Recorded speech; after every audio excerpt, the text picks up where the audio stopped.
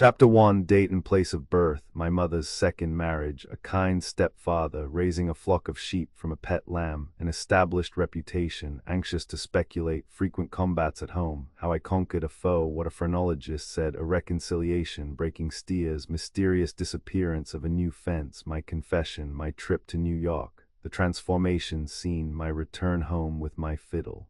Chapter 2, My Mother Wishes Me to Learn a Trade, my burning desire to be a livestock dealer, employed by a deaf drover to do his hearing, how I amused myself at his expense and misfortune. Chapter 3, Selling and Trading Off My Flock of Sheep, Co-Partnership Formed with a Neighbor Boy, Our Dissolution, My Continuance in Business, Collapse of a Chicken Deal, Destruction of a Wagon Load of Eggs, Arrested and Fined My Last Dollar, Arrived Home Broke. Chapter 4, Borrowing Money from Mr. Kiefer, Buying and Selling Sheep Pelts, How I Succeeded, a co-partnership in the restaurant business, Buying Out My Partner, Collapsed, More Help from Mr. Kiefer, Horses and Patent Rights. Chapter 5, Swindled Out of a Horse and Watch, More Help from Mr. Kiefer, How I Got Even in the Watch Trade, My Patent Right Trip to Michigan and Indiana, Its Results, How a Would-Be Shopper Got Come Up With. Chapter 6, My New Acquaintance and Our Co-Partnership, 3 weeks experience manufacturing soap, the collapse, how it happened, broke again, more help from Mr. Kiefer, a trip to Indiana, selling prize soap with a circus, arrested and fined for conducting a gift enterprise, broke again. Chapter 7, 11 Days on a Farm, How I Fooled the Farmer, arrived at Chicago, running a fruit stand, collapsed, my return home broke again, a lucky trade. Chapter 8, $3 Well Invested, Learning Telegraphy, Getting in Debt, a Full-Fledged Operator, My First Telegraph Office, Buying and Selling Ducks and Frogs while employed as operator, My Resignation, Co-Partnership in the Jewelry and Spectacle Business, How We Succeeded, Our Dissolution. Chapter 9, Continuing the Jewelry and Spectacle Business Alone, Trading a Watch Chain for a Horse, Peddling on Horseback, Trading Jewelry for a Harness and Buggy, Selling at Wholesale, Retiring from the Jewelry Business. Chapter 10, Great Success as an Insurance Agent, Sold Out, Arrived at Chicago, Selling Government Goods, Acquiring Dissipated Habits, Engaged to be Married, Broke Among Strangers, How I Made a Raise, My Arrival Home. Chapter 11, More Help from Mr. Kiefer, Off to See My Girl, Embarked in the Agricultural Implement Business without capital, Married, sold out, in the grocery business, collapsed, running a billiard hall, collapsed again, newspaper reporter for a mysterious murder. Chapter 12, More Help from Mr. Kiefer, 6 weeks as a horse trainer, a mysterious partner, collapsed, how I made a raise, home again, father to a bouncing boy. Chapter 13, Engaged in the Patent Right Business, My Trade with Brother Long, The Compromise, My Second Trade with a Deacon, His Sunday Honesty and Weekday Economy, A New Partner, The Landlord and His Cream Biscuits, How We Headed Him Off, A Trade for a Bulky Horse, How We Persuaded Him to Go, Our Final Settlement with the Landlord. Chapter 14, Our Trip Through Indiana, How I Fooled a Telegraph Operator, The Old Landlord Sends Recipe for Cream Biscuit, Our Return to Ohio, Becoming Agents for New Patent, Our Valise Stolen, Return to FT. Wayne waiting 6 weeks for patent right papers, busted staving off the washerwoman for 5 weeks, the kid and her exchange act, how the laundry woman got even with us, the landlord on the borrow, how we borrowed of him, replenishing our wardrobe, paying up the hotel bill. Chapter 15, Our Visit to La Grange, Ind. Traded for a horse, followed by an officer with a writ of replevin, putting him on the wrong scent, his return to the hotel, the horse captured, broke again, how I made a raise. Chapter 16, Arriving at Elmore, Ohio, stranded, receiving $8 on a patent right sale, done in advance by the landlord, changing hotels, my visit to Fremont, meeting Mr. Kiefer and borrowing money, our visit to Findlay, a big deal, losing money in wheat, followed by officers with a writ of replevin, outwitting them, a 4-mile chase, hiding our rig in a cellar. Chapter 17, Visiting my family at Elmore, how we fooled a detective, a friend in need, arriving at Swanton, Ohio, broke, how I made a raise, disguising my horse with a coat of paint, captured at Toledo, selling my horse, arrived home broke. Chapter 18. Mr. Kiefer called from home. My mother refuses me alone, peddling furniture, polish on foot, having my fortune told, my trip through Michigan, arrested for selling without license. It never rains, but it pours, collapsed, a good moral making a raise. Chapter 19. My co-partnership with a clairvoyant doctor. Our lively trip from Ypsilanti to Pontiac, Michigan, poor success. The doctor and his Irish patient, my prescription for the deaf woman, collapsed and in debt for board. Chapter 20. Engaged to manage the hotel. The doctor my star boarder, discharging all the help, hiring them over again. The doctor as table waiter. The landlady and the doctor collide. The arrival of two hustlers. How I managed them. The landlady goes visiting. I remodeled the house. My chambermaid elopes, hiring a Dutchman to take her place. Dutchy in disguise. I fooled the doctor, Dutchy, and the Irish shoemaker. Chapter 21. The doctor swindled. How we got even. Diamond cut diamond. The doctor peddling stovepipe brackets. His first customer. His mishap and demoralized condition. The doctor and myself invited to a country dance. He the center of attraction. The doctor in love with a cross-eyed girl, engaged to take her home. His plan frustrated. He gets even with me. We conclude to diet him. The landlady returns. Does not know the house. Chapter 22. Out of a position, moved to Ann Arbor. How I made a raise, a return to furniture polish, selling experience, hauling coke, my summer clothes in a snowstorm, a gloomy Christmas, an attack of bilious fever, establishing an enforced credit, the photograph I sent my mother, engaged as an auctioneer at Toledo, Ohio, my first sale. Chapter 23. A successful auctioneer, playing a double role, illustrating an auction sale. Chapter 24. My employer called home. I continue to hustle, an auctioneering co-partnership, still in a double role, a neat, tidy, quiet boarding house. We moved to a hotel, a practical joke, auctioneering for merchants, making a political speech, getting mixed.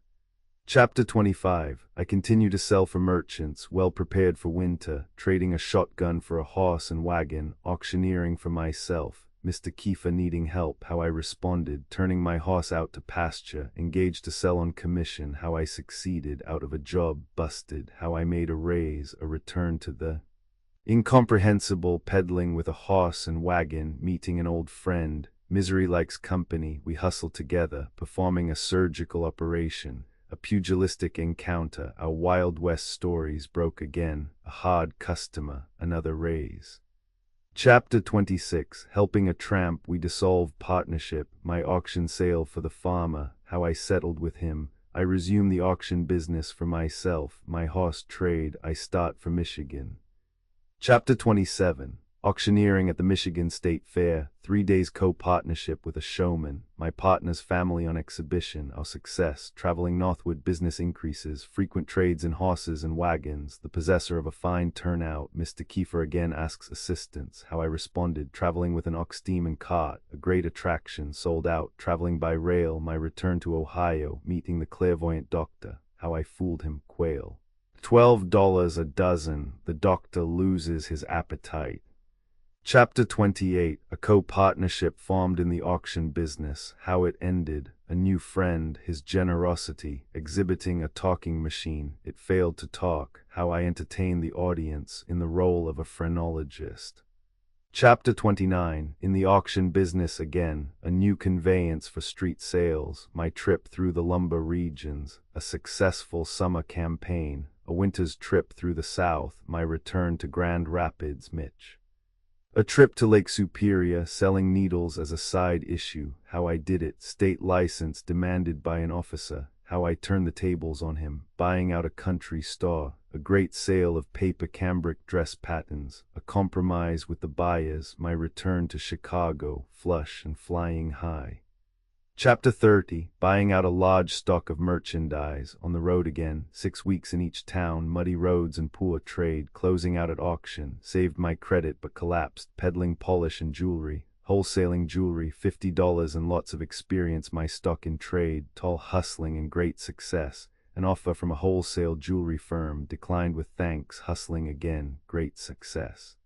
Chapter 31, robbed of a trunk of jewelry, only a small stock left, a terrible calamity, collapsed, an empty sample case my sole possession, peddling polish again, making a raise, unintentional generosity breaks me up, meeting an old partner, the wholesaler supplies me with jewelry, hustling again with great success, making $600 in one day, my health fails me, I return to Ohio, a physician gives me but 2 years to live, how I fooled him.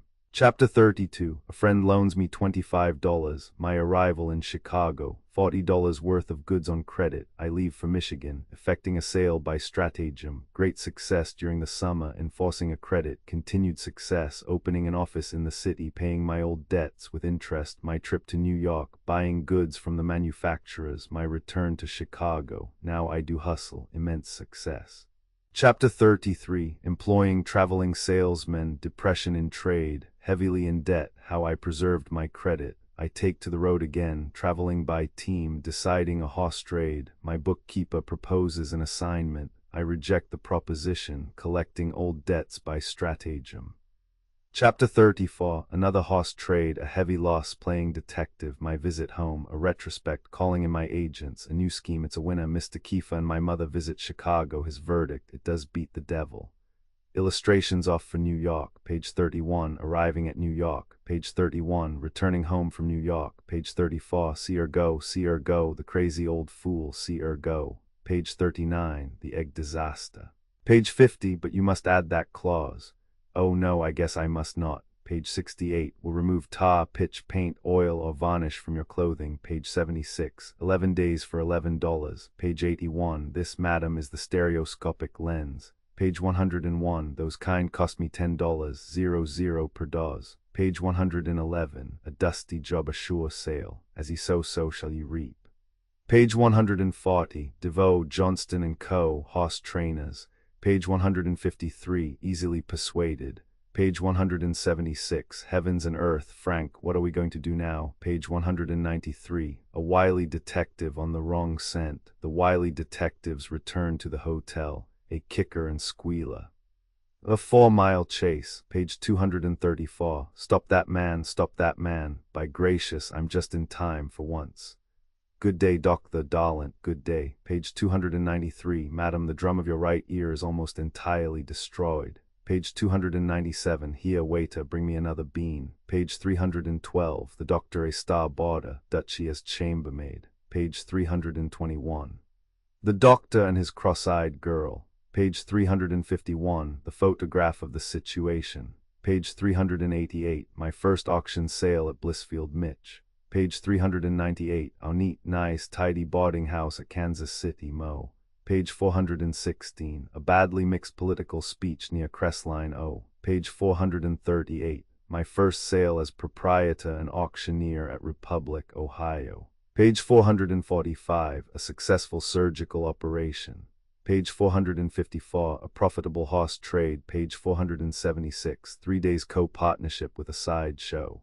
Page 483, a novel turnout. Page 490, exhibiting a phonograph near Elcott Ind. Page 505, my unique conveyance in the mining and lumber camp. Page 523, a collapse near Brainerd. Min. Page 557, deciding a horse trade.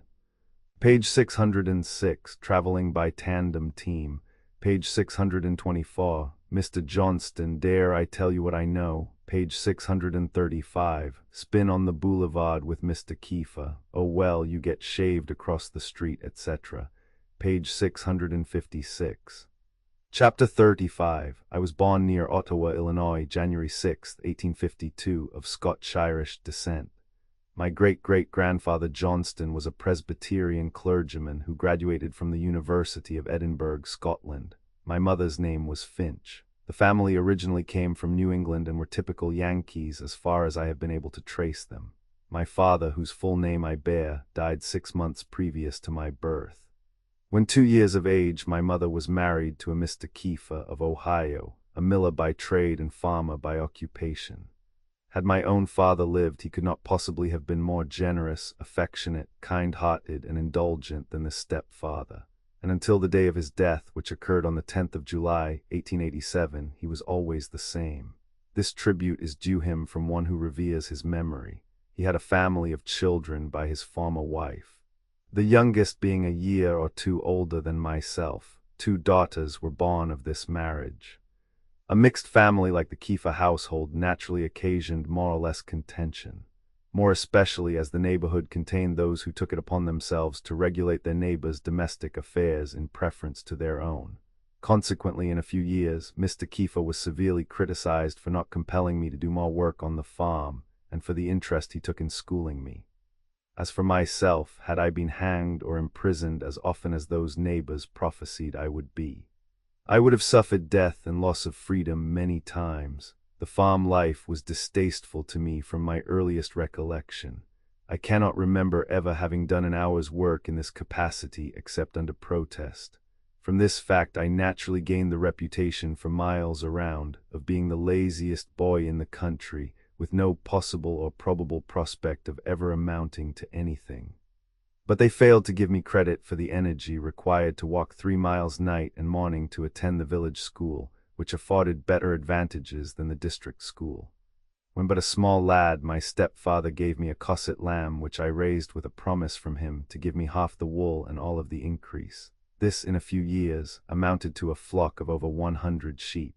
The sale of my share of the wool, together with the yield from a potato patch, which was a yearly gift from Mr. Kiefer, was almost sufficient to clothe me and pay my school expenses. I should here add that the potatoes above mentioned were the product of the old gentleman's labor in plowing, planting, cultivating, digging, and marketing. While I was expected to do this work, I was seldom on hand, except on the day of planting, to superintend the job and see that the potatoes were actually put into the ground, and again on market day to receive the proceeds. During all my life on the farm, one great source of annoyance and trouble to my stepfather was my constant desire to have him purchase everything that was brought along for sale, and to sell everything from the farm that was saleable. In other words, I was always anxious to have him go into speculation. I could not be too eager for a horse trade or the purchase of any new invention or farm implement that had the appearance of being a labor-saving machine.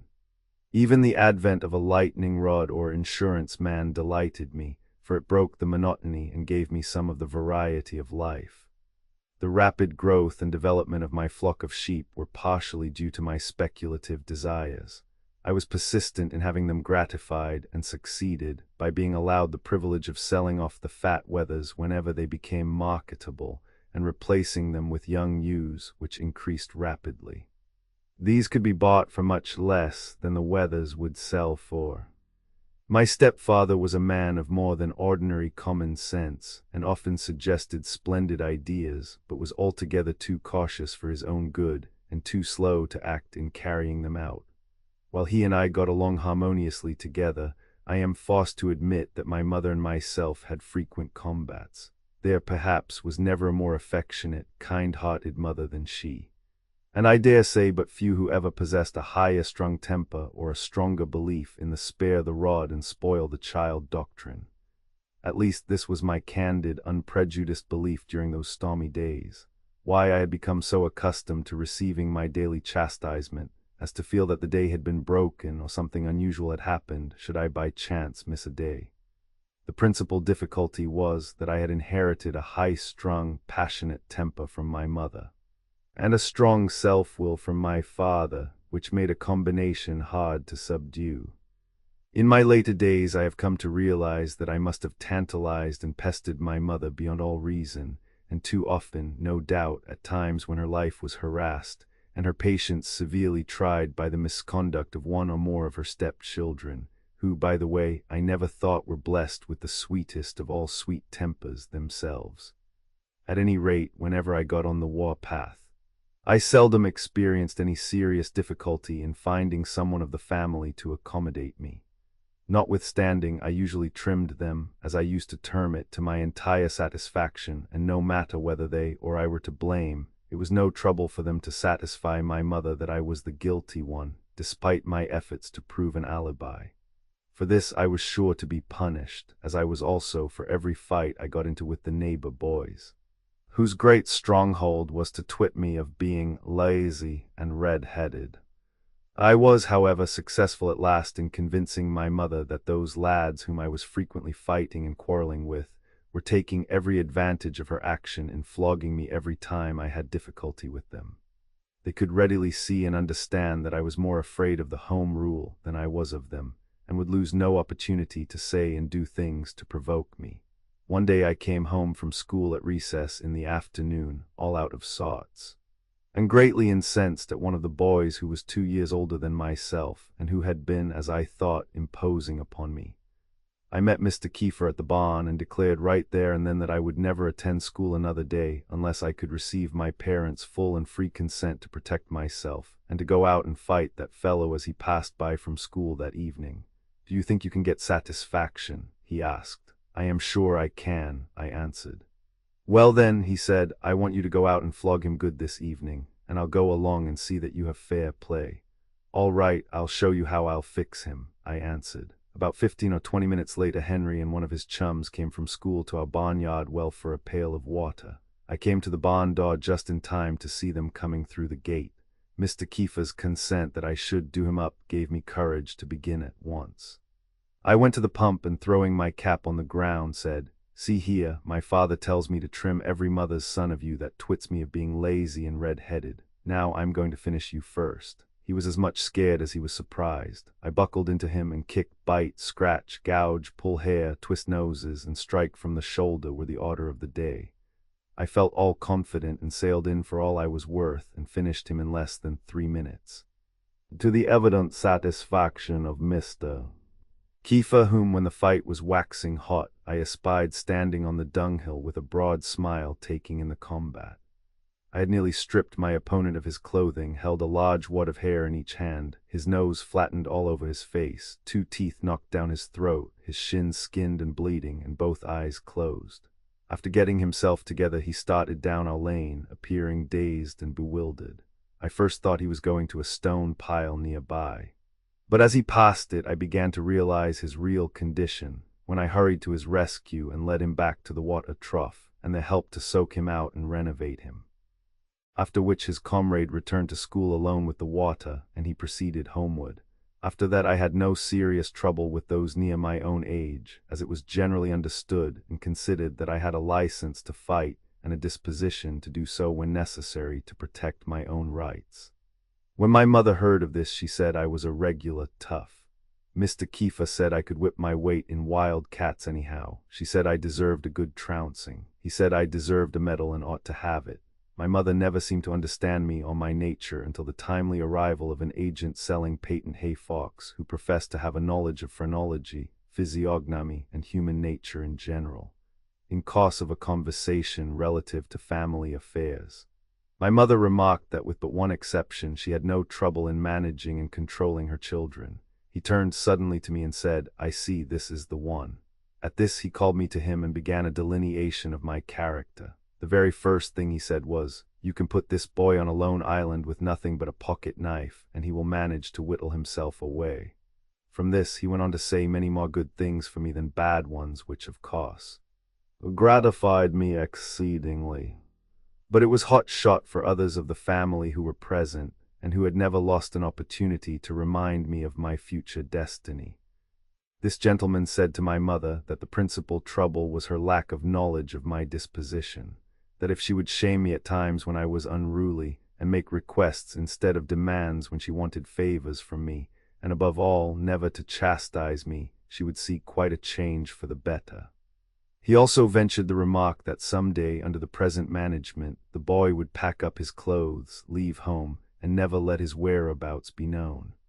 This opened my mother's eyes more than all else he had said, for I had often threatened to do this very thing.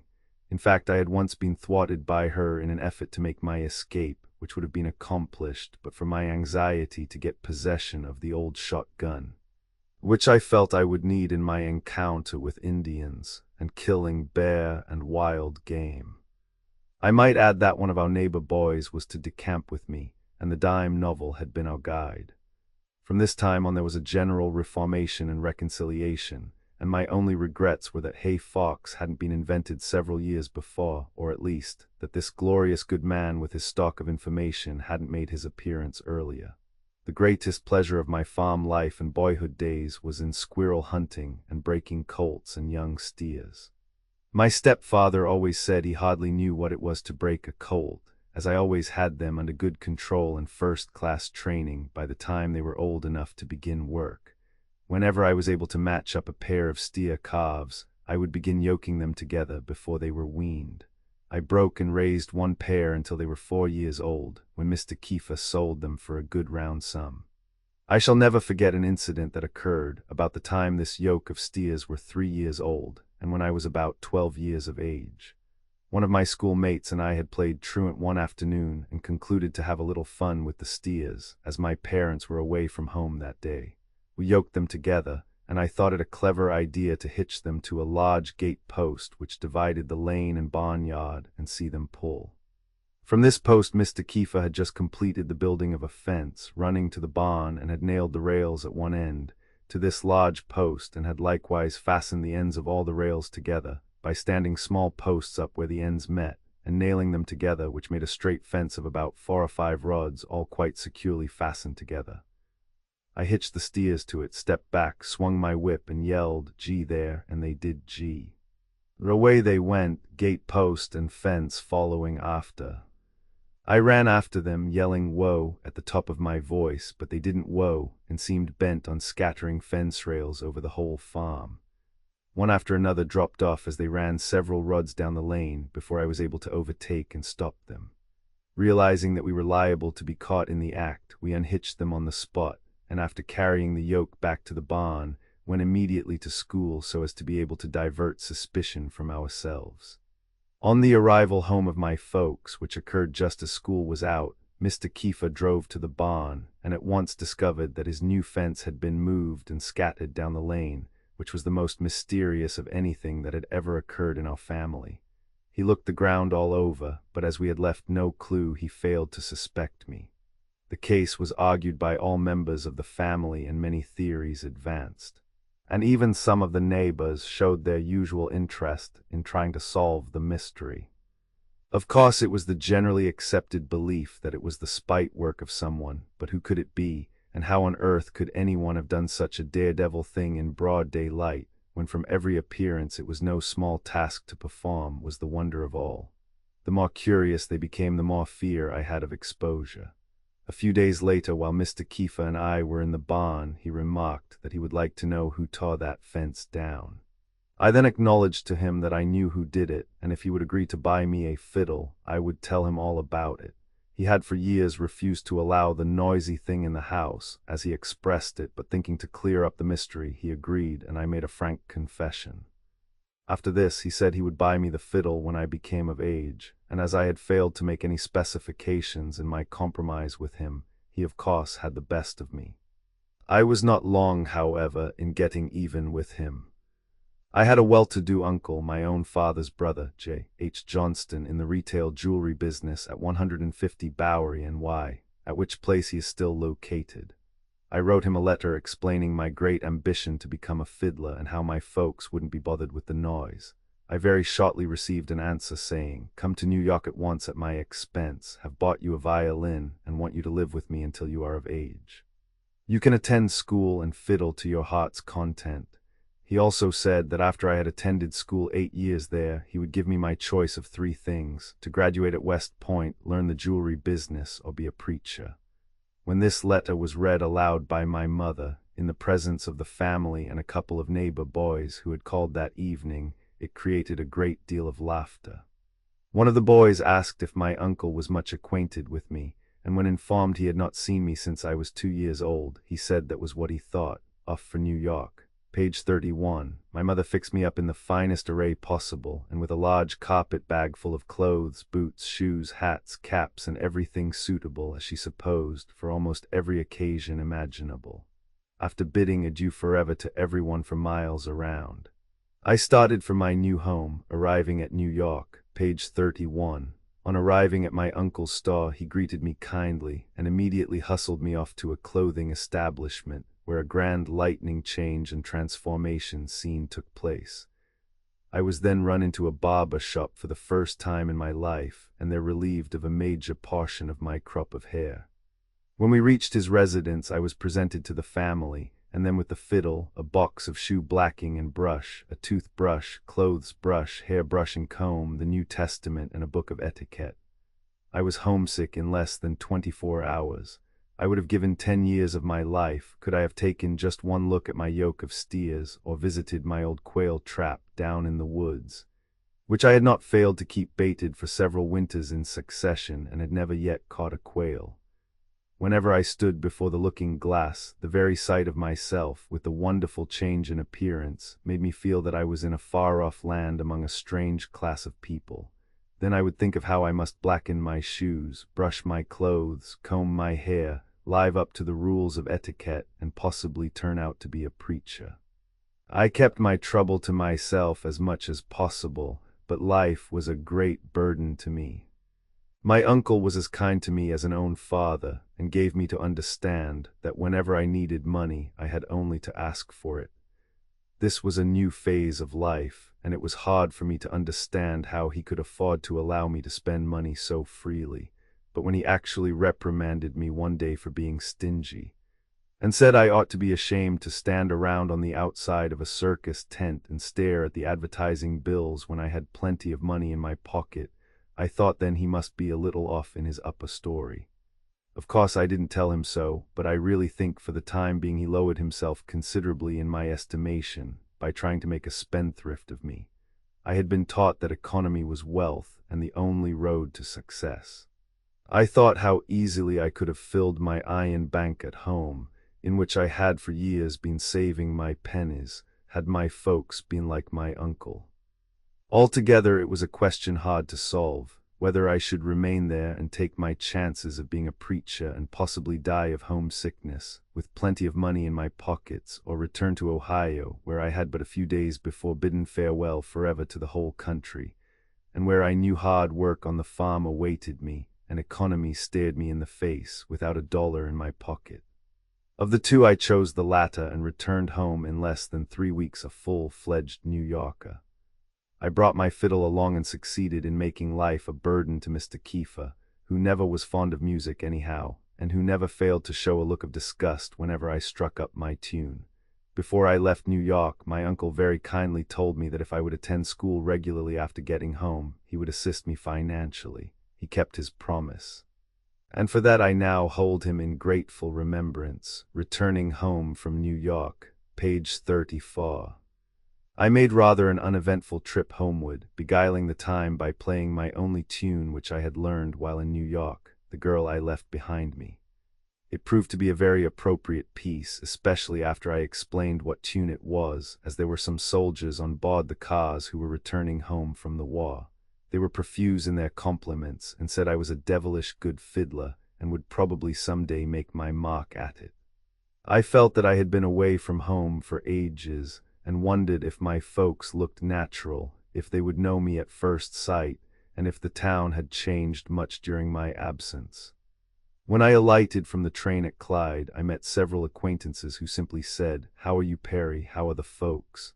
Finally, I met one man who said, "How did it happen you didn't go to New York?" Another one said, "When you going to start on your trip, Perry? Where'd you get your fiddle?" I then started for the farm, and on my arrival found no change in the appearance of any of the family. My mother said I looked like a corpse. Mr. Kiefer said he was glad to see me, but sorry about that cussed old fiddle. Chapter 36. My mother wishes me to learn a trade, my burning desire to be a livestock dealer, employed by a deaf drover to do his hearing, how I amused myself at his expense and misfortune. I then began attending school at Clyde, Ohio, boarding at home and walking the distance, 3 miles, during the early fall and late spring, and boarding in town at my uncle's expense during the cold weather. At the age of 16, I felt that my school education was sufficient to carry me through life, and my thoughts were at once turned to business. My mother frequently counseled with me and suggested the learning of a trade or bookkeeping, or that I take a position as clerk in some mercantile establishment, all of which I stubbornly rebelled against. She then insisted that I should settle my mind on some one thing, which I was unable to do. My greatest desire was to become a dealer in livestock, which necessitated large capital and years of practical experience for assured success. This desire no doubt had grown upon me through having been frequently employed by an old friend of the family, Lucius Smith, who was in that business. He was one of the most profane men in the country, as well as one of the most honorable, and so very deaf as to be obliged to have someone constantly with him to do the hearing for him. He became so accustomed to conversing with me as to enable him to understand almost everything I said by the motion of my lips. For these services he paid me $1 per day in expenses. I used to amuse myself a great deal at his expense and misfortune. He owned and drove an old black mare with the string halt and so high-spirited that the least urging would set her going like a whirlwind. Whenever we came to a rough piece of road, I would sit back in my seat and cluck and urge her on in an undertone, when she would lay her ears back and dash ahead at lightning speed. See her go, see her go. The crazy old fool, see her go. Page 39, Mr. Smith, unable to hear me or to understand the reason for this, would hang on to the reins as she dashed ahead and say, see her go, the old fool, see her go. Did you ever see such a crazy old fool as she is? See her go.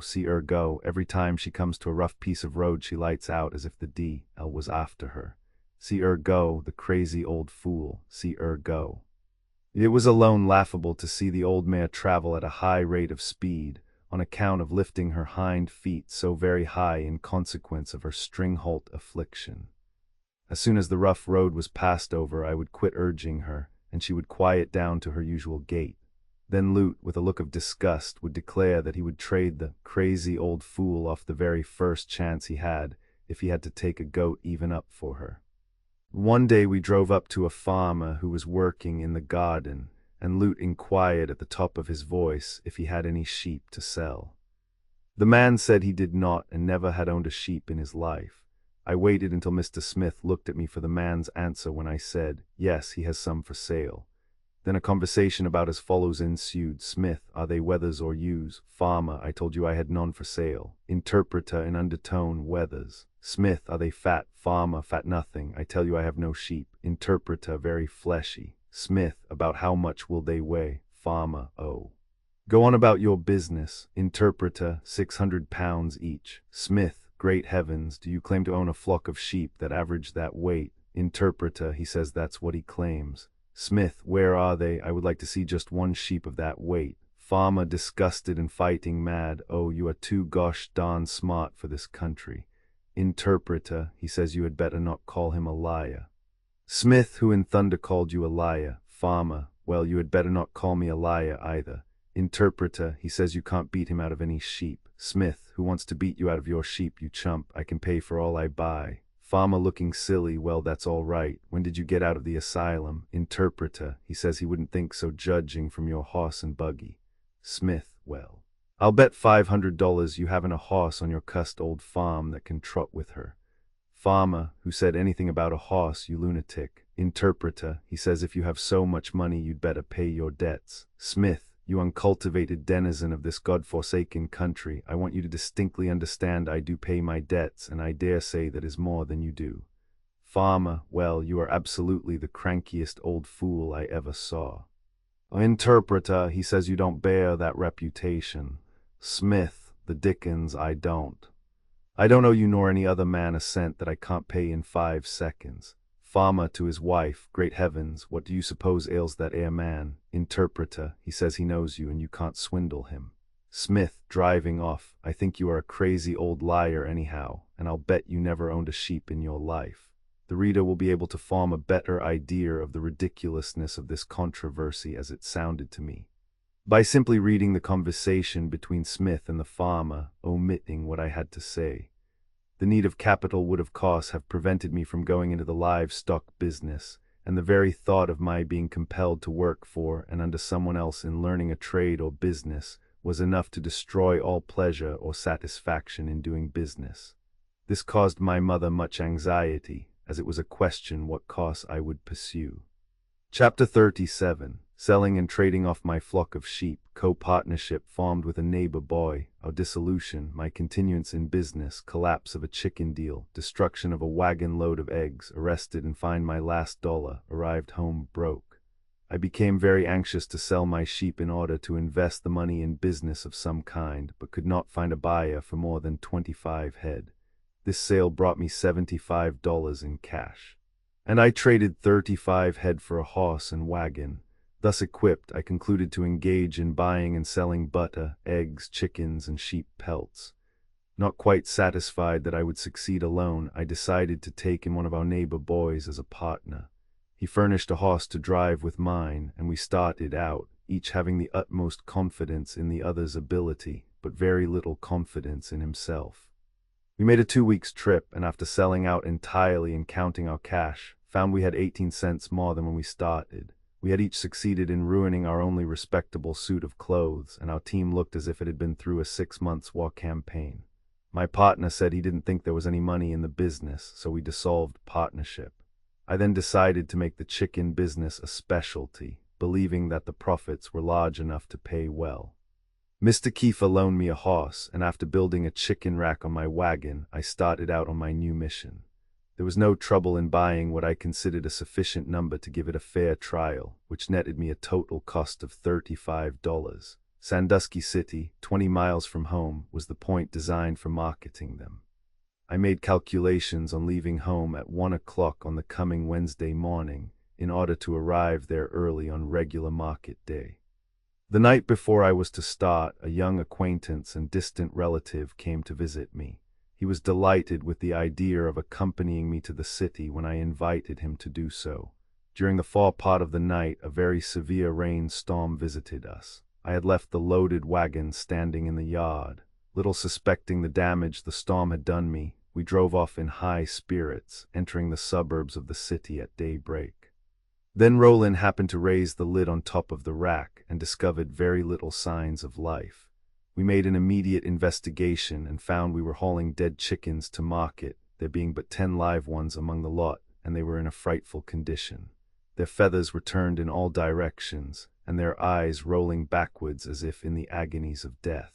This trouble had been caused by the deluge of water from the rain of the night before.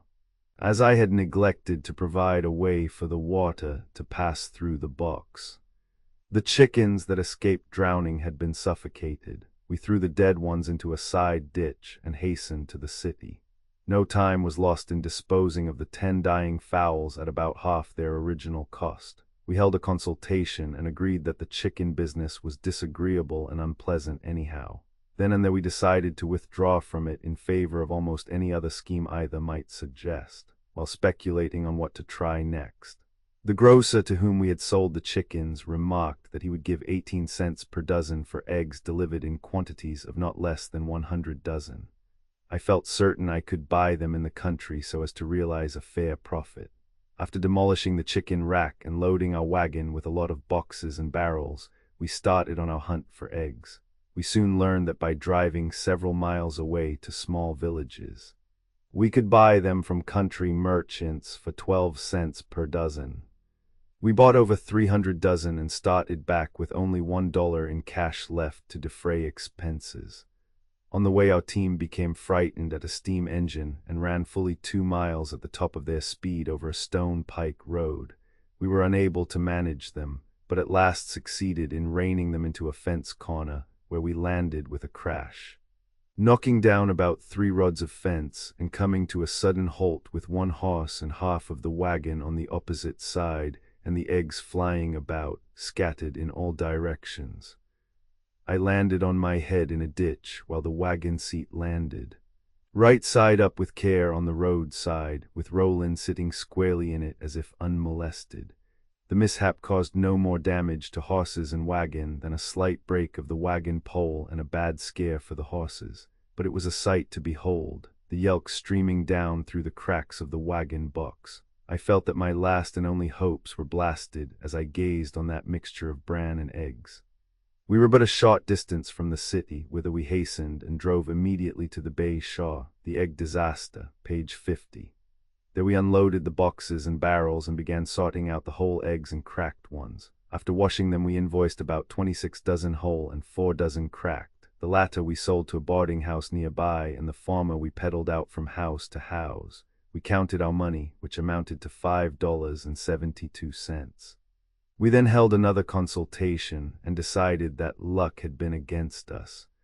We also decided that we had better start at once for home, if we expected to reach there before our last dollar was lost. In our confusion and excitement, we prepared to do so, but happened to think we ought to feed our team before making so long a journey. We returned to a grocery store, and after buying 15 cents worth of oats, drove to a side street, unhitched our horses, and turned their heads to the wagon to feed, after which we went to a bakery and ate bologna sausage and crackers for dinner. On returning to the wagon, we found a large, fleshy gentleman awaiting us. He wore a long Ulster coat and a broad-brimmed hat and carried a large cane. After making several inquiries as to the ownership of the team where we hailed from, and what our business was, he politely informed us that he was an officer of the law and would be obliged to take us before the mayor of the city. We asked what we had done that we should be arrested. He simply informed us that we would find out when we got there. We protested against any such proceedings when he threw back his coat collar, exposing his star to full view, and sternly commanded us to follow him. On our way to the mayor's office, I urged him to tell us the trouble, but in vain. I thought of everything I had ever done and wondered if there were any law against accidentally breaking eggs or having chickens die on our hands. We arrived there only to find that the mayor was at dinner. The suspense was terrible. The more I thought about it, the more guilty I thought I was. In a few moments he returned, and I am certain I looked and acted as though I had been carrying off a bank, when His Majesty took his seat. The officer informed him that we had been violating the city ordinance by feeding our horses on the streets. The executive asked what we had to say for ourselves. We acknowledged the truth of the statement, but undertook to explain our ignorance of the law. He reminded us that ignorance of law excused no one, and our fine would be $5 and costs, the whole amount of which would be $7.50. At this juncture we saw the necessity for immediate action towards our defense, as the jail was staring us in the face. Roland, who was older and more experienced than myself, and withal a brilliant sort of lad, took our case in hand and made a plea that would have done credit to a country lawyer. It resulted in a partial verdict in our favor, for after explaining our misfortunes and that all the money we had left was $5.37, and as proof of our statement counted it out on his desk, he remitted what we lacked, but said as he raked in the pile, "Well, boys, I am very sorry for your misfortunes and will let you down easy this time, but you must be more careful hereafter." I replied that he needn't have any fears of our ever violating their city ordinance again, as it was my impression that would be our last visit there. We left for home without any further ceremony, neither seeming to have anything particular to say. I don't believe half a dozen words passed between us during the whole 20 miles ride. On arriving home, my mother anxiously inquired how I came out with my chicken deal. "Well, I came out alive," I replied. "How much money did you make?" she asked. "How much money did I make? Well, when I got to Sandusky, I discovered all my chickens were dead but 10, and explained the cause. "Where have you been that you did not return home sooner?" she asked next. I explained my egg contract and my trip in the country to procure them. "Well, how was that speculation?" she asked. "About the same as with the chickens," was my answer. When I entered into particulars concerning the wreck, she became greatly disgusted and sarcastically remarked, "I am really surprised that you had sense enough to come home before losing your last dollar."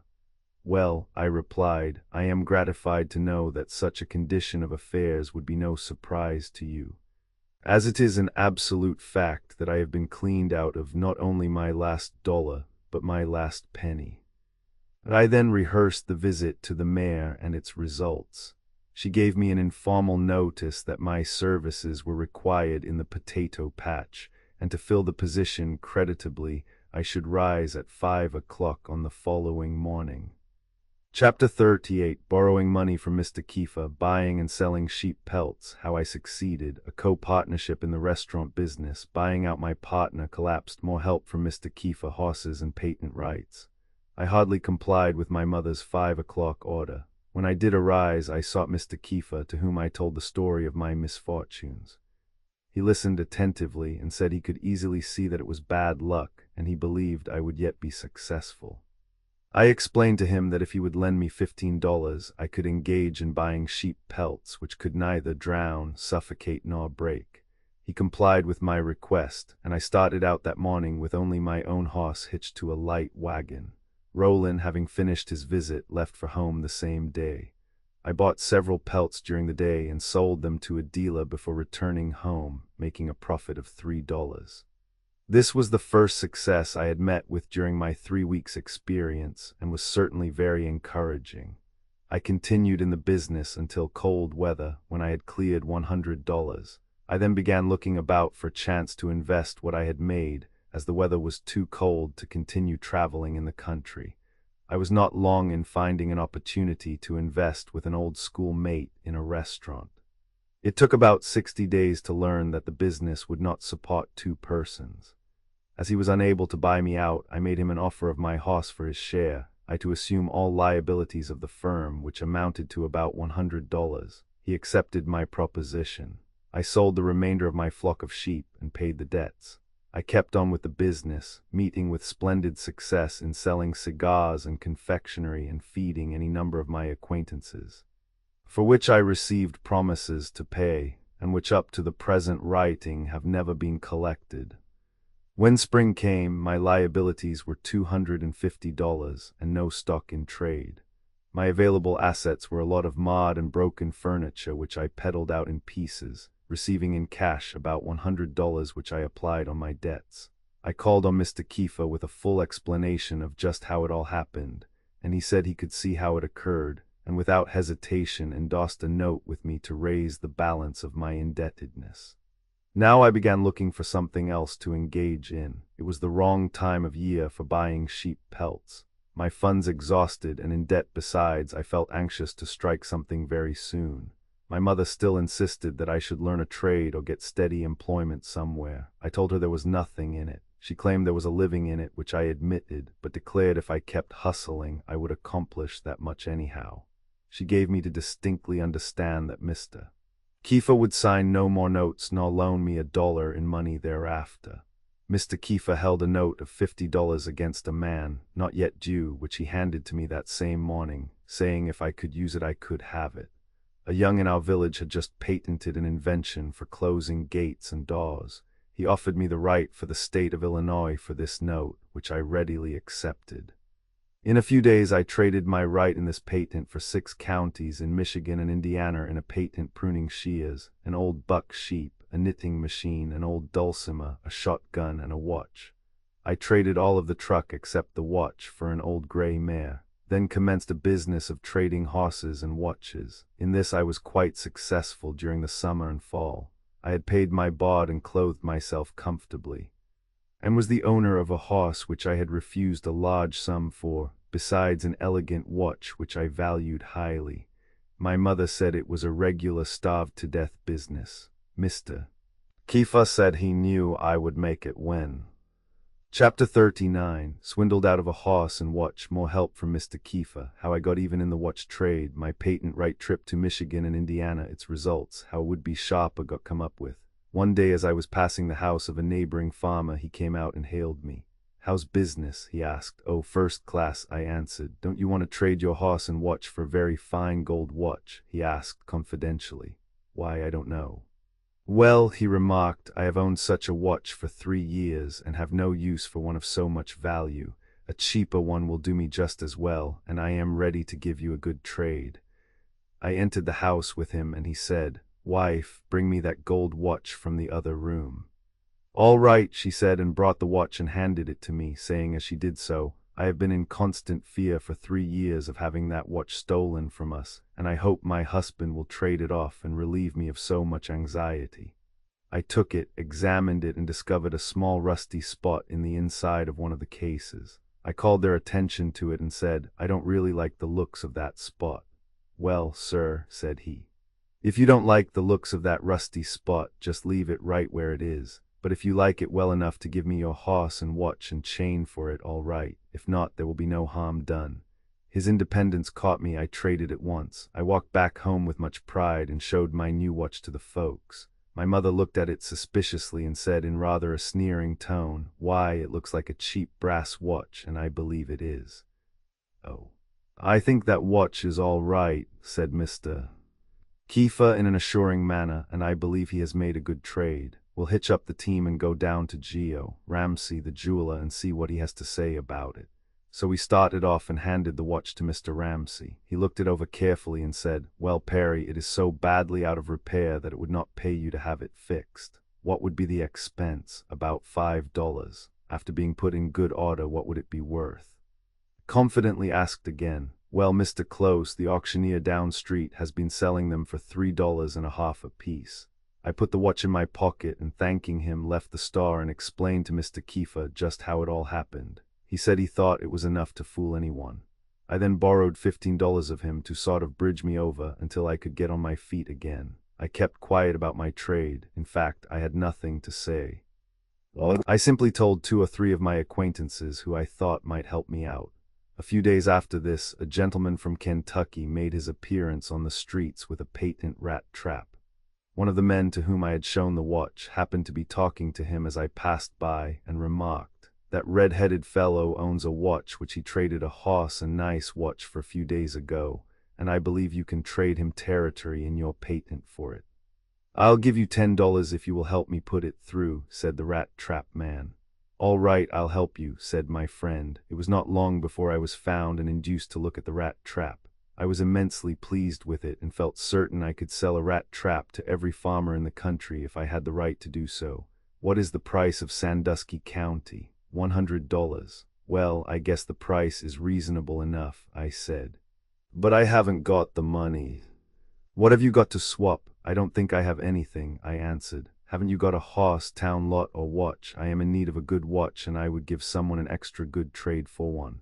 I replied, "I have a watch, but I don't care to trade it off." "Let me see it," said he. After looking it over, he said, "It suits me first rate. How will you trade?" "I'll trade for $100 in Sandusky County."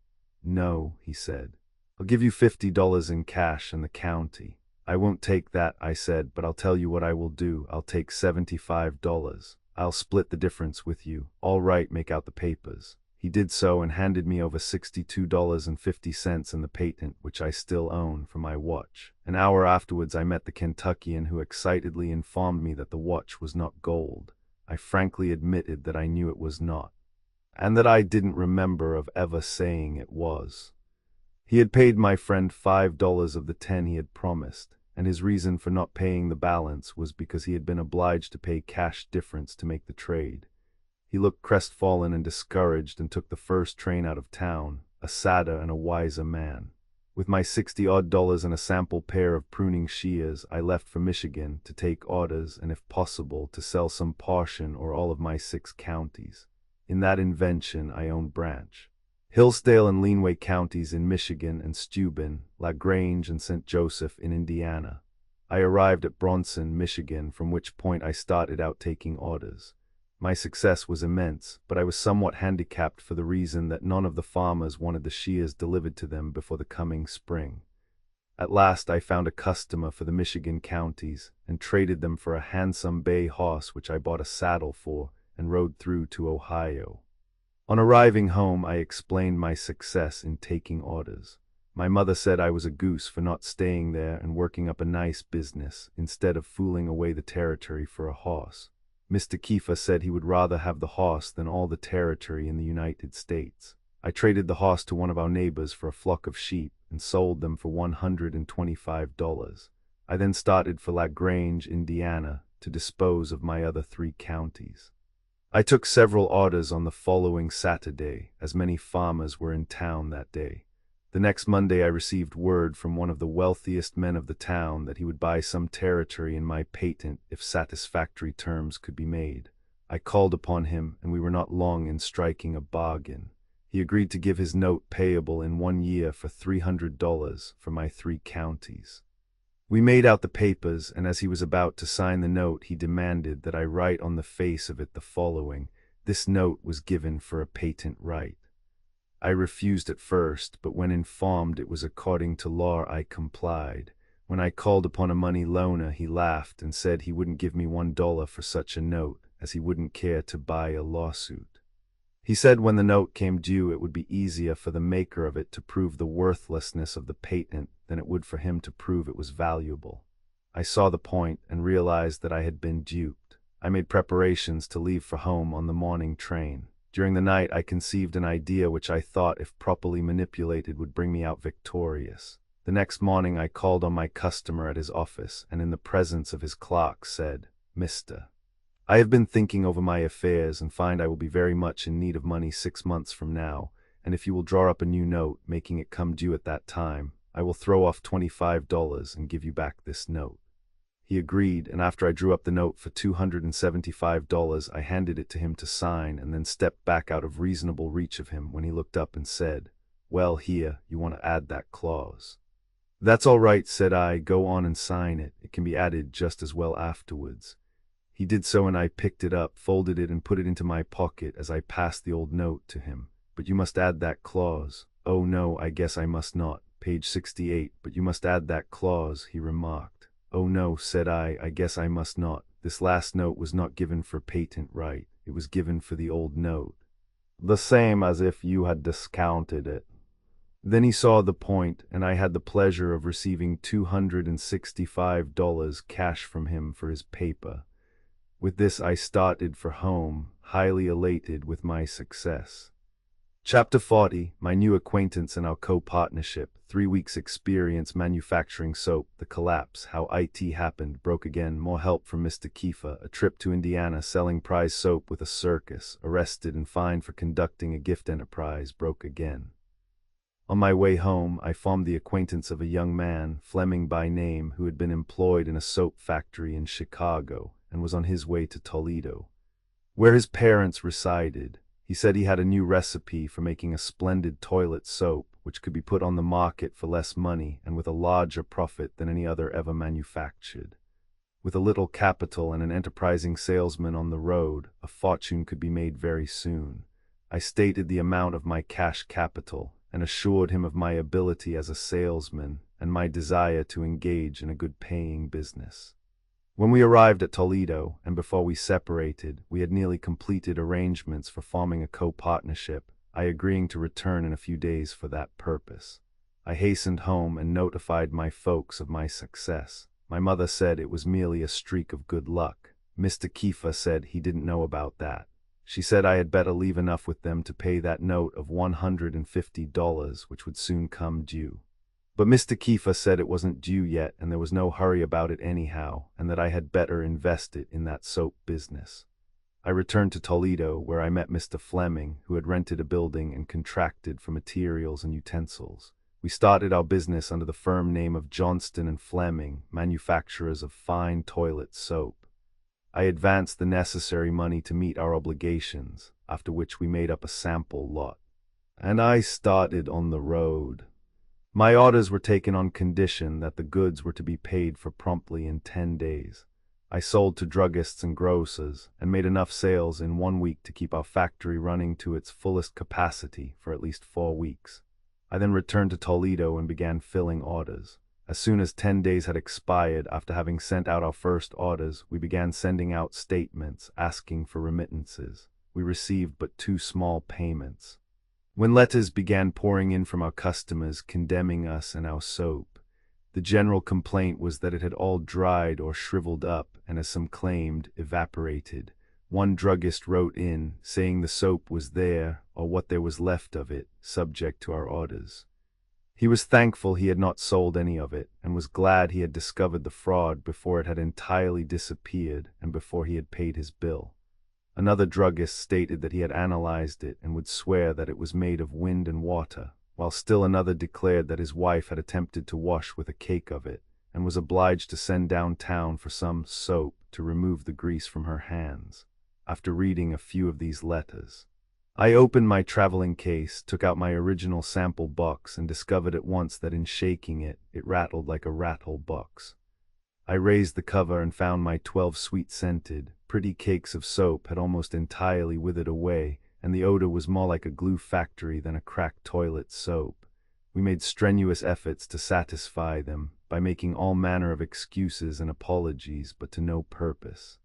In every instance, the soap was their subject to our orders. My partner was much chagrined at the outcome and sudden collapse of our firm, and no doubt felt the situation more deeply than myself, although I was the loser financially. After borrowing money enough from an old schoolmate, I paid my board bill and bought a ticket for home.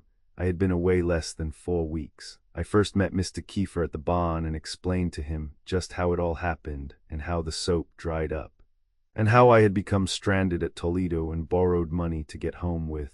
He said he guessed he would have to let me have the money to pay the fellow back as I had promised, which he did, and a few dollars besides. I then went to the house and explained matters to my mother. She said I might have known just how that soap business would end, and reminded me of the request she made about leaving money enough to pay the note, and informed me that I needn't expect any help from Mr. Kiefer, for he should not give me a penny. The next day while in town, I met and got into conversation with a friend who was on his way to Huntington, Ind, to take a position as an agent for selling fruit trees. He showed me a letter from the general agent of an Eastern nursery who stated that there were vacancies at Huntington for half a dozen live, enterprising young men. I had just about cash enough to pay my fare there and decided to go. We arrived there the next day, only to find that the fruit tree men had gone to the southern part of the state. I explained to Charlie that I was rather low financially, when he informed me that he was a little short himself, but that I could rest assured that so long as he had any money he would divide. Fopaw's menagerie was advertised to be at Huntington 2 days later, and we decided to await its arrival and see what might turn up in our favor. The menagerie arrived and drew an immense crowd of people.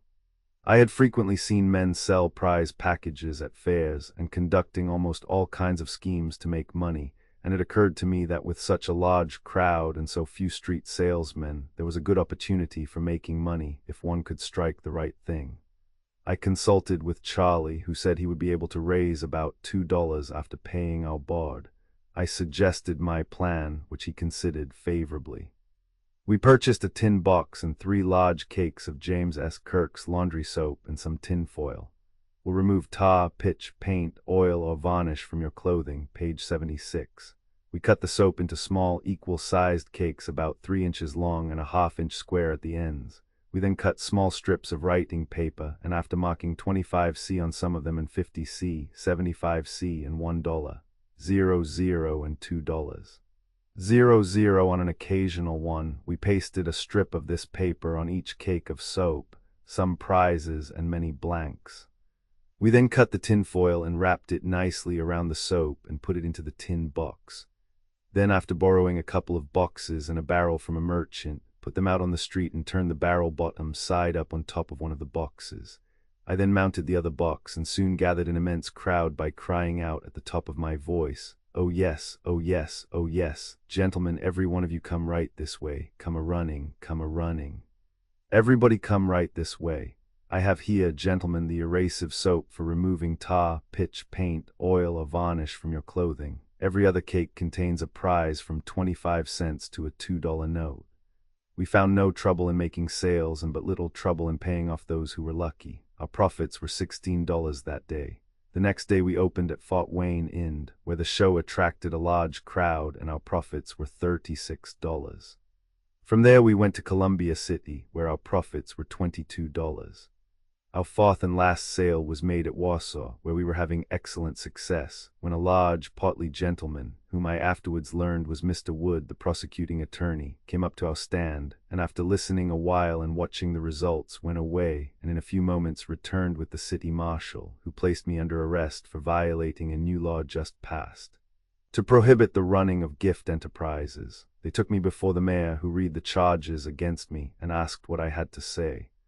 I informed him I had taken out city license, which I supposed entitled me to the privilege of selling. He then read the new law to me. I plead ignorance and asked the mayor to be lenient.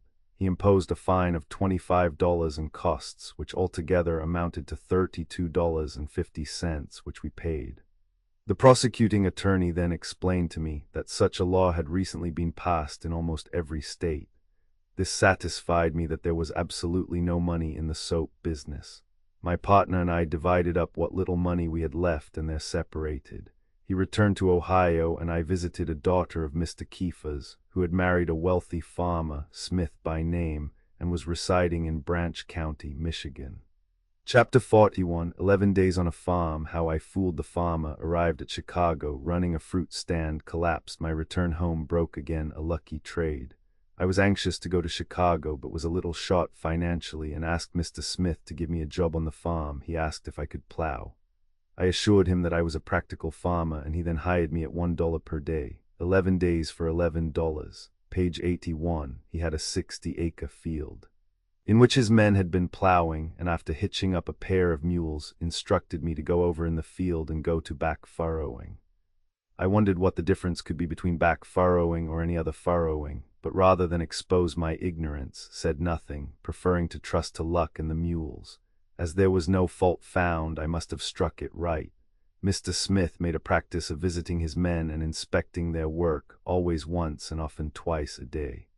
He gave me orders to go to breaking up a new piece of ground, which he had recently finished clearing, and which of course was a hard task. One day he came to the field at noon, and after looking the work over, instructed me to take the coulter off before I commenced work again in the afternoon, adding that it would be easier for the mules as well as myself. I looked the plow over carefully and wondered what the coulter was. After dinner I began work, hoping that someone might come along who could post me. In this I was disappointed. Realizing that there must be something done before Smith visited me in the evening, I decided he must have meant the wheel at the end of the beam and consequently took it off and waited his coming. When he arrived, he looked at the plow a moment and said in an impetuous manner, "Where is that wheel? I thought I told you to take the coulter off." "Well, I did," I quickly replied. "I did take the coulter off, and as it didn't work well, I put it back on and thought I would take the wheel off." "Where is the wheel?" he asked. I pointed to a stump some distance away and said, "It's over there." He said, "You take that coulter off and I'll get the wheel." "No," I said, "you take the coulter off. I am younger than you and will go after the wheel." And before getting the words out of my mouth was halfway there. When I returned, he was taking the coulter off. I worked 11 days, and after receiving that many dollars left for Chicago, where I had an uncle residing. He gave me a cordial welcome and said I was just the lad he wanted to see, as he had traded for a fruit stand the day before and wanted me to take charge of it. The next morning he took me to the stand, which was a small frame building, size about 8 by 10, which stood on the northwest corner of Halsted and Harrison Streets. This was a very slow business and too slow to suit me, yet I continued to run it about 3 months, when by repeated losses on decayed fruit and the too frequent visits of relatives and friends, we found the business in an unhealthy condition and lost no time in looking up a buyer, which we were fortunate in finding and successful in getting a good price from. After receiving my share of the profits, which was about enough to pay my expenses back to Ohio, I decided to go there. On arriving home, my mother said she hoped I was satisfied now that I couldn't make money and that I was only fooling my time away. She said she had told Mr. Kiefer just how that fruit business would end. I took Mr. Kiefer to one side and explained just how it all happened and how the fruit all rotted and how my relatives and friends helped themselves. He said they ought to be ashamed and it was too bad. I borrowed a few dollars from him for incidental expenses until I could strike something. My mother wanted to know what I expected to do and said I needn't ask Mr. Kiefer for money because he shouldn't give me a penny. Of course, I could give her no satisfaction. She finally said was going to take me to a jeweler with whom she had talked and have me learn the jeweler's trade. I disliked the idea and rebelled against it. She was determined, however, and compelled me to accompany her. The jeweler had a talk with me and told my mother he thought he could make quite a mechanic out of me. I thought I was destined to stay with him, until my mother happened to leave the store for a few minutes when he asked me if I thought I would like the business. I told him no, I knew I would dislike it. He said he wouldn't fool his time away with a boy who had no taste for the business, and so informed my mother. I returned home with her. And that evening she and Mr. Kiefer and myself had a long conference. We talked about the past, and my mother suggested all kinds of trades, professions, and clerkships, all of which I objected to because I would not work for someone else. Mr. Kiefer said he believed I would strike something yet that I would make money out of. My mother said she couldn't understand why he should think so. Everything had been a failure thus far. He explained his reasons by reminding her that with all my misfortunes, not $1 had been spent in dissipation or gambling, but invariably in trying to make money, and with no lack of energy. I remained idle a few days until the few dollars Mr. Kiefer had loaned me were spent, when one day I called upon a friend in town, Kintz by name, who was engaged in the bakery business. In conversation with him, I learned that he owned 2 watches and wanted to exchange one of them, a small lady's gold watch, for something else. I asked him to let me carry it and try and find a customer for it. I called that evening on the night telegraph operator Andy Clock and bantered him to trade watches. He owned a large silver watch and gold chain. "How will you trade?" I asked, showing him the lady's gold watch. "Oh, I'll leave it with you. You ought to give your watch and chain and $10, I said. "I'll make it 5. Let me take your watch and chain a few minutes." "All right," he answered. I immediately called on Mr. Kintz and said, "John, are you willing to give your gold watch and $5 for Mr. Clock's silver watch and gold chain?" He replied by simply handing me $5. I then returned to Mr. Clock, made the trade, and also received from him $5. Although the amount I made was small, it came in a very opportune time and afforded me much satisfaction, as I argued in my own mind that if I was able to drive those kind of trades in a small way while young, I might be able someday to make similar deals on a larger scale. The next day, when I met Mr. Kiefer, I explained how I had made $10. He laughed and said, "Well, if they are both satisfied, I suppose you ought to be." The next Sunday after I had made the trade, several of the boys, including Mr. Kintz, Clock, and myself, were sitting in the hotel. I was reading a paper when Mr. Kintz and Clock began a conversation about the watch trade, when Kintz remarked, "If that gold watch had not been a lady's size, I never would have paid any difference on the trade." "Did you give any boot?" quickly asked Clock. "Why, I gave $5, answered Kintz.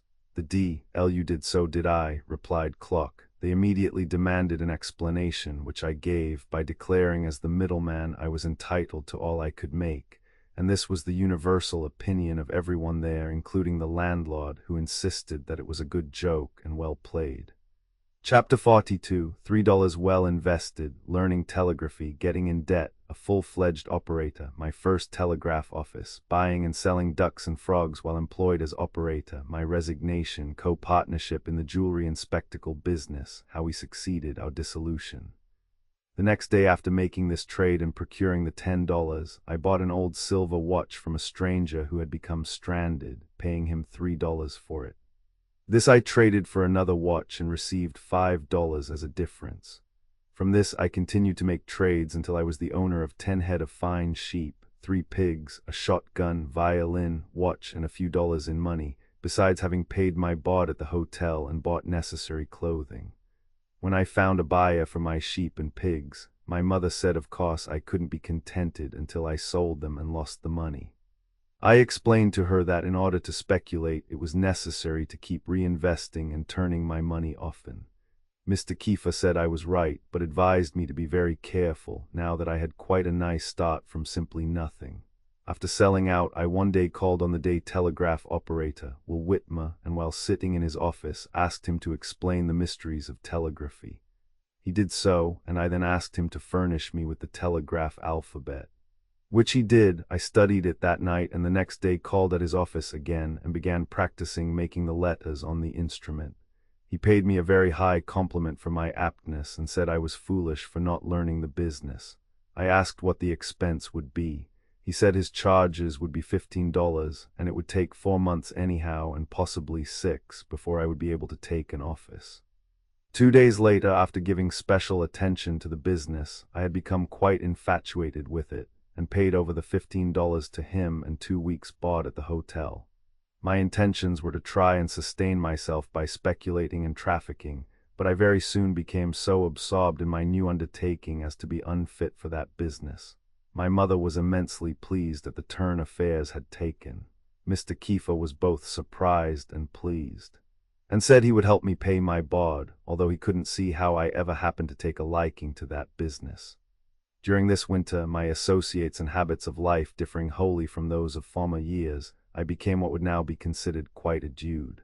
And having no income from business and a limited one from Mr. Kiefer with a fair future prospect, I took advantage of my good credit in town and bought clothes, boots, shoes, and furnishing goods, and borrowed money occasionally from my friends who never refused me. 3 months from the very day I began learning the alphabet, through the advice and recommendation of Mr. Whitmer, I called on W.M. Klein, Jr., General Superintendent of Telegraph, and made application for an office. He sent me to Whiting, Indiana, 16 miles from Chicago, with instructions to take charge of the night office at a salary of $40 per month. On arriving there, I found only a small station and one family, with whom I was to take board and who were living in an old abandoned water tank. The young man whom I relieved from night duty was promoted to day operator, and as he was thoroughly disgusted with the place, he kept continually writing to the superintendent's secretary, who was a friend of his, to get him a better office, which he did in just 6 weeks afterwards. I was then promoted to his position, with no raise of salary, but which I gladly accepted.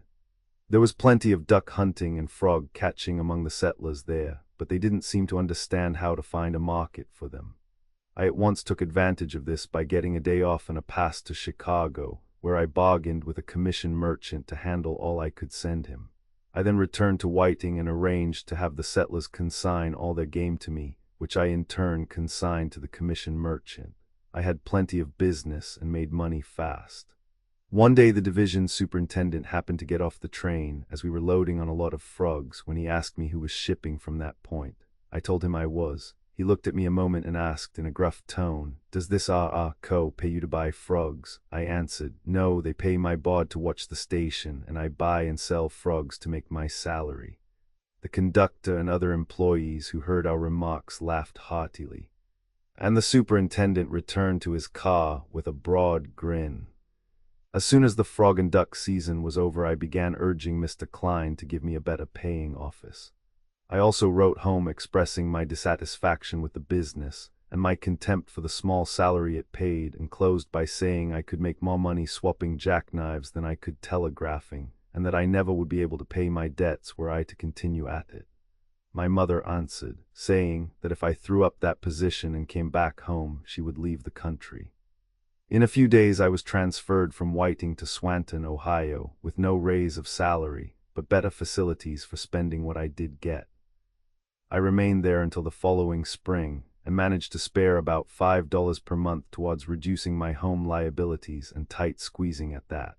While there I made frequent visits to Toledo, where Mr. Klein's office was located, and never failed to call on him or his secretary with a request for a better position. One day I wanted to be extra operator, and another day I would insist upon being placed in the train dispatcher's office, and again thought I would like the general freight office, either of which was considered a fine position. Finally, the secretary asked one day how I would like to have Mr. Klein resign in my favor. I told him I would like it first rate if the salary was sufficient, as soon as the green grass and flowers of spring commenced to show themselves. I began to get nervous and anxious to make a change. One day, while several people were sitting in the depot waiting for a train, a young enterprising-looking fellow came in with a small sample case in his hand and began talking to an old gentleman about spectacles, and very soon made a sale for which he received $2.50 spot cash. After the train had come and gone, carrying with it the old gentleman, I entered into conversation with the young man and finally asked him confidentially what that pair of spectacles cost him. He laughed and said they could be bought for $1 per dozen. "That settles it right here," I said, and added, "That settles the telegraph business with me. I'll send my resignation to Mr. Klein forthwith by telegraph." And I did so. After about 10 days he accepted it and sent me a pass for home and the amount due me, which was $65. On my arrival home, a stormy scene ensued. My mother said it was just like me to leave a sure thing in traffic around over the country, with no future prospects whatever. Mr. Kiefer said the business was too slow for me anyhow, and he had thought so from the beginning. I explained that the experience was worth a great deal to me. My mother replied that I had for years been getting nothing but experience. Mr. Kiefer said he'd bet I would come out all right yet. "Yes," my mother said, "he will come out in the poorhouse and drag you and me with him." She then what I expected to do next, and I told her about the immense profits made in the spectacle business. She laughed and with much sarcasm remarked that a dozen pair of spectacles and an old tin box to carry them in would probably be the height of my ambition. I told her that remained to be seen. But I would someday convince her differently and show her how to make money fast. The next day I received a letter from an acquaintance residing at Kirkesville, Ohio, in answer to one I had written him, in which I stated my intention of going into the spectacle business. He informed me that he was the owner of a fine horse and carriage, and suggested that I take him in partnership with me, he to furnish the traveling conveyance and I the money. This I agreed to, and wrote him my intentions to start for Kirkesville on a certain day, where I would expect to meet him, and we would drive to Columbus, a distance of 20 miles, and buy our stock. On my arrival at Kirkesville, I found him ready to start. We drove to Columbus and called on a wholesale jewelry firm. After looking their stock over, I decided that there was more money in cheap jewelry than spectacles. I had about $40 in cash. And after buying 12 pairs of spectacles for $1, invested the balance in jewelry, after which I prevailed on the firm to give me a traveling sample case.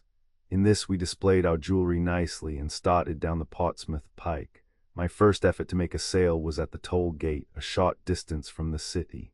Finding an old lady in attendance, I introduced the spectacles. She declared she never would buy another thing from a peddler. This, madam, is the stereoscopic lens, page 101. I told her I had not asked her to buy, and said, "Madam, I have here a stereoscopic lens." "A stereo what?" she quickly asked. "A stereoscopic lens," I repeated. "Well, she ejaculated, "they ought to be good ones if the name has anything to do with them," and began trying them on. She very soon found a pair which suited her and pleased her exceedingly. While she was looking my glasses over, I picked up her old ones. And while examining them, the thought occurred to me that as my stock of spectacles consisted only of 12 pairs, it would be a good idea to try and trade spectacles each time instead of selling outright, and by so doing always keep my stock up to the original number. Acting on the suggestion, I remarked to the old lady that her glasses must have cost at least $3, and if she so desired, I would give her a trade. She asked the price of my glasses. $4 was my reply. She said she didn't just remember how much she did pay for hers, but it was about the price I had mentioned. She then asked me how I would trade. I offered to allow her $2 for her glasses on the deal. She said she would if she had the money.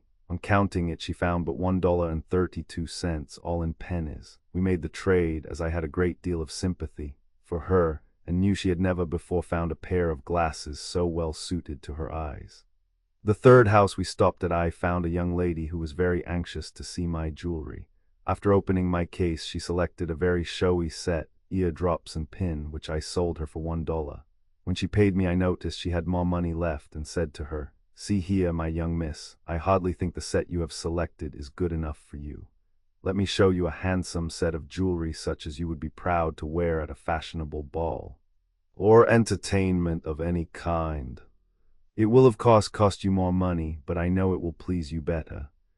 I then took from the bottom of the case a set which was nicely put up in a small pasteboard box, although they all cost the same, and offered it for inspection. She was at once infatuated with it, and after asking the price, which was $5, expressed her regret that she had made her purchase before taking notice of that particular set. I then very kindly offered to exchange for the set she had just bought, and allow her the same as she paid, when she remarked, after reflecting a moment, that she couldn't do that as she hadn't money enough within $1 to pay the difference.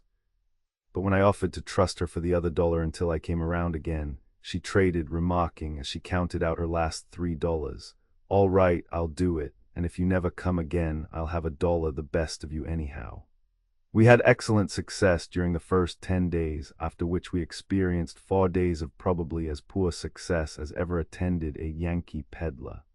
We stopped at every house and never sold $1's worth during the 4 days. Doors were slammed in my face and dogs were set upon us, yet I insisted that success must necessarily follow sooner or later. My partner, however, was not so hopeful. He became impatient and disagreeable in the extreme. At every house we would come to, he would sullenly remark that there was no use stopping, they didn't want to buy anything, and finally went so far as to insist that we make no more stops. As I considered myself the senior member of the firm, I ordered a stop made at every house. This led to unpleasantness, and brought out a few personal characteristics of his which induced me to think he had been raised a pet, and was accustomed to having his own way in everything. But as I was not one of the petting kind, and rather inclined to have my way about things in general, we gradually grew into a controversy. He declared the horse and carriage was his, and he had a right to stop when and where he pleased. I gave him that privilege, but also gave him notice that I owned the goods and carried the money, and as the walking was not all taken up, he could drive as fast and as far as he pleased, but I was going to stop at every house. Even though I might lose a piece of my unmentionables by every dog on the road, at last I was successful in trading spectacles with an old lady, receiving 2 pairs of old glasses and $2 in cash for the pair I let her have. This enlivened things up for a while, but only temporarily. We drove back to his home at Kirkesville, where, after invoicing and dividing profits, we dissolved partnership. Chapter 43, continuing the jewelry and spectacle business alone, trading a watch chain for a horse, peddling on horseback, trading jewelry for a harness and buggy, selling at wholesale, retiring from the jewelry business. After dissolving partnership, I returned to Columbus, replenished my stock, and started out alone. I took the first train out from the city and stopped about 10 miles distant at a small country village and commenced operations. My success was gratifying. I walked through the country, peddling from house to house. After my 3rd day out, I came to a spacious-looking farmhouse just at nightfall and asked the lady if she would keep me overnight. She said she had no objections, but her husband was prejudiced against keeping peddlers or agents, and she was sure he would object. I asked where he was, and she said he was away on a horse trade. While we were talking, he drove up with a handsome bay mare and called his wife out to show her what a bang-up trade he had made, adding with much ardor and excitement that if the fellow he had traded with was horseman enough to get the other horse to pull a pound, he would do more than anyone else had ever done. I asked him to keep me overnight, when he turned on me with a volley of oaths sufficient to color the atmosphere blue for some distance around. I assured him, in the blandest manner possible, that I was no horse thief nor burglar, and that I had plenty of money and expected to pay my bills. His wife reminded him that they had plenty of room, and as it was late, he had better let me stay. He then consented, asking at the same time if I was a good storyteller. This of course gave me an inkling as to the best means of getting in his good graces. During the evening, I lost no time in arriving at a point in our conversation where I could relate a few of my latest stories, which pleased him greatly. He became so much interested in me and my business as to propose to go into partnership with me, he to furnish the traveling conveyance and half the money, and I to do the selling. His wife ridiculed the idea and laughed at his foolishness. He then leaned forward in a very familiar, friendly manner, and took hold of a long-necked chain I was wearing, and asked what I would take for that chain. "Oh," I answered, "I don't want to sell it." "Well, but you would sell it, wouldn't you?" he asked. "A man would be a fool to refuse to sell anything he owned if he got enough for it," I replied, "but I have no desire to sell this particular chain." The next morning, while I was trading with his wife, he again mentioned the chain, and remarked that he would rather have that than all the jewelry in the box. I said, "I should think you would." He then said, "Look here, young fella, I'll tell you what I'll do. I'll give you that bay mare I traded for last night, even up for that chain." I asked if she was sound. He assured me that she was. "Well then," said I, "oughtn't she to fetch $250? "Yes, sir, you can bet on that," he answered excitedly. "Those kind cost me $10, 00 per doz, page 111. "Well then," said I, "if you will throw in a saddle and bridle, I'll trade." "I have no saddle," said he, "but I will give you a blanket and bridle." "All right, it's a trade." We bridled and blanketed the mare. I delivered the chain to him and mounted, ready for a start. "Now, young fella," said he, "the trade is made and there must be no kicking on either side. You agree to that, do you?" "Yes, sir," I answered. "I'll never kick if the old mare dies in 5 minutes from now." "That's right," said he. "You're a dandy, and just the sort of feller I like to deal with. Well, I'll bid you good day," tipping my hat. "See here, one moment," he yelled as I had gotten well on my way. "Say, the trade is made and no squealing on either side. How much is this chain actually worth?" "Well," I answered in a loud tone, "those kind cost me $10 per dozen, or 80-odd cents each." He staggered and fell back against the fence. His wife yelled in a high-pitched voice, "Well there, John, you have been taken in for once in your life."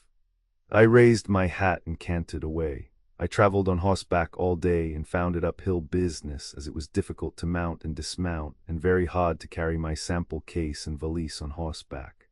That evening I arrived in a small burg where I put up, and determined to turn my horse out to pasture. until I could deal for a buggy and harness. That night, while in conversation with some men at the hotel, I learned that one of them was a carriage and wagon maker. I asked if he had anything in the way of a light second-handed buggy which he could sell at a low price. He said that he had one that he had just been repairing and it was all ready to run out. I prevailed upon him to take me to his shop and show it by the light of a lantern. I asked his price, which was $45. On re-entering the hotel, I took him into the sitting room and showed him my jewelry. He was pleased with it. And I asked him how he would like to trade his buggy for some of it. He said he wouldn't care to take it all in jewelry, but if I had any good watches, he would take one and some jewelry on a trade. I then showed him the watch I was carrying and was not long in making a trade. I gave him a bill of sale for the watch and jewelry and took one from him for the buggy. I retired that night feeling that I had made fair progress towards procuring a traveling conveyance of my own. When morning came, my only desire was to deal for a harness. As soon as breakfast was over, I took my jewelry case and hustled around among the business men as well as at different residences in the town. I gave but little thought to selling goods, but inquired wherever I called if they knew of anyone who had a harness for sale. At last, I called upon an old couple who were in need of spectacles. I succeeded in fitting both of them, when I suggested the idea of taking their old glasses in exchange for mine, and letting them pay the difference. The old gentleman said I would have to trust them for the difference, as they had just paid out the last money they had. Almost the last thing I thought of was to ask them if they knew of any who had a harness for sale, as I had become so interested in the spectacle deal. "Why, bless you," the old man replied, "I have got a nice single harness upstairs that I will sell cheap." He brought it down, and I traded the spectacles. A very nice pair of slave buttons and a handsome set of jewelry for it. I was now ready to start with my newly completed turnout, which I lost no time in doing. I traveled in the direction of Kirkesville, where I arrived a few days later and promptly exhibited my horse, harness, and buggy to my late partner and his acquaintances. After a careful scrutiny of the turnout and a look at the goods I had left in stock, he remarked that someone must have been taken in. I continued peddling for some time, meeting with splendid success on the average, with occasionally a poor day. I never lost an opportunity of trading horses, and as a rule, preferred to keep trading for better one each time, where I would be obliged to pay boot, which I invariably manipulated so as to pay the difference in jewelry instead of the cash. I also traded buggies frequently in this way, and in a very short time I was driving a first-class turnout. My early boyhood experience with horses had given me a fair knowledge of them, and the blemishes they were subjected to, which enabled me to pass reasonable judgment on them when making trades. My best deals were always made with professional horsemen, who generally seemed to think they had a soft snap, and I never attempted to convince them differently, except when I could do so at their expense. Peddling jewelry and spectacles was the business I gave my special attention to for some time, and it proved a very satisfactory one. With the exception of a few disagreeable features which are sure to attend any business of that nature, I found it very pleasant. One day I drove into a small country village and stopped at a blacksmith's shop to have my horse shod. While waiting, I happened to drop into a large general store, and very soon entered into conversation with the proprietor, who was a jovial, good-natured fellow. He told me his latest story, when I thought to try and amuse him with one or two of mine, which I was very successful in doing. In a few moments I mentioned that I was in the jewelry business, and before I had time to ask him to look at my goods, he said, "Bring in your truck, let's see what you've got anyhow." I brought them in and began quoting prices. He began picking out and laying to one side. I was worried to know whether he expected to buy on credit or pay cash. He kept picking out, and I told another story. He laughed heartily and said that was the boss, and laid out more goods. Finally he said, "What are your terms anyway, or haven't you got any?" I answered, "No, I have no terms, everything net spot cash." "What, don't you give any cash discount?" "I never have given any yet," was my reply.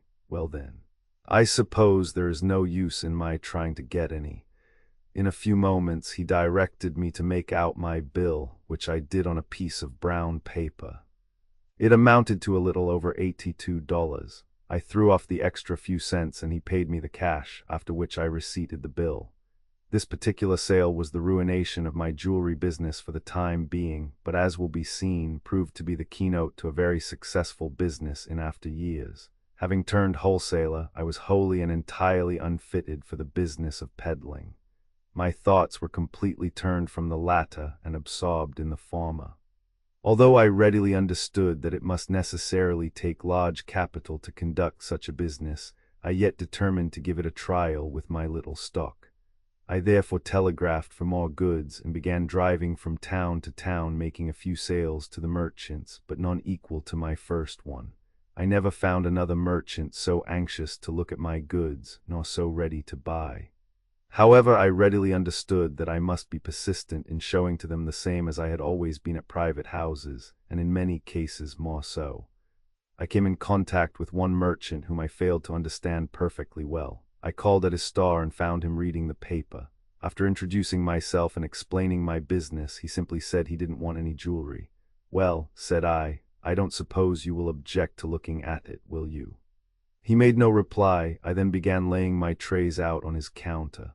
After displaying them nicely, I stepped back to where he was sitting and still reading and said to him, "I have them ready now, sir." He stepped behind the counter, gathered up the trays, piled them in a heap, stepped to the front door, pitched the entire outfit into the middle of the street, and returned to his newspaper without a word. My first impulse was to have it out with him then and there, but I suddenly thought of my stock in trade lying in the middle of the street and hustled to gather it up. It took me a whole day to clean and recard and get it in good shape, which work I did at the hotel in the same town. I remained there overnight and prepared for a new start the following morning. The more I thought of the treatment I had received at his hands, the more I felt like having the matter settled before leaving. So after making all preparations for a start, I drove to his store, and just as I stepped from my buggy, he came around the corner from his residence and was about to enter the door. I headed him off and said, "Mister, I am about to leave this town, and before doing so, I propose to have a little settlement with you. Now, sir, you can have your choice of 3 things. Either make an apology for your beastly conduct yesterday, take a good thrashing, or look my goods over in a gentlemanly manner. Now which do you prefer?" At this I began laying off my coat.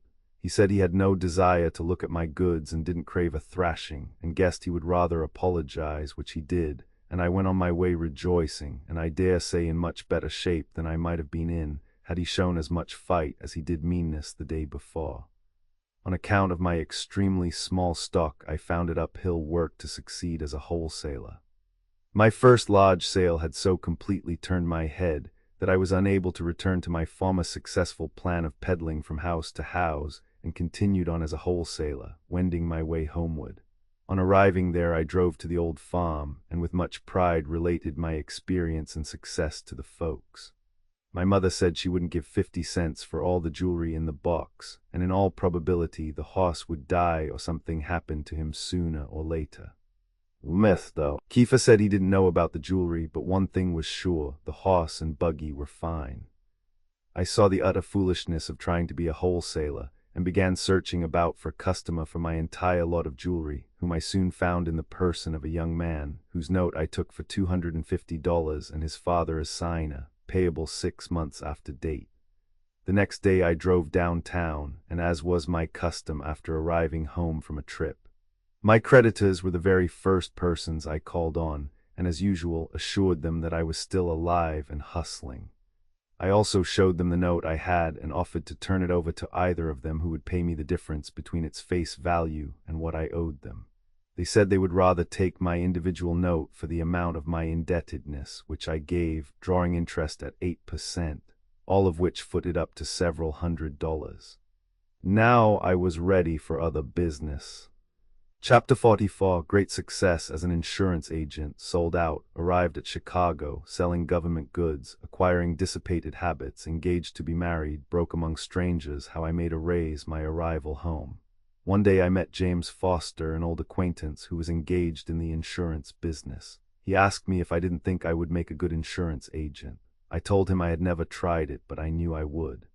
He asked how I knew so much if I had never tried it. "Because I am no good at anything else," I answered. He asked how I would like it. I assured him I ready to try it and that I owned a horse and buggy to travel over the country with. He then took me to his office and after giving me a few instructions, gave me the necessary papers and sent me out. The very first day I took 3 applications. The company insured on the installment plan by issuing a policy for 5 years. The first payment of 40 cents a hundred per year was to be paid when the application was taken and the balance made payable in equal annual installments. The agent's commission was the first installment, or 20% of the gross amount. I was not long in learning that the rate charged by this company was just double that of any other in existence. But the people readily fell in with the idea of paying their insurance by installments. I gave it a week's trial and was immensely successful, and turned my applications over to Mr. Foster, but was careful to sign my name to them in full as sub-agent. He made an equal division of commission with me, which I was not satisfied with. I then quit when Mr. Foster called in about a week to see why I didn't keep hustling, as I had been doing so nicely. "Well," said I, "Mr. Foster, it's against my principles to steal and give someone else half. I can't afford to go out and rob my neighbors and acquaintances and give you any part of it." He had no more to say. A few days later, I received a letter from the secretary of this company, asking if I would like to become their agent. I answered that I would, and on receipt of my certificate went to work in earnest. Before 2 weeks had elapsed, I was the agent for 3 other first-class fire companies, whose rates were as low as the lowest. I also had a first-class life and accident company. I commenced in the morning and worked until late at night.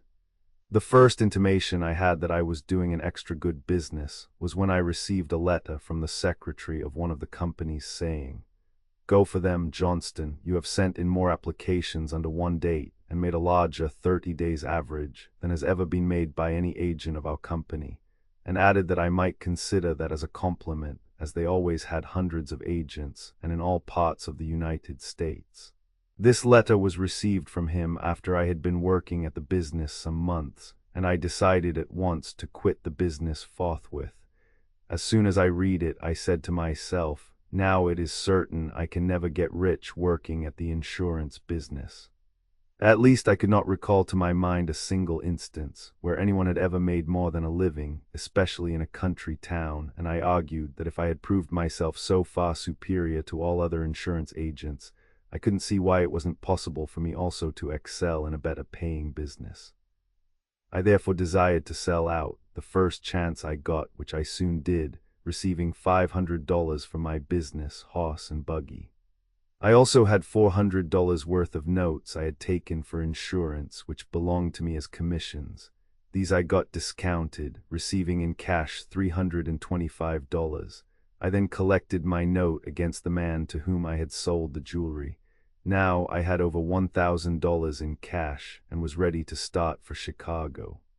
I called on those creditors who held my notes, which were not yet due, and assured them I was on the right road to success, and that with the use of the money I then had, I was certain to win, as I thought of investing in jewelry as a jobber, which business I had from my first experience, always determined to try again if I ever succeeded in getting money enough. During this same summer, Mr. Kiefer traded his fine farm 3 miles from town for a house and lot in town, and a small fruit farm 1 mile out, and received some cash besides.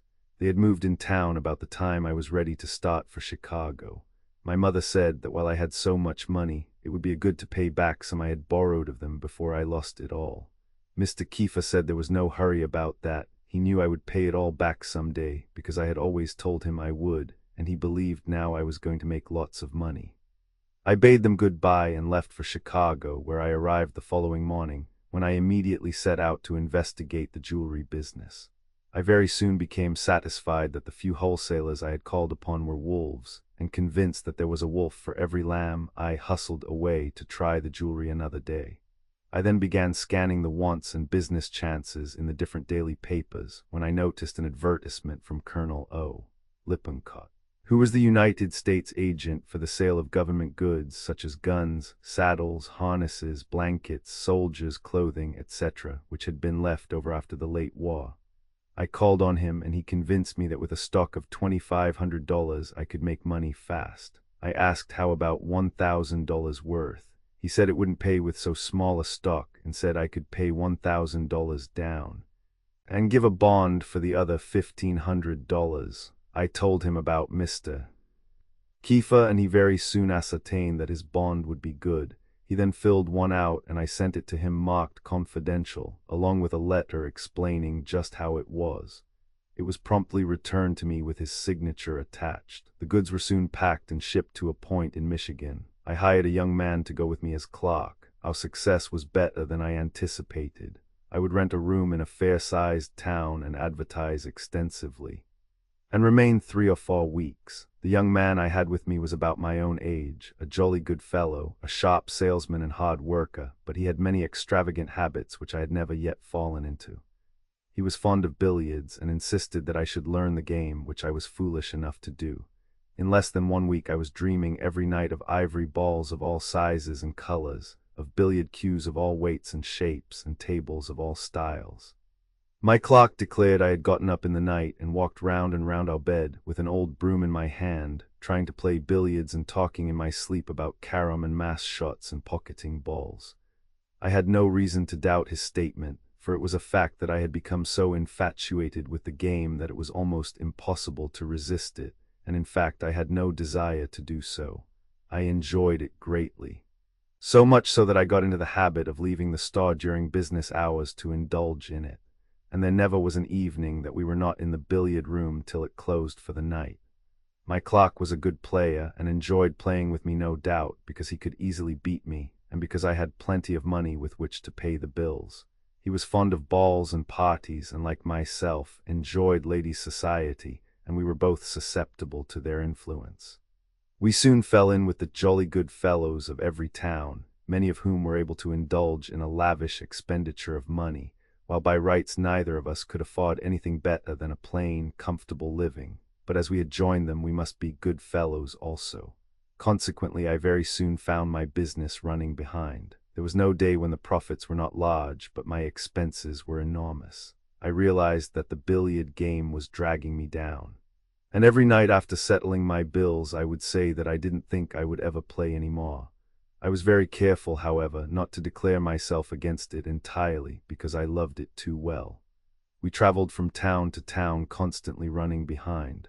Towards spring, we made a stop at Bronson, Michigan, where we continued to fly high, as we used to express it, and at this place, while attending a ball, I met a young lady who afterwards became my wife. We remained there 6 weeks when my clerk left for home, as my contract with Colonel Lippincott would expire on March 1st, at which time I was to return all unsold goods, for which I would receive credit or cash refunded. I packed and shipped my remaining stock to him, with instructions to send me a statement of account to White Pigeon, Michigan. There I went with a view to meeting an old friend who I found had left for the West a few days prior to my arrival, finding, however, a comfortable stopping place. I remained there to await the statement from Colonel Lippincott. I of course realized from my rude system of bookkeeping and the way the goods invoiced that I was a considerable loser. The way I figured it, I would have at least $100 my due on settlement. But imagine my surprise when I received a statement showing a shortage of $75, which Mr. Kiefer would be obliged to pay. I was then owing a week's board bill and had not a cent to my name. After carefully examining Colonel Lippincott's statement, I was satisfied that he was correct. I saw where I had failed to charge myself up and credit him with nearly $200 worth of goods, at a time, no doubt, when I had an engagement with some dude to play billiards. I immediately wrote Colonel Lippincott that I would return home soon, when the deficit would be made good. I was now at a loss to know how to make a raise. While sitting in the hotel office one afternoon contemplating matters most seriously, and feeling silly and foolish over my winter's exploit, a young, despondent-looking chap came into the office carrying a valise and bag, about half filled with something. He registered, and after making rates with the landlord, took a seat near me. He had a woebegone look and seemed nervous and anxious. I immediately opened up conversation with him and learned he was from a small town in Illinois, whence he had started as a canvasser, selling nutmeg graters. I asked how he was doing. He said he had been out 3 days and hadn't sold a grater. I asked if he had worked hard, and he said yes, but he hadn't nerve enough for that business. I asked him to show me one, which he did. They were a very novel, ingenious thing, and I asked him about the price. He said he could sell them for 25 cents and make money. I told him he could sell more at 50 cents each than he could at 25. He said he couldn't see how that could be, and I reminded him of what Barnum said about the American people. To this he replied, "By gall, I'll be gosh dern glad to sell all I have for just what they cost me."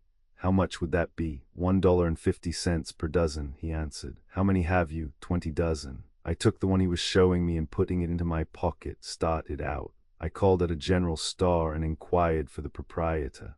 And when pointed out to me, stepped up to him briskly and said, "Mr.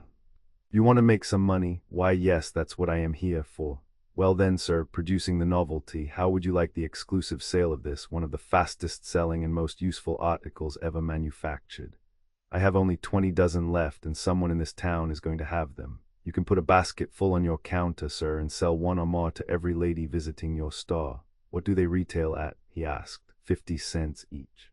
"What is the wholesale price?" $3 a dozen, but as I have only 20 dozen left, you can have them at $2.75 per dozen. "I'll give you $50 spot cash for the lot," he said after figuring a moment. "All right, I guess you can have them." And I quickly delivered them and received the cash. $30 of this the young man received with much satisfaction, while with the other 20 I felt quite comfortable myself. After paying my hotel bill, I departed for Ohio. On my arrival home, I explained to my folks just how it all happened. My mother said she always thought I would turn out a gambler anyhow, and didn't expect anything else when I left home, only that I would lose all I had before getting back. Mr. Kiefer said it was too bad, and I ought to have knocked the whole top of that clerk's head off for getting me into such habits.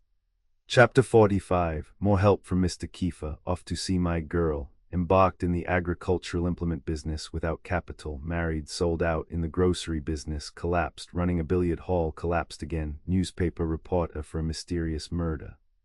The next day I called Mr. Kiefer to one side, informed him on the quiet about my shortage of $75 and suggested going to the bank and borrowing about $100.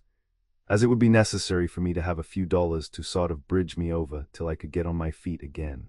He said he guessed that would be all right, so we borrowed the money. The next day I received a very affectionate letter from my girl and started forthwith for Michigan, arriving there in time to escort her to the last and grandest ball of the season, at an expense of more than half the amount of my last loan. I was very anxious to get married at once, but being a little short financially, concluded to postpone it a few days at least. A couple of days later I received a letter from my uncle, A.S. Johnston, who was then living at Three Rivers, Michigan, and who had previously started me in the fruit business in Chicago. He informed me that he was general agent in southern Michigan for C.H.&L.J. McCormick's Reapers and Mowers, and if I would come there, he would make me their local agent at that place. Bidding my girl an affectionate farewell, I departed, and arrived at my uncle's with 40 cents in cash and 6 dirty shirts. On my way there I fell in company with 2 gentlemen traveling together, one of whom was selling horse rakes and the other threshing machines. I explained to them that I was on my way to Three Rivers, where I expected to become an agent for my uncle. They then remembered having met him somewhere on the road, and one of them suggested that I might also be able to sell horse rakes and threshing machines. I told them I had thought some of putting in a few later on. They then became anxious to have me take the agency for their implements, but as I had in my mind the goods of other manufacturers which I believed had a better reputation, I hesitated about handling theirs.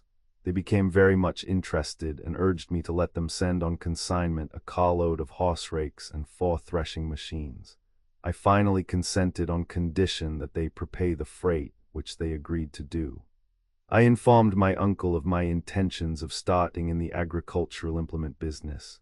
He asked how I expected to do so on 40 cents capital. I answered that all I needed was a sign over some good shed and a boarding house where they would be willing to wait till after harvest for their pay. Sign painting had been his trade, so he said he would furnish the sign, and I could live with them until I got returns. That afternoon I arranged to have the use of a vacant lot which was in a good locality, and as soon as possible erected a sign as large as the broadside of a barn, which read as follows: J.P. Johnston, dealer in all kinds of agricultural implements. Ch&L.J. McCormick's reapers and mowers for sale.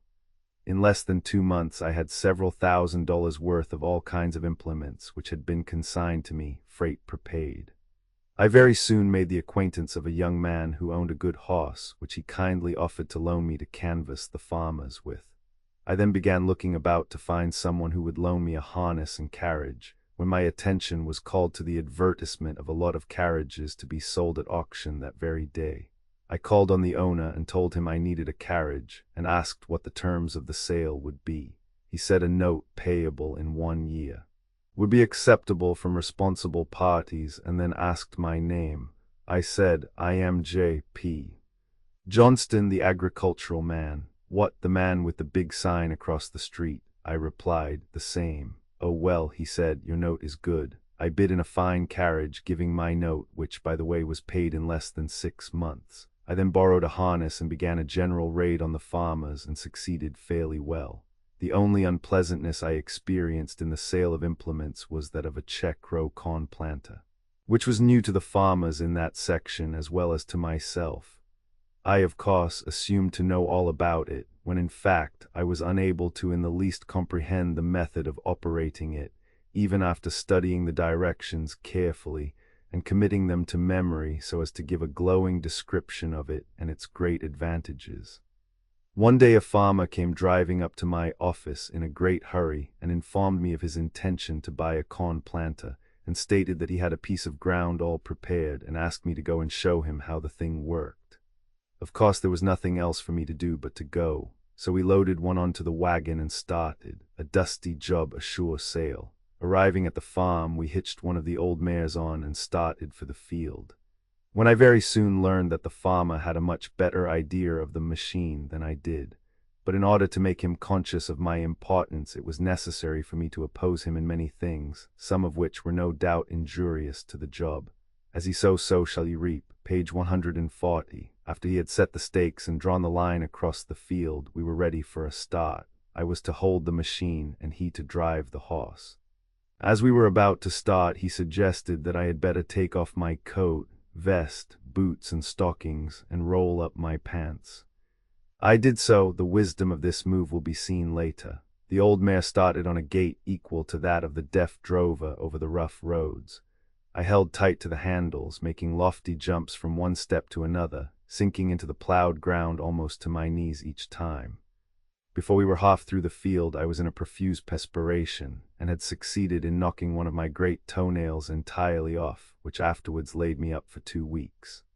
When we reached the other end, he looked solemnly at me and said, "By gosh, you can run like a racehorse, can't you?" "Yes," I replied, almost out of breath, "and you are no slouch yourself." I then took a comfortable seat on a fence rail and asked him if that was the fastest horse he owned. He answered, "No, by gosh, I own one that can out-trot this one." "Yes," I said, "but trotters won't do here. We must have a running horse to do this right." After skimming over a couple of acres, which took but a few minutes, we concluded to make an investigation to see how evenly the kernels were being distributed. Although it seemed to us that we were using up a large quantity of corn, we found but few hills containing more than the average number of kernels. Of course, we only examined along the line opposite each check, having no thought of finding any corn between them. I then suggested that he finish it alone, as I must return to town to attend to important business. This he agreed to, and I left at once. In about 10 days he drove up in front of the office and beckoned me out, when he said, "Get in here, young man, I want to show you something." I climbed in the wagon and he started for home. On the way he asked me how long I had been in that business, adding that he didn't suppose I had ever worked in a shop where they made corn planters.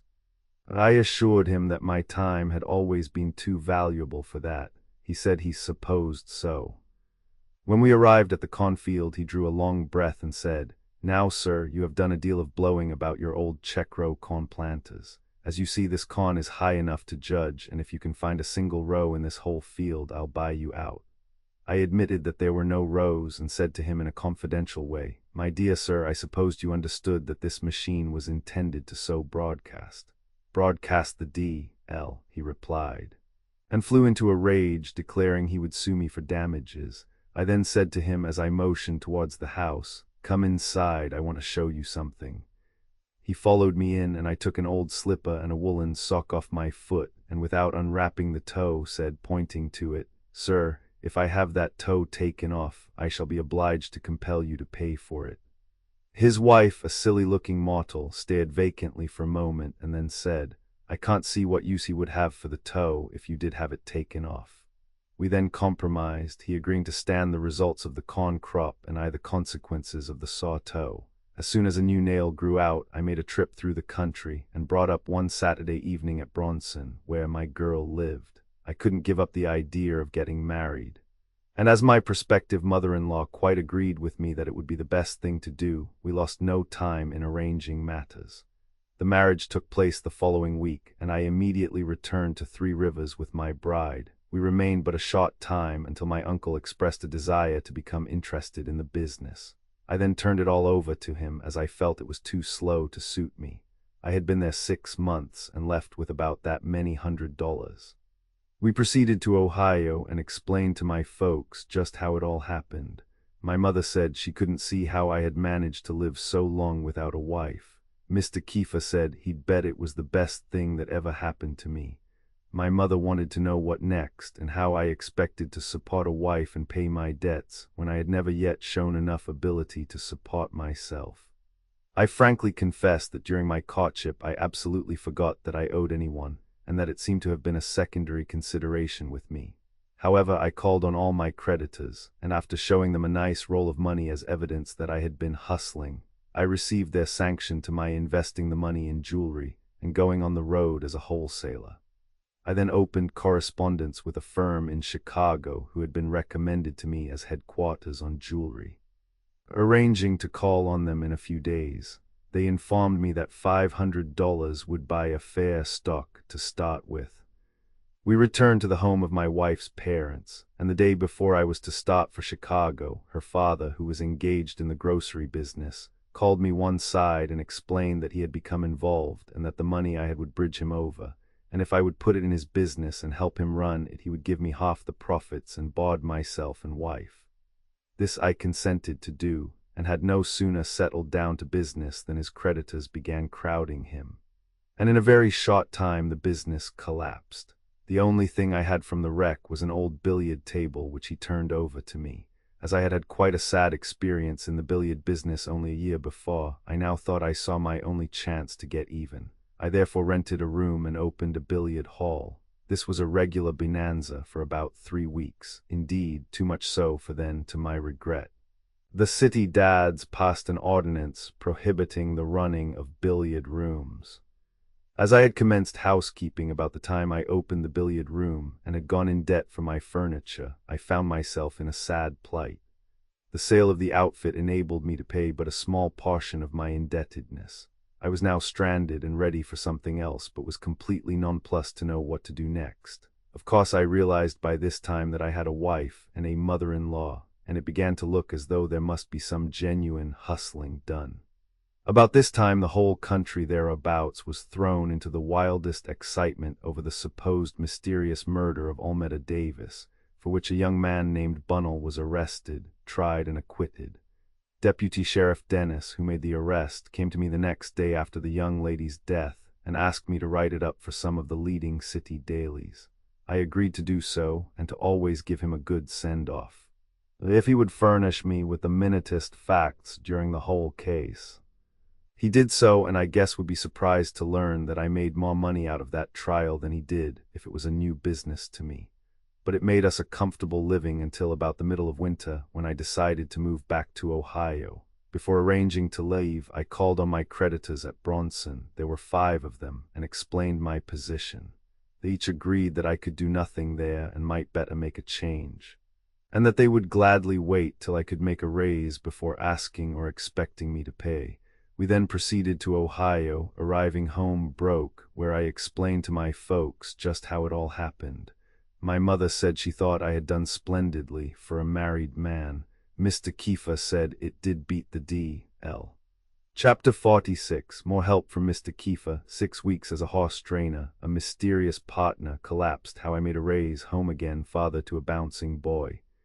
Soon after my arrival home, I received a letter from a horse trainer then located at Springfield, Ohio, saying I had been recommended to him as a splendid horseback rider, a general hustler in business, and possibly a good advertiser, as these were the requirements needed in his business.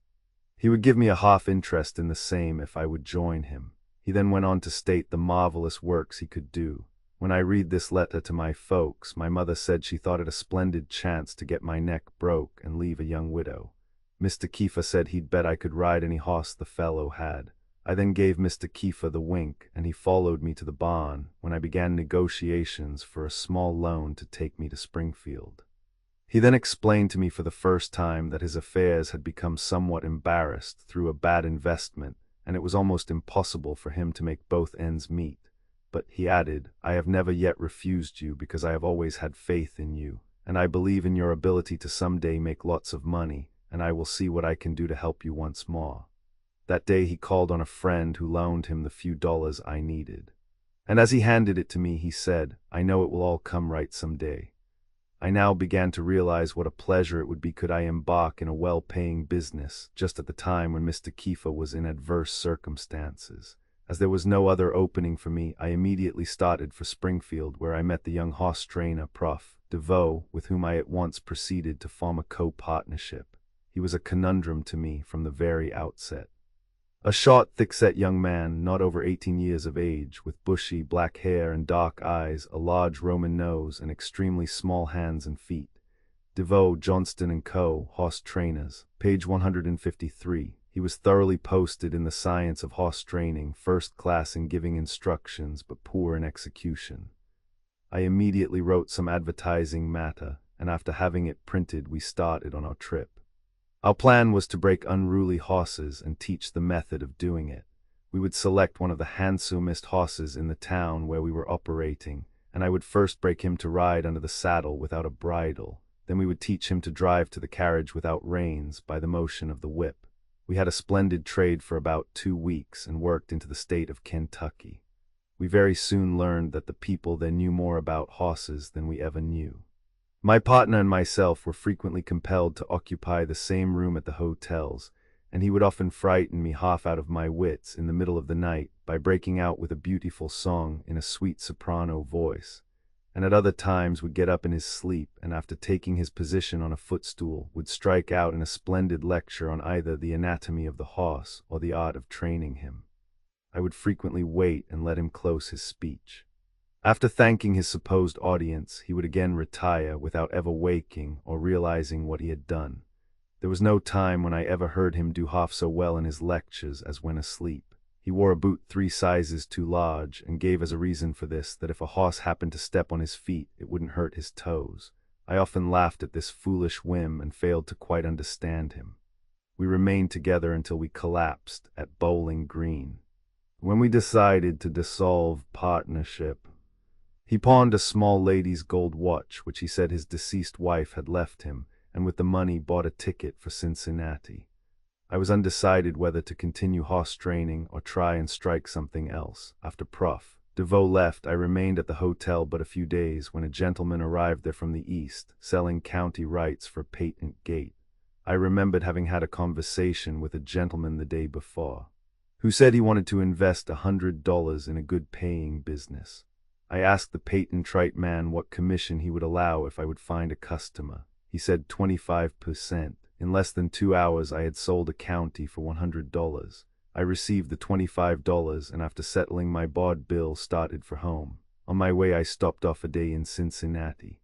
While passing by a cheap second-class hotel, a voice came from an upper window, "Halloo." Johnston, I halted, looked up and hallooed back. A lady with her head projecting out of the window said, "Come up in the sitting room." I did as requested. As I opened the door, she stepped forward and extended her hand with the remark, "How are you, Prof. Johnston? Where did you leave Prof. DeVoe?" I answered the question adding, "Madam, you know me, but I can't place you, although your countenance looks familiar." She then stepped to a door leading into a bedroom, and asked me to look inside and see if I saw anything that looked natural. The very first article my eyes fell upon was a familiar-looking valise with the name Prof. DeVoe printed on it, and the same one that I had frequently carried and had checked on our recent horse training trip. I then turned to the lady and at once saw every expression of the professor's face in hers and realized for the first time how I had been deceived. Standing there before me, with the form and countenance of Prof. DeVoe, was one of the handsomest and most graceful young ladies I had ever met. Instantly there came to mind the small feet and the flimsy excuse for wearing large boots. I also called to mind the sweet soprano voice while singing, the lady's gold watch that was pawned, the fact of the professor having always persisted in looking under the bed before retiring, and the timidity shown at the sudden appearance of a mouse in the room, and one time in particular. When the landlord where we stopped asked if we would occupy the same room and bed, I objected seriously, telling him that I didn't like to sleep with any man. The incident just related is very unusual and far from the range of most people's experience. The old adage, truth is stranger than fiction, is ably illustrated here. And to prove its authenticity, I will say that I have letters in my possession from Prof. DeVoe, who is living with her second husband in Cincinnati, in which mention is made of our experience. I of course felt humiliated that I had traveled 6 weeks with a lady as partner without discovering the fact, but felt nevertheless that it was not due to my stupidity, as I could readily see how perfect her disguise was. She explained to me that her husband, Prof. DeVoe, had skipped to Canada through having financial trouble and had left her with but little money, several suits of clothes which fitted her nicely, and a fair knowledge of horse training, in which she felt certain to succeed. I will here add that since my residence in Chicago, I purchased a very handsome, bulky horse for $90, which I succeeded in breaking within 10 days by Prof. DeVoe's method, and afterwards sold him for $500. While at Cincinnati, I received a message summoning me home, where I arrived the following morning, and 2 days later became the father of a bouncing 11-pound boy. On my arrival home, I explained to my folks just how it all happened. My mother said it showed just how bright I was to travel 6 weeks with a man and not know he was a woman. Mr. Kiefer said he guessed there was no harm done.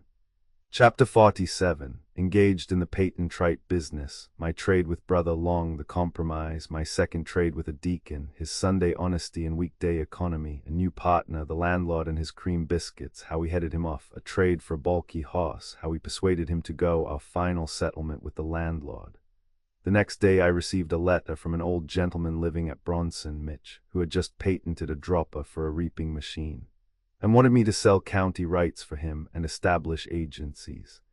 As a drowning man clutches at a straw, so did I embrace this opportunity and instructed him to send on his papers at once with the model. He did so. On the day I received it, my mother and myself were walking down street when I noticed her bowing to an elderly gentleman driving a handsome pair of bay horses. I asked his name. She said it was Brother Long. Brother Long, said I. And who is Brother Long? Why, he is a deacon in our church. Oh, I see. I wonder if he wouldn't like to trade those horses for patent rights. I ventured to remark. She sarcastically observed that she would like to see me trade him out of those beautiful horses. That afternoon I called at his house with my model, and as I stepped in said, "How do you do, Brother Long?" He smiled pleasantly and extending his hand inquired my name. "Why," said I am a son of your sister Kiefer. Johnston is my name. Mr. Kiefer is my stepfather." "Oh, I understand. Take a chair, lay off your hat. Aren't you the young man who led in prayer the other evening?" I told him I didn't remember just what evening I did attend prayer meeting last, but didn't think I was the one he alluded to.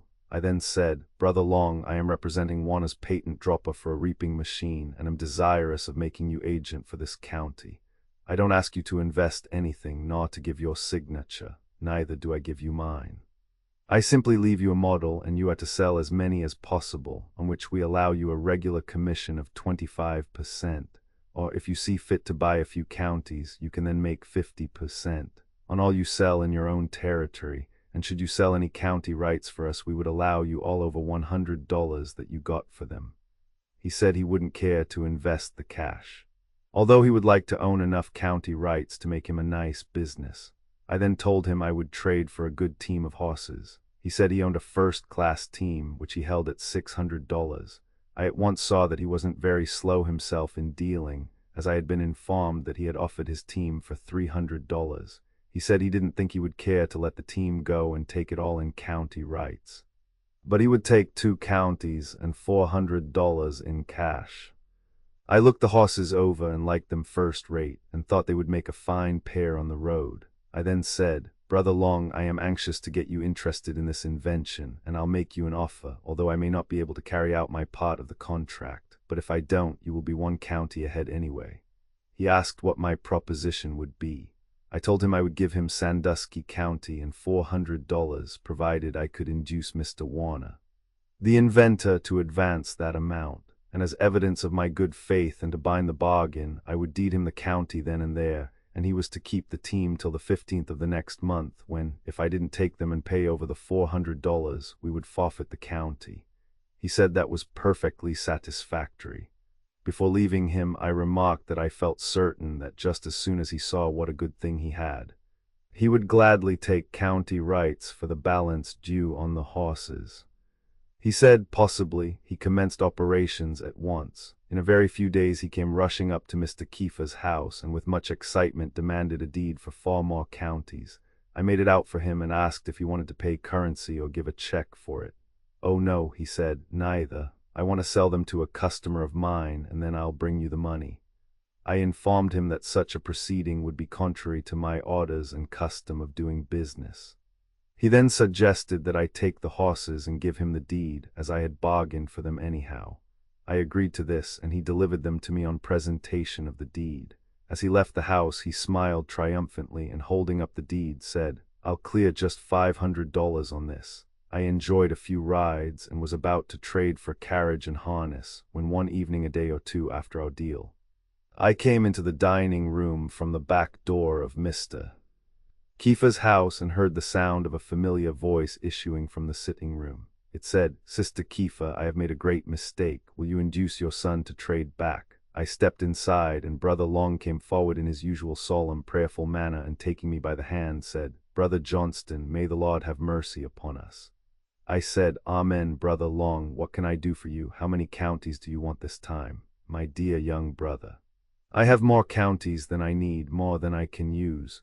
"But," I said, "you haven't any more than you bargained for." "Indeed, Brother Johnston, I can never sell it all. Will you please trade back? This is my first experience in the patent-right business, and pray to the Lord it shall be the last."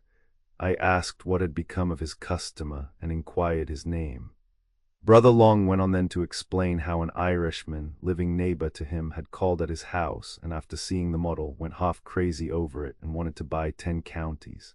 He agreed to pay in the neighborhood of $1,000, and in his enthusiasm made a deposit of $10 as evidence of me good faith. On the strength of that sale he had made the trade. "Well, great heavens," said I, "aren't you satisfied with $500 or $600 profit?" "On a little deal like that, yes," he answered. "Had I sold the counties, the profits would have suited all right.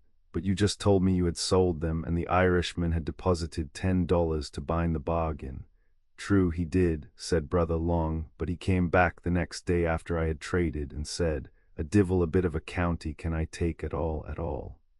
Me old wife threatens to scold me if I bring even 1 county into the house.'"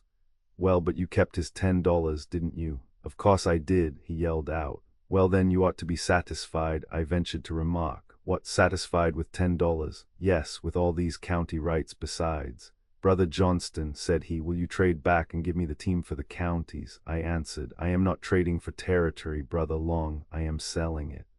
About this time the greater portion of Brother Long's family appeared on the scene, and were reinforced by my mother in their entreaties to me to trade back. She said it was too bad for Brother Long, and I must do it. Mr. Kiefer said, "It did beat the D.L." I then told Brother Long that I was like him in this respect, that I wasn't doing business exclusively for glory, and that a few dollars, just at that stage of the game, would be a matter of great consideration with me. He then offered me $2 if I would trade back. "Well, Brother Long," said I, "you begin to talk now as I want to hear you, except that your figures are a little below my idea of a fair compensation for my trouble." He then anxiously inquired what my ideas were of what would be right. "About $150, I answered. "Oh heavens, what shall I do, Sister Kiefer, what shall I do? Shall we engage in prayer? What shall I do? What shall I do?"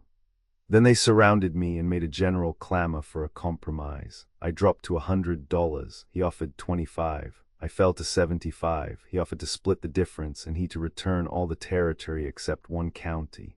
After thinking the matter all over, and considering that he was a nice old gentleman and a Methodist brother, I concluded to trade back.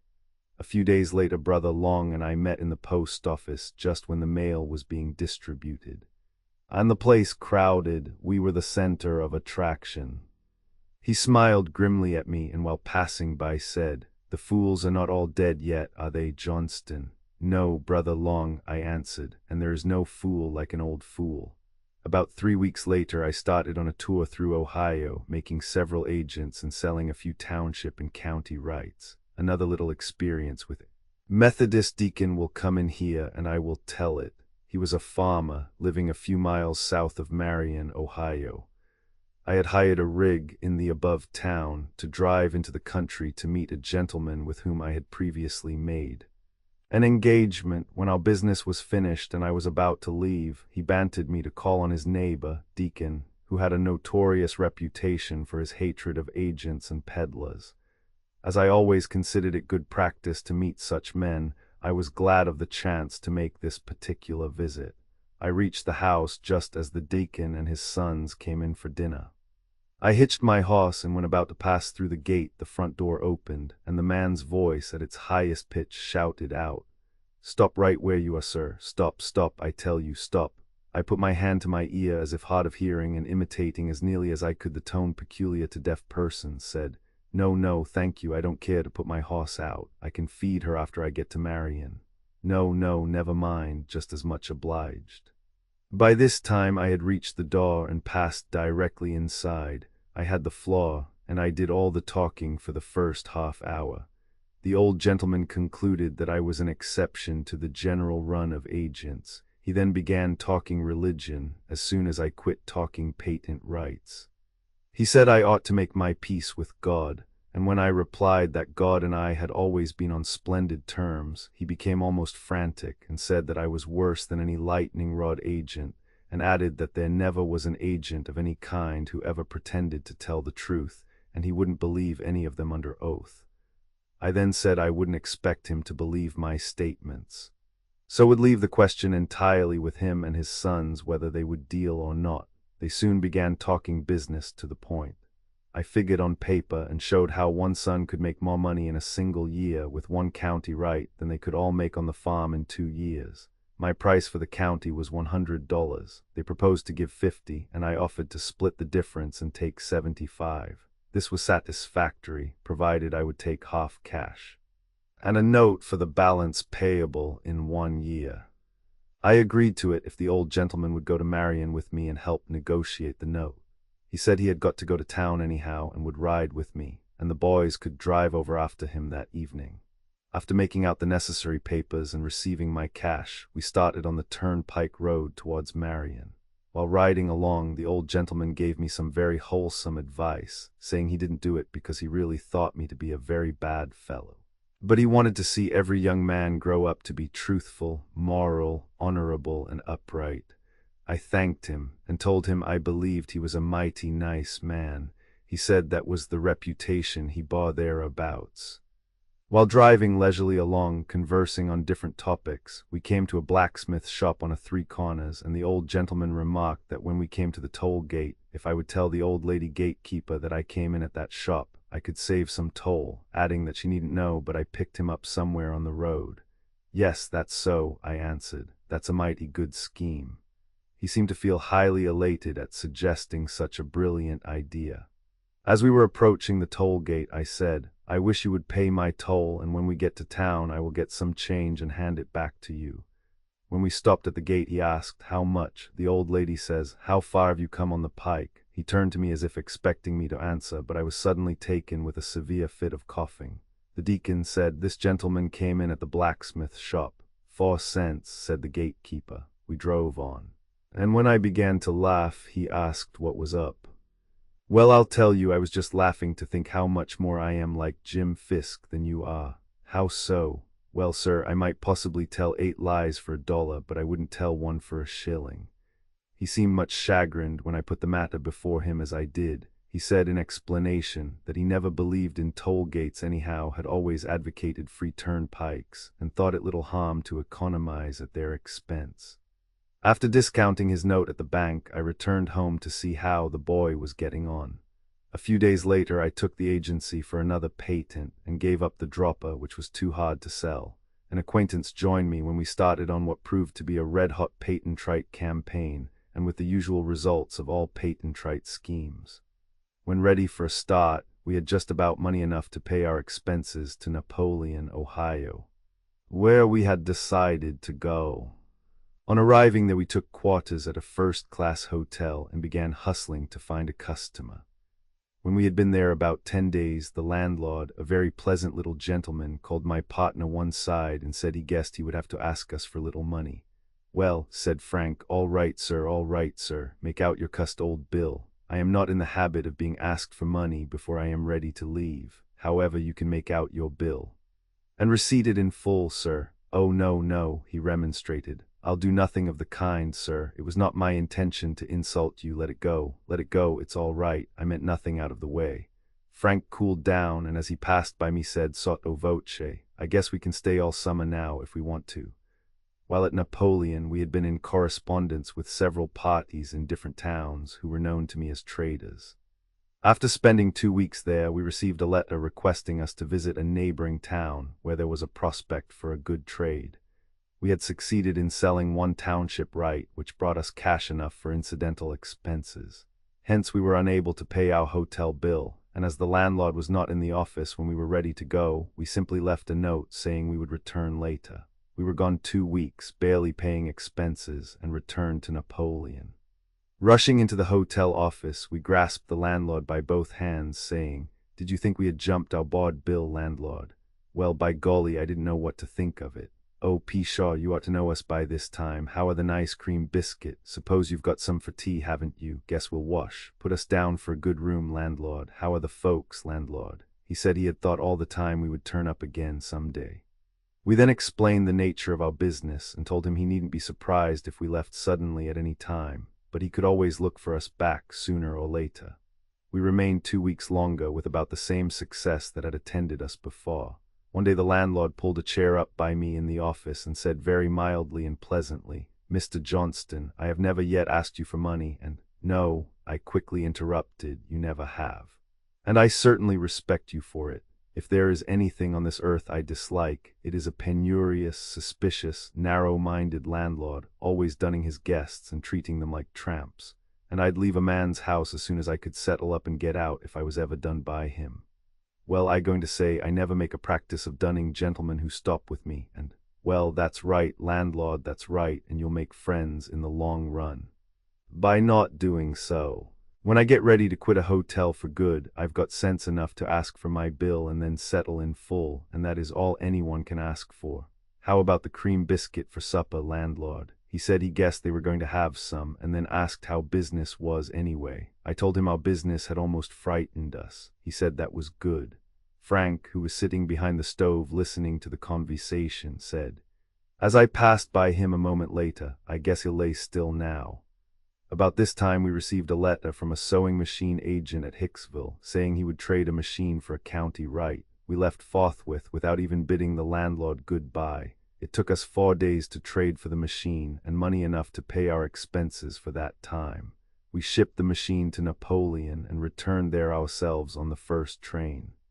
When we entered the hotel, we both rushed for the proprietor, saying, as we grasped his hands, "How are you, landlord? How is everything? Did you think we had left for good, landlord? Hope you didn't think we had jumped our board bill. Guess we'll take a wash. Put us down for a good room, landlord. How are the cream biscuits? Suppose we'll have some for supper. How are all the folks?" He looked a little woebegone and said he was glad to see us back, and he knew we would turn up soon.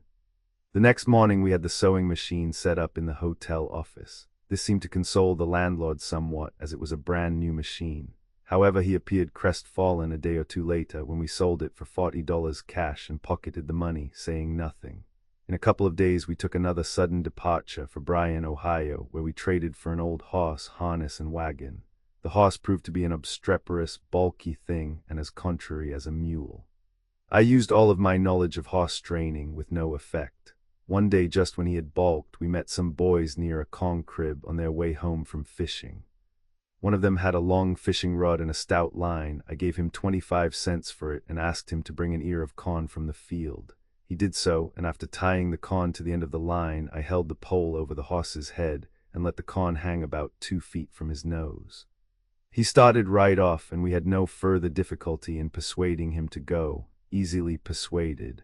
Page 176. If we failed to hold the corn in plain sight, he would stop at once. We hacked around over the country, first one holding the pole and then the other, becoming so accustomed to it that we often wondered what people were laughing at as we passed them. In a few days we arrived at Napoleon, drove up in front of the hotel, jumped out, ordered our horse put out, rushed in, grabbed the proprietor by the hands with, "How are you, landlord? Did you think we had jumped our board bill this time? How are the folks? Guess we'll take a wash. Put us down for a good room, landlord. Any cream biscuit for supper tonight?" He said. By gall, I didn't hardly know what to think of it this time, but I thought perhaps you would turn up. After a while, he seemed delighted that we had brought a horse and wagon with us, and we tried to sell it to him. He would have bought only that the fish pole and corn scheme had to be kept up to make the horse go. After about 3 days we again left, and then succeeded in making a very fair trade, coming into possession of a handsome pair of horses, harness and carriage, and $250 in cash for 6 county rights. We then traded the old horse for a small pony, which we sold for $20, and started for Napoleon, arriving there after an absence of about 10 days. We drove up to the hotel, ordered our horses put out, rushed in as usual, took the proprietor by the hand and said, "You just about thought we had quit you for good this time, didn't you? Guess we'll take a wash, landlord. Put us down for a good room. How about the cream biscuit? Folks all well, landlord? Did you notice our team? It's the finest in the land. Have 'em taken good care of. By Jove, we're glad to get home once more. You're looking fine, landlord. Have a cigar." He put on a sickly smile, and after lighting a cigar, said he knew we would come back, and asked how our business was. We told him it had been a little slack on account of its being so hard to get money. We stayed there a week longer, and tried every conceivable plan to force the landlord to ask us for money. But he never mentioned it during our stay. We sold our team and carriage for $300 cash, and put the money in our pockets without ever mentioning our hotel bill or acting as though we considered ourselves his debtors. Then we made returns to the patentees for their share of the profits on the sales we had made. The landlord proved himself the sort of metal for our business, and at last one day I stepped up to him, reached out my hand, and said, "Well, landlord, I guess we'll have to leave you for good." He shook my hand warmly but looked uneasy and bewildered. He talked, undertaking to let his conversation drift towards the matter of our indebtedness. Finally I got the floor and talked at lightning speed, paying him so many compliments in the presence of his guests that he was completely nonplussed and at a loss to know how to act. Suddenly, seeming to realize that something of much importance had escaped my memory, I said, "By the way, landlord, we haven't settled our bill." "Well, yet. How much do we owe you? Make out the bill. Mighty lucky I thought of it." "By gracious, that's so, that's a fact. You haven't paid your bill yet, have you? Oh, well, I knew it would be all right anyhow." After paying up in full, we received loud praise from him, and his assurance that the best his house afforded would never be too good for us whenever we saw fit to stop with him, and said if we would stay a week longer he would have cream biscuit every meal. Chapter 48. Our trip through Indiana, how I fooled a telegraph operator, the old landlord sends recipe for cream biscuit, our return to Ohio, becoming agents for new patent, our valise stolen, return to FT. Wayne waiting 6 weeks for patent trite papers, busted staving off the washerwoman for 5 weeks, the kid, and her exchange act, how the laundry woman got even with US, the landlord on the borrow, how we borrowed of him, replenishing our wardrobe, paying up the hotel bill. We then made a trip through Indiana and met with virtually no success at all, and very soon paid out almost our last dollar for actual expenses. One day we had occasion to go to a small station to take the cars for Fort Wayne, when the telegraph operator left his office for a few minutes to go after the mail. I stepped to the instrument, called the Toledo office, and sent a message to our late landlord at Napoleon, as follows: "Send to my partner and me 2 dozen cream biscuit to Fort Wayne, express prepaid. We need them." After checking the message, Deadhead signed my name and returned to the waiting room.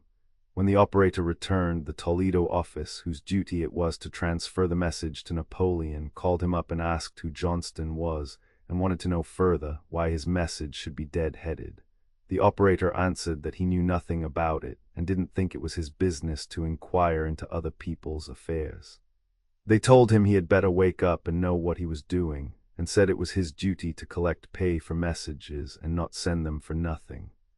I listened attentively to what passed between them, but finally our side won by his saying that he wanted them to understand he was running that office himself and needed no advice. The next day after reaching Fort Wayne, we received a letter from the landlord, in which he stated that it would be impossible for him to send cream biscuit by express, but said, "Please find enclosed the recipe for making them." We gladly accepted it and had the pastry cooks at different hotels make them for us, which greatly pleased everyone else who partook of them, besides ourselves. Later on I made use of the recipe by presenting it to my aunt, Mrs. Frances E. Owens, and it has long been one of the favorite recipes of Mrs. Owens' cookbook. From Fort Wayne we went back through Ohio and stopped at Findlay, where, just as we were about to close a trade, I received a letter from the patentee saying he had bargained to sell out all his right to one man, and requested me to return the papers at once, and not to make another sale under any circumstances. I complied with his request. The next day we met on the streets of Findlay a gentleman having a sample band cutter, an attachment for a two-tined fork to be used when threshing. The man who pitched the bundles from the stack to the machine cut the bands on each bundle at the same time he pitched them. This had just been patented, and he was anxious to have us take the agency for the United States. We concluded to do so, and went to a lawyer's office and fixed up a power of attorney for the whole United States from him to me. Profiting from my experience in losing a good sale, as just related, I had the following clause added: "This power of attorney is revocable upon 30 days' notice from the said patentee." The attorney then informed me that according to the United States laws, we would be compelled to have our power of attorney recorded at Washington, D.C. We therefore sent it on for that purpose, with instructions to the recorder to mail it to Fort Wayne, Ind. as soon as possible. On our way back to Fort Wayne, we stopped off at Lima one day, and at that place had our valise stolen from the depot. It contained all the shirts and collars and cuffs belonging to both of us, except those we had on, besides other articles of value to us.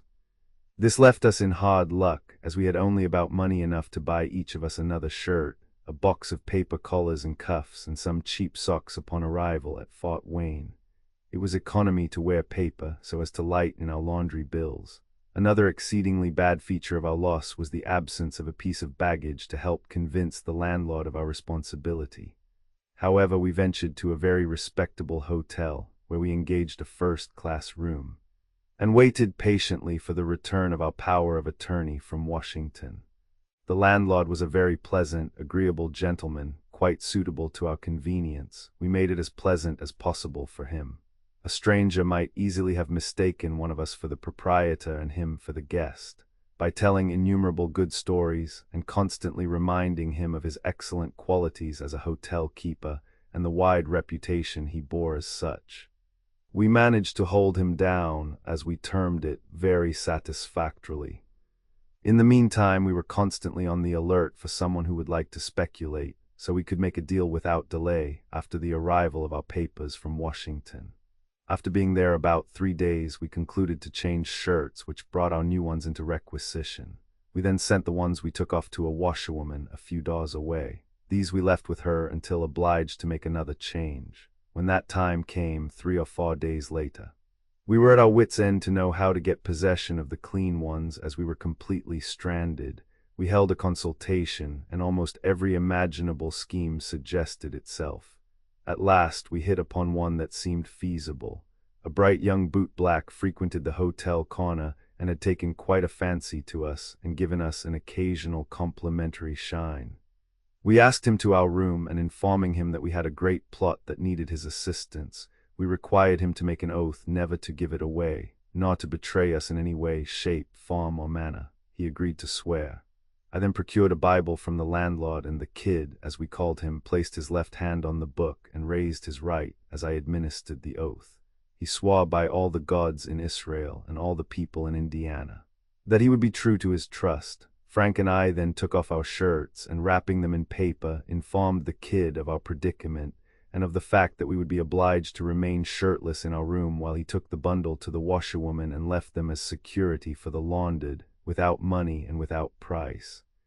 We gave him special instructions, just how to manipulate matters in order to be successful. He said, "Oh, what share jivnus, don't your espose I know how to fake der ol' hen." He scampered off and returned very shortly with our laundry when we hastened to make our toilet for the 6 o'clock dinner. We expected our papers from Washington inside of 10 days from the time we sent them. In this we were disappointed and were compelled to use the kid several times to carry out der exchange act with der ol' hen, as he called it. After repeating it several times, he came in one evening very much excited and said, "You can bet your life it was by de skin o' my teeth I ever called dare wash dis time. Der ol' gal's gettin' dead on and says if de gemmen are such big bugs dey better settle, but I gin her a great song and dance and squeered her up." We asked if he had any idea she would stand another deal of that kind. "You can bet I'll fix her," he replied. Frank then said, "Well, you young rascal, you can bet you'd better fix her. Don't you ever be guilty of leaving the dirty shirts unless you get the clean ones in their stead. If you ever come back here without any shirts, I'll throw you out this window, as sure as you're alive, kid." The next Saturday, late in the afternoon, we called the kid in to do the exchange act again. We gave him some special instructions, desiring him to distinctly understand that it wouldn't be healthy for him to venture back to us without 2 shirts of some kind. He didn't seem to have the same assurance and confidence as usual, but said he'd fix her. We remained in our room, sitting on the bed without shirts about the usual length of time, when, the kid not returning, we began to feel a little shaky. Directly the door flew open, and in came the chambermaid and rushed to the commode with clean towels. We had forgotten to lock the door. Frank, with his fund of ready wit, instantly jumped to the floor and sang out, "Well, put on your gloves again. I'll try you one more round before supper." When the door closed on us, we had a good laugh, as we had frequently indulged in when sitting there in that awkward, shirtless, expectant predicament.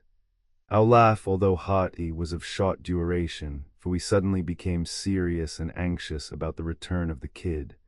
An hour passed and no kid, and still worse, no shirts. We walked the floor, opened the door and looked towards the stairway, then raised the window curtain and peeked out upon the street, hoping to get a glimpse of him. Another half-hour passed and no kid. We imagined everything that could have befallen him. 2 hours passed, another half-hour, and we had been imprisoned 2 hours and a half, and it was now about supper time. A few moments later I opened the door and, looking towards the stairway, discovered the kid, leaning over the banister, gazing vacantly in the direction of our room. I yelled, "Come here, kid, for heaven's sake, what's up? You never'll get me inter de room, ter be pitched out de winder," he replied. "No, no," we said, come in and explain. We won't harm you, come in." He then ventured in very cautiously and explained, "Well, Sir Gemmen, der ol' gal nailed them all, spite of everything I could do. She got de whole shootin' match, and I didn't know whether to come back or not." "Heavens and earth, Frank, what are we going to do now?" I asked. "Heavens and earth, Frank, what are we going to do now?" Page 193. "Well," said he, "this has been a great scheme of yours. That's a great head yours. Guess we're stuck for good this time." The kid said he guessed he'd have to go to supper. We told him we guessed he'd not go to supper till he got us out of that shirt scrape. "Remember your oath, you young hyena," I said. He answered, "That's so. Guess I'll have to go without my supper tonight." At last, after many schemes had been devised and rejected, we hit upon one that helped us out. We demanded of the kid that he take off his shirt, and after donning his coat and vest, instructed him to throw back his coat collar and go down street to some furnishing goods dealer and either beg or buy on credit a shirt. We began telling him what to say. When he headed us off with, "Oh, what should jivin us? I guess I know how ter give him dare stiff," and started, he called on several dealers, and after giving de song and dance, finally made a raise of a new shirt. We asked what the man said when he called for such a large size.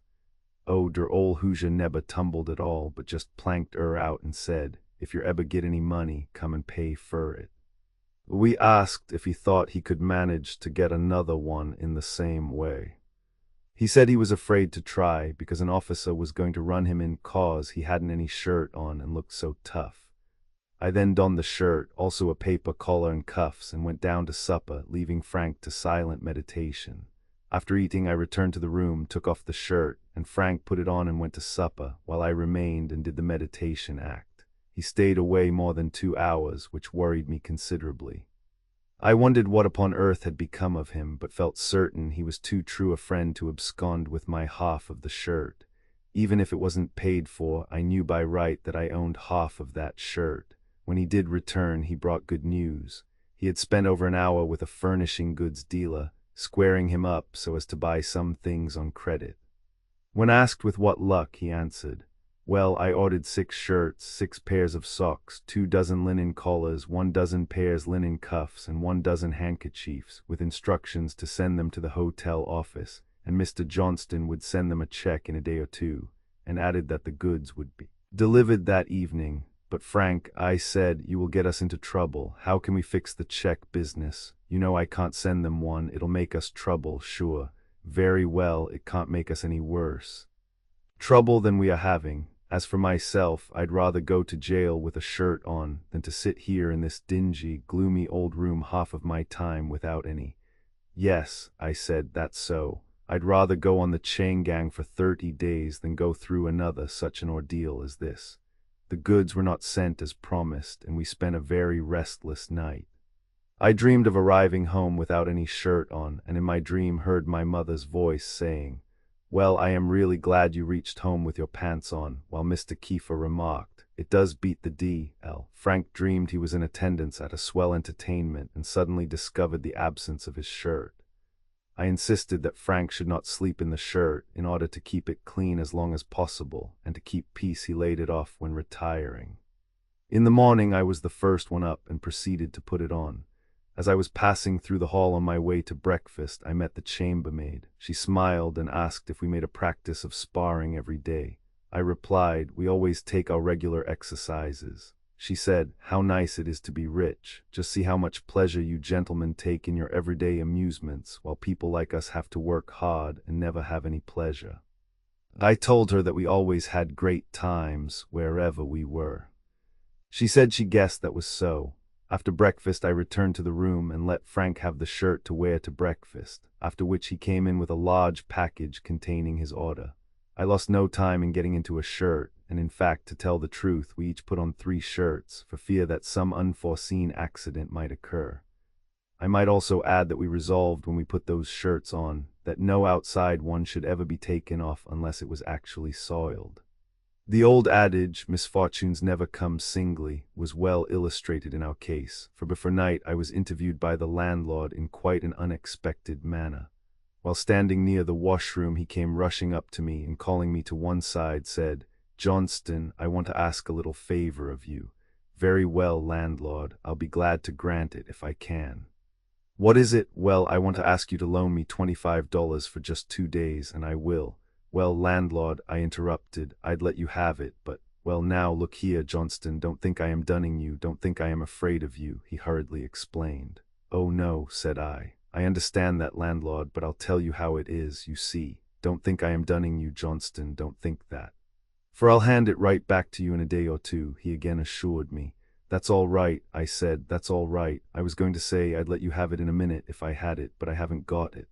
"Well, how much have you?" he asked in a much surprised manner. "I'll tell you all about it," I answered. "When we arrived here nearly 6 weeks ago, we had about $2 left after buying each of us a shirt. And I don't think we have over 20 cents between us just at present." He gazed at me in silence for a moment and then said, "What on earth am I going to do?" "Well, indeed, I don't know, but perhaps you can borrow it from some friend of yours. At any rate, it won't do any harm to try."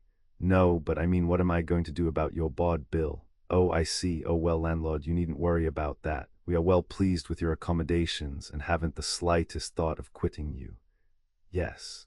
But the longer you stay, the worse I am off," said he. "Well, I can't see how you make that out. The longer we stay, the more we will owe you."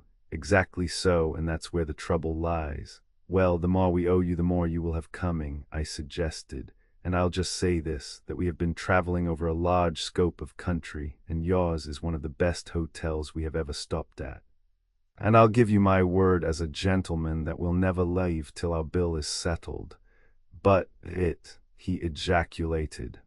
I tell you, the longer you stay, the worse I am off, and the harder it will be to settle. But, said I, you don't understand the nature of our business. If you did, you would know that it would be as easy for us to pay a large bill as a small one. I then added, rest assured, landlord, that until this bill is paid in full, 100 cents on the dollar, you can always count on 2-star boarders. We then stared at each other for about 2 minutes when he began to laugh, and said, well, you're a dandy, come and take a drink. No, thank you, I never drink. Take a cigar, then. I never smoke, landlord. Well, what on earth do you do? I'd like to show my appreciation of the style of man you are by treating or doing something to please you. Then I'll tell you what you can do, landlord. While you are out borrowing the $25, suppose you make it about 40, and let us have the 15 to settle up our wash bill, and pay a little bill we owe across the road. And to show him the necessity of helping us out, I plainly told him the facts about how we had been getting our laundry and our experience of the previous day. He laughed till he fell on the floor, and then took me to his wife's apartments and asked me to relate the circumstances to her 2 lady friends. He borrowed the $15 for us and said we should make ourselves comfortable, which we were glad to do. We then relieved ourselves of the 2 extra shirts each, and again settled down to business. Our papers at last arrived from Washington, and we began closing up a few trades we had been working up. They were mostly small ones, however, and usually for collaterals which we were obliged to convert into money at a sacrifice. Finally, we dealt for a horse and carriage, which was turned over to the landlord as settlement for board, and which he was just then in need of, after paying back the $15 he had loaned us. We took our departure. Chapter 49. Our visit to L.A. Grange Inn. Traded for a horse, followed by an officer with a writ of replevin, putting him on the wrong scent. His return to the hotel. The horse captured. Broke again. How I made a raise. Our next trade was made near La Grange Inn with a man by the name of Dodge. I remember the name on account of having read an article in a Sturgis Mitch paper wherein it stated that 2 patent-trite men had recently dodged into La Grange, and after dodging around, Mr. Dodge had dodged him out of a valuable horse with which they dodged over to Michigan. This statement was perhaps correct enough, with the exception of its reference to our dodging over into Michigan, as though we did it to evade the Indiana laws. This was by no means the case, for we were authorized agents for the patentee, and always did a strictly legitimate business, even if we were, at times, a little short financially. We took the horse over to Sturgis to try and sell him, stopping at the Elliott house. Mr. Elliott, proprietor, has since become one of my most intimate friends, and is now running a hotel at Ludington, Michigan. As we were sitting out in front of the hotel talking one morning, I noticed a stranger coming towards us, carrying a pitchfork and band cutter in one hand and in the other a large paper. Mr. Elliott remarked, "There comes Mr. Dodge's son now. Guess he's going out peddling your patent." I supposed so. This was not the case, however, for as he stepped up to Mr. Elliott he inquired for Johnston, and when I was pointed out to him he made a tender of the deed and model and demanded the horse in turn. I of course refused, whereupon he threatened to replevy, and at once returned to his lawyer's office. At that moment a lawyer came up where we were, and Mr. Elliott helped me to lay the case before him as quickly and plainly as possible, when he advised that the best way for me was to get the horse out of the county, where their papers would be of no avail. I immediately saddled the animal and started towards Branch County, taking a rather circuitous route for Burr Oak. I took dinner at Fawn River with a Mr. Buck, an old acquaintance of my mother-in-law. Of course, mother-in-law acquaintances were just as good as any. At this stage of the game, I rode into Burr Oak just at dark, supposing it to be in Branch County. After registering at the hotel and putting my horse out, I took supper, and then began looking about for a buyer. I very soon discovered that I was being shadowed by a gentleman wearing a wooden leg, a wily detective on the wrong scent.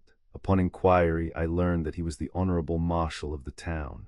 To note his manner, one would have thought that he had corralled a Jesse James. I didn't worry much, however, because I knew I could outrun any wooden-legged man in Michigan. I then went over to the telegraph office and introduced myself to its occupant as a brother operator. He invited me inside the office and asked me to make myself at home.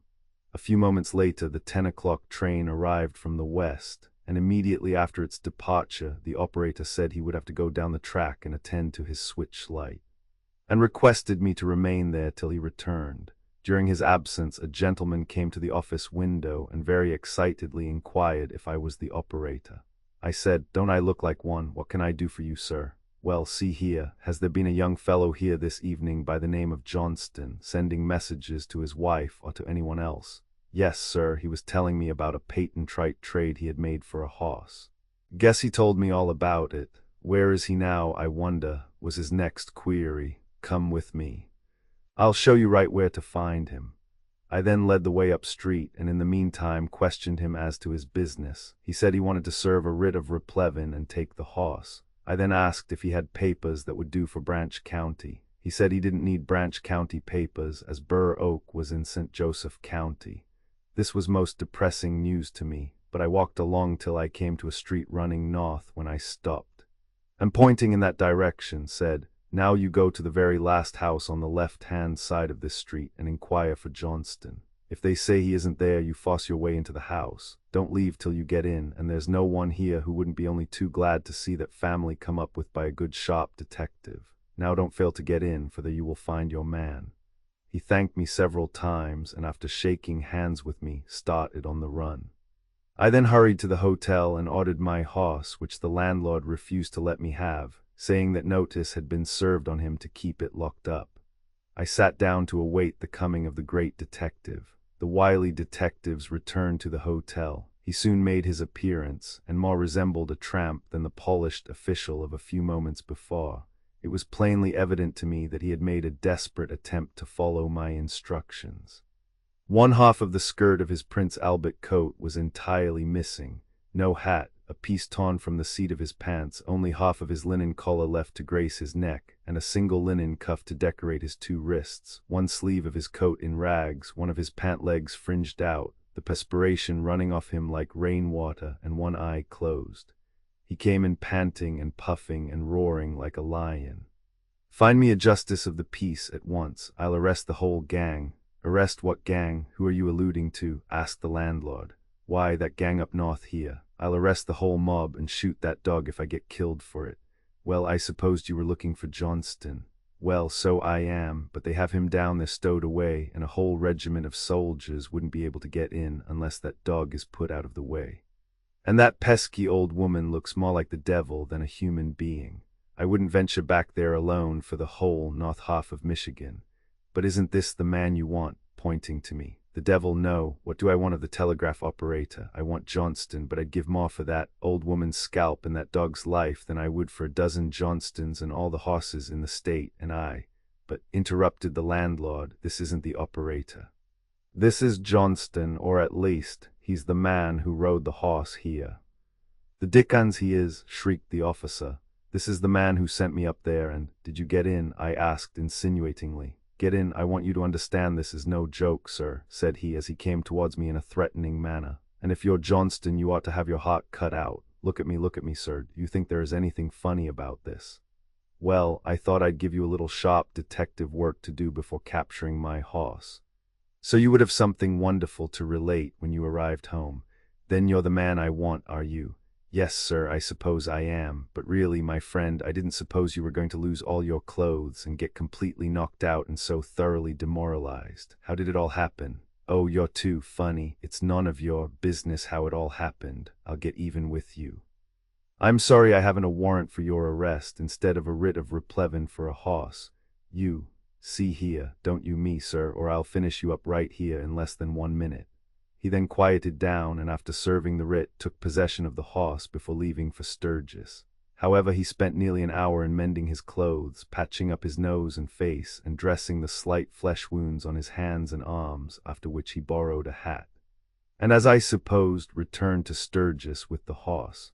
I remained overnight at the hotel, although I was completely stranded, and wondered what I should do to make a raise.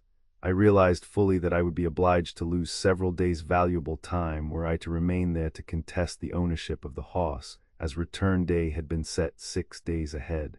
Hence I considered it folly to lose so much time for the value of a horse. The next morning I arose early, and after breakfast began to search for an opportunity to make a few dollars. I happened into a drug store and entering into conversation with the proprietor found him a very agreeable gentleman and explained to him that I was a little short and inquired if he had any patent medicines, pills, or anything in that line that a good salesman could handle.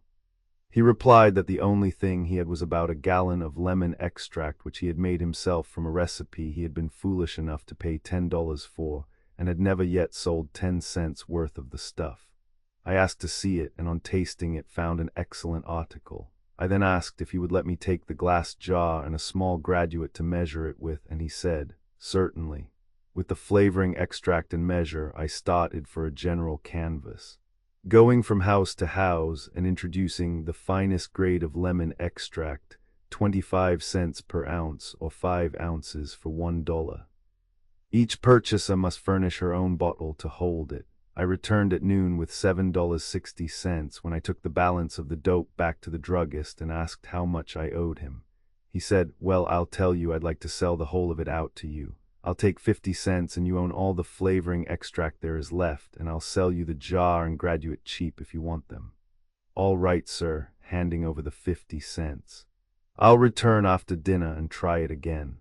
This little experience about convinced me that there was more money in that business than in patent rights. As I was on my way to the hotel, I met a man with a small flour sifter for the sale of which he was acting as general agent in appointing sub-agents. I asked his terms.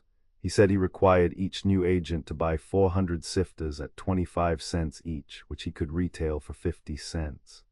Unless a man could buy this number, he could not have agency. After dinner, I started out again with the flavoring extract. At the third house I entered, an old gentleman asked if I could get him the agency for it. He said it wasn't necessary for him to do anything of the kind, as he owned a nice home and a small farm and had some money on interest, but he didn't like to spend his time in idleness. I told him that our house had no vacancies, but I could intercede in his behalf in making him an agent for a patent flour sifter. He asked what terms he could make. I told him they retailed for 50 cents each, but in order to secure the exclusive sale in his town, he would have to pay the regular retail price for the first 400, after which he could have all he wanted at half that price. He said he wouldn't care to invest more than $100 anyhow, and expressed a desire to see one of them. "Well," said I am always glad to do a man a favor, and I will run downtown and bring one up to you." I went immediately to where the gentleman was unpacking his sifters and asked if he would be willing to sell 200 and give the exclusive sale. He refused to do so, and I saw there was little use in trying to persuade him when I explained the nature of my case. He said it wouldn't pay him to sell so few. "Then I'll tell you what I'll do," said I. "You see, if I was to sell 200 at the price I have quoted, I'd make $50. Now if you will let me make the sale, I'll give you half of my profits." He agreed, and I returned to my victim and put the deal through in less than an hour and pocketed $25, my share of the profits. I then returned at once to my flavoring extract and sold over $3 worth that afternoon, making a clear profit of $35 for my day's work. I then joined Frank at Sturgis, and after settling up our affairs there, he left for Ohio with the understanding that I would meet him at Elmore 3 days later.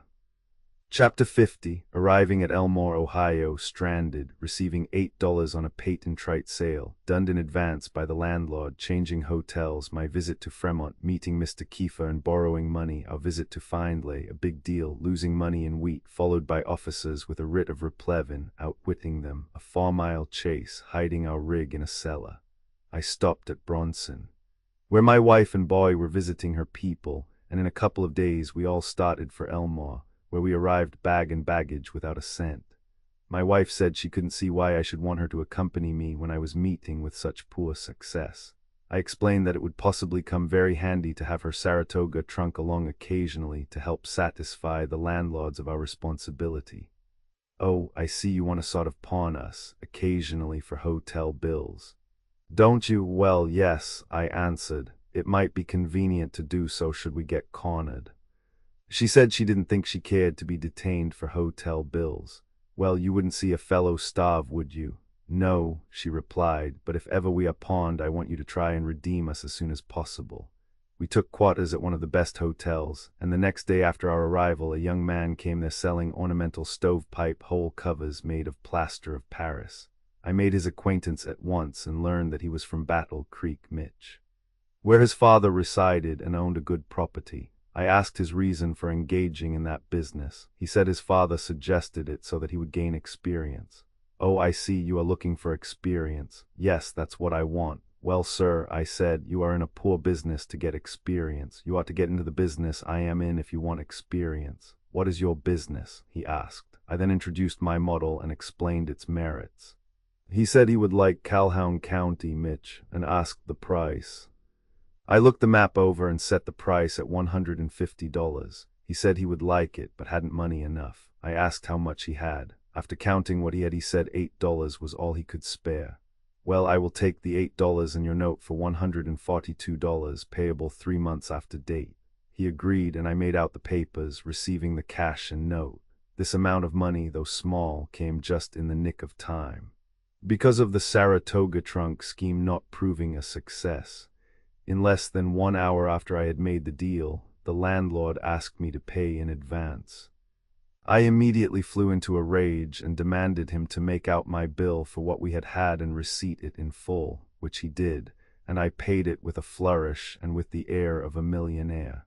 There was another hotel just across the street, and when our landlord happened to step out in front of his house, and I noticed the landlord of the opposite house also standing outside of his door, I at once took advantage of the situation and began to abuse my landlord at a terrible rate for his impertinence and cussed meanness, and gave him to distinctly understand that he would lose boarders by the means. I then called on the other landlord and explained how his competitor had shown his narrow ideas of running a hotel and how quickly he secured his pay after demanding it, and then asked if he could give us accommodations. He said he could, and we moved at once. The new proprietor proved to be our kind of a landlord. The next day Frank, who had stopped off at Toledo, came on and joined us.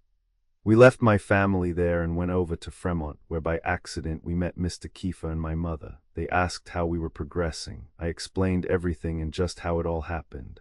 My mother said she thought we had done splendidly. Mr. Kiefer said it did beat the DL. I then called him one side and began negotiations for $100 loan. He explained that he was absolutely hard up, but would be glad to help me if he could.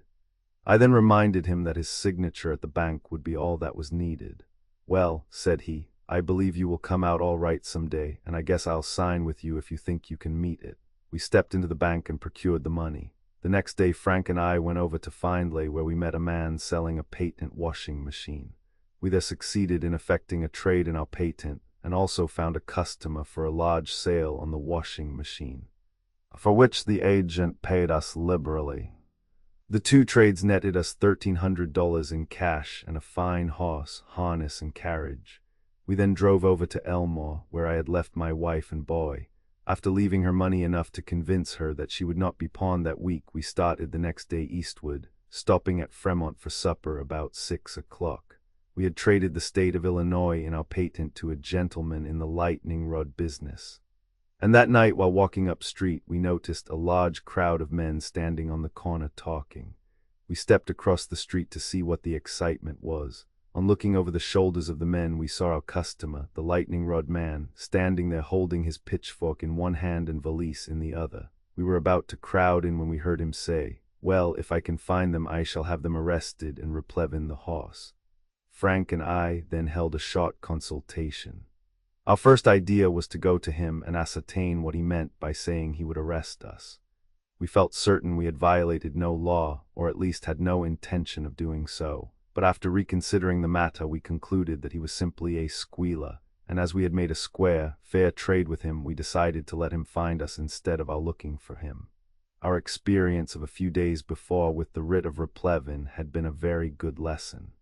We didn't consider it worthwhile to deliberately turn our stock over to squealers when they were taking so much pains to hunt us up, and especially when we stopped to realize that in dealing with a lightning rod man, it was simply a case of diamond cut diamond.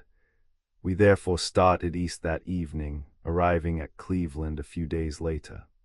On reading the late daily papers, which we always made a practice of doing, We found several long articles about two men visiting Findlay with a patent right, and how they had taken a handsome horse and carriage and several $1,000s in cash for which they gave worthless deeds.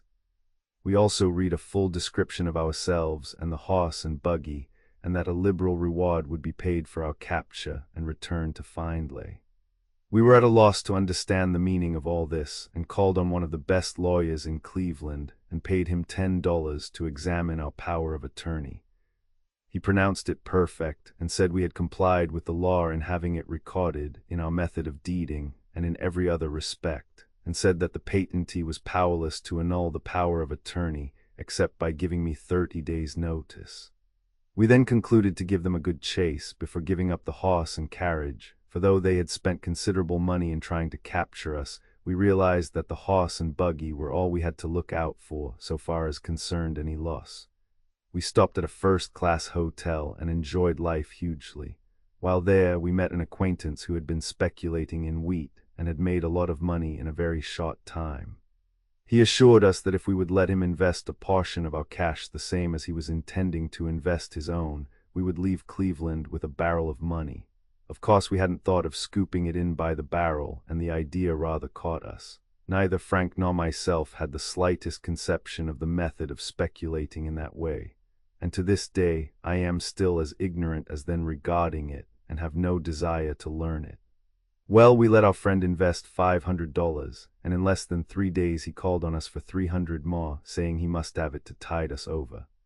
2 days later he announced to us the crushing fact that all was lost, his cash as well as ours. He then began urging us to try it once more. Anxious to get back what we had lost, we needed but little persuasion, and in less than 1 week found ourselves about cleaned out. We had speculated all we cared to, and after settling up with the landlord, started west again with the horse and buggy to continue our patent right business. Wherever we stopped, we imagined every time we saw a person approaching us that it was an officer with papers for our arrest or a writ of replevin for the horse and carriage. We cared more for the writ than we did for the arrest, as we had by this time posted ourselves as to the trouble and annoyance it would cause us to allow them to get possession of the rig. Besides, it had already become a question whether we would outgeneral them or they us. We realized that their reasons, whatever they were, for demanding our arrest were groundless, so our only desire was to sell the whole outfit at a good figure. It would have paid us better in every way to have turned it over to the men we had traded with, and to have come to an understanding with them, but we were too anxious to win in the race we had begun. We had a great scare and narrow escape. At a small inland town where we stopped just at dusk, intending to remain overnight.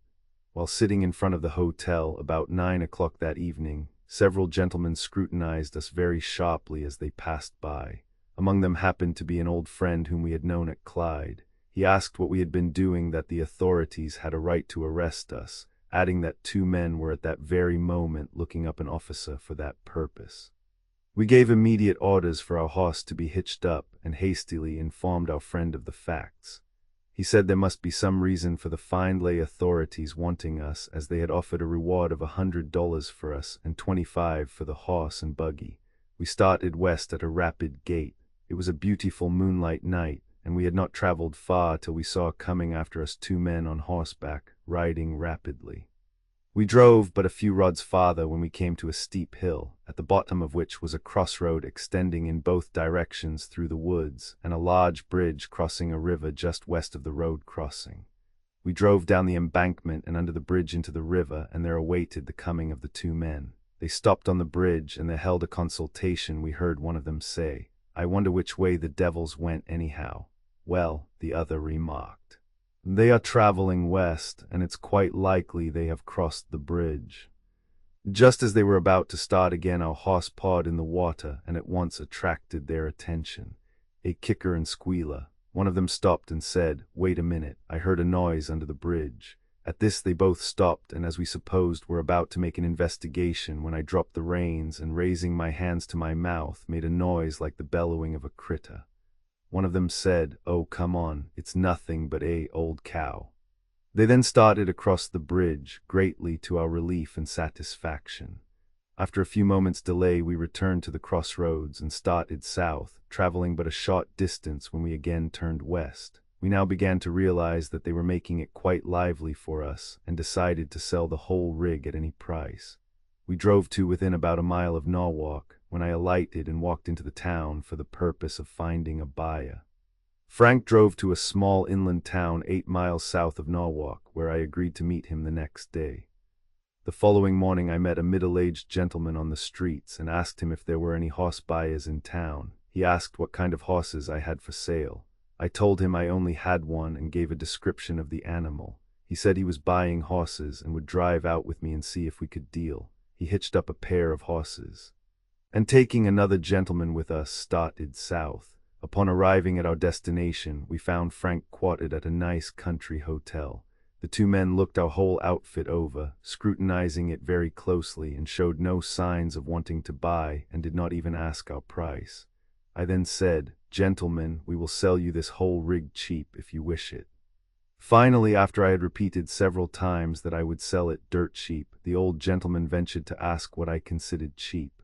"Well, sir," said I, "you can have the whole outfit for $1,200. "Great heavens," he exclaimed, "do you call that cheap?" "Well," I answered, "you needn't buy unless you want to." They then drove off when I said, "Frank, those men have had a full description of us and our rig, and we'd better skip." Frank said he had a trade about worked up with the landlord's father, who lived 3 miles from there.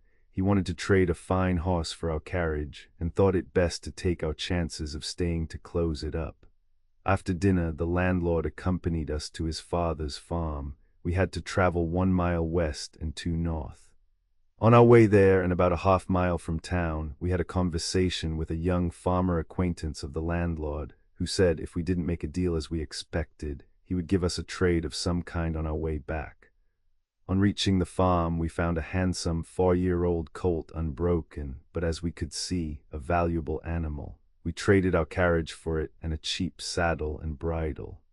When we came to look the carriage over, we found an iron brace broken, and the bargain was that we were to take it back to town and pay for getting it repaired, and then leave it in care of the landlord. We started back, the landlord and myself walking and leading the colt, while Frank drove our horse and buggy. When we reached the young farmer's place above mentioned, he came out to the gate, and after we were several rods past the house, called to the landlord, who went back. I noticed that the farmer talked in a very loud tone till the landlord got close to him, when he then spoke very low. Just then Frank came driving up when I said, "There's something in the wind. I'll bet that farmer has talked with someone since we went up there who has told him about the patent-right deal." I then explained the actions of the farmer. Frank said it did look a little suspicious, but thought it might possibly be a mistake. As a matter of caution, Frank drove on to the hotel, where he unhitched the horse and prepared to start on horseback as soon as we arrived with the colt, which I was to ride, a 4-mile chase. Page 234. As soon as the landlord returned to where I was, he showed considerable anxiety and nervousness, which convinced me more than ever that I was correct in my surmises. He talked but little on our way to the hotel. When we arrived there, his wife came out and had a private talk with him. I then said, "Well, landlord, we will allow you $1 for the carriage repairs, and you can have it done yourself." At that I reached out for the halter strap to take possession of the colt. "Well, see here," said he excitedly, "there is something wrong. 2 men have been here looking for you." "Where are they?" I asked. "Well," said he, "they have no doubt gone 1 mile too far west in trying to get to my father's farm and have missed us." I stepped to the middle of the road and, looking west, saw in the distance a team with 2 men coming. I called for Frank to hitch up again at once. Fully realizing the uselessness of trying to take the colt and leave the buggy, and that there was no time to argue or explain matters to the satisfaction of the landlord. When I had paid our hotel bill and gotten the valise containing our shirts, which we clung to with a bulldog tenacity, owing to our late shirtless experience, I hurried to the barn, where I found Frank had the horse between the shafts, and we hitched him up in a space of time that would have done credit to an expert fire engine company. Only one side of the shafts was supported by the harness, and we did not stop to fasten the hold-back straps, nor to put the lines through the terret, nor tie the hitching strap. But the instant the traces were fastened and the lines were in the buggy, we jumped in, and none too soon either, for just as we turned our horse in the road, the 2 men came driving around the corner. We started south, with our horse on a dead run and under the whip. followed by them with their horses under full speed and also under the whip. The race was indeed exciting, on a macadamized road as smooth and hard as a flaw. I drove, using the whip freely, while Frank stood up in the carriage, facing the men, swinging his hat and yelling like a wild Indian. They kept up the chase for about 4 miles, we making a turn at every crossroad, first west then south, and kept it up till we saw they were slacking their gait, when we also gave our horse a rest. We then proceeded west, driving till very late that night, and arriving at the house of a farmer acquaintance of mine, 5 miles from Clyde, about midnight. I called him up and explained matters. He said we should put the horse in the barn and stay with him 2 or 3 days till we saw how things were. We told him that his neighbors would very soon learn that he had a horse and carriage there, and would necessarily have to have an explanation as to the ownership. We then suggested putting the whole rig, horse and all, into the cellar, which we did, and then remained there 3 days, eating spring chickens and new potatoes. We paid our friend's wife $3 per day for keeping us and our horse, besides 50 cents apiece for young chickens which were about 1/3 grown. This was 25 cents more than she could have gotten for them had she kept them till they were full grown. Yet she worried a great deal about killing off her young chickens. Every time she cooked one for us she would declare that she didn't believe it paid, and she wouldn't kill any more till they grew to full size.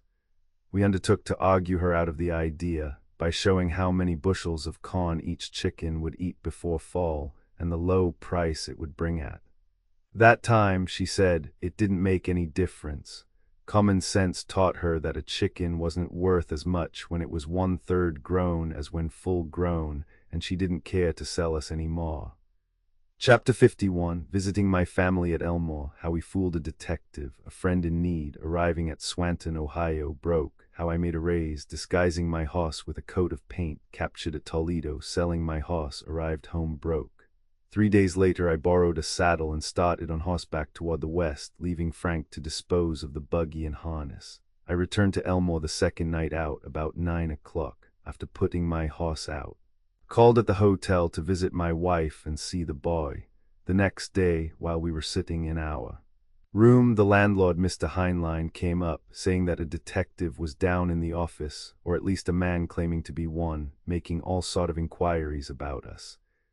I instructed the landlord, who was a sharp, shrewd little gentleman, how to act and what to say, and instructed my wife to enclose a letter in an envelope, and after addressing it, J. P. Johnston, M.T. Vernon, O. If not called for in 5 days, forward to Columbus. If not called for in 5 days, forward to Dayton. She slipped down to the office and asked the landlord to please mail it for her. He carelessly laid it down on the desk near the detective, who lost no time in jotting down the full directions. The last we saw of him, he had bought a ticket and was taking the first train for M.T. Vernon. In a couple of days I started towards the west. I came very near making 2 or 3 horse trades, and no doubt would have succeeded, if I hadn't felt every minute that someone was going to swoop down upon me and capture me and my horse. I didn't feel as if I ought to stop a minute anywhere. I could look ahead to certain places where I thought no detective on earth could discover me till I could make a deal, but when I would reach there I invariably felt the same as at all other places, and was constantly on the alert watching the corners, which alone was enough for any one man to busy himself at. I arrived the following Sunday at Grand Rapids, Ohio, a small town on the Maumee River and also on a canal. I put my horse up and took dinner at the hotel, after which a very hard-looking character, claiming to have lost all his money gambling with his chums, the river men, stepped up to me in the barn and asked if I would give him money to pay for his dinner.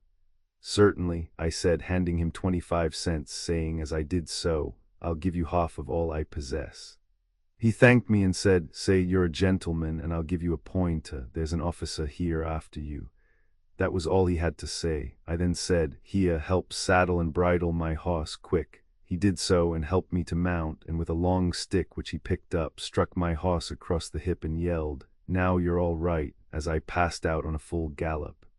Just as I was leaving the barn, I heard a voice cry out, stop that man, stop that man. Go it, you son of a gun, my new friend yelled, and I did go it.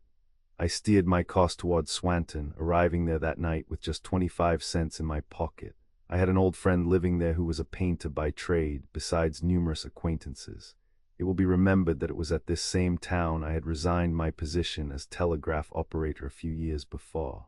I very soon called on my old landlord, who gave me a hearty welcome. After putting my horse out, I settled down for the night. The next morning I called on my friend, who had just finished a job of painting but could not collect his bill at once, and being a little short himself was unable to assist me. I asked if he had a good credit there, and he replied that he could buy anything he wanted on time. I then asked if he could hire a horse and buggy on those terms, and he said he could. Well then, you come to a drugstore with me and we will buy some patent medicine or something that we can sell to the farmers, and we will travel through the country with your hired rig, leading my horse behind, and pedal from house to house on our way to Adrian Mitch, where I can possibly sell my horse, and you can then return home. He then suggested that it would be a good scheme to take a pot of copal, varnish, and brush along, and take jobs of the farmers to varnish pieces of furniture, charging a certain price for each piece. Well, said I, why not sell them the varnish and let them do the work themselves? But they can buy all the varnish they want right here where we buy it. That's true, I answered, but they can't buy our kind at any drug store. He laughed and said he guessed I'd find people in that country up to the times. Very well then, so much the better if they are, for they'll want something new, and I don't think there has been anyone along selling them ounce bottles of copal varnish for 50 cents. No, he said he hadn't heard of anyone doing so and didn't think it could be done. I insisted it could be done. We then called on the druggist, who had plenty of varnish but only 4 empty bottles in stock. We got a tin pail and bought 1 gallon of varnish and the 4 bottles. The druggist exhibited some brushes, saying we would have to use one to apply the varnish while showing it up. No, thank you, I replied. All I want is a piece of Canton flannel. It won't do to apply it with a brush. I understand your people here are up with the times. If so, they want something new. He said he thought it extremely new to apply varnish with a cloth. We started immediately after dinner and commenced operations 1 mile out of town. The very first house we stopped at, and an old log one at that, I sold the lady 3 bottles for $1, one each for herself, her mother, and her sister. When I delivered them out of my coat pocket, we had no valise or sample case. I said to her, Madam, I put up this preparation myself, and I have run short of bottles. Can't you empty the polish into something else and let me retain these? Certainly, she answered, and stepping to the pantry, she opened the door. When I noticed several bottles on the shelf, now, I'll tell you what I'll do. I will trade you some more of my preparation for a few of those bottles. All right, it's a trade. I returned to the buggy loaded down with bottles of all sizes, shapes, and colors, and a dollar bill, which looked the size of a bond door to both of us. I then carried our pail of varnish into the house and paid her liberally for the bottles. I called at every house thereafter and never missed making a sale till the 8th was reached, when the old lady declared emphatically that she didn't have 50 cents in the house. Then I asked if she had any eggs. She said she had. Very well, I'll allow you 20 cents per dozen for them, but you must give me an old box of some kind to put them in. She was anxious to trade, and when I started off with 2 1/2 dozen, she said she believed I might have the other 5 dozen if I'd give her 2 more bottles. I accommodated her, and as I left she said she was sorry John hadn't gathered the eggs the night before, so she could let me have more of them, as I was paying more than they had been getting. I told her I'd wait while she gathered them. She started to do so, but suddenly changed her mind, saying she thought I had sold her enough of my patent staff anyhow. When I rejoined my new partner and friend, he was delighted, and asked why I didn't trade for the chickens. We met with flattering success, making frequent trades as well as many cash sales. Among other trades was one I made with a lady for a sheep pelt. Although I had not dealt in them since my early experience, I ventured to make an offer of 1 bottle of my preparation, which was accepted. We stayed that night with a German farmer who looked suspiciously at our extra horse, and when we retired to a little 6x8 room way up in the garret, he took the pains to lock us in. My partner said he guessed the old Dutchman took us for horse thieves. Well, I answered, I guess he will take us for wholesale varnish peddlers before I get through with him. The next morning, after we were liberated, I began at once to ingratiate myself in the confidence of the old lady in order to effect a sale.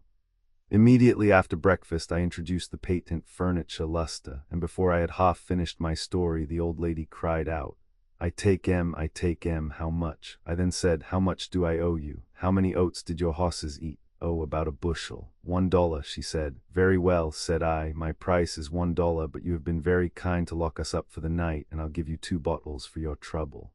Before leaving, I traded her some extra luster for some empty bottles, and this plan I kept up during the day. We arrived at Blissfield Mitch, where we disposed of our eggs at 10 cents per dozen and realized 40 cents for the sheep pelt, after which we replenished our stock of varnish. I had now become more interested in my new business than in the sale of my horse, and concluded to abandon the trip to Adrian and return to Swanton, where I could dissolve partnership with my friend, and continue the business alone, on horseback if necessary. On our return trip to Swanton, I continued to trade for eggs where customers were short of cash, and one lady said she couldn't understand how I could afford to pay 20 cents per dozen when the market price was but 10 cents. Well, madam, you see that's the trick of the trade. But, said she, the merchant we deal with is as tricky as anyone, but he won't pay only 10 cents a dozen for eggs. Yes, I answered. And he makes you take groceries and dry goods for them too, while I give you something you need in exchange for them.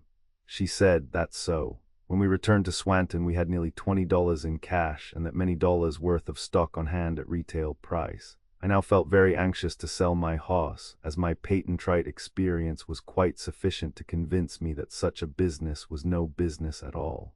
My horse was a handsome dapple gray, and my friend said he could paint him a dark color and so completely disguise him that no man could detect him. I suggested that it might also be a good idea to paint me, or at least my auburn hair. He said he wouldn't undertake that job, but he knew he could fix the horse.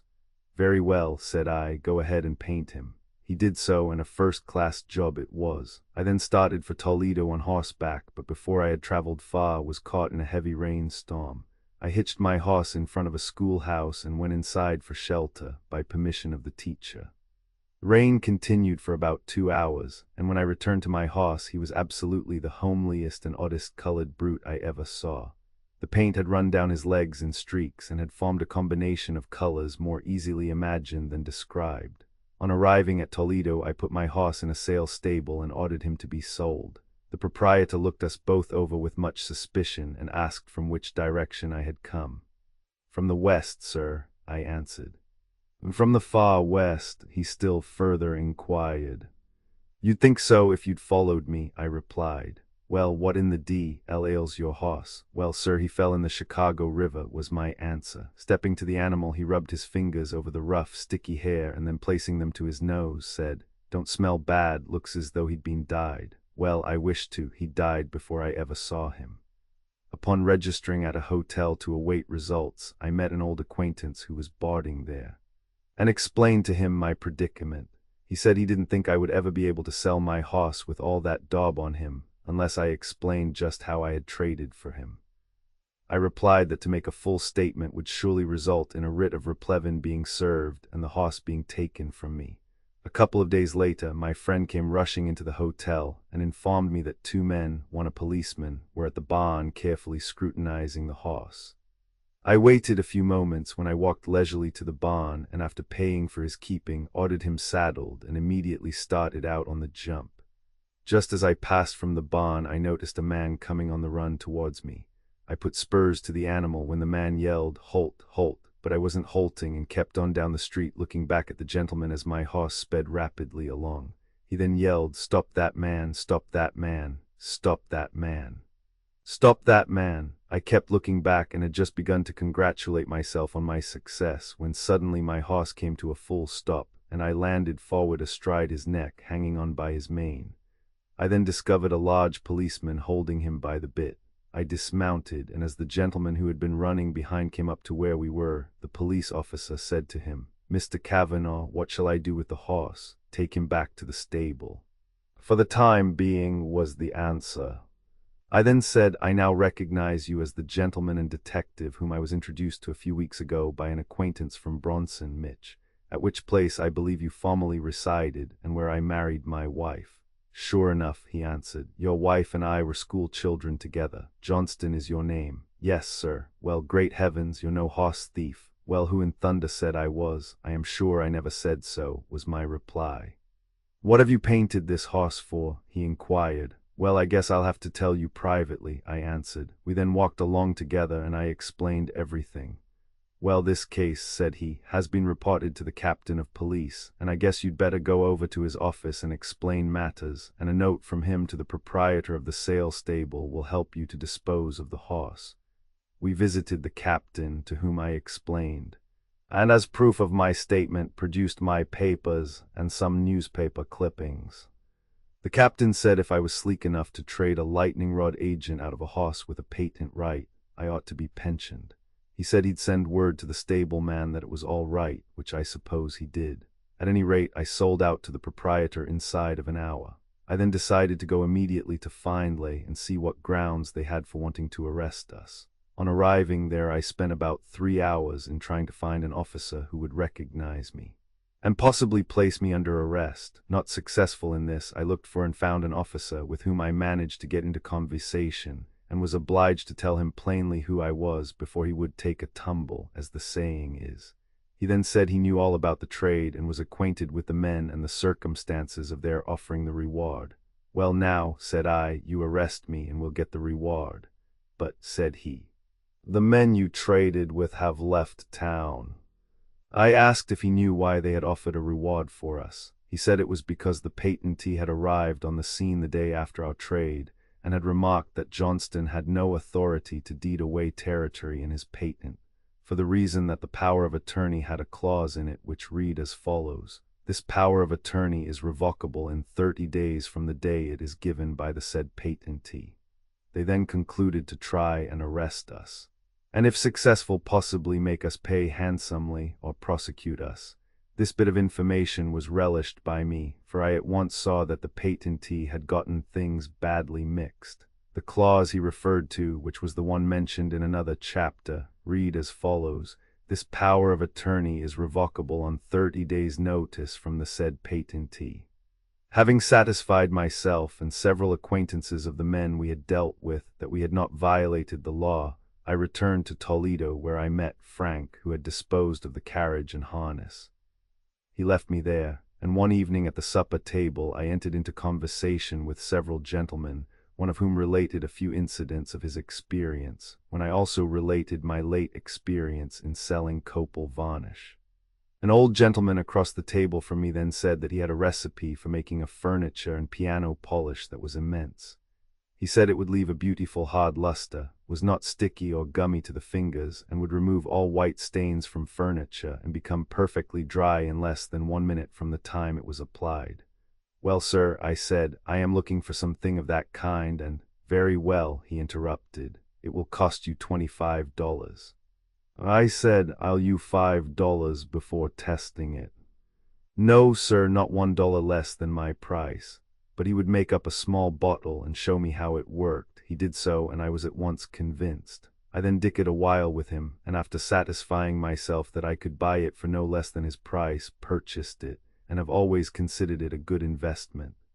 An incorporated manufacturing company of this city now use the same recipe, supplying agents in all parts of the country.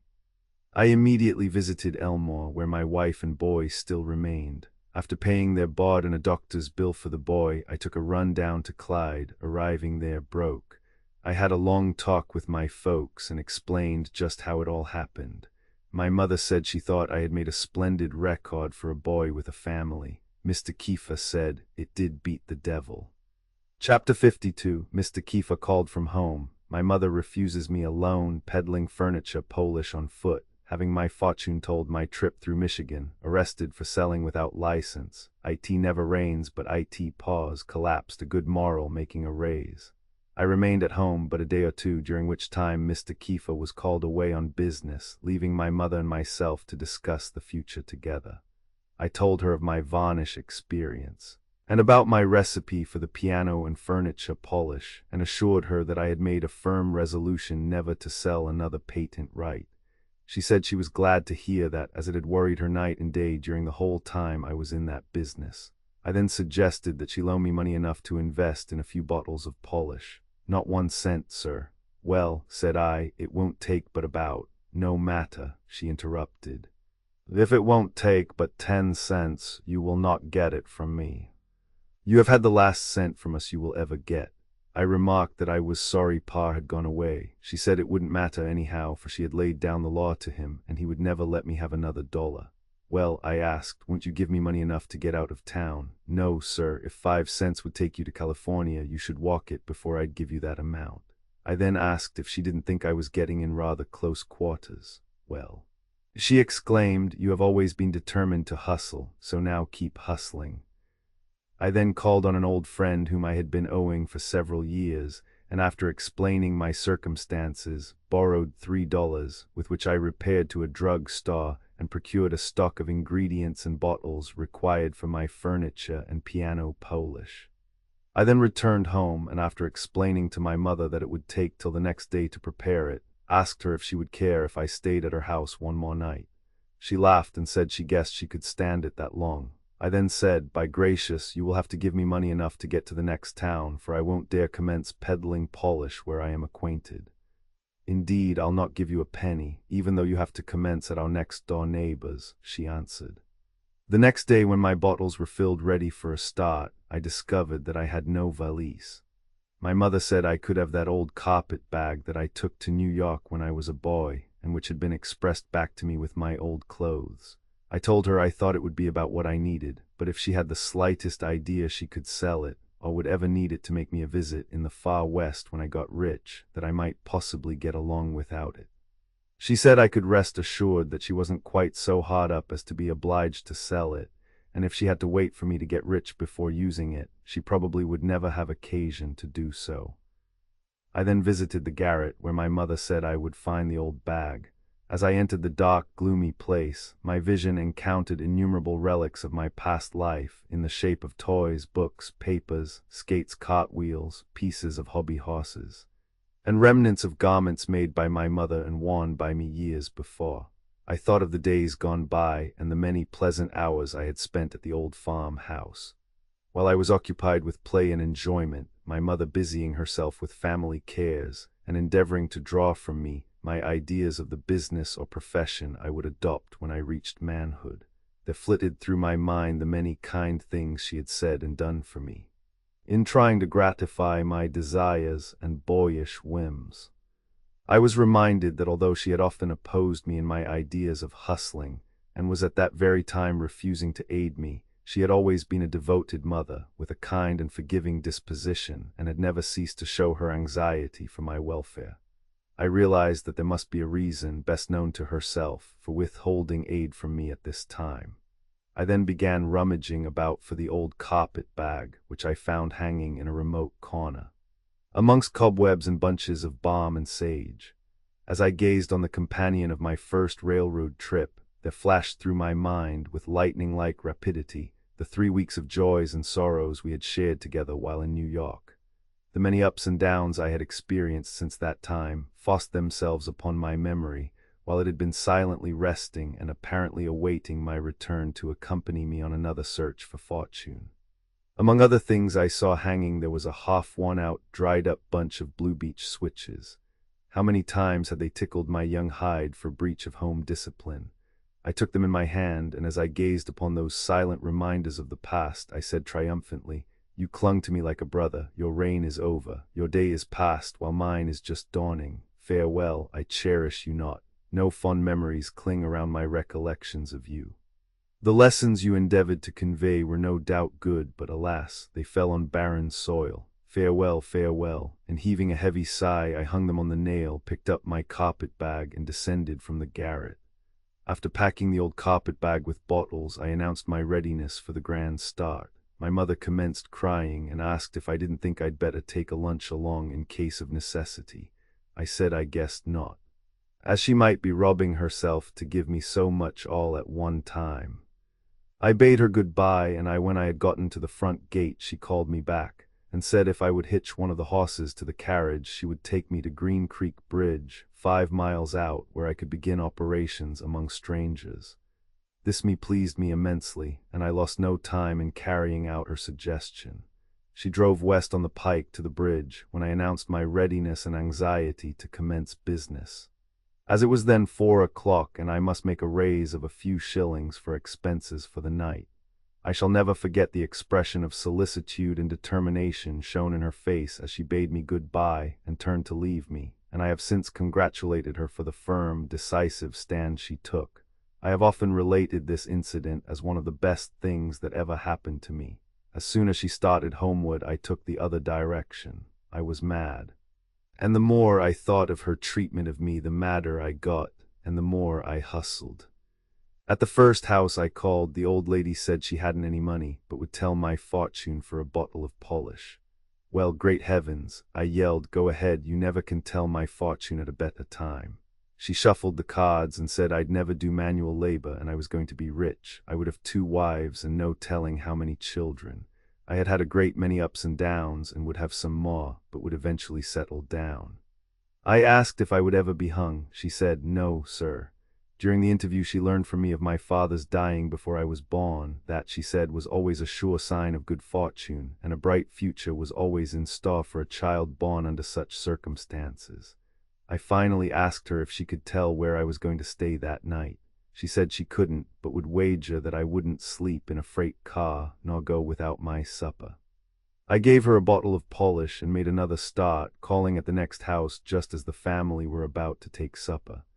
I rushed in, set my carpet bag down, and laying off my hat, said in a jocular manner, by gracious, I'm just in time for once. By gracious, I'm just in time for once. Yes, you are, said the gentleman as he was about to take his seat at the table. Take that seat right over there, pointing to the opposite side of the table. I thanked him and accepted his kind invitation. After supper I showed them my preparation, which pleased them much. His wife asked the price. I told her 50 cents and said, I want to allow you half that amount for my supper, therefore you will owe me but 25 cents.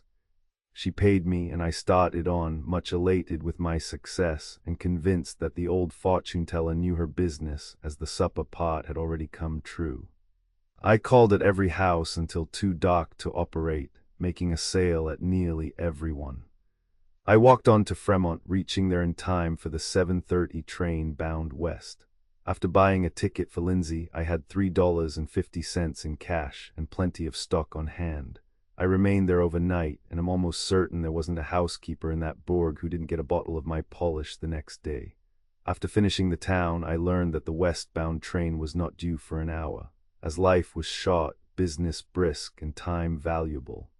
I started out on foot, walking to the next town, meeting with fair success, where I took the train for Adrian, Michigan, arriving there the next day.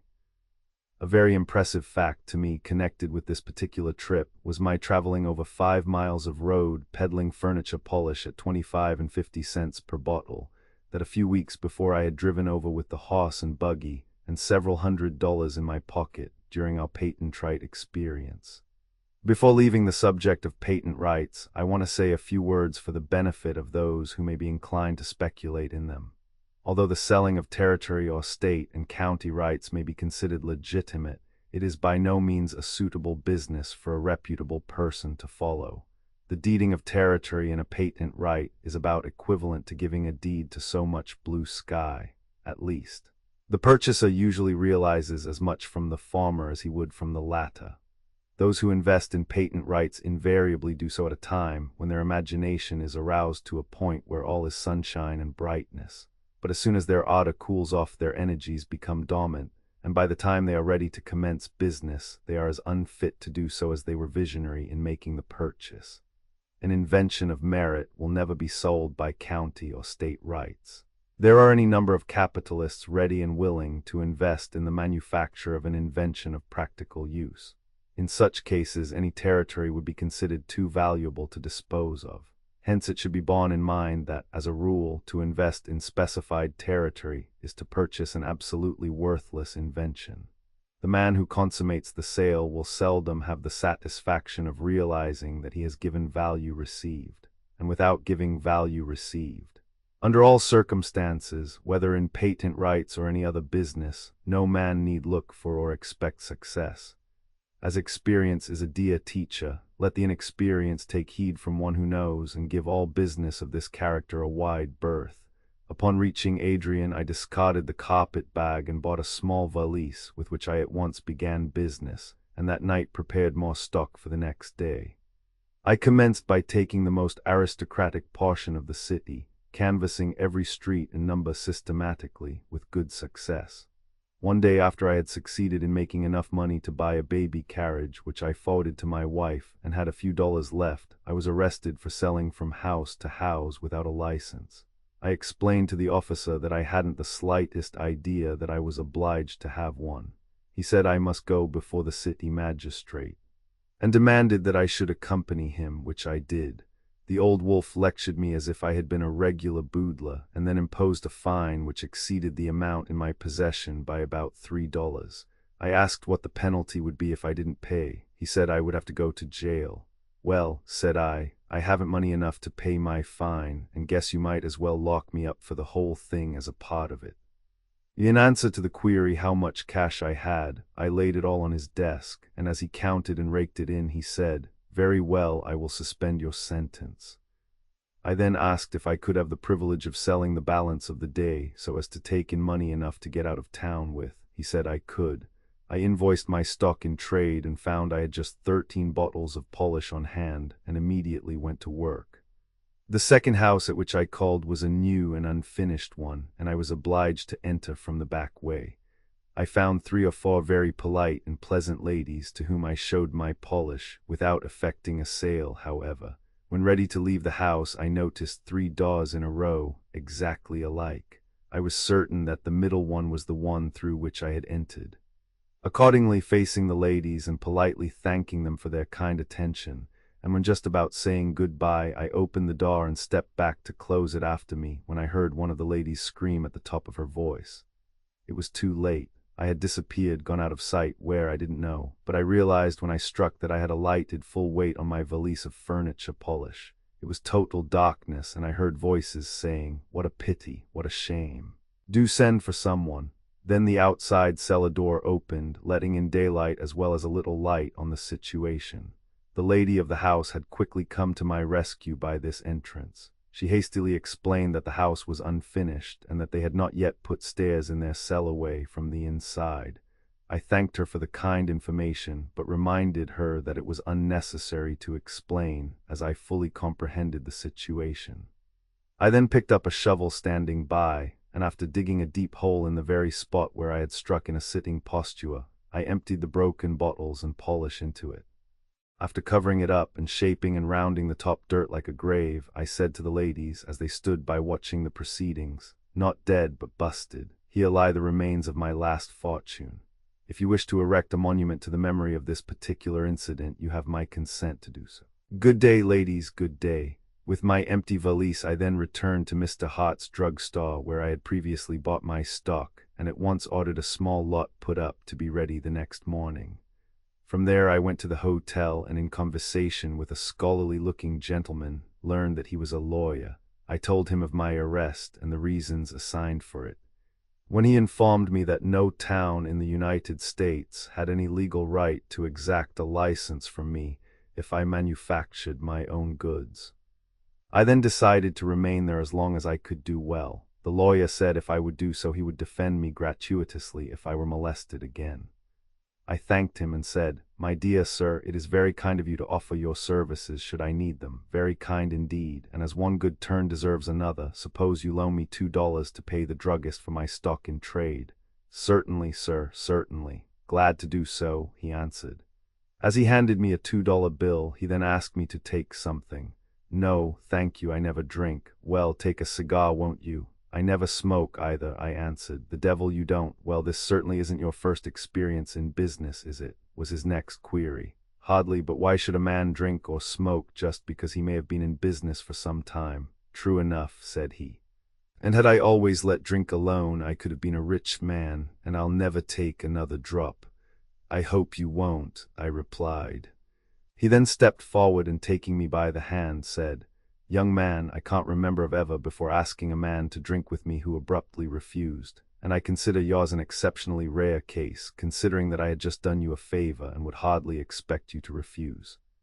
Now, sir, although you are a much younger man than I am, your conduct in this particular instance will do me a world of good, and although you are not worth a single dollar today, if you will always refrain from drinking, keep your head level, and attend to business, you will be a rich man some day. Now, remember what I tell you. I told him if I met with the same success in the future as in the past, I felt certain of the need of a level head to manage my business. He assured me that no matter what the past had been, the more rocky it had been, the smoother the future would be. I worked in Adrian about 2 weeks, meeting with splendid success, which of course enabled me to return the $2 to my newly made friend.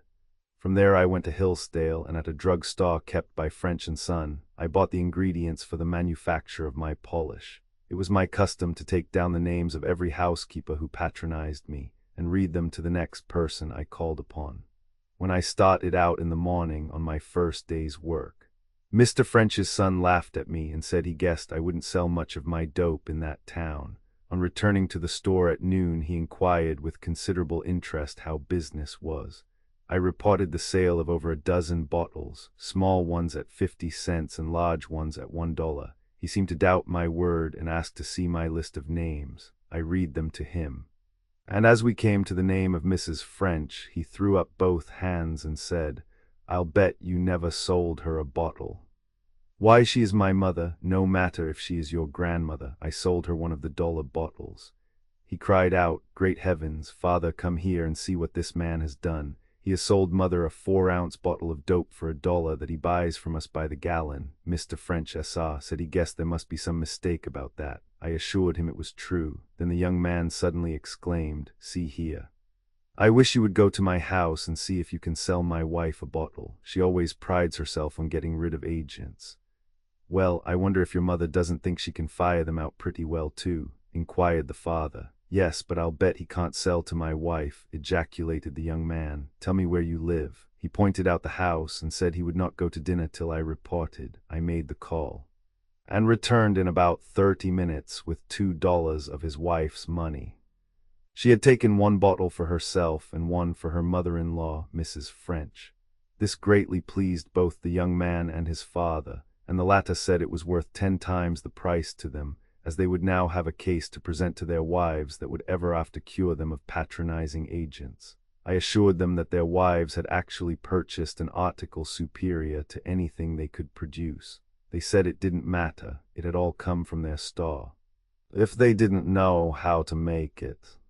Chapter 53. My co-partnership with a clairvoyant doctor. A lively trip from Ypsilanti to Pontiac, Michigan. Poor success. The doctor and his Irish patient. My prescription for the deaf woman collapsed and in debt for board. I remained at this town about a fortnight when I received a letter from an old acquaintance then in Toledo, Ohio, but who had formerly practiced medicine in Bronson, Michigan. He urged me to join him at once, to take an interest in the most gigantic scheme ever conceived. The doctor was a veritable Colonel Sellers. His hair and mustache were snowy white. He wore a pair of gold spectacles and carried a gold-headed cane, and altogether was quite a distinguished-looking individual. He was of a nervous temperament, quick in action and speech, and would swear like a pirate and spin around like a jumping jack when agitated in the least. I took the first train for Toledo, and was soon ushered into the doctor's private room at the hotel. Without any preliminaries, he said to me, "Well, Sir Johnston, I'm a clairvoyant, sir. By laying my hands on the table in this manner, I can tell a lady just how old she is, how long she has been married, how many children she has, and if she is ailing, I can tell just what her complaint is and how long she has been sick and all about her. Can't you tell as much about a man as you can about a woman? Well, I suppose I can. All but the children part of it." He wanted me to act as his agent, and I should have half the profits. We decided to go through Michigan. I wrote up a circular and sent a notice to a couple of towns to be printed in their local papers. The doctor said he would pay all expenses till we got started. Consequently, I sent what money I had to my wife. We visited several towns, meeting with no success and constantly running behind, principally on account of the doctor's lack of proficiency as a clairvoyant. I was anxious to return to my furniture polish, but the doctor would have nothing of the kind. He declared himself a gentleman of too much refinement and dignity to allow a man in his company to descend to peddling from house to house. I concluded to stay with him till his money gave out. At Ypsilanti our business, as usual, was a total failure. The doctor said he knew of a town where we would be sure to meet with the grandest success. The name of the town was Pontiac. I at once sent notices to the papers there, and some circulars to the landlord of one of the hotels, announcing the early arrival of the celebrated clairvoyant physician, Doctor. The doctor was so very sanguine of success in this particular town that we built our hopes on making a small fortune in a very short time. Consequently, we talked about it a great deal. Whenever it became necessary to speak of Pontiac, I found it almost impossible to remember the name, but the name Pocahontas would invariably come to my mind in its stead. This caused me so much annoyance that I proposed to the doctor that we call it thus. This he agreed to, and thereafter Pontiac was dead to us, and Pocahontas arose from its ashes. We very soon became so accustomed to the change as to be unable to think of the right name when necessary to do so. When we were ready to leave Ypsilanti, we walked to the depot, not, of course, because it's expensive to ride, but just for exercise, you know. On our way, the doctor happened to think that we must leave orders at the post office to have our mail forwarded. I accompanied him there. He stepped up to the delivery window and said, "My name is Doctor. If any mail comes for me here, please forward it to Pocahontas." "Pocahontas?" the clerk queried. "Yes, sir, Pocahontas." "Michigan." "I guess you're mistaken, Doctor, at least not by a dang sight. I guess I know where I am going," was the doctor's answer. I began laughing and started to leave when the doctor saw his blunder and said excitedly, No, my mistake, Mr. Clark. I mean, dang it, Dod blast it, what do I mean? Where am I going? Where the devil is it? Why, you know, don't you? Dang it, where is it? Johnston, you devilish fool. Come and tell this man the name of that cussed town. Why, it's Poca. No, here, Johnston. I knew you would make consummate fools of us. I knew it all the time. By this time, several people had gathered about and were interested listeners, while the clerk gazed through the window with a look of sympathy for the man he no doubt thought insane. I couldn't, to save me, think of the right name, and immediately started towards the depot, leaving the doctor to settle the mail matter. Directly he came tearing down the street, up to where I stood. I was laughing immoderately at his blunder. He threw down his old valise and said, "You are a smart man, you are. Just see what a cussed fool you made of yourself and—" "Well," I interrupted, "never mind me, doctor. How did it happen that you didn't make a fool of yourself?" I did, sir, until I explained what an infernal fool you were. Did you finally think of the right name? Think of it? No, of course I didn't think of it, you idiot. I have no idea of ever getting it right again. We had to go to Detroit and then change cars for our destination.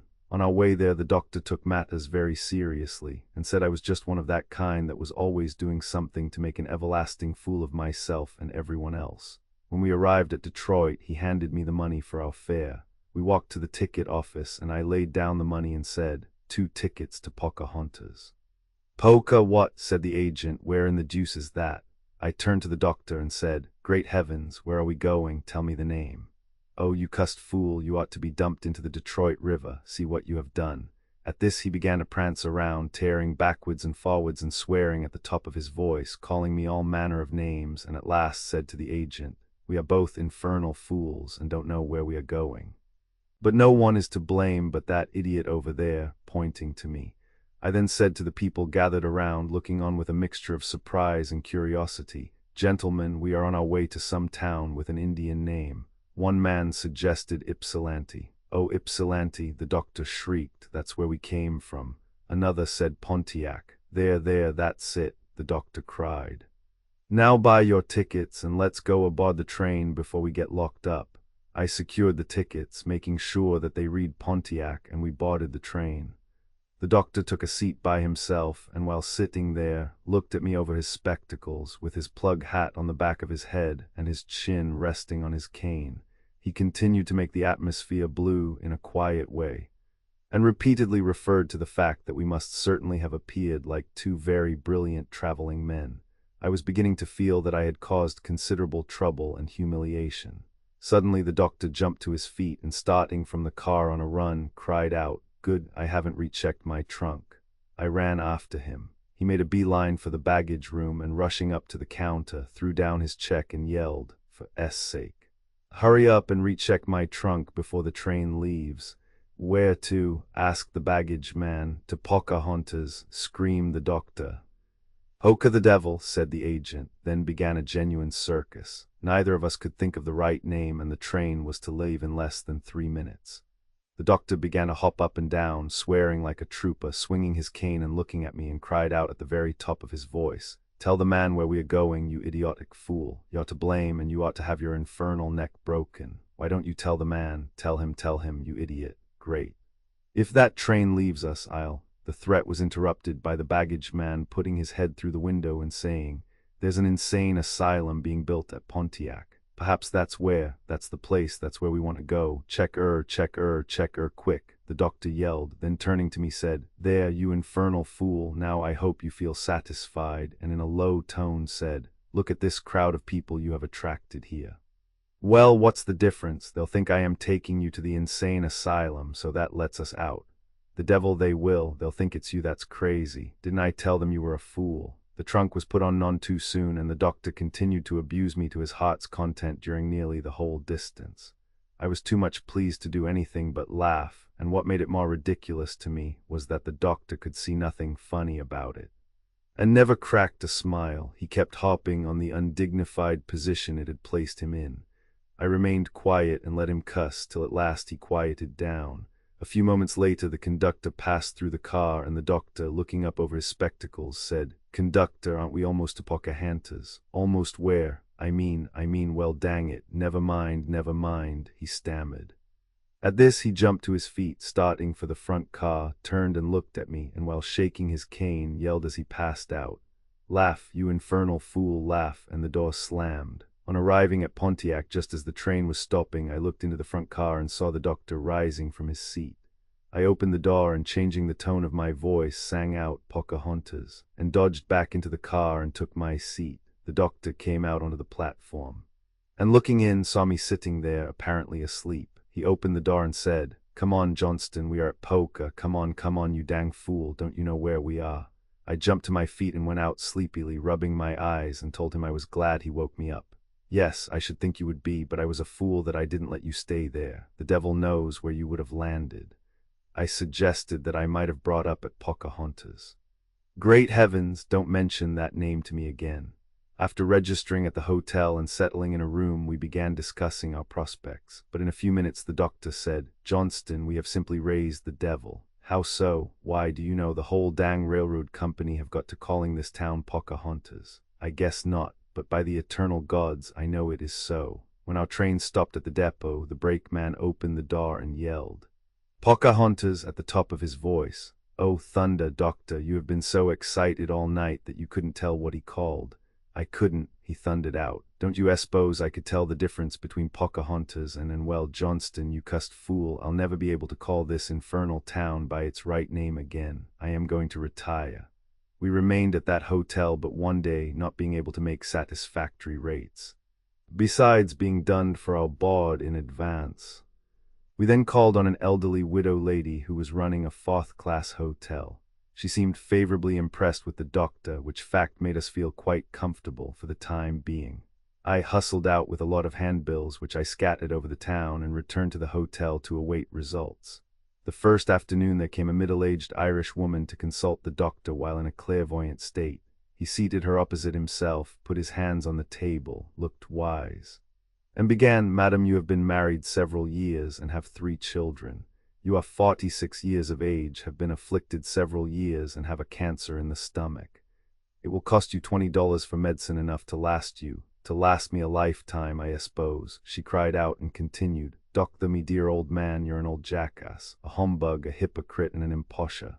Sure, I never had a married husband, and a divil of a child am I the mither of. I am less than 35, and a healthier, more robust picture of humanity never stood before your dumb, miserable gaze. The cancer in me stomach is no more nor less than a pain in me left shoulder, which any dumb fool of a doctor would know was the rheumatics. To the divil wid ye dummed impostorousness and highfalutin humbuggery. Good day, doctor, darlint, good day. May the divil transmogrify you into a less pretentious individual." With more brains and a dom sight less impecuniosity. Good day, Dr. Darlant, good day. Page 293. Our landlady had converted the upstairs sitting room into a reception room and private office for the doctor by drawing a heavy curtain as a partition. It was my duty to remain in the reception half of the room to entertain the callers, while the doctor was occupied in the consultation half with the patient. Therefore I had a grand opportunity to witness the scene with our Celtic patient by peeking between the curtains. The doctor was fairly paralyzed and had a ghastly, sickening expression of countenance during the interview. He made no attempt to speak further. As she passed out and slammed the door behind her, I opened the curtains and cried out, "Change cars for Pocahontas." The doctor began to rave and plunge and swear by note. He said I had no better sense than to try to make a curiosity of him, and I would make a sight better blower for a sideshow than traveling agent for a celebrated physician, and that if I had the pluck of a sick kitten, I would have thrown that old Irish woman out, rather than sit there and snicker at her tirade and abuse of him. In a few minutes a lady of German extraction called. The doctor was in no very fit condition of mind to go into a state of clairvoyance, with the excuse that business was too pressing to take time to do so. He asked the lady to explain her affliction. In broken English she said, "Aber you don't can do vat, you vas advertisement, I go." "Well, dang it, sit down then," growled the doctor, and placing a chair for her came to the partition and said to me in an undertone, "Now, you blamed fool, if you can't be dignified you had better leave." "All right, doctor, but you may need me to throw her out, so I'll stay." He rejoined his patient and went through with his usual mysterious performances and said, "Madam, you are of German descent." Ja, das ish so," she answered. "Your weight is about 200 pounds, was his next venture. Ja, das ish so too," she replied. "How you vas know all dem tings? You are not married, vas," she began, almost terror-stricken. "Long," he interposed. "Oh, you mean not married long time, doctor, das ist just right. You are 22 years of age and the mother of one child," he next ventured. "How you vas know all dot?" she asked excitedly. "You can be cured, madam, but it will take some little time to do it, and you must take my medicine exactly as I direct you." "How much costin'?" $20 for the first lot of medicine, and when that is gone I'll see you again." She then said, "Vel, doctor, I joust got $10, you take dot, und I pay you der unter 10 last week." "Not much," said the doctor firmly, $20 or nothing. I then looked in and calling him to me, whispered, "Great heavens, don't let her leave with that $10, take it quick." "Well, but the fool wants to pay the balance last week instead of next week." "But suppose she never pays? You haven't even told her what her complaint is yet, and it's worth $10 to get out of that." "Thunderation, haven't I told her that yet?" he asked in great excitement. I assured him in the negative. He immediately returned to the patient and said, "Well, I guess I'll let you pay me the $10. "But doctor," she ejaculated, "you no tell me yet where am I sick." "Indeed I did tell you, and I'll not tell you again unless you pay me."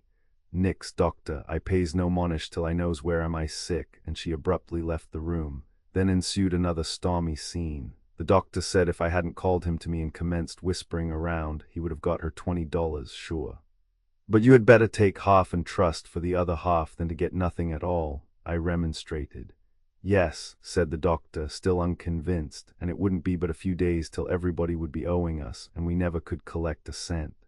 I saw the utter uselessness and foolishness of an argument with him and said no more and let him swear it out.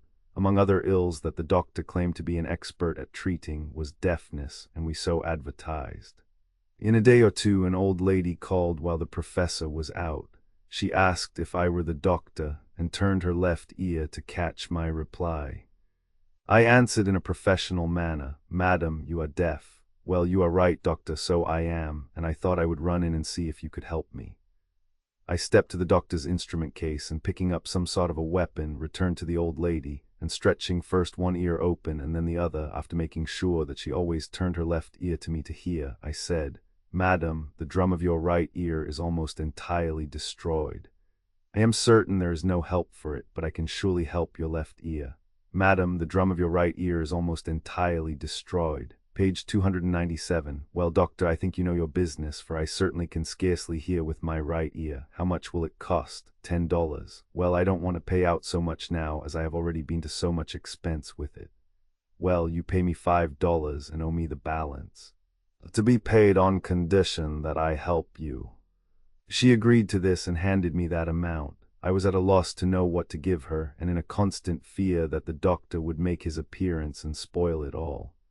I excused myself and, stepping back to the laboratory, began searching for something. At last I happened to think of a French mustache wax I had in one of my pockets with which to train my young and struggling mustache. I quickly brought forth the box, soaked the paper label, and after removing it, smoothed the top of the pomade nicely over, wrapped it in paper, and gave it to her with directions for use, and invited her to call again and let me know how she got along. As I recall this experience, my only cause for self-congratulation is that what I gave her would do her no harm if it did no good.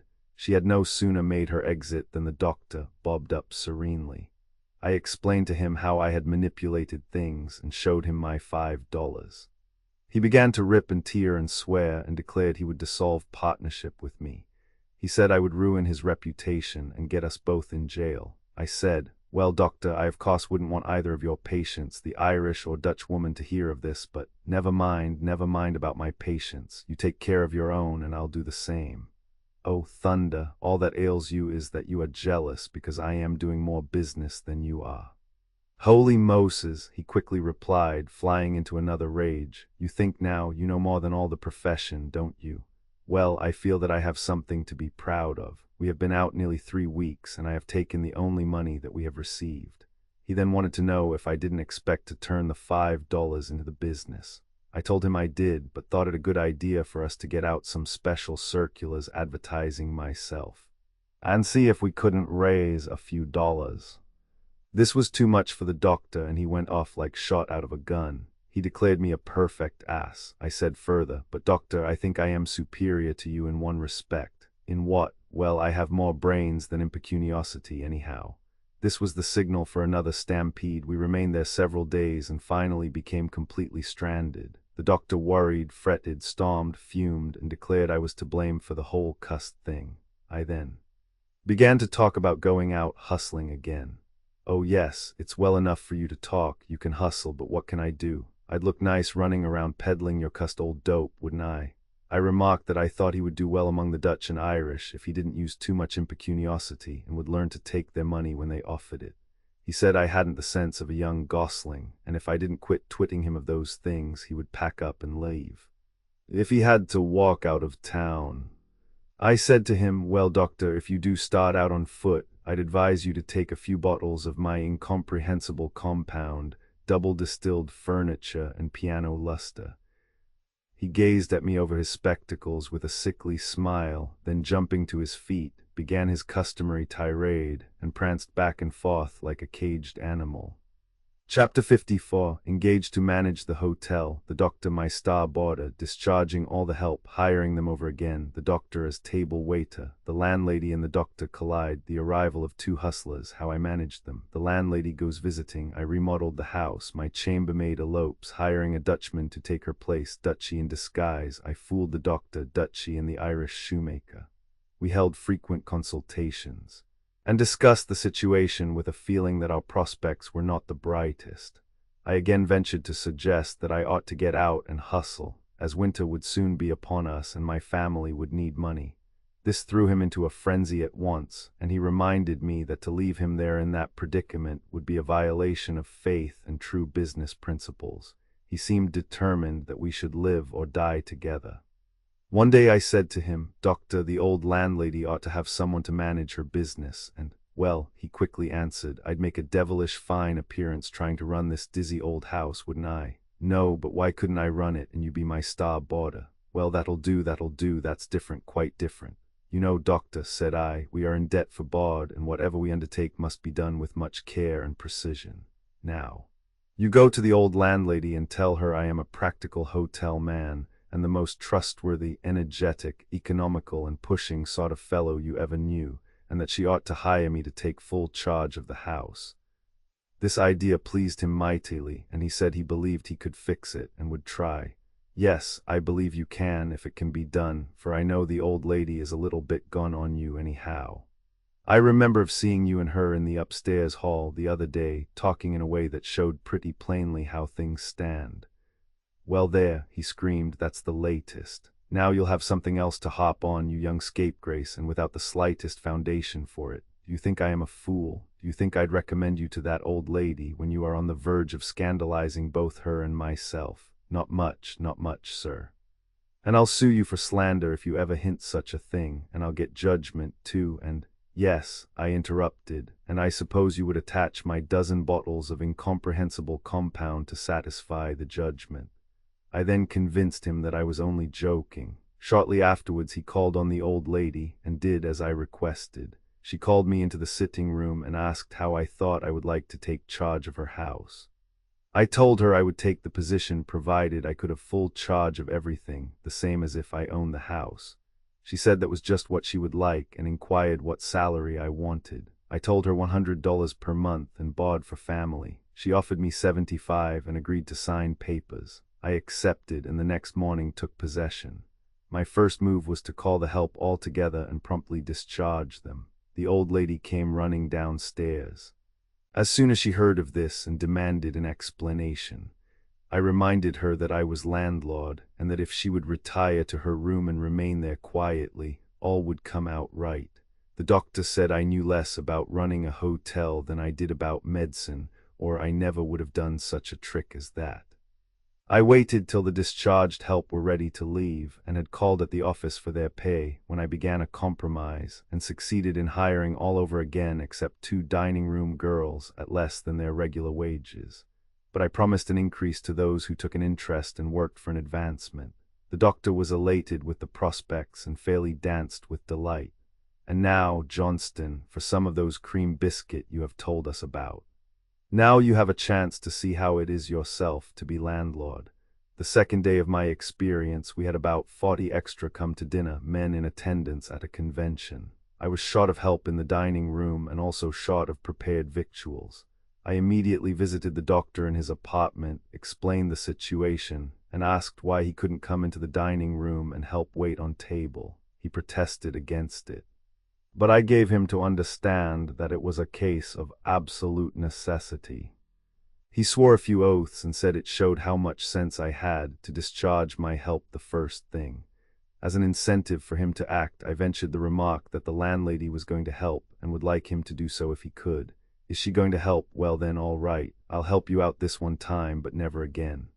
I took him to the dining room, and after he took his coat off, put a large white apron on him and gave him a few instructions. We had 5 kinds of meat, and I posted him thoroughly as to what he should say to the guests. Directly I called dinner, and the tables were soon filled. The doctor watched from the kitchen for the cue for me to make a start. When I gave it, he entered in his shirt sleeves, with the large apron on, carrying an immense tray in one hand and his gold-headed cane in the other, and had forgotten to take his plug hat off. It was setting on the back of his head, and his appearance was grotesque in the extreme. He gave me a look of disgust as he marched in and faltered for a moment, as though not quite certain where to commence. Then he made another start, and stepping up to the nearest man, rested the tray on the back of his chair and stood partially leaning on his cane, and looking over his glasses, said, "Roast beef, roast mutton, roast mutton, roast meat, roast it. We have 21 different kinds of meat. What'll you have?" By this time I had been forced to leave the room for laughter, returning as soon as I could command myself. The doctor was up to his ears in business, perspiring profusely and much excited. He still hung to his cane and plug hat. He was absolutely the most comical sight I had ever witnessed. When I met the doctor at the kitchen door with the tray piled up with several orders, he took time to say, I thought you said the landlady was going to help," for fear he would quit. I ran to the stairway and called her. She came down, and I explained as quickly as possible, and she said she would help, and putting on an apron began work immediately. We had lima beans for dinner, and being a little short on them, were obliged to dish them out in small quantities. The doctor served one man who, with one swoop, took into his mouth all he had in one spoonful, and immediately handed his dish back to the doctor, saying, "Here, waiter, bring me another bean. Here, waiter, bring me another bean." Page 312. The doctor struck a dramatic attitude and glared over his spectacles. One hand clasped the middle of his cane, and his plug hat poised sidewise on the back of his head, and he shouted excitedly, "Sir, I want you to understand we know how many beans there was in that dish. Besides, I'm no table waiter, and I demand that you address me differently. In short, I demand satisfaction for your cussed insolence, sir." Every man in the dining room dropped his knife and fork and looked on in astonishment.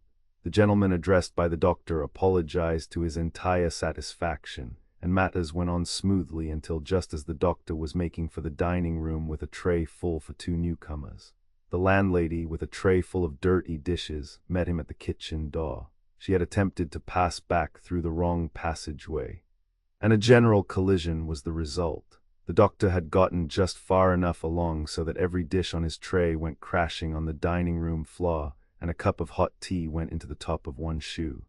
Before he fairly realized whom he had collided with, he broke out with a volley of oaths sufficient to turn the old lady's hair white in a few seconds.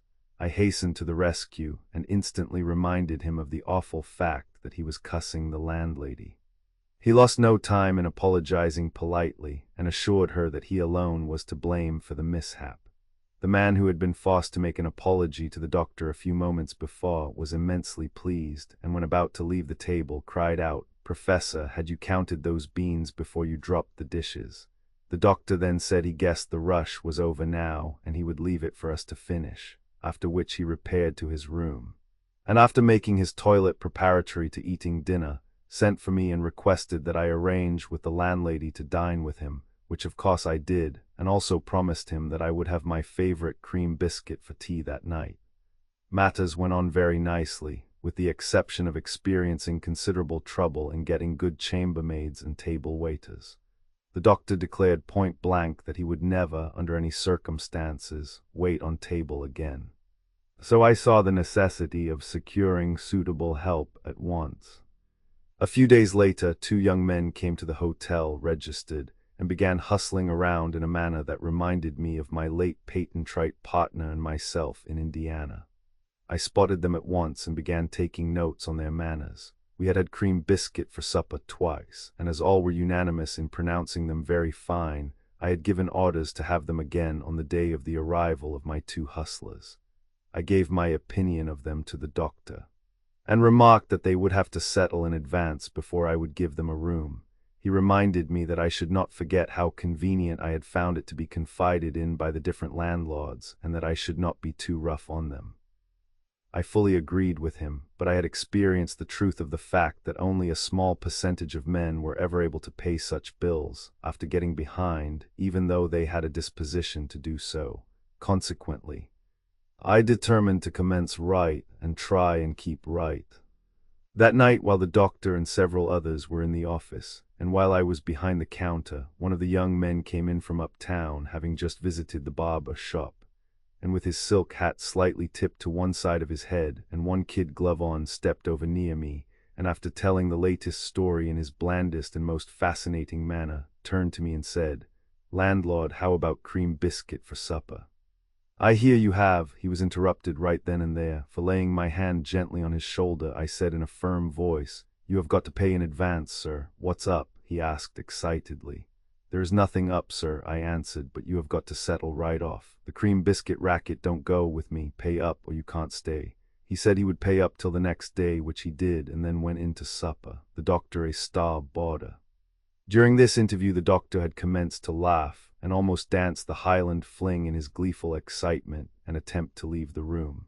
As soon as the door had closed on the young man, he returned and laughed and hopped around in his characteristic manner and said, "Why, the cussed fool might have known that he couldn't have said a thing on earth that would have put you onto him as quick as to flatter the cream biscuit." In less than 3 minutes the other hustler came in, and rushed up to the washstand to make his toilet. The doctor looked at him over his specs with a broad grin on his countenance. After washing and combing his hair, he told a funny story and said, "Put us down for a good room, landlord. You have a nice hotel, landlord. It's everything in knowing how to run a house." He then placed his hands behind him and backed up to the stove. I glanced over towards the doctor, who by this time was in the farther corner of the office, with one hand over his mouth and the other holding his hat and cane, and one foot in the air, ready to make a break for out of doors. I answered the young man by saying, "Yes, sir, it's everything in knowing how to run a hotel, and you have got to pay in advance if you stay here."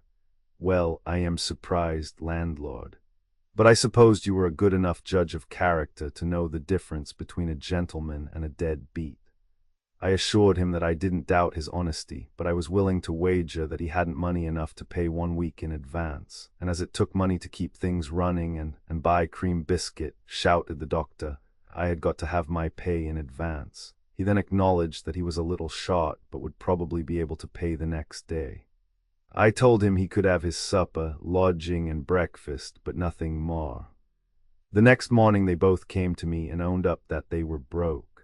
I then hired one of them for hostler and the other for clerk. About this time I succeeded in getting the landlady's consent to remodel a part of the house. She said she didn't care to be bothered with it, nor to remain there and listen to the noise, so she would go and visit her friends in Detroit and leave me to fix things to suit myself. She said also she had all confidence in me, and felt certain I would do even better than she could. Before leaving, she instructed me to go ahead and get what I wanted, as her credit was good anywhere. By the time I had fairly reached the depot to take the train, I had engaged several carpenters, painters, plasterers, bricklayers, and teams to do our hauling. I very soon had the old hotel in a condition suitable for business, by tearing down old partitions, building up new ones, papering and painting thoroughly, and adding a lot of new furniture and carpets. I had the whole outside of the old shell painted, a portion of which I ordered done in brick color and penciled. The latter part, the neighbors claimed, fooled the landlady so badly when she returned a few weeks later that she didn't know when she arrived home and kept right on up street, making inquiries and looking for her hotel. How much truth there was in this statement I do not know, but I well remember the expression on her countenance when I answered her query of how much the whole thing would cost, by informing her that I didn't think it would amount to over $1,500. I remember how she fell back on the sofa in a sort of swoon, and when she recovered herself, faltered out that she was ruined forever. I very soon convinced her, however, that the improvements had greatly enhanced the value of her property, and she seemed to appreciate my services more than ever. During her absence of several weeks, the doctor and I had some very interesting times. The day after her departure, our chambermaid eloped with one of the boarders. I advertised for help immediately, but without success. About this time a young Teutonic fellow came along and asked for something to eat. After giving him his dinner, I asked if he was looking for work. He said he was, and would work mighty cheap. I asked if he would like to be a chambermaid and make up beds and sweep. He exclaimed, "Oh, ja, I yow so good a chambermaid as nothing else." "Well then, Dutchy, I'll give you $4 per week, provided I can find a coat and vest for you to wear, as yours is too rough looking for that business." I then took him upstairs and made a vigorous search for second-hand clothes, but found none. I next entered the room previously occupied by the late runaway maid and found 3 old dresses and a hoop skirt left by her. I took a dress from the nail and, picking up the hoop skirt, said, "Here, Dutchy, put these on." "Dutchy as chambermaid, page 321. He shook his head slowly and indicated to me that he wouldn't do it. I reminded him that he was in my employ and must obey me. Then he took off his coat and vest and was about to divest himself of his other garments when I instructed him to leave them on and told him how nice the dress would be to keep his comparatively new pants clean. After donning the dress, which fitted him well and was quite becoming to him, I borrowed the doctor's razor, and he shaved himself clean and parted his fair, bushy hair in the middle, and there before me, to all appearances, was a typical German girl. He entered upon his duties at once. The doctor said he guessed we would have no more serious trouble with chambermaid elopements. I told him I wasn't so certain about that and invited him upstairs to see Dutchy. When we came to the room where I had left him, I said, "Go right in, doctor. You will find Dutchy there." "I'll be back in a minute." Doctor bolted in and immediately dodged back and cried out, "Johnston, there is a woman in there. Oh, thunder, you have lost your head since the landlady left." This was enough, and he opened up on me with several volleys of oaths and offered to bet me the price of a new hat that there was a woman in that room making up beds. I took the bet and entered the room, the doctor following and immediately crying out, "There, smarty, there. Guess you will learn to believe what I tell you.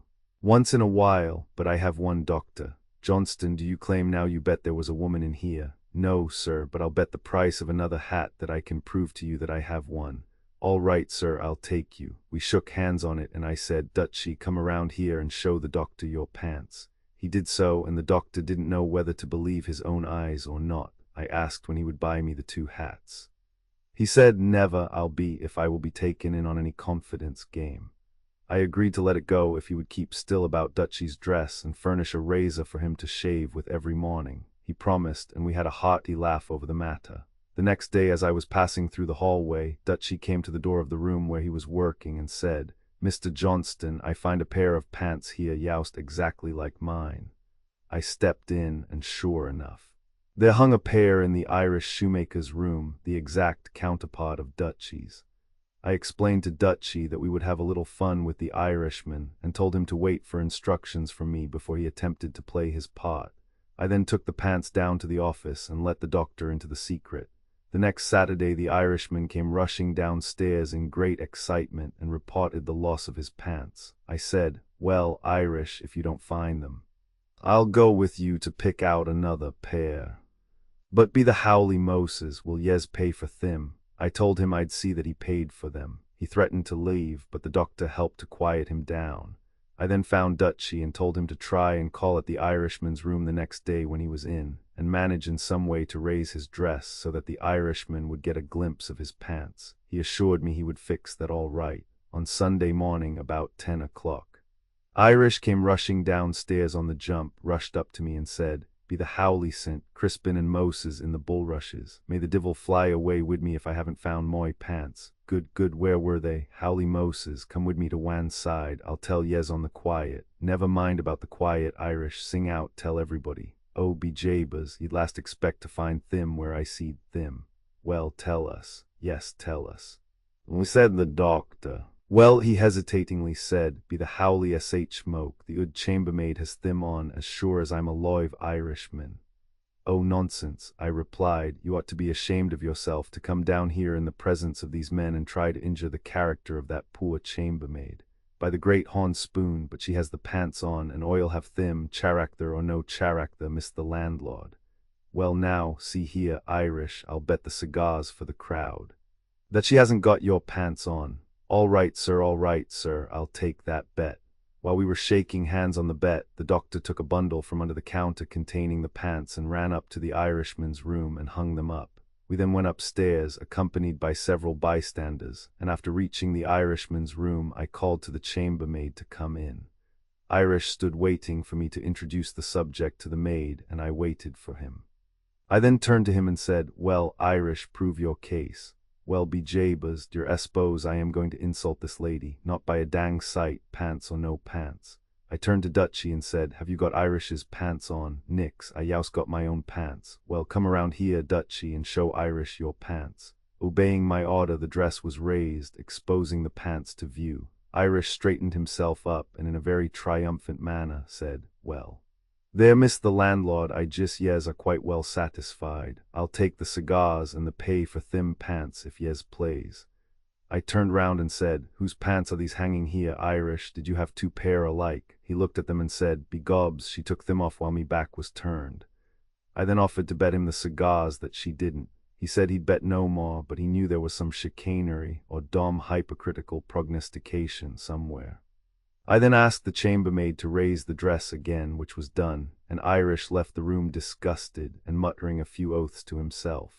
Afterwards he paid the cigars for the crowd. He then asked if I would explain what the divil right any chambermaid had to wear pants anyhow.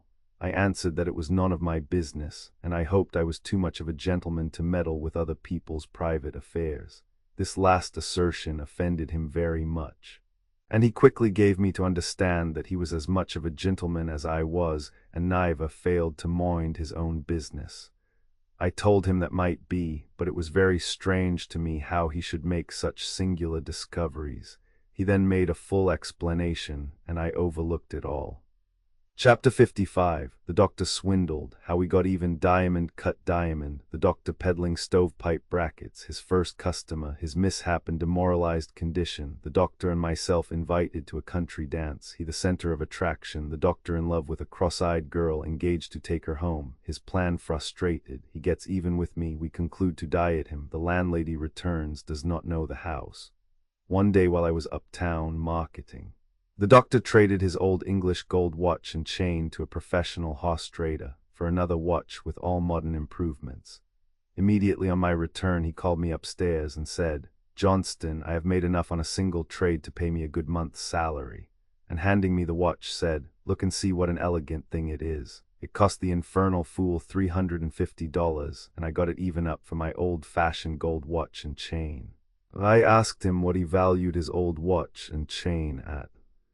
He said the chain would bring $60 for old gold, and he didn't know what value to put on the watch.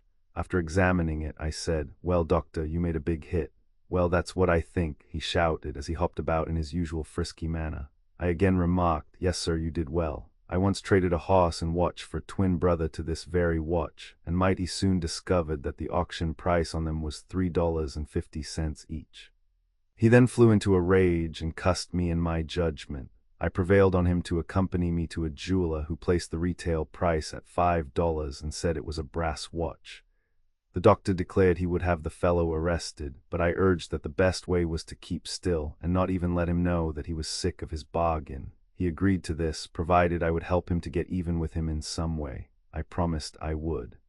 The horse trader didn't come near the hotel for a few days, and not until the Doctor had met him and treated him very nicely, thus entirely disarming him of suspicion. One day a circus came to town, and with it a street salesman carrying a stock of the very cheapest jewelry manufactured. He was unable to procure a license and made no sales there. I bought from him 25 cents worth of his goods. The Doctor took about half of my purchase, and wrapping them in tissue paper, put them carefully in his valise, and we awaited the arrival of our friend Sam, the horse trader. One evening we saw him hitching his horse outside and made ready for him by beginning a very heated discussion concerning a deal we had been having in jewelry. As he entered, we were in the hottest of it. The Doctor abused me, and I accused him of not living up to his agreement, and peremptorily demanded $160 in cash, or the return of the jewelry. The Doctor said he couldn't pay the money under 10 days and refused to return the jewelry. Then I declared there would be a fight unless he did one thing or the other on the spot. The Doctor then said he wouldn't disgrace himself by fighting if he had to turn all the jewelry over to me, and got his valise at once and produced it, and my original bill to him. Sam stepped forward to examine it as I was taking a careful inventory to make sure it was all there. I then casually remarked that I was going to see a certain man the next day and trade it for a horse and buggy. Sam said, "I'll trade you a nice horse and buggy for it. Where is your rig?" I asked. "Outside here." I stepped out and after looking the horse and wagon over, said, "I think that whole rig is worth $150 and I'll trade for $10 boot." Sam said he would look the jewelry over again, which he did. He then offered to trade even. I refused to do that, but told him I would trade if he would let me keep 2 of the rings. He offered to let me keep 1 ring. The trade hung for a few moments, and at last, seeing his determination, we consummated the trade and I drove the outfit to the barn. The Doctor didn't sleep a wink that night, and the next morning wanted me to sell out at once and divide the money, but seeing a chance to tantalize him, I said, "Doctor, who do you want me to divide with?" "With me," he shouted. "Whom do you suppose?" "Well, thunderation, Doctor, it was my property we traded off. Why should I give you half the profits?" "Great heavens," he screamed. "Think of it, 1 shilling's worth of property." Then he sizzled around for a while and said I was worse than Sam the horse shark because Sam didn't practice beating his friends and I did, according to that deal. I offered the harness to the Doctor as his share of the deal. He refused and abused me roundly, till I took him in as full partner on the whole thing. The next day Sam came in the hotel, and handing me one of the rings that had turned perfectly black, asked me if that was one I traded him. I told him it looked like it in shape, but not in color. He asked if I had any more like it, but assured me that he was no squealer, and would never kick if I had traded him brass jewelry for his farm.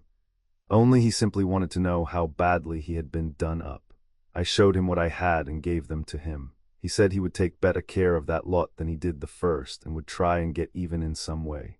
A day or two later he came in and asked what I had to trade.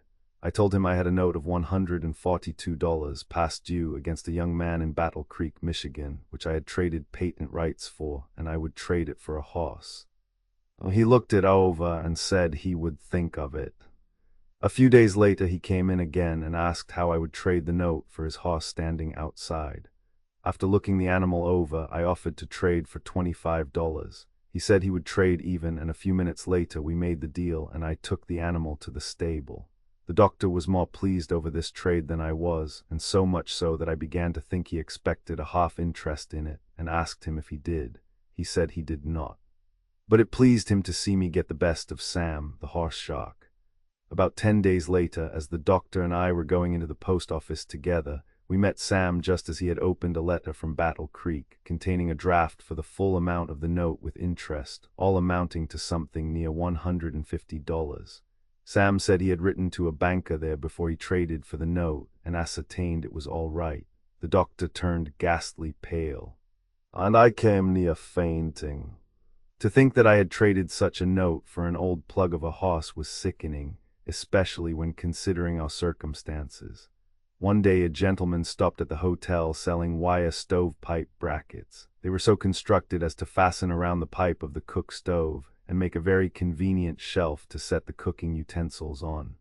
The doctor took a particular liking to the man selling them and lost no opportunity to speak a good word for the invention. One day he ventured the assertion that he could sell 6 dozen a day to the housekeepers of that town. I suggested that he start out at once. He was insulted and said he was in other business. I said a poor excuse was better than none and offered to wager the price of a new hat that he couldn't sell one in a week. He then offered to bet the cigars for the crowd that he could sell one to his washerwoman. Yes, I replied. I suppose she would be glad to take cats and dogs for what you owe her. That settled it, and he raked me right and left. He said I needn't judge him from my shirtless experience at Fort Wayne, which I had related to him, and that he always paid his wash bill. He then reminded me that only for him and his money a few weeks before I would have gone without laundered shirts many a day. Yes, said I, and only for me where would you be eating now? Great, he ejaculated. You cussed, impudent Arab who got you this job. You did, I replied, but only for your beautiful figure and winning ways catching the eye of the land. Shut up, he yelled. Don't you open your infernal head again. Then I apologized and said, well, doctor, you have satisfied me that you don't owe your washerwoman, so I'll take the bet you offered to make. And I added, I'll bet another cigar she won't let you in the house unless you have a bundle of washing along.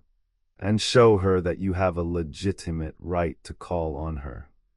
This exasperated him again and made him more determined than ever to show us what he could do.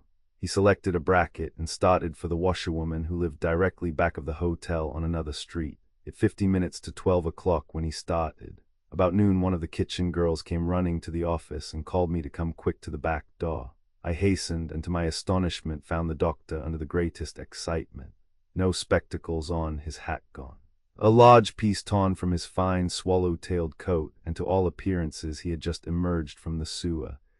Great heavens, doctor, what is up? I asked. Don't say a word, he cried. Get me to my room quick before anyone sees me. Where is your hat? I asked. Over to the washerwoman's, he gasped. And your cane, what has become? Great heavens, sure enough, he interrupted. I forgot that, it's on her table. And my spectacles, the Lord knows where they are, but get me out of this, quick, and hurry over there and fix it. Fix what? I asked. What did she say, doctor? Good, all I heard her say was, what will my poor Mike do for his dinner? And then she never mind what she said, but hurry up. I then said to him, doctor, you go right through the dining room and on upstairs to your room, and I'll go over and see if I can find what there is left of you. He asked if there were no back stairs. I said yes, but they were very dark. I then led him to the back stairway and offered to accompany him to his room, but he said I should hurry over there and fix things. So after explaining to him the back stair route to his room, I was about to close the door on him when he placed his hand on his head and said, My, just feel of this bunch, and I guess my hat is ruined. Hurry over and see about it, quick. I closed the stairway door and started across the backyard. When not more than 6 or 8 rods away, I heard a noise at the house that startled me. One of the girls came running out and screamed for me to come back, quick. By the time I arrived there, they had succeeded in hauling the doctor out from the entrance to the stairway, and he was completely deluged with slops. He began swearing and cursing the chambermaid, and cursed me for hiring a Dutchman to do the work. He then explained that after getting about 2/3 up the stairs, he had concluded to give it up and go the front way, and while descending he had come on the opposite side from that which he had ascended, and had stepped on a bucket filled with slops, and as a result he had landed at the very bottom of the stairs with the contents all over him. "Well, doctor," said I, leading him to his room, "you are the most horrible-looking sight I ever beheld. It will be terrible if the landlady comes home on the noon train." "Good," he faltered. "Do you expect her home on this train? Here, let me go alone. You hurry over there. That lazy Dutchman, why didn't he empty the slops?" I then made a fresh start for the doctor's washerwoman. On the way I found his spectacles in a ditch which had no water in but plenty of mud. He had gotten out of the regular path, and in his excitement had waded into the ditch. Upon reaching the house, I found the old lady under a high pressure of exasperation and excitement. When I asked if Doctor had been there, "Howly Moses," she shrieked, "I should think he had been here, wid his dommed old stovepipe demolisher. Be jabbers, he got a good whack over the head wid me mop stick to pay for his flabbergasted stubbornness. And I think he'll have to sell more nor one of thim pesky wire flumadoodles before he can replace the oud plug hat." "Which yezel foind lay in theer in the wud box?" I asked for an explanation. She showed me how the doctor had come in without any authority, and insisted on putting one of thim dumb things on her stovepipe. After fastening it on and explaining its purpose, he asked her to set her kettle of boiled dinner on and see how stout and strong it was. This she refused to do, not believing it to be safe. But the doctor, wid his dom jackass stubbornness, as she termed it, had forcibly taken the kettle from her hands and lifted it to the bracket.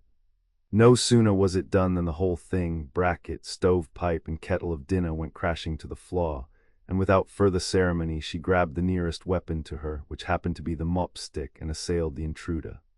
She first struck his hat, knocking it off and bruising it badly, and next gave him a good whack over the head. I asked how he tore his coat. She said, as he passed out on the jump, his coat caught on a nail, but it didn't lessen his speed one bit. I returned to the hotel with the doctor's hat, cane, spectacles, and the wire bracket which the irate woman declared she wouldn't give house room to. The doctor was in quite a critical condition. His head was badly swollen, several bruises were on his body from the fall downstairs, and a high fever had set in, compelling him to take to his bed. His first question when I entered his room was, "What did she say?" and the second was, "Did the landlady come on the train?" But I answered both and gave him all the aid and consolation in my power. Among other things, I promised if he ever recovered we would have his favorite pie and coffee every meal for 2 weeks. This pleased him greatly, for his appetite for apple pie and Java coffee was seldom if ever satisfied. He recovered in a few days and said he was glad the landlady didn't return in the midst of that fracas. A few days later he came rushing into the hotel from uptown and said, "I just met an old friend and former patron who used to live in the southern part of the state. He now lives 5 miles from here, and they are going to have a dance at his house next Friday night. He wants me to come out and bring you with me, as I told him all about you and whose daughter you married. He has always known John Higgins, your father-in-law. I told him we would be there. So you must make calculations to go." "All right, doctor, we'll drive our horse out. That's what we'll do, that's what we'll do," he laughingly remarked. If there was any one thing the doctor prided himself in more than another, it was his gracefulness in tripping the light, fantastic toe. He talked of nothing else from that time till Friday, and made more preparations for the occasion than the average person would for his own wedding. When the hostler drove our rig to the front door, the doctor, with his highly polished boots, his heavy checked skin-tight pants, then the height of fashion, his swallow-tailed coat, renovated and mended for the occasion, his low-cut vest, and his immaculate shirt front with a large flaming red necktie, his face cleanly shaven, his ivory-white mustache waxed and twisted, his gold-headed cane and gold spectacles, and lastly his newly ironed hat, standing there as described. He certainly made a very striking appearance. On our way out he became very impatient to make faster time, and declared that we got cheated when we traded the jewelry for such an infernal horse, and wanted to sell his half to me. I told him I would buy him out if he would take his pay in board. He He became excited at once, and said he would be an idiot to do that, as it was just the same as understood that I was to board him if I got the hotel to run. "But suppose I should remain here for 5 years," said I. "What then? What then?" he quickly ejaculated. "Why then I suppose you'd find me here to the end of that time. I started out with you, and I intend to stay with you." We were royally received at the farmer's residence, and the doctor at once became the center of attraction for those already assembled, and continued so during the evening. He told his latest stories, and I told one occasionally. Bringing in Pocahontas, stovepipe bracket, Irish patient, brass watches, etc., etc., any one of which had the tendency to keep the doctor riled up and in constant fear lest I should dwell on facts or go into particulars. At last he called me out on the porch and said, "Now, sir, I am among aristocratic friends who have always honored and respected me. And you have come about as near telling some of your cussed miserable stories about me as I want you to tonight. So now be guarded, sir. Remember, I am among my friends and not yours, so I want you to be careful." I assured him that I meant no reflection on him and would be guarded. Directly the musicians came and all was ready to begin. The doctor was one of the first to lead out, with the hostess for a partner. Everything went on smoothly. Hard cider flowed freely, and the doctor indulged often. The gentlemen all kept their hats on, including the doctor and myself, as etiquette didn't seem to require their removal. More cider, plenty of music, and constant dancing warmed up everybody, and very soon the gentlemen removed their coats, the doctor and myself following suit. The more we danced, the more we wanted to dance, and the doctor never missed a single set. We were both introduced to the belles of the neighborhood. The doctor was a general favorite with them, which fact caused considerable jealousy among not a few of the young gentlemen present. Taking in the situation, I took special pains to say to all the boys that the doctor was a nice old fellow and meant no harm. Finally, about 10 o'clock, the Simon Pure aristocracy appeared on the scene. This was a young lady who had a very handsome face and a beautiful figure, but she was very cross-eyed. In spite of this defect, she was very attractive, and being a graceful dancer, had no lack of offers to dance. I received an introduction to her, and soon after, the doctor was introduced as per his request, the doctor and his cross-eyed girl. Page 351, he became much infatuated with her, and she didn't seem to dislike him very much. At any rate, they danced nearly every set together. When supper was announced, he waited upon her. It so happened that the doctor sat at the end of the table, she to his left at the side of the table, and I to his right, opposite her. The first thing I said was, "All I care for is pie and coffee." The doctor looked sober and enraged. After all were nicely seated, I told one or two old chestnuts, when the doctor ventured on one of his latest. Then I said, "Doctor, we are all alike. It simply shows our impecuniosity to sit here and tell stories when we ought to finish our meal and make room for others." Nobody laughed, so I told another. It was about an old gentleman going out to sell stovepipe brackets. Everybody laughed but the doctor. I then said, "Doctor, let's hear from you now." He was too full for utterance, and as I very well knew, would have given considerable for a chance to express himself. After supper, he called me out on the porch and said he just expected every minute that I was going to mention his name in connection with that peddling story, and it was well I didn't. "Well, doctor, I didn't mean you at all." You didn't. I wonder who you meant, if not me." I then said, "I see you are having a nice time. Nice girl.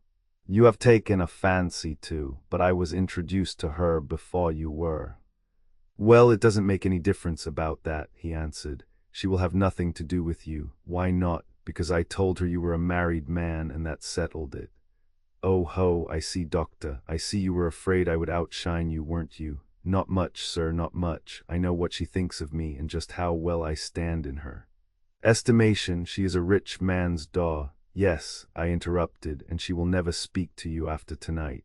"She will, unless you tell some of your infernal yarns and connect me with them, and if you do, But doctor," I said hastily, "what will the landlady say when she gets home and sees how things are going?" "Oh, you cussed idiot," he screamed. "Do you think she has a string tied to me? What do you suppose I care for her? Is she any comparison to this young lady?" "No, I suppose not, but doctor, you are fooled in this girl, and I'll bet you didn't tell her about my being married till after supper." "What makes you think that?" "Well, I noticed that she kept looking at me all the time we were eating."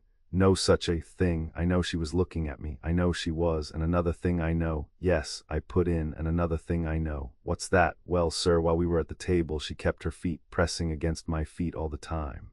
Oh, you idiot, those were my feet that were pressing against yours. Then if you knew they were mine, why did you keep pushing yours against them all the time? Under much excitement he answered, because sir, I thought I would have a little fun with you, that's why. Yes, because you thought they were the girl's feet, that's why. Then assuming his usual dramatic attitude and striking his breast with his clenched fist, he cried out, Johnston, if you cast any imputation against the character of this young lady, you will have to answer to me, sir. Now remember what I tell you. Well, doctor, you had better go in and resume dancing. You are losing lots of fun. Yes, he quickly answered. I know I am. This is what I get for introducing you into society. We then returned to the dancing room, and the doctor found no difficulty in getting the attention of the cross-eyed belle. By this time the boys were jealous anyway and would have nothing to do with her. About 2 o'clock in the morning the doctor came to me and said, Johnston, I am going to take this young lady home. How far does she reside from here? About 6 miles. Have you ordered a livery team? Not by a dang sight. Why should I? Can't I use our horse and buggy? I replied that I thought not. I think I can, I know I can, and I know I will. The half of that rig belongs to me. I have agreed to take her, and I must do it. Well, I should think you had better be starting if you are going with our horse. And expect to return before morning. We will not start till the dance breaks up, Mr. Johnston, was his defiant answer. Where am I to stay? I asked. What am I going to do while you are traveling 6 miles and back with that old plug of a horse after everybody has gone home?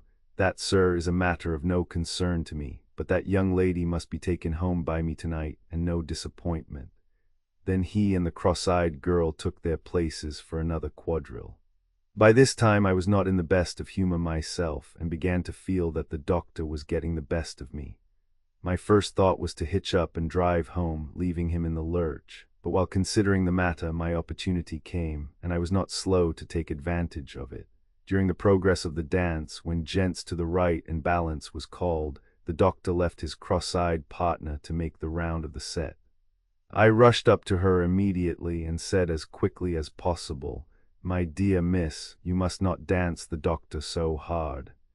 He has fits and is liable to fall over in one at any moment. Why, in driving along in a carriage, he is liable to drop right out in the middle of the road, leaving the horse to go to destruction. Thank you, she said. I then stepped back to await results. While talking with her, I noticed the doctor eyeing me with suspicion, but my interview was so very short that he appeared relieved on my leaving her.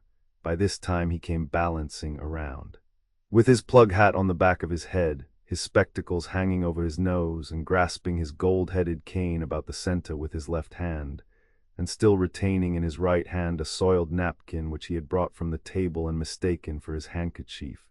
He came balancing up to his partner with a regular Highland fling step, a most fascinating and bewitching smile on his countenance, and looked her straight in the face.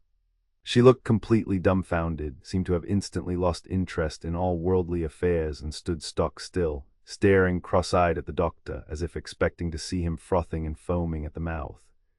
He then seized her about the waist, fairly lifting her from the floor. After swinging her 2 or 3 times around, again stood her up where he found her, when he seemed to suddenly comprehend that something was wrong, and instantly changed countenance. The young lady then turned to him and said very reluctantly, Doctor, I wish to ask you to excuse me from our engagement this evening. Suddenly remembering my interview with her, he said, What did that red-headed hyena say to you? What did he say? What did he say? Tell me quick, what did he say? I must know. Oh, nothing much, doctor. I demand to know immediately. Tell me now. Well, doctor, he says you have fits. Fits, what? I have fits, gracious heavens. What, when, how, where is he? Where is the infernal red-headed liar? Bring him to me and let me paralyze him. While saying this, he was plunging and spinning around in his usual jumping jack manner, swinging his cane in one hand and slamming his plug hat on the floor with the other. The floor manager stepped up and asked what the matter was. The doctor shrieked out, Good, do I look like a man who has fits, would you think? To look at me that I ever had fits. The floor manager placed his hands on his shoulders and said sympathetically, Never mind, doctor, you are not going to have a fit. Keep cool, doctor, keep perfectly quiet. You will soon get over it. Step outside into the cool air and you will soon get over it." "Get over what?" said the exasperated man.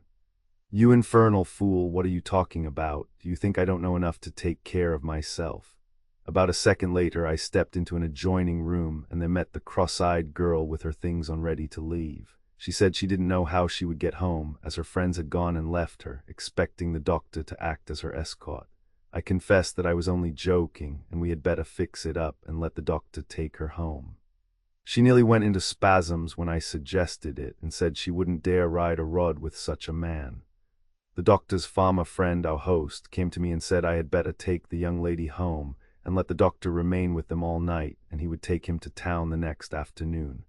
This was satisfactory to the young miss, so we immediately slipped away without consulting the doctor or even bidding him good night. On our way, I asked her if she would be willing to consent to a meeting with the doctor or open a correspondence with him. She refused emphatically to do either, despite the fact that I declared the whole thing a joke. She said his actions at the last were enough to convince her that it was no joking affair. I was anxious to do something in the doctor's behalf to atone for the injury to his feelings that I was the cause of, but the matter had gone too far.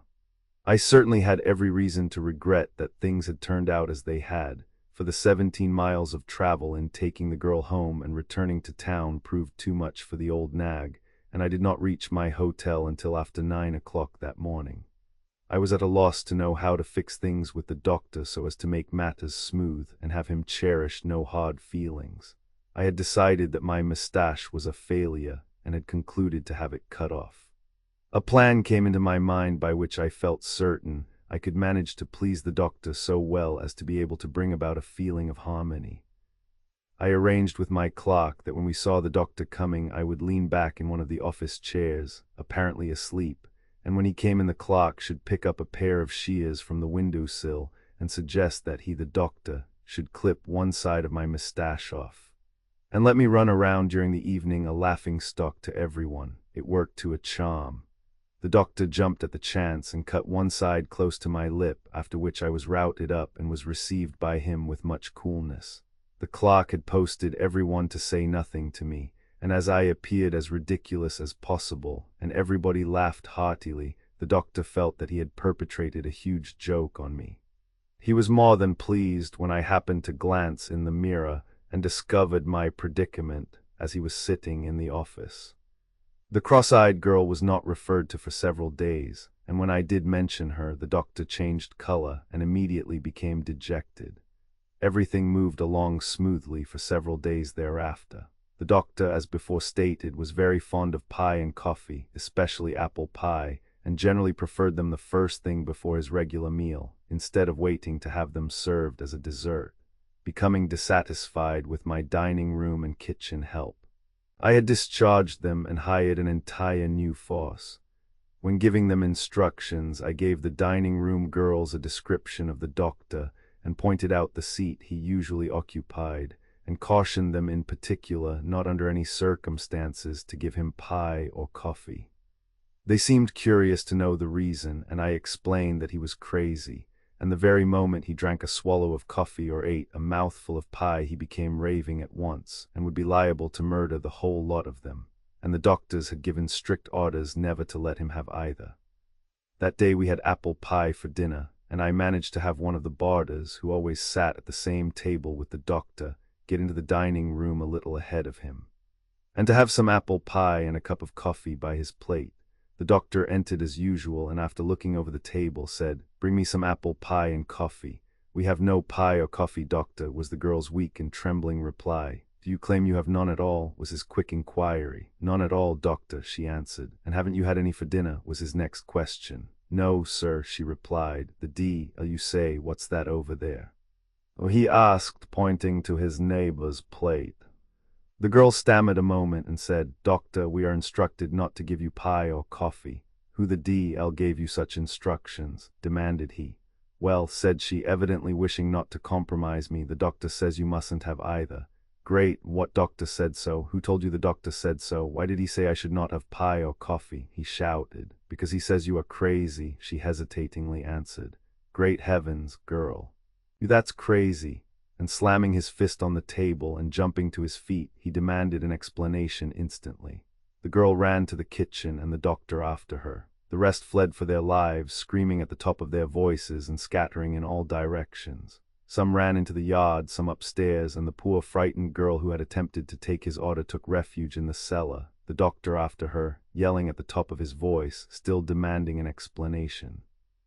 He barricaded the cellarway by swinging his cane and banging it against a tin wash boiler near the entrance, and declared that the girl never should see daylight again unless she revealed the source of her information. It was now about 1 o'clock, and the landlady had arrived on the noon train, and after locating her newly painted hotel, came in just in time to catch us in the heat of the excitement, and the doctor in the cellar in the midst of his controversy. She demanded an explanation, and became very nervous when the cook excitedly told her that the doctor had gone raving crazy and had driven one of the girls down cellar. She asked me why I didn't go down after him. I told her I didn't dare to. Directly he came stamping up the stairs, swearing at the top of his voice, and said he just expected it was the work of that cussed red-headed D.L. As he emerged from the cellarway with his wild, defiant look and an oath on his lips and saw the landlady standing in the doorway, he looked the picture of despair. He faltered for a moment, during which time there was another general stampede. I was the first to start on the run, with the old lady following after, leaving the doctor by himself. He tried to find someone to listen to him, but the moment he would venture near anyone about the house, they would fly away at lightning speed. The landlady asked how long he had been so and suggested calling a physician or having him sent to an asylum. After the matter had gone as far as I thought it should, and farther than I had any idea it ever would go, I began to explain that it was only a joke. But again, the thing had gone too far. My dining room girls immediately quit work, declaring that I couldn't fool them as they had seen enough. With considerable difficulty, I satisfied the landlady that it was only a joke. It then became necessary to satisfy her that the extensive improvements on the house had been a good investment. While upstairs showing her the changes I had made, I noticed the doctor's door was opened and that he was inside. Suddenly we came to a room directly opposite his, which I had had papered and refurnished, and she remarked that it suited her exactly and that it showed good taste. I said in a loud tone, "Well, landlady, the doctor suggested this, and I have depended largely on his taste and judgment." We then stepped to the doctor's door and were invited in. She aided me as much as possible in keeping up a conversation and complimented the doctor on his exquisite taste. He was immensely pleased, and after she left, I remained with him a few moments. He jumped up and closed the door and was about to give me a tongue lashing when I anticipated him by saying, "Doctor, don't it beat thunder about that girl. Great heavens, had I known she was just out of the asylum, I never would have hired her. And isn't it strange that she twits everyone else of being crazy? I wouldn't have her around 10 days for the price of the hotel, but you will not be bothered any more, doctor, for she is gone." He gave me a very searching look, and said, "Johnston, was it she or I that was considered crazy?" "Well, doctor, I understand that she was crazy and you followed her down cellar to prevent her from committing suicide. At least that is the way the matter has been represented to the landlady and me." "Well, I understood," said he, seeming much relieved, "that they considered me crazy." "Oh my, doctor, the landlady considers you one of the bravest and most courageous men she ever saw. To follow a raving maniac down cellar the way you did." He said he was really surprised to learn that such was the case, as he had gotten quite a different idea. A few days later, my wife and boy arrived, as I had sent for them some days before. The doctor and I sold off our personal property and things moved on very harmoniously. One day a lady called to consult him professionally and paid him $5 in cash. This gave him renewed courage, and he declared his intention of locating there permanently, as he not only believed it to be a good point, but he was rapidly becoming known and could very soon establish himself in a lucrative practice. The business of the hotel increased, and to the landlady's astonishment was making money. She could not understand how it had cleared so much, till I explained to her that I had raised the rates from $1 to $1.50 and $2 per day. She became much frightened and declared I would ruin her business. I declared it would be run on those terms, or not at all if I run it. She became reconciled, and in a few weeks found a responsible party who paid her a good rental for the house and furniture, and leased it for a term of years. Chapter 56. Out of a position, moved to Ann Arbor, how I made a raise, a return to furniture Polish, selling experience, hauling coke, my summer clothes in a snowstorm, a gloomy Christmas, an attack of bilious fever, establishing an enforced credit, the photograph I sent my mother, engaged as an auctioneer at Toledo, Ohio, my first sale. The leasing of the hotel by the landlady threw me out of a position, and at a time when cold weather had set in. And I had spent all the money I had received for the horses, besides the salary I had drawn, in clothing my wife and boy comfortably. I had intended to provide myself with winter clothing with my next month's salary, but the change came too suddenly for me. Consequently, I was left with my summer clothes, and a dozen bottles of furniture and piano Polish as stock in trade. As soon as I saw there was going to be a change in the hotel, I wrote to an old lady in Ann Arbor, whose name was given me by a medical student, making inquiries about furnished rooms for light housekeeping. She wrote in reply that she could rent me one room suitable for that purpose at $1 per week. We decided to go there, as we could not procure furnished rooms in Pontiac for light housekeeping. Besides, I considered Ann Arbor a good town to operate in. I had just money enough to pay our traveling expenses, and explained to my wife we had better leave on the morning train, which would get us into Ann Arbor at 2 o'clock in the afternoon. And as that day would be Saturday, I could hustle out and sell Polish enough to pay our rent and buy provisions for over Sunday. She agreed with me, and we started accordingly. But our train was belated by a freight train being ditched. So we did not reach our destination till 6 o'clock that night, without a single cent in our pockets. The night was dark and gloomy, and the snow flying, while I hustled around in my low-cut shoes, high-water pants, summer ulster, and a straw hat. We walked nearly all over the town, following directions given by first one fool and then another, lugging the boy and our baggage, searching for Mrs. Hogan, corner of 2nd and Ann Streets. At last we reached the place, and I introduced myself as the one who had engaged a room of her by letter. After explaining to the old lady that we had just arrived from Pontiac, she looked us over carefully and remarked, "You didn't walk, did you?" I replied that we had come part of the way on the cars, and then I told her of our march around town. I noticed at once that she was anxious about her rent, as we had taken possession, so I said to my wife, "Well, I must go out instantly to find those parties, or I won't be able to see them till Monday. I will be back just as soon as I possibly can, so you must not worry. Mrs. Hogan, will you direct me to a wood yard? Never mind the wood, Mr. Johnston. It will be impossible to get a load delivered tonight. I will let you have enough to last over Sunday."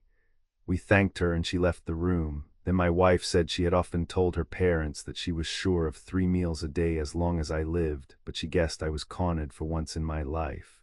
"But," said I, "if it were only one meal that we were liable to miss, it would not be so terrible. But here it is late Saturday, and if I can't raise enough for supper, I certainly can't for over Sunday.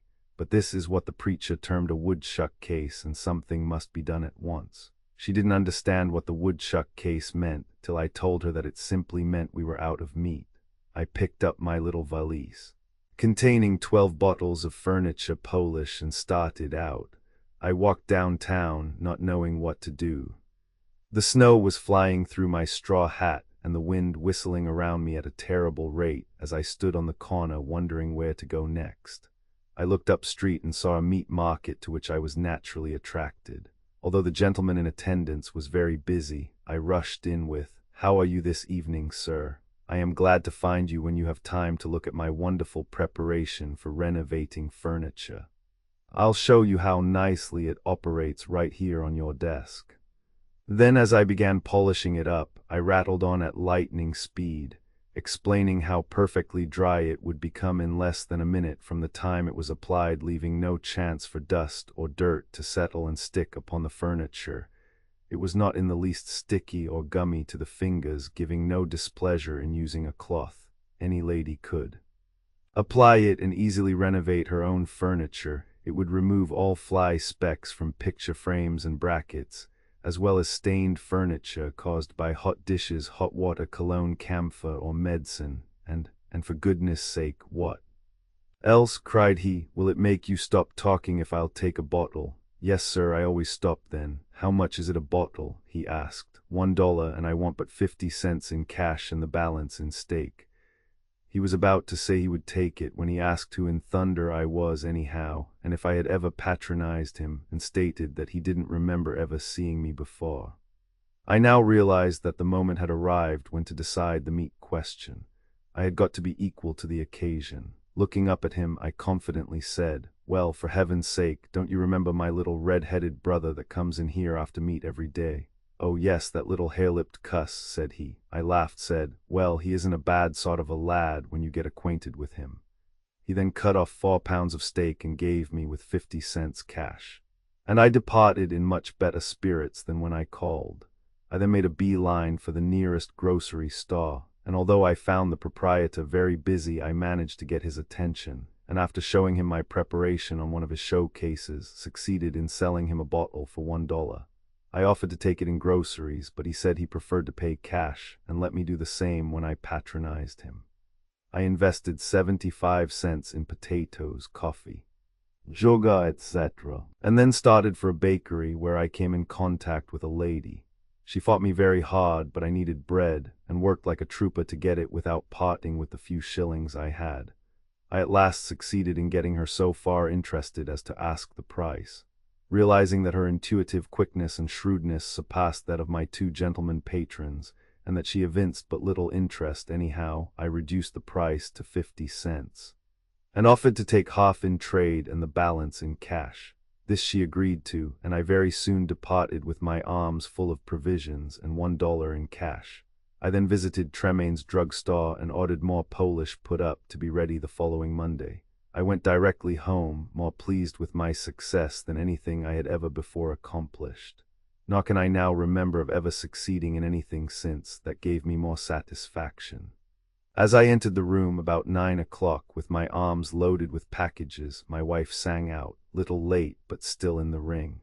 With grim irony I replied, and the villain still pursued her. However, I appreciated the joke as much as she did, and we were but a few moments in preparing a meal that each pronounced the best we had ever partaken of. Our landlady looked in upon us again that night, when I handed her the $1 due for rent, saying as I did so, that I might as well pay it then as to wait till Monday. We felt quite comfortable and congratulated ourselves on our success in pulling through and making such a narrow escape. My wife's faith in the 3 meals a day theory was strengthened more than ever after this, and I felt myself that I had come about as near missing a meal as I would probably ever again experience. When Monday morning came, I was ready for business with my 9 bottles of Polish. The first house I visited was a large stone front, showing the owner to be a man of wealth.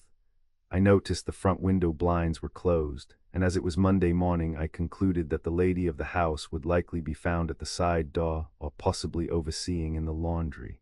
The latter I found to be the case, and when I rang the bell, she answered it herself. Upon seeing me with my valise, she slammed the door in my face, and I heard the bolt shove, as though expecting me to attempt to break in. This exasperated me more than the rebuff, and I could feel my hair standing straight up, almost piercing my straw hat. I started around toward the front of the house, expecting to try the next neighbor. When I neared the front steps, I was seized with a determination to either get into that house or make the old lady some trouble for her impudence. So I ran up and pulled the bell vigorously several times. Directly I heard the doors opening and closing and a general rustling about through the rooms, when suddenly the front door opened just far enough to admit me, and I landed in the hallway with a single bound. The lady recognized me and said, "Here you are again." "Yes'm, here I am, and I am here to convince you that I am no house burglar nor highway robber. I am here with a valuable article which you cannot afford to be without, nor can any other housekeeper. And were I to leave without showing it, you would always pride yourself on getting rid of one impostor. I must insist on showing you the value of my preparation, which I can do on the hat tree here in the hall." I then began polishing, and kept up a ceaseless run of talk, much to the disgust of Her Highness, who insisted that all peddlers and agents were tramps, virtually speaking. I managed, however, to do most of the talking, and at last convinced her from its rapid drying qualities that it was almost indispensable. I then closed a sale with her, and as she had been so very courteous and complimentary in her opinion of agents and peddlers, I let her have 2 bottles for $3. The third house I visited was that of a middle-aged gentleman who, after purchasing a bottle of my renovator, expressed a desire to become an agent for its sale. I informed him that I was sole proprietor and could give him a very good chance. He asked what I would take for Washtenaw County, Michigan. I saw at once that he was anxious to invest in territory, and as my preparation was not patented, I decided to accommodate him by letting him have the exclusive sale of it in that county for a reasonable consideration.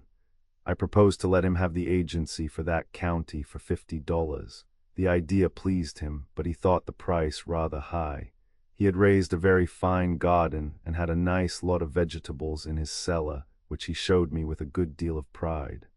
While looking them over, I took a careful inventory of everything and became satisfied that he had enough stowed away for 2 families, and as soon as we returned from the cellar, I began negotiating for a portion of each kind. His wife, as well as himself, was elated with the prospect of trading some of the products of their garden for a good-paying business, and in less than an hour I closed a deal, immediately ordered a team, and after loading up with potatoes, beets, turnips, apples, cabbage, etc., and receiving $10 in cash, drove home with vegetables enough to last us several weeks. I gave the gentleman a written agreement that he could have the exclusive sale for the polish in the said county. After the trade was made, he asked me where he was going to get the polish, and wanted me to give him the recipe for making it. This I refused to do, but explained that I could furnish it to him at a certain price per dozen. He then wanted to know if I had any other agents traveling. I told him I had not. He then asked if I cared if he sold in other counties. I answered him that I did not. Well, he next asked, what in heaven's name have I been paying you for anyhow? Experience, I answered. He became excited and said he didn't need experience. I told him I thought he did, and that I considered the price very low for the amount I had let him have. After chaffing him a few moments and getting him exceedingly nervous, I gave him the recipe with full instructions in the manner of making sales. This pleased him, and he began preparations for canvassing outside of town. I then visited a woodyard with a view to purchasing a load, but found it would cost about as much for a cord of wood in Ann Arbor as it would for a farm in Dakota. I then inquired of the proprietor how other poor devils managed to keep warm in the town. I was told that many of them used coke at 10 cents per bushel, procured at the gas works. My landlady informed me that she could furnish us with a stove in place of the one we were using that would burn coke. I consented to allow her to make the exchange, and borrowing a wheelbarrow started for the gas factory where I bought a bushel. When I returned, the new stove was ready and I began starting a fire. It took about 2 hours' time and the whole bushel of coke to start it, and I was obliged to hustle back after another load forthwith. We were successful in getting a good fire started, but very soon discovered that it required a full bushel of coke at a time in the firebox to keep it up, even during moderate weather. We were quite well satisfied, however, for several days, or until the extreme cold weather set in, when by being obliged to open the drafts of our stove to get sufficient heat, we discovered it took about 2 bushels at a time constantly in the stove to keep it running, and to my disgust I found at such times that the old stove would burn about a bushel a minute. Thus I had the poor satisfaction of seeing my money float up the chimney at the rate of about 10 cents a minute. I didn't even have the satisfaction of enjoying this expensive luxury, as I was compelled to divide my time between hauling coke with the old wheelbarrow and hustling out with the polish to raise money to pay for it and our provisions. However, I was not a continual sufferer from cold, although still wearing my summer clothes, as this constant hustling kept me in a sultry condition both mentally and physically.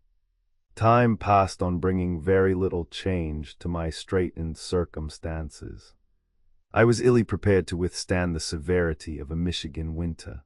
I had no hose except half-worn cotton ones, no warm underwear or overshoes which I sorely needed in my endless tramping from house to house, and no overcoat until February.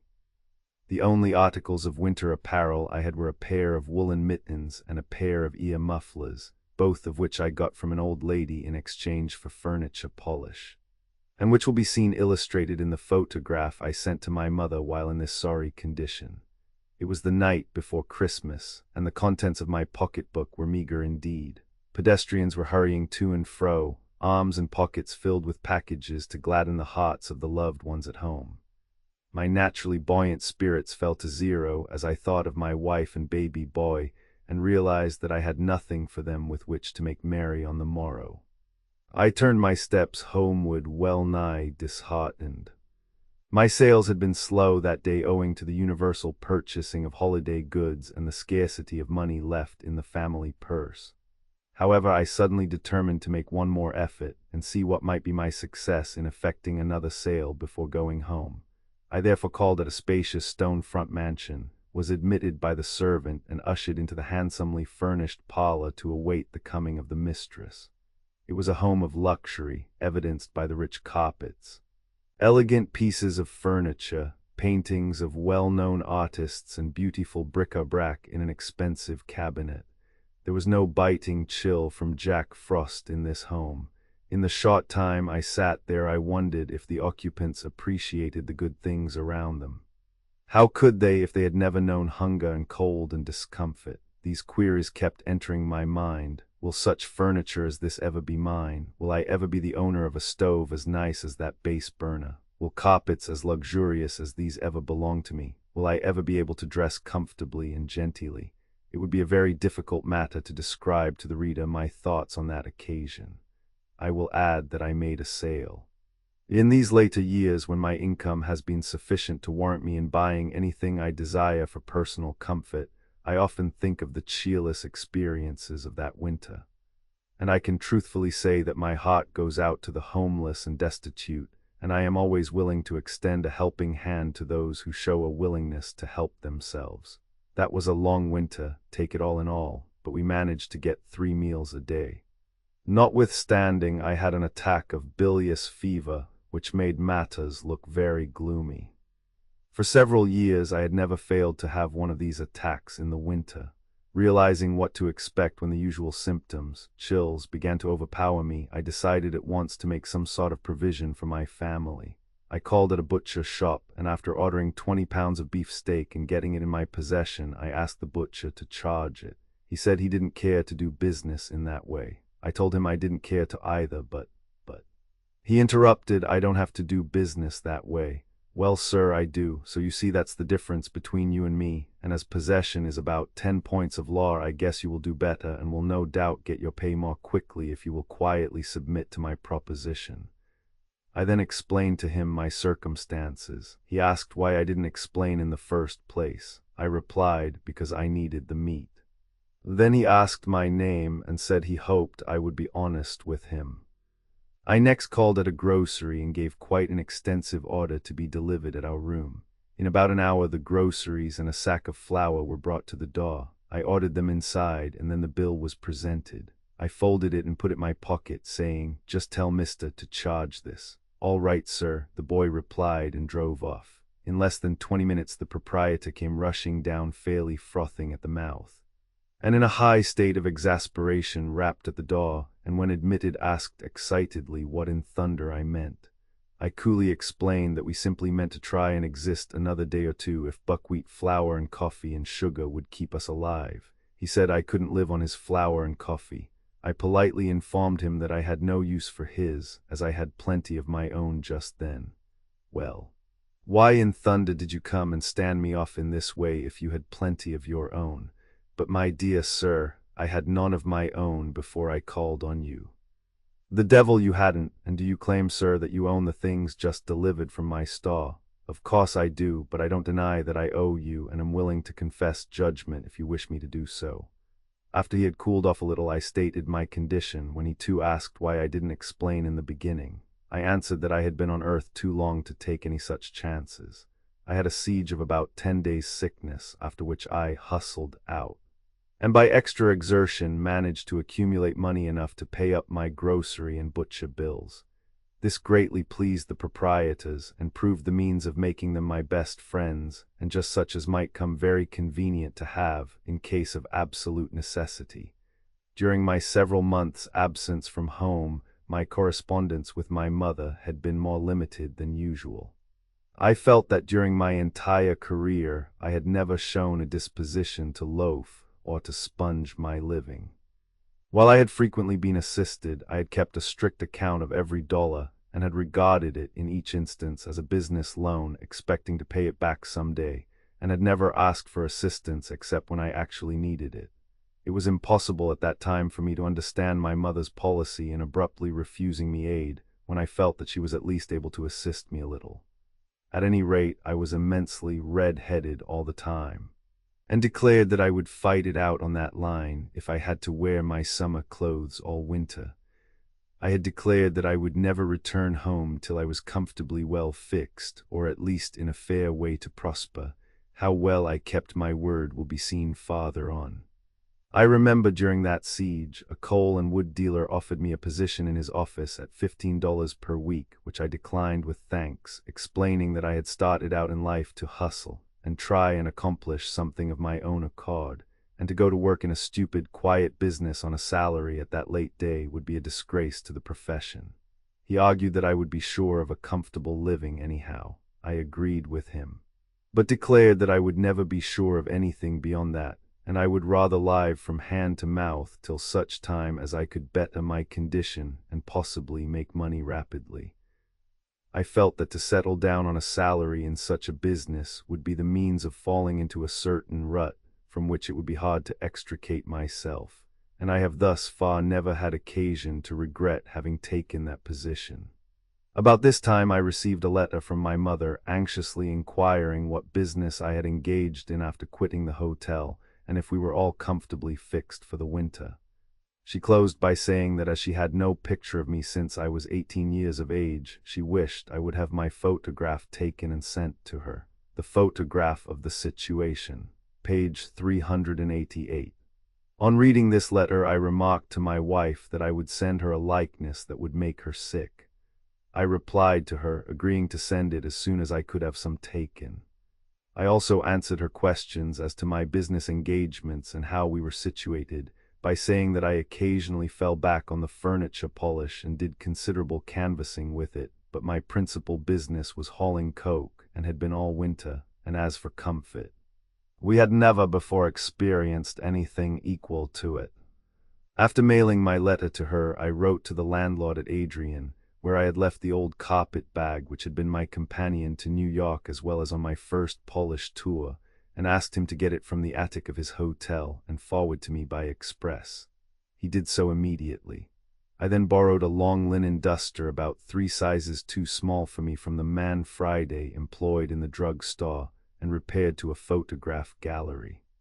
I pulled my suspenders up as much as possible in order to make my pants ridiculously short.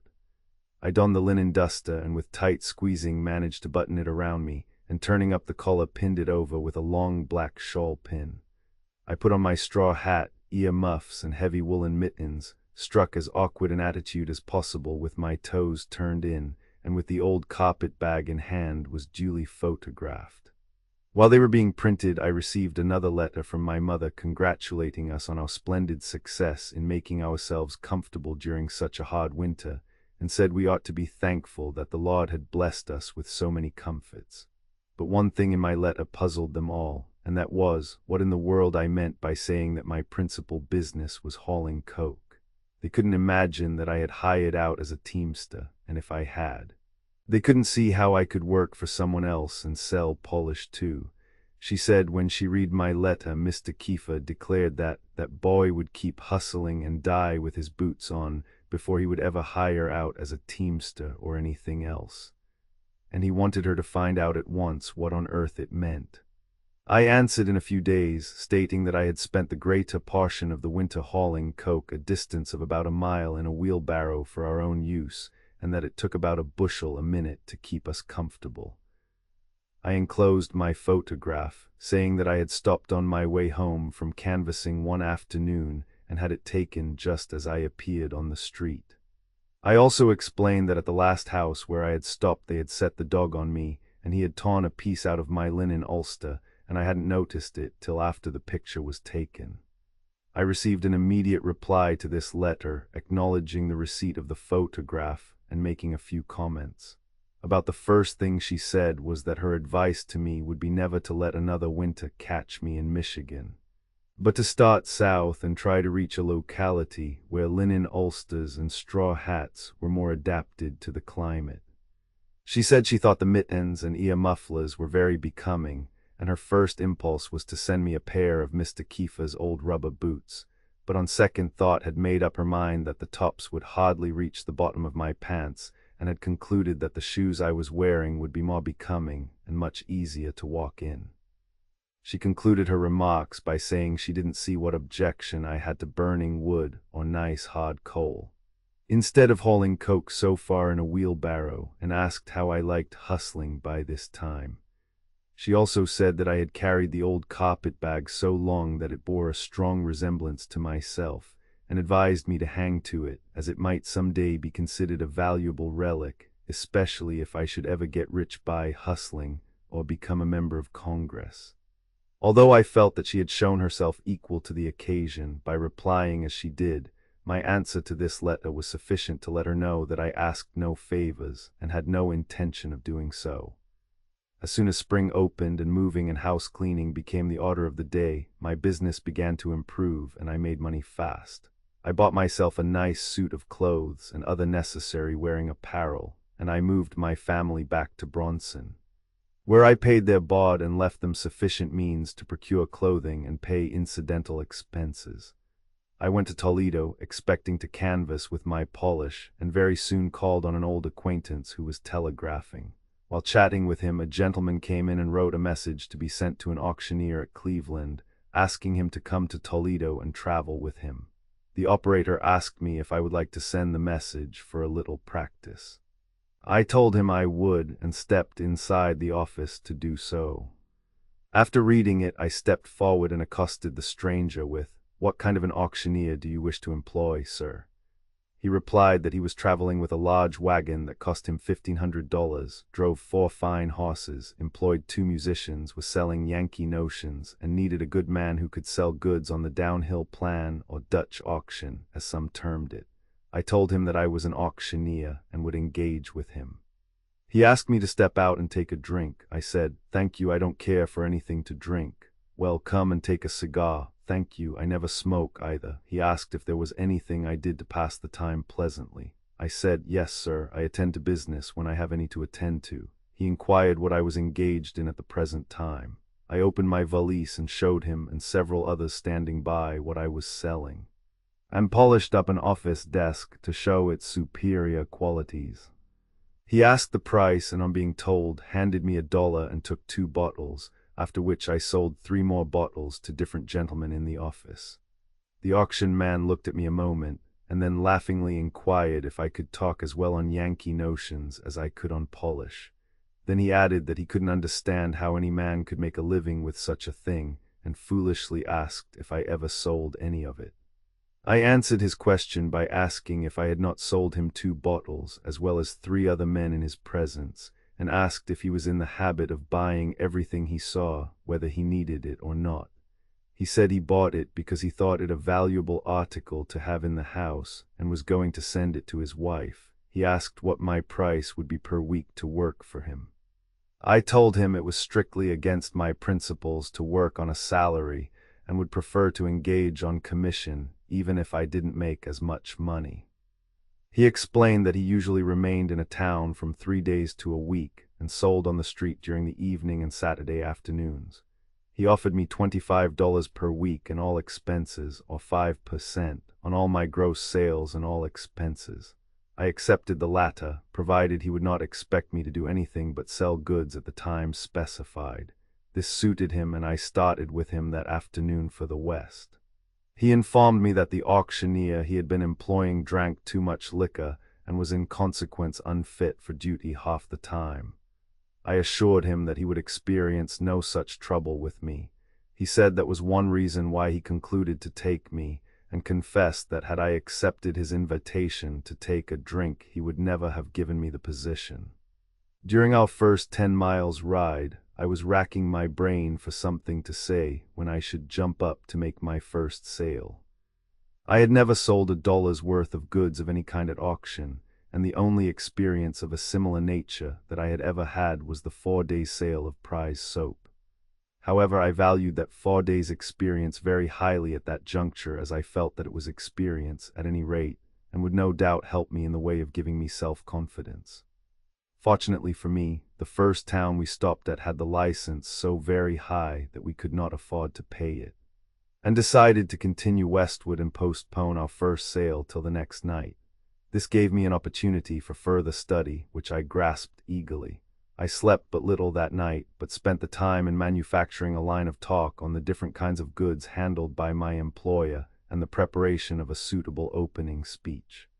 At any rate, the next evening when we drove into Blissfield, Michigan, I determined that it should be a success, although I dreaded the opening of my first sale. After supper, we seated our musicians at the rear end of the wagon box and started on our parade around town. Loud singing and the sweet strains of music routed everybody in town. My first auction sale at Blissfield, Mich. Page 398. I remember one song they used to sing that always took immensely. It was to the tune of Marching Through Georgia. The chorus was, come out, you hungry wearied souls, come out, come out. We're here to do you good. We've marched from east to west and north, and now we're going south to supply the wants of those way down in Georgia. When we drove back to a convenient corner and lighted our immense torches, it seemed to me that the townspeople had turned out en masse and gathered around us. After one or two more pieces by the musicians, my proprietor handed me the keys and directed me to open up. I removed the covers from the top of the goods and then began sorting them over carefully. I then laid off my coat and again went through the goods. Next I threw off my vest and sorted over more goods, till at last, realizing that the time had come when something must be said, I looked knowingly over the vast concourse of people and then removed my hat. A death-like stillness prevailed. The cold perspiration stood out on my forehead in big drops. Something about the size of a watermelon appeared to be in my throat. I feared the sound of my own voice. My knees were weak and knocking together. I looked over my audience the second time, and was about to venture to say something, when I happened to think that I hadn't taken off my cuffs and collar, and proceeded to do so, when to my horror I heard a young man in the audience say, in a tone loud enough for all to hear, "You bet your life he is fixing to give us the biggest game of talk we ever heard."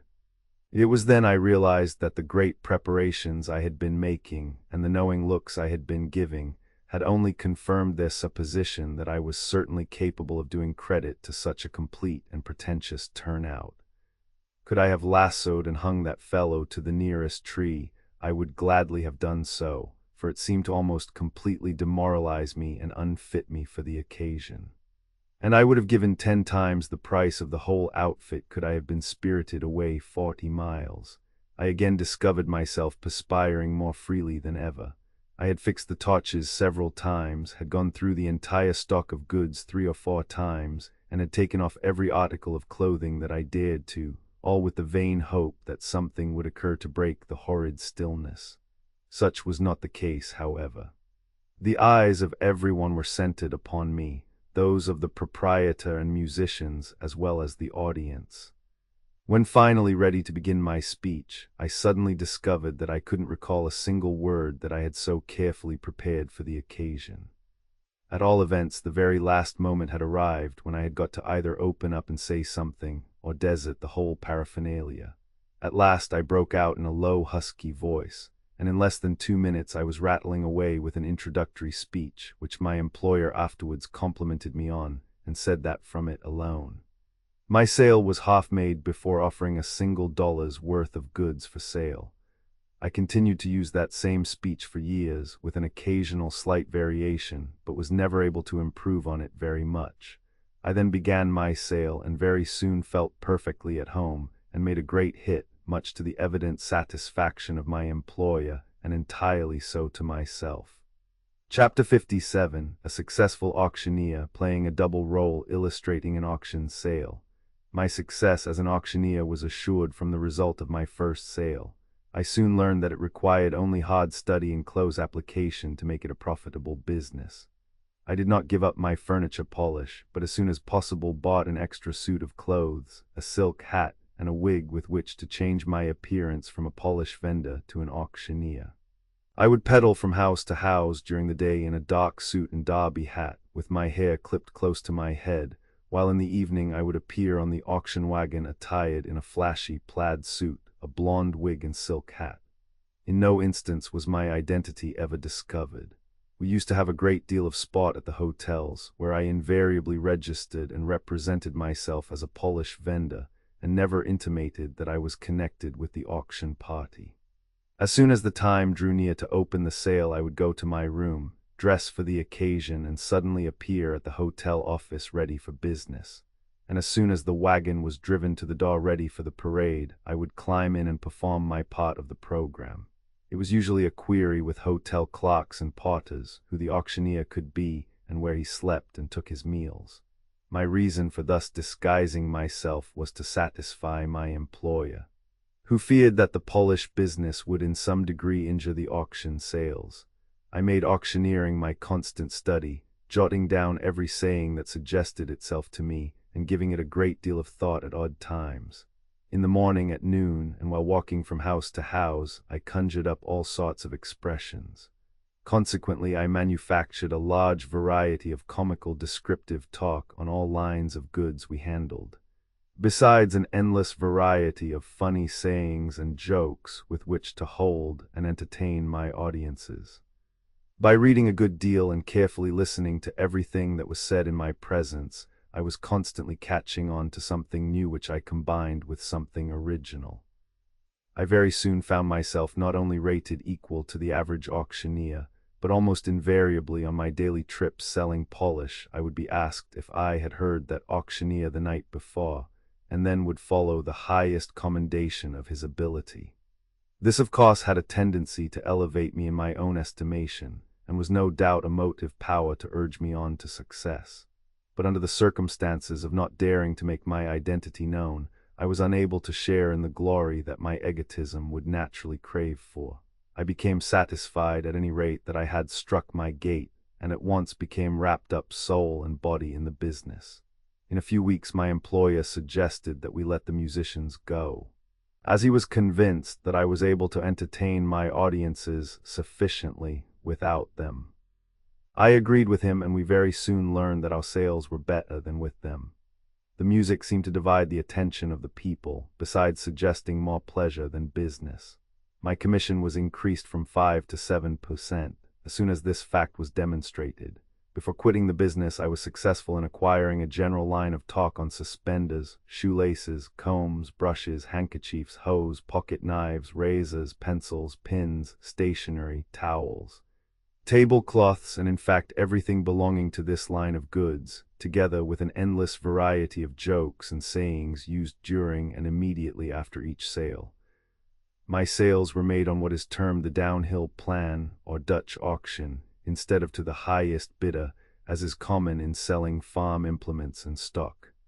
I would first describe the quality of the article for sale, and after placing its price as high as it usually sold at, would then run it down to our lowest bottom price, and as soon as a sale was made, proceed to duplicate and sell off as many of them as possible in a single run, and then introduce something else.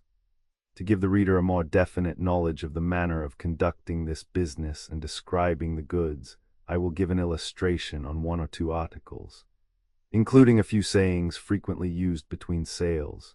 It should be borne in mind that as soon as I opened my sale, I began talking at lightning speed, and talked incessantly from that moment till its final close, which usually lasted 2 to 4 hours. I have talked 6 hours incessantly, but it is very exhausting and wearing, and could not be kept up. To hold the people and keep them buying, it was necessary to entertain them with a variety of talk. Whenever a sale was made, I would cry out at the top of my voice, "Sold again," and would not lose a chance then to add some joke or saying that would be likely to amuse the crowd before offering another lot.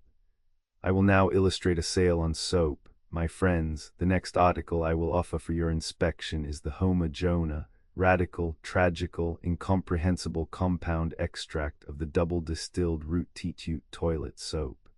TLK about your astronomical calculation and scientific investigation, but the man who invented this soap studied for 100 years. As he dove into the deep, dark mysteries of chemical analysis, he solved the problem that no man born could be an honest Christian without the use of soap.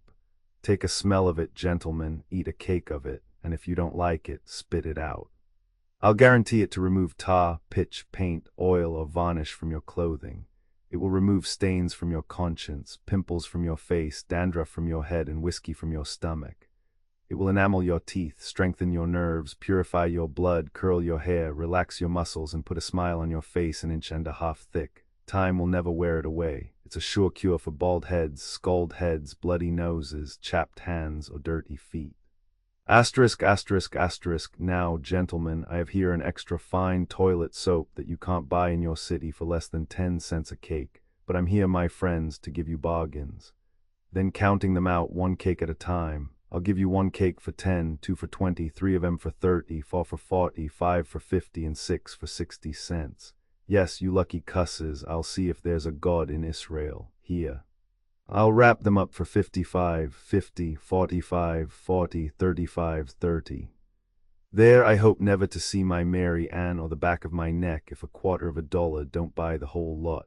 Remember, 25 cents, 2 dimes and a half will neither make nor break you, buy you a farm, set you up in business, or take you out of the poorhouse. Is there a gentleman in the crowd now who will take this lot for 25 cents? When someone cries out, I'll take him, I should think you would take him. I took him too. But I took him when the man was asleep, or I never could sell him for the money. Will it make any difference to you, sir, if I give you 6 more cakes in the bargain, throwing in 6 more? All right, my friends, you can't give in vain to a good cause. Remember, God loveth a cheerful giver. Now, gentlemen, who will have the next, last, and only remaining lot for the money? Here's one, another makes 2, one more a 3, another makes 4, one more a 5, and one a 6, and 6 more added make another dozen, the only remaining lot for the money, and sold again. Not sold, but morally and Christianly given away. Where Christians dwell, blessings freely flow. I'm here to dispense blessings with a free and liberal hand. Ah, you lucky sinners. I have just one more lot, the last and only remaining one, who will have it, and sold again.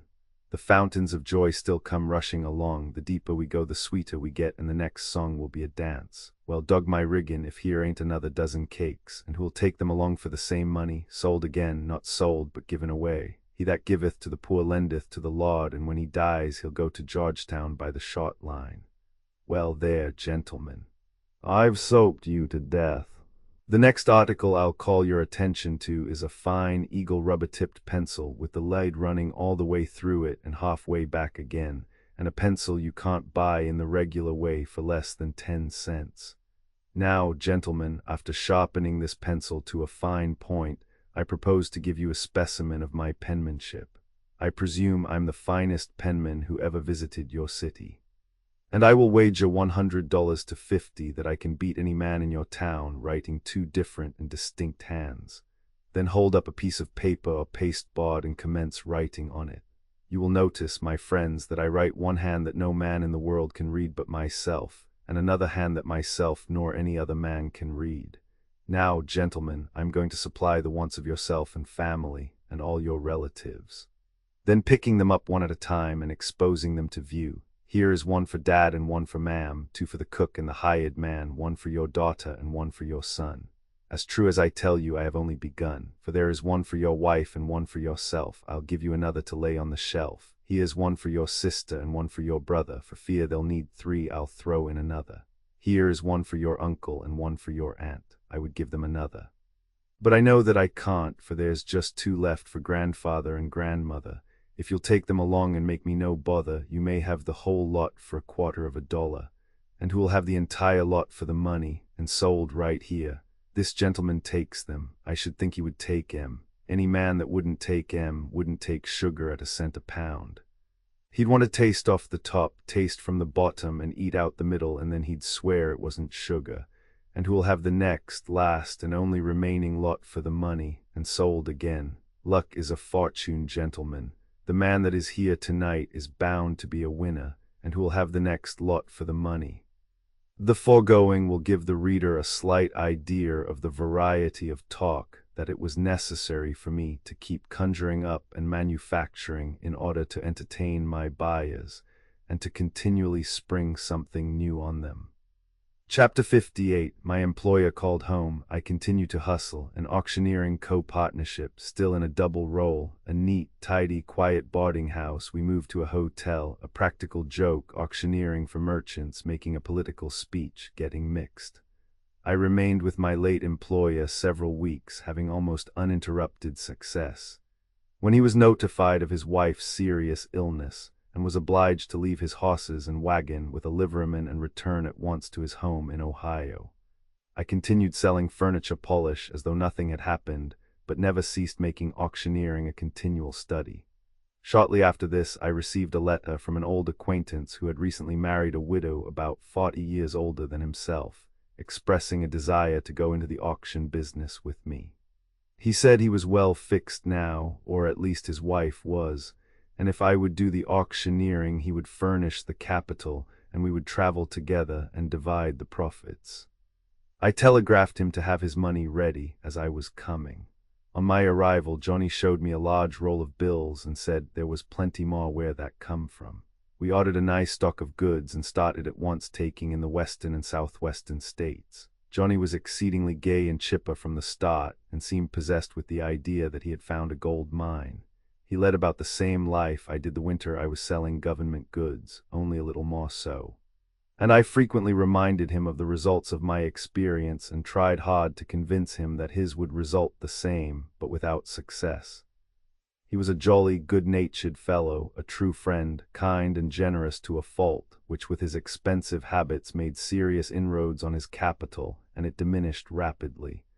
I saw how things were shaping, and lost no time in making a new contract with him, which gave me a certain commission, and required him to defray all hotel bills. I kept up the sale of polish as usual during the time when we were not selling at auction, and by so doing was steadily gaining ground. I suggested to Johnny when we first started out that he also sell polish. He laughed at the idea and said he didn't have to. After we had been out a few weeks, I asked him one day if he didn't think we had better invoice. He thought we had, and we did so. He seemed less gay after this and showed frequent signs of having the blues. We could show good sales, but he couldn't show where the money had gone. Although he had had the exclusive handling of it himself, he began to show an inclination to make improvements, but still clung to a few expensive notions, so much so that his expenses far exceeded his profits. In a few weeks I suggested another inventory, to which he submitted, and was fairly paralyzed at the result. We then decided to go to Kansas City, Missouri. On our way there, Johnny asked me what I thought of going to some nice, quiet boarding house instead of paying the usual high rates at hotels. I agreed, and again suggested that he go to selling polish, which he was almost tempted to do, but finally said he guessed he wouldn't yet a while. When we got to Kansas City, I said, "Now, Johnny, I will stay at the depot while you hustle uptown and find a boarding house." He started on the hunt immediately. In about 2 hours he came rushing back with a broad grin on his countenance, and informed me that he had found one of the nicest places in town, where everything was neat and clean and nice and tidy. The old lady was a good conversationalist. She had a nice family of well-bred children, and it was so home-like, and at a cost of only $2.50 each. Our neat, nice, tidy boarding house at Kansas City, Mo. Page 416. But Johnny, $2.50 a day apiece at a boarding house is too much. Good Johnston, I don't mean by the day, I mean by the week. At this he grabbed a piece of baggage and bounded away, I following closely. On our arrival at the boarding house, we found the landlady to be a widow with 7 children. The house was furnished with the very commonest of furniture, no carpets on any of the floors, no paper on the walls, and the plastering off in many places. We were both very hearty eaters, and were in the habit of taking our heartiest meal at 6 o'clock in the evening. When supper was called, we went into the dining room, took seats, and waited to be served. In about 2 minutes the children began flocking in. The majority of them took their position along one side of the room and stared at us with half-starved looks, while the others were climbing over the backs of our chairs and turning somersaults under the table and in the middle of the floor. Directly the old lady came in with a cup of tea for each of us, and then brought in a molasses cake with a couple of slices of bread and a small piece of butter.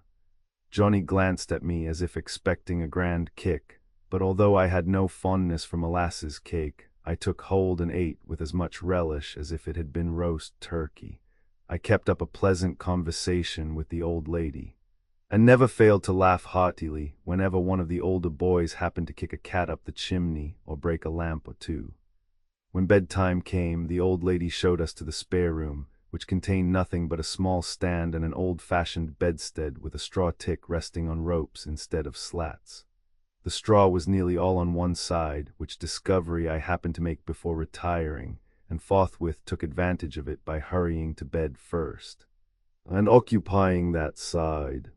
Although I had always before insisted on sleeping alone, I didn't in this instance raise any objection, but on the contrary, appeared as happy as could be. As soon as Johnny struck the bed, he began to roll and tumble, and in a very short time succeeded in breaking the rope on his side, making it very uncomfortable for both of us. We kept sinking gradually, till at last our bodies were resting on the floor, with our feet and heads considerably elevated. I felt the consciousness of getting the best of it as the straw still remained on my side, and made up my mind to find no fault but wait and see what Johnny would have to say. Hardly a word had passed between us since supper. Finally, discovering that I was awake, he asked me if I was comfortable. I assured him that I was resting splendidly. He then asked in a low tone how I liked the supper and what I thought of the boarding house. I replied that I thought the supper was fine, and that everything was neat and clean and nice and tidy. The old lady a splendid cook, a good conversationalist, and had a nice family of well-bred children. And as for myself, I liked it. It was so home-like. Johnny made no reply, but as I could see, was doing considerable thinking. For breakfast we had hominy and coffee. If there was ever one thing I detested more than another, it was hominy, but I partook of it heartily. Conversed as pleasantly as possible with Johnny and the old lady. For dinner we had a small piece of tainted beefsteak with some warmed-over sour potatoes and warm biscuit and butter. I praised the dinner and especially the biscuit. The children never failed to occupy their customary places nor to perform their usual evolutions. For supper the cup of tea and molasses cake were again brought out. The third day Johnny once more asked me how I liked the boarding house. I said, "Well, Johnny, I think it is nice.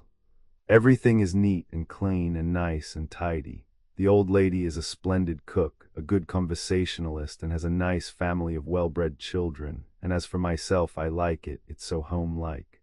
We made several successful auction sales, and I kept canvassing with the polish. Johnny found considerable difficulty in passing the time pleasantly at the boarding house. Having previously stopped at first-class hotels, the contrast was far from agreeable, and I could see he was getting restive and dissatisfied. I had determined to use every effort in trying to keep him there as long as possible. My experience had taught me that a cheap boarding house was no place to stop at, and I thought the sooner he learned the lesson, the better it would be for him. On the fifth day, when he asked how I liked it by that time, I again repeated, "Why, Johnny, I think it's nice.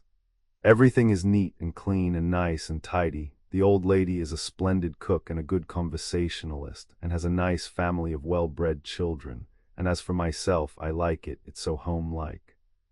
I noticed he eyed me very closely this time, but as I managed to get through without a smile and appeared thoroughly in earnest, he seemed to consider it best not to express his opinion, and as I asked no questions he said nothing, but looked pale and haggard, and appeared nervous and anxious.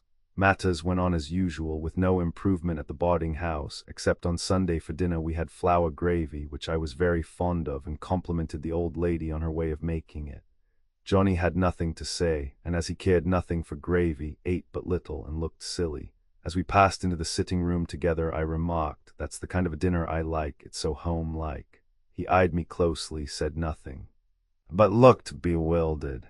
On the seventh day at noon, as I was coming in from canvassing, I met him downtown. He looked haggard and hungry. When I came up and said, "It's about dinner time, isn't it?" he answered, "Great Caesar, it's about time to eat anyhow, and I have got to have a square meal once more."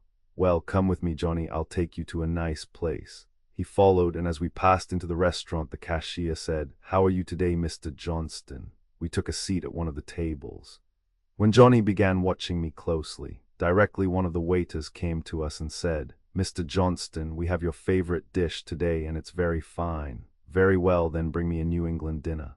At this Johnny's eyes fairly glistened and he turned ghastly pale. Then jumping to his feet and pounding the table with his fist, he cried out, "Johnston, you're a fraud and have nearly succeeded in starving me to death, and me if I.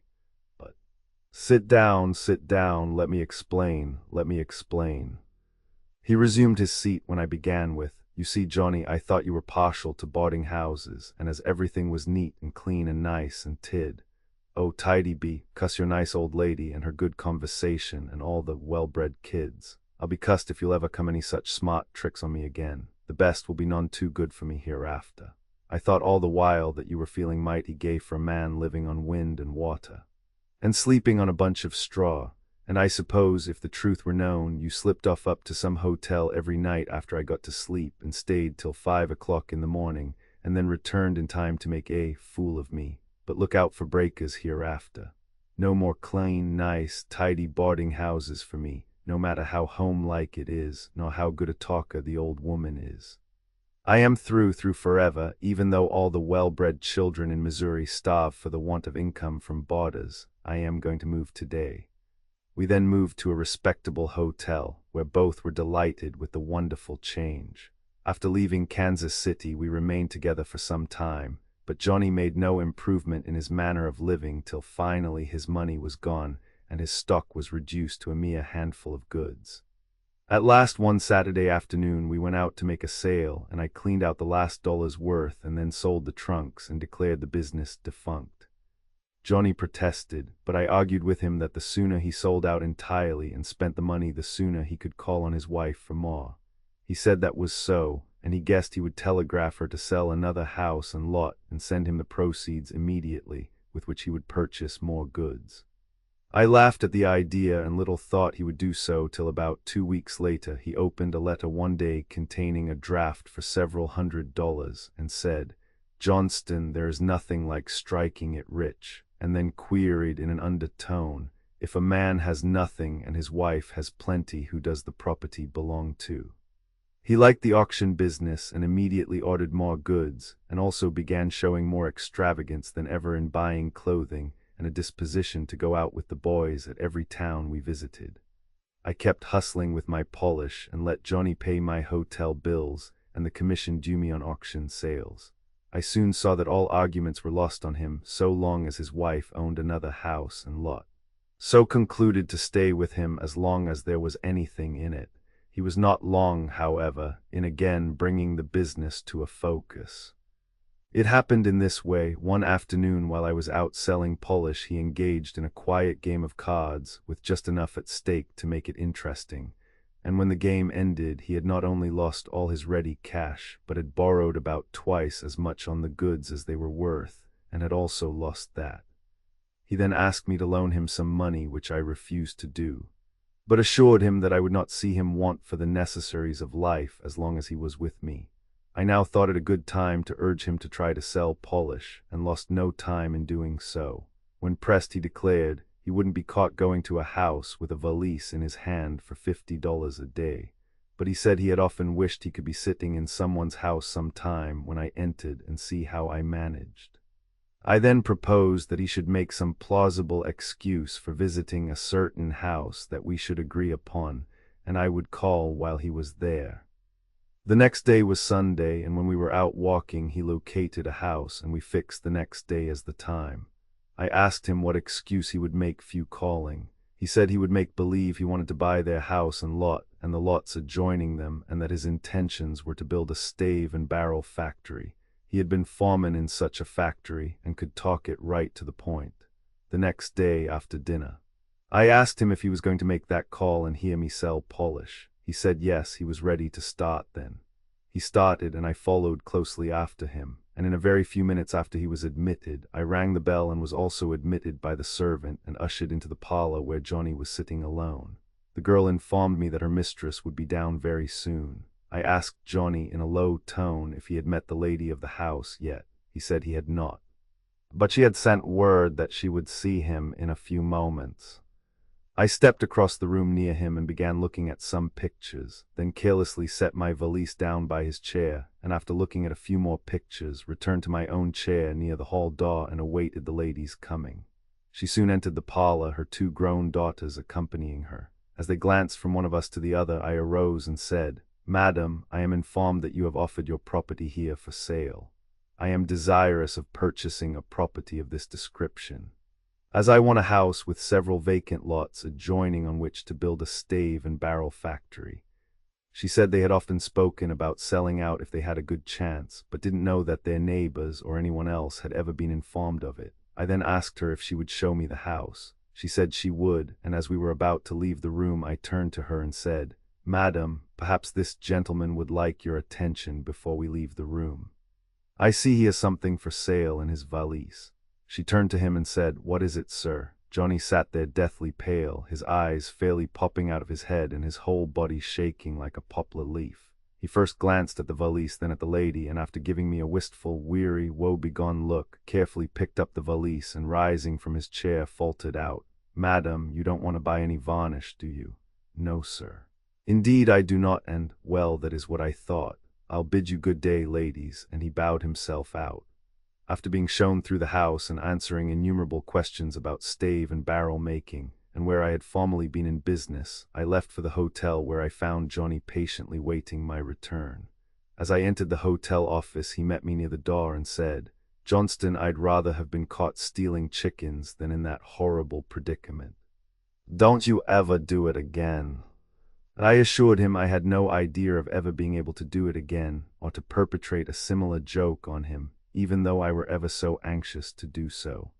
After it was all over, he seemed to appreciate the joke, but made me all sorts of offers if I would not tell it to his wife when we got home. I asked for the valise, and he said he had paid a small boy to bring it to the hotel, and he supposed it was at the office, for he wouldn't carry it through town under any circumstances, and if those people where he called would deed him their house and lot, he wouldn't again go through what he did during those few awful seconds. He said that when I began talking about the house and lot, he thought at first I had either got things badly mixed up or had gone crazy, and then when he suddenly thought of himself and the predicament it had left him in, he thought he would go crazy. The very first thing he thought of was that I had up and told the same identical story that he was to tell, and that he was actually left without a sign of an excuse for calling on those people. It never occurred to him that he could possibly introduce himself as a Polish vendor, although he fully realized that the valise had been saddled onto him, and he was sitting there in a dazed condition, wondering how he should get out of a scrape, when I called the lady's attention to him. And only for the fact that I mentioned him as a man with something for sale, he possibly never would have came to his senses again, and would no doubt have been arrested or kicked out of the house. I asked him why he didn't ask the lady if she didn't wish to buy, instead of saying, "Madam, you don't want to buy, do you?" Great heavens, I was afraid as it was that she would say that she wanted to buy, and if she had I would have fainted dead away. This satisfied me that Johnny would never make a Polish vendor, and I advised him to return home, which he did. I then went to Clyde, Ohio, where my family were keeping house. I had sent them there from Bronson, Michigan, a few weeks before. It had taken the greater portion of the money I had been making to get them comfortably settled at housekeeping and to buy necessary clothing for them. I had now begun to hand over a few dollars to Mr. Kiefer occasionally to help him out at times when he was badly in need of money. I lost no time in getting out canvassing again, and had set my mind on some day having a nice stock of auction goods. It occurred to me about this time that I might possibly prevail upon merchants doing business in country towns to advertise and make an auction sale and clean out their old hard stock. I suggested the idea to one of the lighting merchants of a town where I was canvassing. He readily fell in with it, and after I convinced him of my ability to sell the goods, he advertised a sale which brought large crowds of people from all directions, and our success was more than gratifying. He acknowledged that we had converted hundreds of dollars worth of goods into money that had been in his store for years, and probably would have remained there for years to come, with a strong letter of recommendation from this merchant. I found no trouble in persuading the leading merchant in each and every town I visited to make an auction sale. I was to receive a regular commission on all sales made, and to sell only during the evenings and Saturday afternoons. This afforded me a very nice income, but I still clung to my polish and kept hustling when I wasn't selling at auction. It is not generally known by auctioneers that this plan of operating is a practical one. Nevertheless it is, and there is not only a wide field for them, but it is a fact that the average merchant can well afford to and will give a good live auctioneer a large percentage for clearing out his odds and ends, as often as once a year, and this can be continued from place to place the year round. Many a young man who has the ability and might easily learn the profession and adapt himself to it could as easily establish himself in a well-paying business in that way as to plod along in the same old rut year in and year out, without any future prospect for obtaining either money or experience. As for the latter, I have always considered every year's experience I had as an auctioneer equal to any 3 years of other business.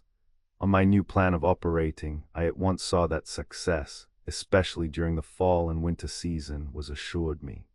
This was in the fall of 1876, when Hayes and Tilden were candidates for the presidency. I had never interested myself in politics in the least up to this time, and hardly knew which side either man was running on.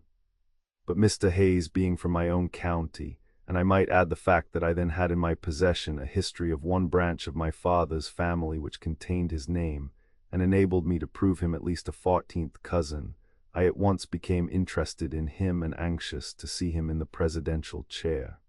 I likewise began reading up on politics, and seeing the necessity of familiarizing myself with the party platforms, so as to be able to score every Democrat I met in good shape, I took the precaution to preserve every good Republican speech I read, and at my leisure cut such extracts from them as I considered good.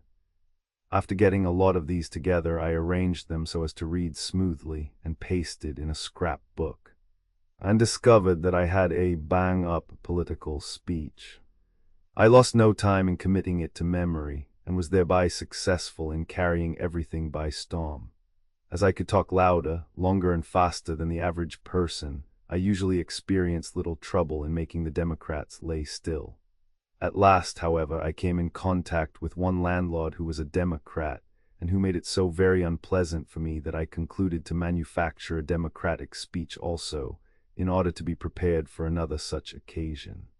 Therefore I did the same as I did with the Republican speech, and although I rather preferred Hayes, I didn't think my own prospects for a post office were so flattering, but that, when I considered it a matter of policy, I could deliver a Democratic speech as well.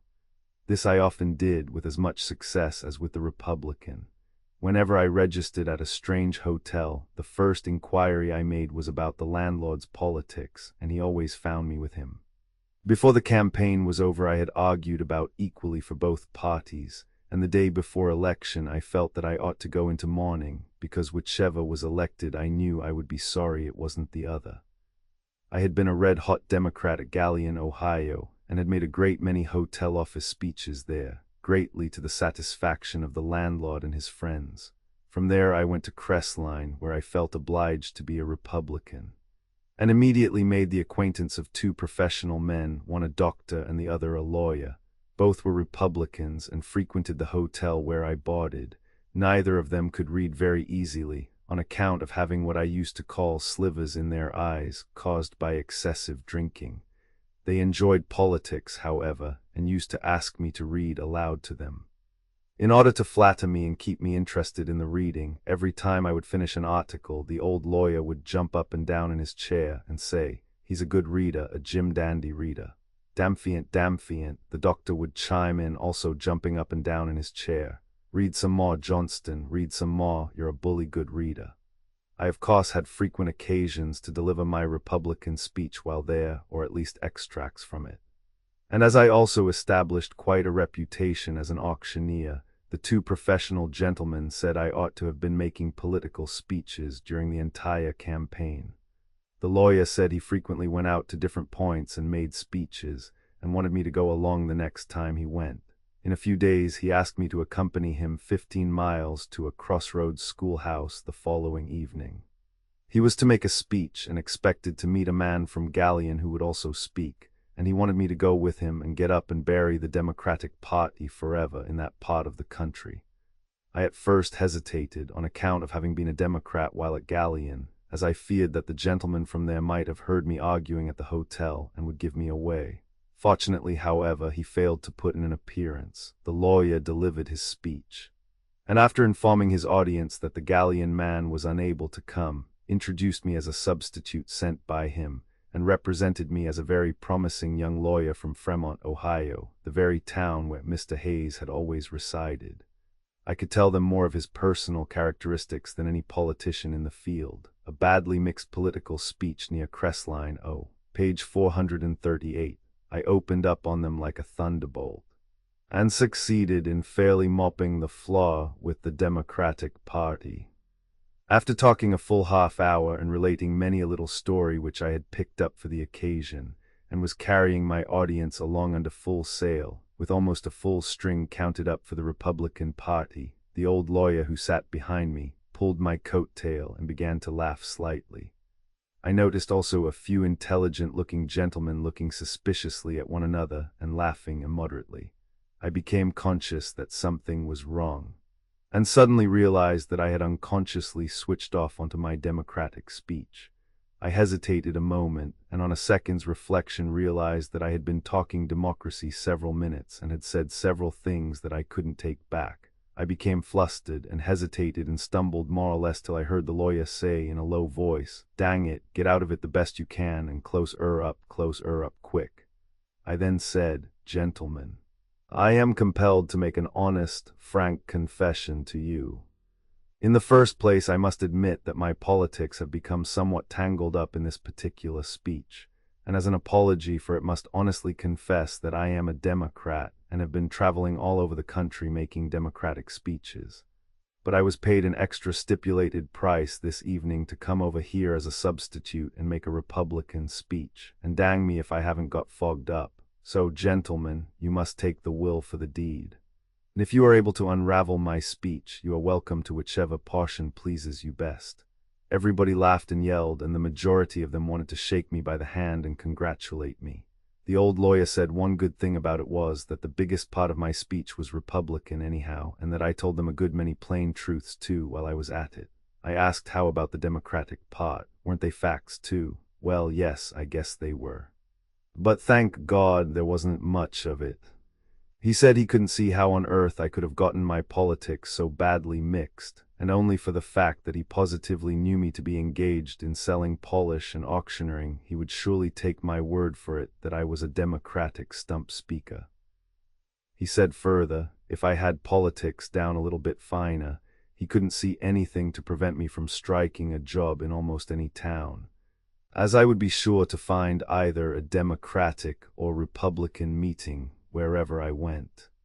Chapter 59. Continue to sell for merchants, well prepared for winter, trading a shotgun for a horse and wagon, auctioneering for myself, Mr. Kiefer needing help, how I responded, turning my horse out to pasture, engaged to sell on commission, how I succeeded, out of a job, busted, how I made a raise, a return to the incomprehensible, peddling with a horse and wagon, meeting an old friend, misery likes company, we hustle together, performing a surgical operation, a pugilistic encounter, our Wild West stories broke again. Customer another raise. I kept up my plan of engaging with merchants to sell out their accumulated hard stocks, and never lost an opportunity to put in my spare time selling polish. I was determined that old Jack Frost should not catch me again with my summer clothes on and no coal in the bin, and when winter came, my family and myself were well provided for. We had plenty of coal and wood, a cellar well filled with all kinds of winter vegetables, a half barrel of corned beef, a barrel of flour, a tub of butter, and I was still hustling. Snowstorms could not be severe enough to keep me from peddling, and although I called on many ladies who plainly showed their disgust at me for tracking the snow over their carpets, I knew I was working for a good cause, and that they had only to see to be convinced. I was obliged to spend considerable money for additional furniture, for housekeeping, and the general comforts of life, and when spring came again I was a little short financially, but determined, now that my family were comfortably situated, to make an earnest effort to procure a stock of auction goods for myself. One day while canvassing with the polish, a young man wanted to trade for the recipe so he could travel with it. I soon struck a deal with him and received $17 in cash and an old shotgun. I laid the money away carefully, thinking I would try and sell the gun and have that much towards a stock of goods. I did not succeed, however, in making this sale, and so took it home with me. One day as I was walking downtown, I met two men leading a poor, old, bony horse out of town and carrying a gun. I learned from their conversation that they were going to kill the old nag. I asked the reason, and they said he was so old he couldn't eat and was starving to death. I examined his mouth and found his front teeth were so very long that when the mouth was closed, there was a considerable space between the back teeth, which of course would prevent him from grinding the feed.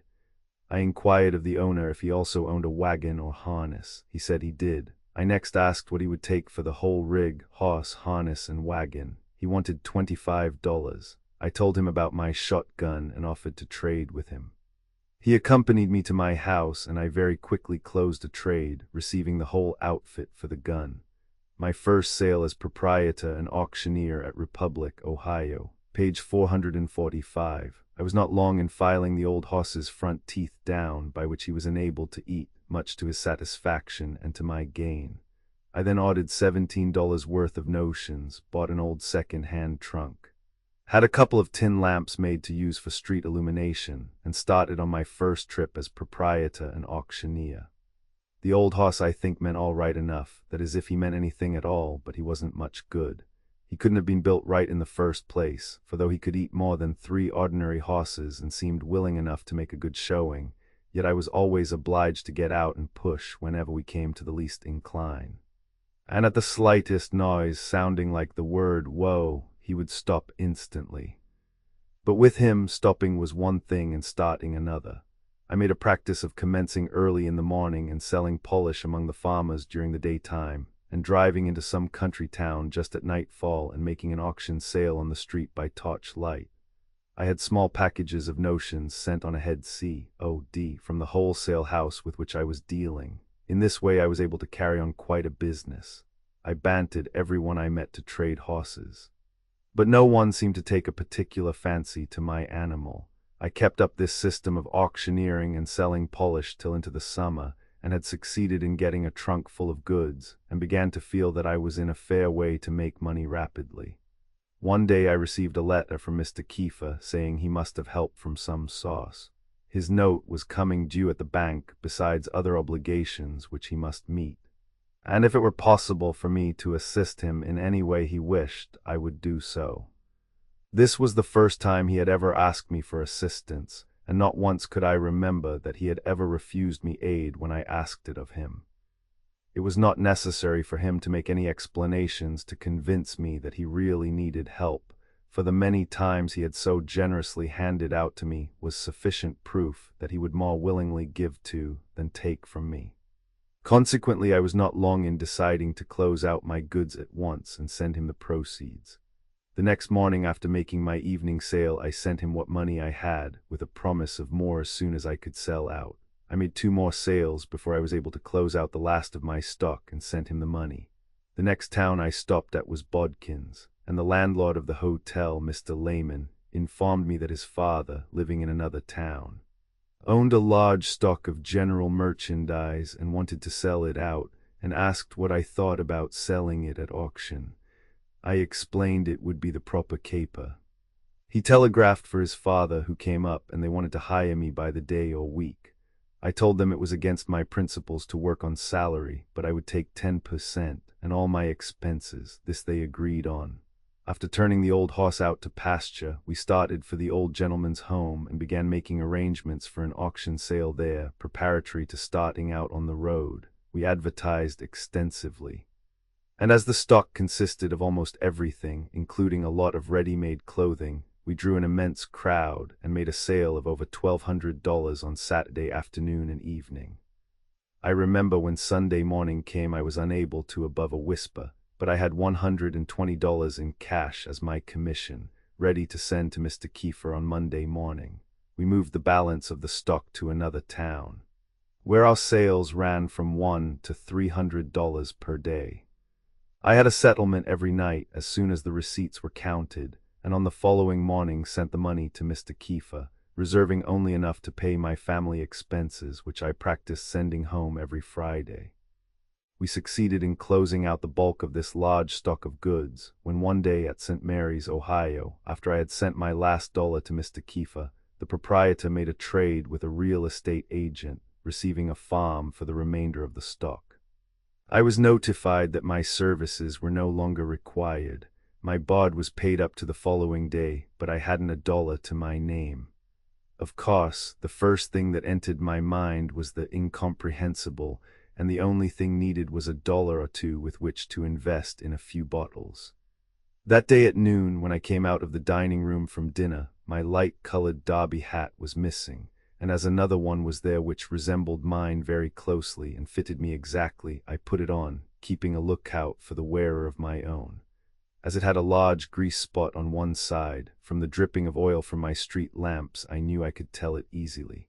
Directly in came a drummer for a grocery house, and began telling how much his sales had been in that town. To one grocer a carload each of rice, nutmegs, cinnamon and pepper, besides several hundred barrels of flour and as many chests of tea. I told him I didn't doubt his word, but would thank him to give me back my hat. He discovered his mistake and was about to trade back when I happened to think of what a splendid chance I had for making a little raise. As he handed me my hat, I said, "Thunderation. Do you suppose I am going to let you give me back my hat with that big grease spot on it? Not much, sir. Have you been down in some grocer's cellar with my hat on? Now, sir, you can either give me $5 to buy a new hat, or give me $1 and we'll trade hats." He willingly handed over the dollar, and after apologizing, offered to treat in order to quiet me down. I then made a beeline for the nearest drugstore, where I ordered a half-gallon of the incomprehensible to be prepared for the next day. The old valise I had was a large-sized one, in which I carried my clothing, but I made room for the polish and started out the next day on foot, arriving at a small town late that night, with $4 in cash and some stock on hand. The following morning I started back to where I had left the old horse and wagon. Arriving there, I hitched up and started through the country, selling polish to the farmers. It took about all I could rake and scrape to keep my family, myself, and the old horse eating. While on this trip, as I was passing through Wapakoneta, Ohio, a familiar voice came from a crowd of lookers-on saying, "Hallo, Johnston, where you going?" And an old acquaintance of mine came running to the wagon and hastily explained that he had the agency of a valuable patent, which he was then trying to sell county and state rights in, and wanted me to join him. I told him that I had promised my mother never to sell another patent right, and then asked what success he had met with. He said not any yet, but I interrupted, "I suppose you have succeeded in spending what money you had and are now broke." "Yes, that's it exactly." "Well, Frank, misery likes company. Get in here and we'll travel together." He did so, and we had quite a siege of it. We bought another valise, and I immediately began educating him in selling polish. He made a very fair salesman, and as I was to furnish him with the polish at a stipulated sum, I felt that I could very soon be deriving an income from his services. My idea was to keep him with me till he could get acquainted with the business, and then arrange with some drug house to ship him what he wanted and pay me my profits. A successful surgical operation. Page 454. Our third day out, we drove into a small hamlet, and after hitching the old nag to a post, began operations.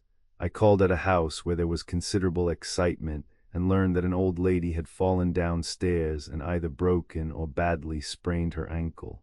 The principal cause for excitement was the fact that no doctor could be found.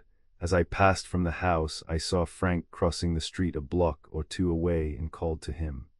He came right up, and I explained to him the critical condition of the old lady, and suggested that he should go in and play surgeon, as they were unable to find a doctor at home.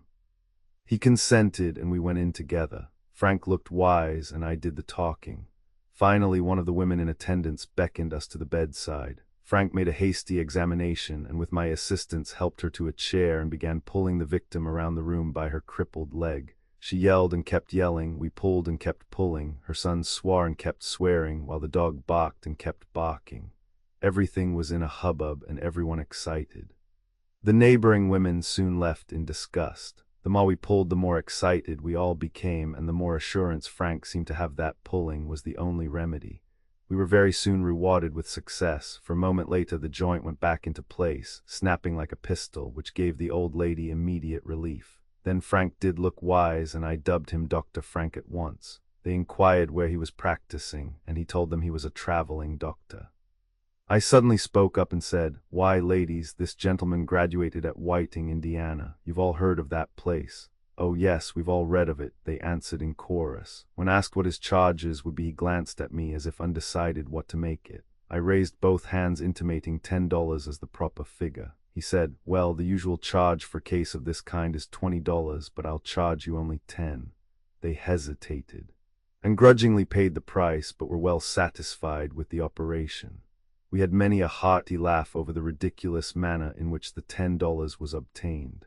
We continued to pedal around over the country, taking in small inland towns. The old horse was an elephant on my hands, but he was all I possessed in the world, and being unable to find a buyer, I could do no better than to stick by him unless I chose to give him away, which I hardly considered businesslike. But I would have made money and saved trouble had I done so, for he was the means of getting me into 2 or 3 little fights. One in particular I will relate. Dr. Frank and myself were driving into New Baltimore one Saturday evening, and as the old horse went heaving and crippling along, we seemed to be the attraction for everyone on the street. Suddenly a young man who was sitting out in front of a store on the cross-railing between 2 hitching posts cried out at the very top of his voice, "Whoa!" The old nag, as usual, came to a sudden halt, and every one of a large crowd of men standing nearby began to laugh. I realized that if their risibilities were so easily aroused at seeing him stop, it would be a regular circus for them to see me get him in motion again, so I coolly handed the lines to Dr. Frank, and said, "Here, hold these, and I'll make believe I have business in that store, and after this crowd has dispersed, I'll come out and we'll try and make another start." I climbed out and walked toward the store. As I got even with the young chap who had stopped us and noticed him still sitting there with his feet swinging backward and forward and a look of triumph on his face, I suddenly changed my course and, stepping up to him, quickly dealt him a right-hander straight from the shoulder. He received the blow directly under the chin, and it set him spinning around the rail like a trapeze performer on a horizontal bar. I then returned to the wagon, climbed in, picked up my club, and made preparations for another move. Before making the start, we had the pleasure of witnessing several revolutions by the young gentleman, after which he was helped to the ground by some friends, and as we were moving away under the strong pressure of my club and the hard pushing of the lines by Dr. Frank, our smart youth looked more silly and terror-stricken than he did gay and frisky a few moments before, when the laugh was all on his side. As we passed along down street, everything was as quiet as a funeral, and although every man may have wanted to laugh, they all looked sober and sanctimonious, and as we imagined, took extra precautions to look sorrowful and sympathetic, as we rode along looking savagely at them, apparently ready to spring from the wagon and pounce upon them at a second's warning. We then drove to the hotel, where we took quarters. The next day, Sunday, while we were standing out in front, a man came up and began interrupting us in our conversation, and became rather abusive when we asked him to go away and not interfere with our affairs. He then said he was a lawyer and a gentleman if he had been drinking a little, and he could whip 6 such men as we were, and so saying he shook his fist under Dr. Frank's nose. He soon discovered his mistake, for no sooner had he done so than he received a straight left-hander from Frank, right on his big red nose. I shall never forget his looks as he began backing up in a dazed condition and kept backing round and round in a circle, with the blood spurting and his nose flattened all over his face, and finally, not being able to keep on his feet any longer, landed squarely in a sitting posture, right in the middle of a puddle of water that had been made by a severe rainstorm that morning. He had no sooner landed in the water than not less than 24 men came running from a saloon across the street, and the leader of the mob, a man about as large again as either of us, and who, we afterwards learned, was the pugilist of the town, came rushing up to us and said, "Any man that will strike a drunken man is a coward." From this we inferred that the whole thing was a put-up job, and our only way out was to assert our rights and fight our way through. He was coolly informed that we were not looking for fights, but we never been placed on the list of cowards yet. He said, "Well, I am here to clean both you fellows out." "Very well, I guess you can commence on me," said Dr. Frank, and they opened up. The crowd gathered closely around, and I became a little excited and fearful lest someone should assist the stranger by kicking or hitting Frank. While they were scuffling on the ground, I stuck close by them, and realizing that my little escapade of the day before would have a tendency to give me considerable prestige, I continued to cry out at the top of my voice, "Gentlemen, stand back, the first man who interferes here today will get knocked out in less than a second, and I'm the boy that can do it." Everyone was yelling for the pugilist but myself, and I continued talking encouragingly to Frank at the very top of my voice. "Stay by him, doctor, old boy, stay by him, never give up, stay by him, make him lay still. I can whip any man that dares to interfere." For a few moments when the pugilist was on top of the doctor it looked rather dubious, but I knew the sort of stuff Frank was made of and kept yelling, "Never quit, Frank, die on the spot, stay by him." A second later the pugilist had not only been turned, but the fight had also turned, for Frank was on top, and it was not long till the pugilist screamed, "Take him off, take him off." I said to Frank, "Let the poor devil up now, he has enough." Frank raised up, looking a little the worse for the battle, but victory was plainly written in his countenance. When he went into the hotel office to wash, the landlord informed him that he had whipped the bully of the town. About this time I felt considerably like having a little brush myself with someone, and stepping outside I asked in a loud tone of voice if there was anyone there who was not quite satisfied. And if there was, I would like to try any one of them a round or two just to accommodate them. No one responded. During my several years' experience, I had learned to avoid any such scenes as this one, and fully realized how easy it was to become involved in trouble through a fracas. But at this particular time, I was really anxious to show fight and willing to take a whipping if I couldn't hold my own. We were not molested in that town again.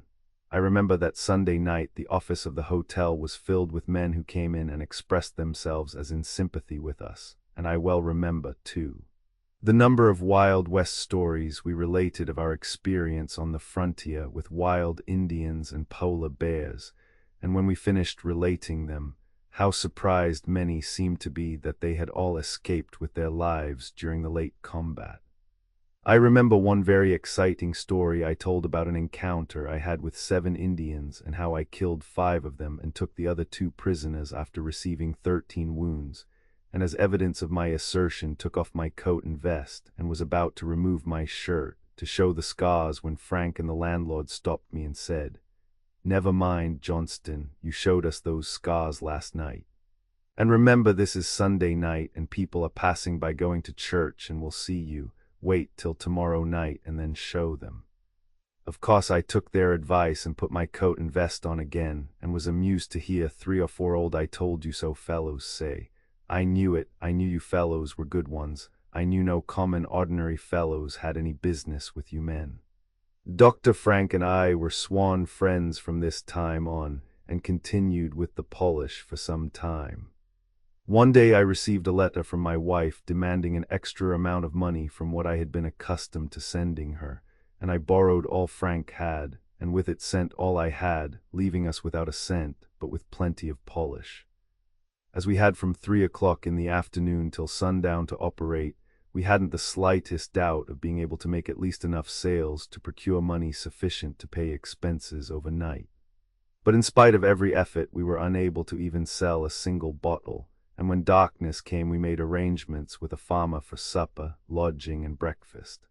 In the morning, of course, the only thing we could do was to trade him polish, and I began negotiations with him, but in vain. I had polished up 2 or 3 pieces of furniture, but neither himself nor his wife seemed to care for it at all, and as we could plainly see were bent on receiving a little pin money from us. I then polished up another piece of furniture and kept talking it up, perspiring freely, and noticed great drops of perspiration standing out on Frank's forehead. Then I polished more furniture and gave a more elaborate explanation of the merits of the polish, Dr. Frank of course putting in a word now and then. But we had struck a Tartar, in fact 2 Tartars. They were as firm as adamant. We were at last cornered and looked at each other as though we had an idea that a private consultation would be the thing to hold about that time. I felt that I would rather forfeit the old horse and wagon than acknowledge that we had no money. I then said, "Mister, "Is the gentleman living in the second house south of here a responsible and enterprising man?" He answered that he was, and asked why. "Well, I have been thinking of making him a general agent in this county for my polish." The lady of the house then said, "John, why don't you take the agency? You have always wanted to travel." He asked what kind of a show I'd give him. I told him we charged $10 for the general agency for each county, and we would supply him with the polish, or he could have the recipe for making it by paying $25. He said he had no money and there was no use talking. I asked how much our bill would be for staying overnight. $2 was his reply. "Very well then, we can fix the money part. Which do you prefer? The general agency or the recipe?" He said he wanted the recipe.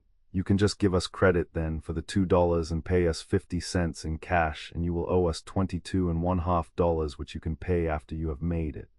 His wife said that was fair. He said he hadn't the 50 cents, but they would give us a chicken for the difference. As we had been accustomed to trading anything and everything, we explained that the fowl was right in our line, and immediately closed the deal and left with it. The reader may be assured that we congratulated ourselves on our narrow escape. The man still owes the balance. In fact, I forgot to leave him my address so he could send it. We had consumed nearly a half-day wrestling with our farmer friend to effect a deal, and immediately started out with renewed vigor, and the chicken with its legs securely tied and under the wagon seat. Chapter 60, Helping a Tramp. We dissolved partnership, my auction sale for the farmer, how I settled with him. I resumed the auction business for myself, my horse trade. I start for Michigan. We were then but a short distance from Fostoria, to which place we drove, arriving there at noon with 75 cents and the chicken, which we sold for 25 cents, when we received the cash for it. A rather seedy-looking individual stepped up and asked us if we couldn't give him money enough to buy his dinner, as he had had nothing to eat for several days. We figured that as we had $1, we could afford to give the fellow 25 cents and have the same amount left for dinner for each of us, including the old horse.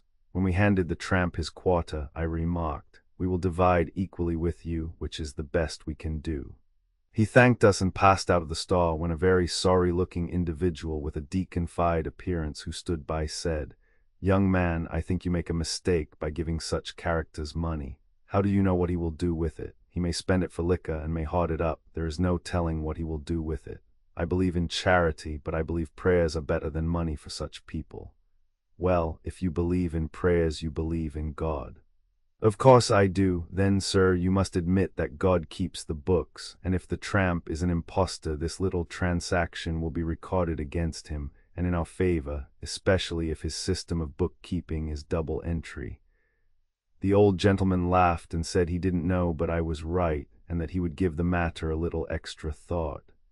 We then left the store and immediately satisfied ourselves that the old gentleman was right in this particular instance, for we saw the tramp across the street going into a saloon and followed him, reaching there just in time to hear him order a glass of beer. I stepped up to him and said, "Are you hungry?" "No, sir, I am not, but I am thirsty." "Well, sir, you've got to eat anyhow. We gave you 25 cents a few moments ago to eat with, and dang you. You have got to eat, and eat 25 cents worth too, or be kicked out of town. Which do you prefer?" He thought he'd rather eat. I took him by the neck and marched him forthwith to a restaurant, and demanded of him that he order 25 cents worth and eat every mouthful of it, and assured him of our intention of returning a few minutes later to see that he followed our instructions. In about 20 minutes we passed by the restaurant and saw him sitting at a table facing the door, eating with as much energy and vigor as a harvest hand. We turned back and, dropping in, explained the facts to the restaurant keeper, who informed us that he had ordered 25 cents worth. He soon finished the meal and came to the cashier to settle. I asked if he had eaten everything brought him. He said not everything, but all he wanted. "Then, sir," said I, "you march back there and finish eating everything to the very last morsel." He obeyed, but with an effort, as was plainly seen, for eating seemed to be out of his line, but we felt satisfied. At any rate, we didn't feel that we had been absolutely swindled out of our money, so after giving the fellow a good sound lecturing, we let him go. Dr. Frank and I kept together several weeks, and although we worked like troopers, were unable to lay up any money. Finally, he received a letter from an acquaintance in northern Michigan, wanting him to come there and engage in business with him. Stocked with a valise full of polish, he bade me goodbye and started. I continued on as usual until one night I stopped with a farmer who had sold his farm and advertised an auction sale of his livestock and farming utensils to take place the following day. I was anxious to remain and hear his auctioneer, who, he said, was a good one, and concluded to do so. About 10 o'clock the next forenoon a large crowd had gathered, and a few moments later the auctioneer, in company with 3 other men, arrived on the scene, all so intoxicated as to be scarcely able to sit in their wagons.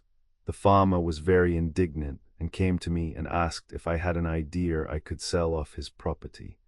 I had spoken of my experience in that line the night before, and now told him I thought I could do as well as a drunken man, anyhow.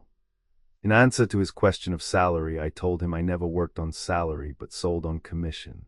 He said the other fellow had agreed to make the sale for $10 and asked what commission I would want. I told him I had always received from 10 to 20% on merchandise, but as he had horses and cattle which would run into money fast and was going to sell in a year's time, I would charge him 5% to be paid in cash when the sale was over. He agreed, and I laid off my coat and went to work. I saw at once from his actions that he was satisfied, and after the sale had progressed a while he said, "Young man, you were a godsend to me this day, sure," and added, "The Lord will provide." "Yes, either that or the devil takes care of his own," I answered. "How so?" "Well, while the Lord has taken care of you in furnishing you an auctioneer, I have been favored considerably myself, for heaven knows I needed the job, and as I feel I am one of the devil's kind, I guess I'll have to give him the preference." He said, "We'll decide that matter after the sale."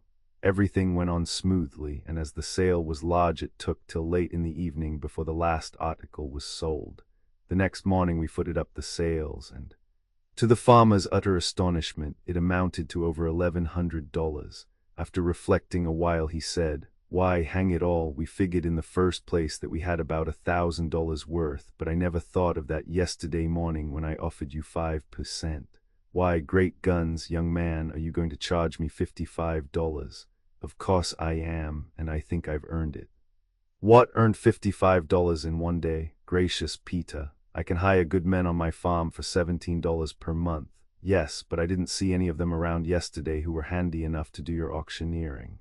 He became quite excited and declared he wouldn't pay me more than $15. I argued with him till about 10 o'clock, when several men had come to take away their purchases and settle for them.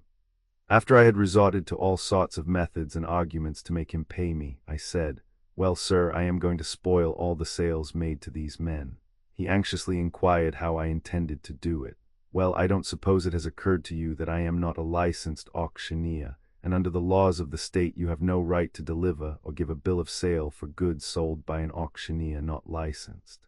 His eyes fairly popped out of his head, and turning to his wife with much excitement, said, "Mary, give him $55 and let him go." After receiving the money, I said, "I suppose you would be silly enough to believe me if I should tell you you ought to have a license to eat when you are hungry." As his boy had hitched up my old horse, I took my departure at once, and driving to the nearest town, sent the money to a wholesale notion house and ordered a stock of auction goods, which was promptly sent. I began business, working my way back north with a view to striking into Michigan in time for the county fairs. During the whole time I had been skirmishing around with my old horse. After closing out my stock at Bodkin's, I had clung to the old trunk and my street lamps. The second day after receiving my goods, while driving along, wondering what would happen next, I noticed a farmer coming from his house to the barn, and after looking down the road at me a moment, climbed up on the board fence and sat there apparently waiting my coming. As I drove up he yelled, "Halloo, stranger, whatcha got to swap?" "I'll swap anything I've got. What have you to trade?" "A profitable horse trade, page 476. "Well, sir, I've got as handsome a little brown mare as you ever saw. She's too small to work on a farm, and as you've got a big bony cuss there that would make a good plow hoss, I'll give you a big trade. Bring her out, let's see her. Here, boy. Lead that little brown mare out and let the gentleman see her." As the boy led her from the stable, she came out with her ears laying back and her short tail switching, and I said to myself, "Here will be a job breaking a kicker and balka." "How will you trade?" I asked, not leaving my seat in the wagon, but simply looking through and over the fence at her. Without leaving his seat on the fence, the man said, "I'll trade for $5 to boot. I'll trade even." "No, sir," he said, "I'm expecting threshers tomorrow and have got to have some money to buy meat and groceries with." "Well then, I'll give you $2.50 and no more." "All right, it's a trade. The boy will change them for you." The lad then led the mare around, and after unhitching the old horse, changed the harness, and after hitching the mare to the wagon, I handed him the amount agreed upon and started on. I expected to have a little circus with her. But to my surprise and delight, she started off on a full trot. The sensation was certainly invigorating, as it was the first time I had ridden faster than a walk in all summer. The idea of our making the trade without either of us leaving our seats or asking a single question rather amused me and seemed like trading sight unseen. I felt that $2.50 was all I had to risk anyhow, and if he could afford to be reckless just because he was out of meat, I could afford to take equal chances with him. This, I think, so far as real value was concerned, was the best horse trade I ever made. The animal was not only sound and kind, but an extra good roadster and a good-looking beast. The next day when I drove into Plymouth, Ohio, to my surprise I met Dr. Frank. He had concluded to stop there and sell polish for a few days before going to Michigan, and in the meantime ride up there and learn more about his friend's offer. I shall never forget his looks as he came walking up to the wagon just as I was lighting my lamps to open a sale. He had been attracted by the lights and the gathering crowd, and when he saw the new horse and discovered me with a stock of goods, he could hardly believe his own eyes. I took time to explain how I had made a raise and about the horse trade. He was as much pleased as I was and started out with me again the next day. We kept our course towards Michigan, and while in Ohio visited several towns in which we had previously sold polish and where we now made auction sales. In a few days he again left me. I stayed in Ohio several weeks, then went into Michigan, meeting with good success and making money quite fast. Chapter 61, Auctioneering at Michigan State Fair, 3 days co-partnership with a showman, my partner's family on exhibition, our success, traveling northward, business increases, frequent trades in horses and wagons, the possessor of a fine turnout, Mr. Kiefer again asks assistance, how I responded, traveling with an ox team and cart, a great attraction, sold out, traveling by rail, my return to Ohio, meeting the clairvoyant doctor, how I fooled him, quail. $12 a dozen, the doctor loses his appetite. The Michigan State Fair was to be held at Jackson that year, and I managed to reach there on the opening day and commenced business at once. I sold on the grounds during the day and on the streets downtown in the evenings, doing a splendid business.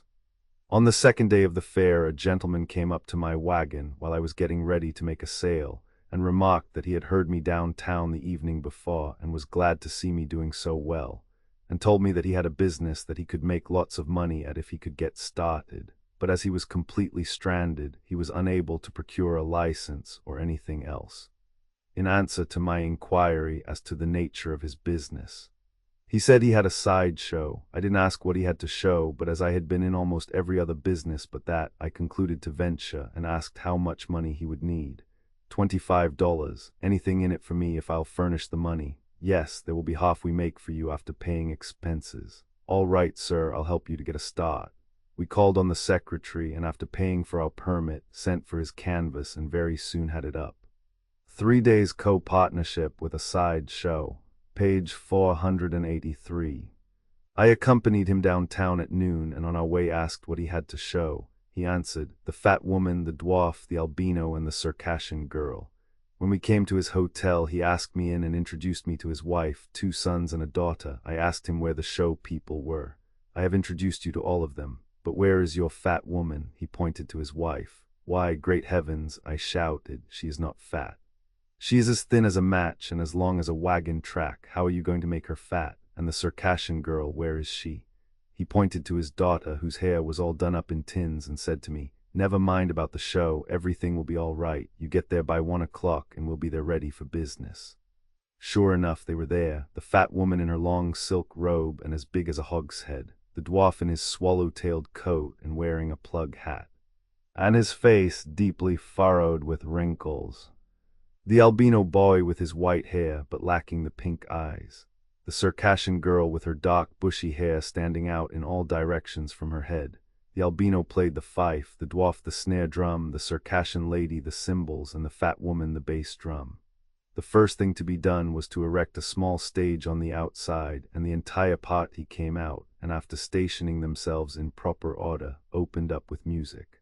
While this unique band was thus engaged, my new partner mounted the box and began talking at lightning speed. Crowds of people gathered, and after viewing the pictures of the living wonders on the canvas, and listening to the glowing description given of the greatest of living curiosities, they began pouring in and kept it up till the tent was packed full. Then the music ceased and the performers went inside, and the professor singled them out and delivered a lecture on each one, telling their age, nationality, etc. After which he immediately announced the conclusion of the performance and motioned everyone out. As soon as the tent was cleared, the band again made its appearance on the outside, and after attracting a crowd and filling the tent again, would step inside to be exhibited, and this was repeated with immense success till the last day and last hour of the fair. It was amusing to see the people gather around and stare at the band of musicians while they were playing on the outside, and then step up and buy tickets to go inside and take another look at them, and as there was no fault finding, I suppose they were all satisfied. I drove my auction wagon as close to the tent as possible, and as fast as I could work the crowd with my goods, I would turn them over to my sideshow partner, recommending it as absolutely the most singular and remarkable show I had ever seen. I took the precaution to hire a man to take the tickets, so I had no occasion to interfere with the show. But the last day in the afternoon the professor became almost exhausted, and leaving my wagon I took the blower's stand and relieved him, and through the excitement soon discovered myself talking curiosities with as much earnestness as if Barnum's whole menagerie had been inside the tent. When we figured up and had deducted all expenses, we found ourselves $600 ahead, which was divided between us, but I had talked so much that I couldn't speak above a whisper. I wrote home to my wife narrating my success in the show business, exhibiting another man's wife and children, and suggested that she get herself and the little boy ready to start at a moment's notice, as I was liable to send for them very soon and start a circus of our own. As I had no particular taste for that sort of business, however, I thought it best to quit while I was ahead. Consequently, I stuck to auctioneering. My business increased so rapidly as to render me unable to do anything more with the polish, for which I was very glad. I made several horse and wagon trades, paying boot whenever it was necessary, as I made it a practice of always trading for something better, till at last a nice pair of horses and carriage became my property, with 2 trunks of goods. I then worked north through Michigan, and began making regular street parades prior to opening my sale. I would drive around town ringing an auction bell and crying, "Auction, auction, everybody turn out upon the streets tonight, bargains, bargains, and no impositions." My success was almost invariably splendid. A novel turnout, page 490. Mr. Kiefer wrote me about this time that he was in need of assistance. His crops had been almost a total failure that year, through which he was unable to meet the payments due on a piece of land he had purchased. I began an immediate search for a buyer for my horses and carriage, but without success, till one day an old gentleman bantered me to trade the entire outfit for a yoke of oxen and a 2-wheeled cart, and was somewhat surprised when I showed my readiness to swap for $500 to boot. He offered $300. I fell to $4. He offered to split the difference, and I took him up before he had time to draw another breath. He paid me $350, and I transferred my trunks of goods and other baggage to the cart. When I did so, the old gentleman and several others began to laugh, and said they guessed I'd have to hire a teamster, as I would find considerable difference between horses and oxen.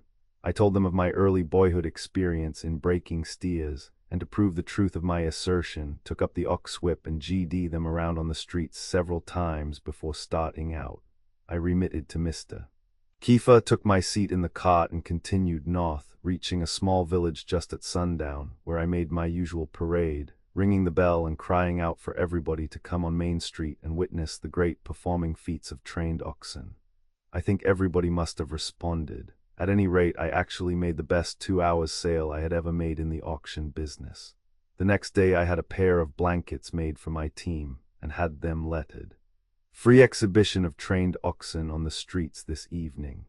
On arriving at the next town, I hired 2 small boys each to ride an ox and ring a bell and halloo at the top of their voices, while I stood up between the trunks in the cart, also yelling and ringing a bell. We succeeded in getting everyone in town out and made a grand sale. When about to close for the evening, I was asked to give an exhibition of my oxen.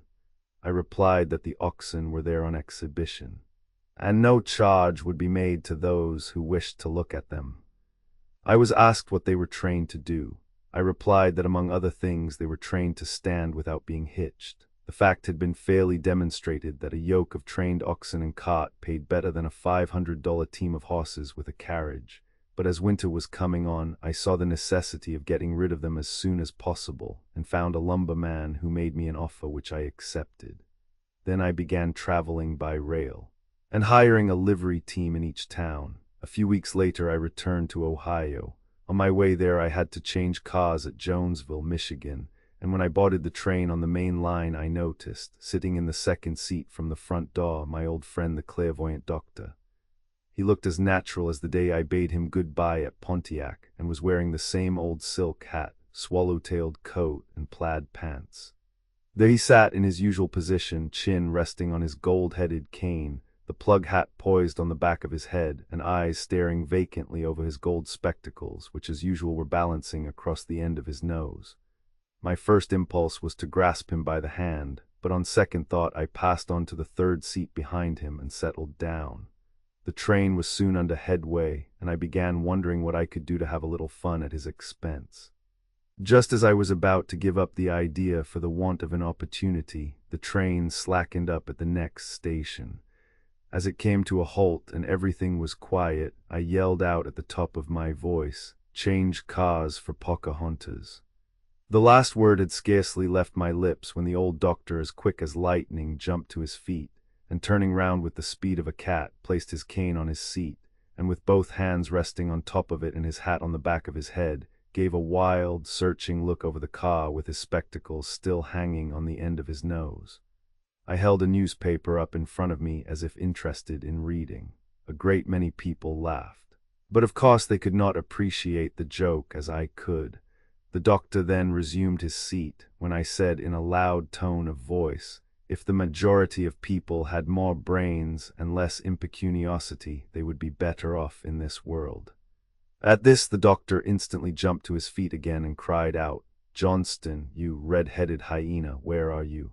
I then shook him by the hand, and after quickly relating a part of my experience since leaving him, was informed that he had located in a thriving town in northern Indiana and was doing well, but had abandoned clairvoyance. As he was on his way to Toledo, we had quite a chat. I referred to our late experience at Pocahontas, a portion of which he enjoyed immensely. When we arrived at Toledo, he said he believed he would eat his supper at the lunch counter in the depot.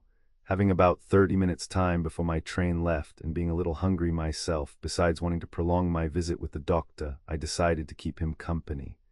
He was very hungry and ordered a cold roasted quail with dressing, cold boiled eggs, biscuit, butter, and coffee, while I ordered a ham sandwich and coffee. He ate with a relish and spoke several times about the quail being so very fine, and suggested that I try one. I told him I wasn't very hungry and didn't care for it. When we had about half finished our meal, another gentleman came rushing up to the counter, and noticing several nicely roasted whole quail ready to serve, said, "Give me one of those quail." As the waiter handed it over, he produced some change and asked how much it was. $1, sir," replied the waiter. Don't want it, sir. I'll go uptown and eat," and off he went. "Great," screamed the doctor, hopping about in his customary frisky, jumping jack style and dropping the piece of quail he held in his fingers. "I shouldn't think he would want it. Why, great heavens, great, who ever heard of such a outrage? Think of it, Johnston, $1 for one of those little quail, and they are hardly fit to eat." "See here, waiter, do you think I am going to pay $1 for a quail? I want you to understand I am from Indiana, and I know what quail are worth by the dozen. Why, you infernal robbers, they can be bought not 100 miles from here for $1 a dozen, and they won't have been dead 3 months either. Gentlemen, you have struck the wrong man for once, indeed you have. I am no fool, besides." "Yes," I interrupted, addressing the waiter, "besides." This gentleman used to wait on table himself in a hotel in Michigan, didn't you, doctor? By this time, several people had gathered around. He looked somewhat embarrassed for a moment, but instantly recovering himself and striking the lunch counter with his fist, very excitedly cried out, "No, sir, not by a sight. I don't have to wait table. If I did, I'd not work for a man who would dish up a tainted old quail worth 8 cents and charge $1 for it. Why, it Johnston, just think of it, $1 a dozen in Indiana and $1 a piece here. But doctor, go on and finish your meal. You seemed to be enjoying it a little while ago and spoke of the quail being very nice, and I am certain you haven't more than half finished. Go ahead and eat." "Oh, eat beef. I'm not hungry, and if I were I'd eat something besides quail at $12 a dozen." "Good. If a quail comes to $1, what in nation do you suppose they'll charge for a full meal? It's robbery, and I'll not be robbed by them. I'll go downtown and eat as that other man did. But doctor, what are you going to do? You have eaten about half of that quail, and I can't see how you expect to fix it." "Well, if quail are in such great demand as to be worth $1 apiece, they will surely have use for any part of one. And if they wish to take back what I have not eaten and give me credit for it, I'll settle for the balance. Otherwise I'll stand a lawsuit for it, Johnston. I tell you I can buy them by the carload in Indiana for $1 a. All aboard going east," shouted the conductor, and quickly settling my bill and bidding the doctor goodbye, I left him and the waiter to settle the quail question. Chapter 62. A co-partnership formed in the auction business. How IT ended. A new friend, his generosity, exhibiting a talking machine. IT failed to talk. How I entertained the audience in the role of a phrenologist. On my return home, I met an old acquaintance who had just sold out his grocery and was anxious to invest with me in the auction business. We very soon formed a co-partnership, he furnishing $1,000 and I $500. We opened at Upper Sandusky in a store room with a stock of notions, hosiery, and underwear, but from the very first began losing money. The roads were very muddy, and it rained day in and day out. The weather was warm, and there was no demand for our goods. We moved from one town to another with but poor success, hoping for cold weather and a demand for socks and underwear. However, luck, as we called it, was against us. And when spring came, we invoiced and found ourselves with about $600 worth of stock on hand. I then made clear to him that at the rate we had been losing money, we would probably have about $500 cash after winding up, provided we commenced at once and sold out as soon as possible. I suggested that we do so, and I would turn that amount over to him, which would leave us each just $500 out of pocket for the winter's work. Hank said he was perfectly satisfied, and I should go on and close out. And he would go home and attend to other business. I worked into Indiana and succeeded in finishing just about as we had figured on, for after sending him the last remittance to make up the $500, I had about $4 in cash and an old trunk left. Elkhart, Indiana was the town I closed out in, and while stopping there at the hotel, I became acquainted with a physician and surgeon from Chicago, Dr. S.W. Ingraham, whose office is now on South Clark Street. He had been called there to perform a surgical operation, and being obliged to spend an hour or two in the hotel office before taking a return train, he became an interested listener to several stories told by a couple of drummers and myself. He finally told one or two which convinced us that we had struck an old-timer. After we had related some personal experiences, I learned, to my great delight, that the doctor's experience had been almost as varied as my own. He began by relating the different kinds of business he had engaged in while a young man, but he was unable to mention a single thing that I hadn't embarked in and of which I could show up a smattering of knowledge. Finally he said, "Now, Johnston, I am going to head you off right here." "What is it, doctor? I am anxious to know what it is." "Well, sir, I'll bet you never made a political speech."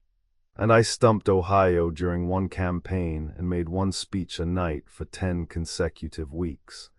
I can beat that. I stumped Ohio for Hayes and Tilden and made 2 speeches on the platform for one consecutive night. But how could you speak for Hayes and Tilden? One was a Democrat and the other a Republican. No matter, I did it anyhow, and all in the same speech, too. And to prove the correctness of my statement, as the doctor seemed a little incredulous, I jumped to my feet and delivered a part of my Republican speech and then a part of the Democratic. and then headed him off by relating my experience running a fruit stand, the 3 days with a sideshow, besides one or two other ventures. When I told him I was an auctioneer, he at once became interested in me, as he had been one himself in his younger days. I quickly satisfied him that I could sell at auction, and he likewise convinced me that he had been there. I then narrated the ups and downs I had had, and showed up my books for the winter's losses, and how I had just sent my late partner about all the money I had. He asked my plans for the future. I told him about my furniture polish and that it was always a sure thing. He listened attentively, and after a moment's reflection said, "But the time of year is just coming when you could make money fast if you had a nice auction stock. I know that, and another thing I know is just how to do it now, as I have paid well for my experience." "Well," said the doctor, surprising me as he reached down into his pocket and produced a roll of bills, "I am going to loan you $100, and I know you will pay it back before 3 months. I thanked him, but told him $50 would answer, as I could get along nicely and would prefer to commence as low down as I dared. He insisted that 100 would be none too much, but I declined to accept more than 50, and immediately sent to Chicago for a stock of just such goods as I felt certain would sell well and not be too bulky. I assured the doctor that if I were successful I would pay him back, and if I was not, I would never cross the street to shun him when I came to Chicago, but would surely call on him and acknowledge the debt anyhow. I had heard and read of men like Dr. Ingraham, but he was the first of his kind that I had ever met, and realizing that such friendship could not be valued too highly, I determined to not only repay him, but to let him have the satisfaction of knowing sooner or later that the start he gave me had developed into something of consequence.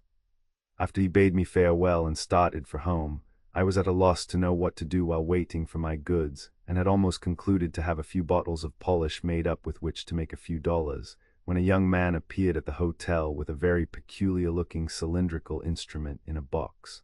I was curious to know what it was, and as he looked rather tired and sorry, I ventured to inquire what he had in there. He answered, "Oh, it's nothing but a talking machine." I was fairly dumbfounded and thought perhaps he was casting a slur, as I had been doing considerable talking. At any rate, I felt that whether he was telling the truth or not, I had a right to take exceptions. Exhibiting a phonograph near Elcott Ind, page 505, if he had meant to slur me, I would be insulted. If he had told the truth, I had a right to oppose unfair competition. I then demanded an explanation, and assured him that I did nothing else but talk, and considered I had a perfect right to investigate any sort of a machine that would be at all likely to monopolize the business. He then took the cover off the box and showed me an Edison phonograph, which he had gotten in exchange for a horse. He had come on there expecting to meet his cousin, who was to furnish the money, and they were going to travel and exhibit it. I asked him to set going and let me hear it spout an hour or two. He said it would take several minutes to arrange it. Besides, he didn't like to use up any more tin foil than was necessary, as he hadn't much on hand. I asked him what he thought of doing. He said he didn't know, but guessed he'd go back home if his cousin didn't come. "Why can't you and I give an exhibition?" I asked. "Where will we give it?" "Suppose we go to some country schoolhouse a few miles out and give a show tomorrow evening." "All right, I'm willing. I have plenty of small handbills. Then we'll hire a team tomorrow morning and drive out to some thickly settled neighborhood and advertise it." "You're sure it'll talk, are you?" "Talk, you bet it'll talk." The next morning we were up and ready for business, and after hiring a horse and wagon, started out. After driving several miles, we found a place where we thought it would pay to stop, and upon inquiring for the school directors, were referred to a farmer living nearby. We called on him, and after stating our business and promising himself and family passes, were given an order on the school teacher for the key when she had locked up for the day. We drove directly there, where we found nearly 40 scholars in attendance. After making the teacher's acquaintance and explaining our business, she gave us permission to deliver a circular to each one present and to make an announcement. This I managed to do, and stated to them that if I had time after the performance with the talking machine, I would deliver a lecture on telegraphy and explain the manner of sending messages and how batteries were made and how long it would take a message to travel from New York to San Francisco. My idea, of course, was to represent as much of an attraction as possible, as I felt certain that if we got them there and got the machine to talking once, they would forget all about telegraphy. On our way out, my partner had drilled me on what to say to the phonograph in order to have the words reproduced distinctly. He said it was necessary to use a certain set of words that I could speak very distinctly, and that would be penetrating, and recommended the following: dickory dickory dock, the mouse ran up the clock struck one, and the mouse ran down, dickory dickory dock. After making arrangements at this schoolhouse, we started out and visited 2 other districts and advertised our performance. The result was that people came from all directions in carriage and wagon loads. They had all heard or read of Edison's talking machine and were anxious to see and hear it. The house was packed, and we took in over $40 at the door. At 8 o'clock I announced everything ready for the exhibition and requested all to remain as quiet as possible throughout the performance. Of course, I was as ignorant of the manner of manipulating the talking machine as any one of the audience. I didn't know whether the thing had to be blowed up or wound up, and was obliged to leave it all with my partner, who seemed perfectly confident of its success. After arranging the tin foil, he took hold of the crank, began turning, and instructed me to place my mouth over the instrument and speak my little piece about the mouse and clock. After finishing, I stepped back to await results. He turned the crank, and the thing gave just one unearthly, agonizing groan, and I imagined rolled its eyes back and, gasping for breath, died a natural death. The audience showed a look of disappointment. I endeavored to convince them by my careless, indifferent manner that it was only a common occurrence and that all would soon be right. My partner tried to laugh it off and make believe it was a good joke, but I noticed very quickly large drops of perspiration standing on his forehead as he busied himself in trying to fix the machine. At last he was ready to try it again, and instructed me to speak louder and more distinctly than I did before. I was determined that he should not lay the blame to me for not talking loud enough, and therefore used all the strength and power of lungs and voice that I could command. The result was less satisfactory than before, for not a sound could we get from it. The audience began to show impatience, and from different words and expressions that came from them, we were convinced that they were not going to submit easily to anything but an exhibition of some kind. By this time my partner had taken off his coat and vest, although it was really cold enough for an overcoat, and the perspiration was fairly dripping from him. He was much excited, and I wasn't feeling any too gay myself. We began working on the machine together, which gave us a chance to converse in an undertone. I asked if he had ever tried to run it before. He said no, but he was certain he knew how. I told him it really looked as though he must have bought it and roomed with Edison when he conceived the idea of making the thing. Are you positively certain it ever did talk? I know it has talked. Did you ever hear it? No, but my cousin did. Great Scott, man. You don't know whether this is a phonograph or a washing machine, and I am certain it looks more like the latter. What are we going to do? He said he guessed we'd better give back the money and let them go. Yes, that would be a bright thing. Do you suppose I'd give back this money? Not much. Well, but we'll have to. What can we do? What can we do? Well, sir, we've got to do something to entertain these people and hold their money, if you and I have to give them a double song and dance.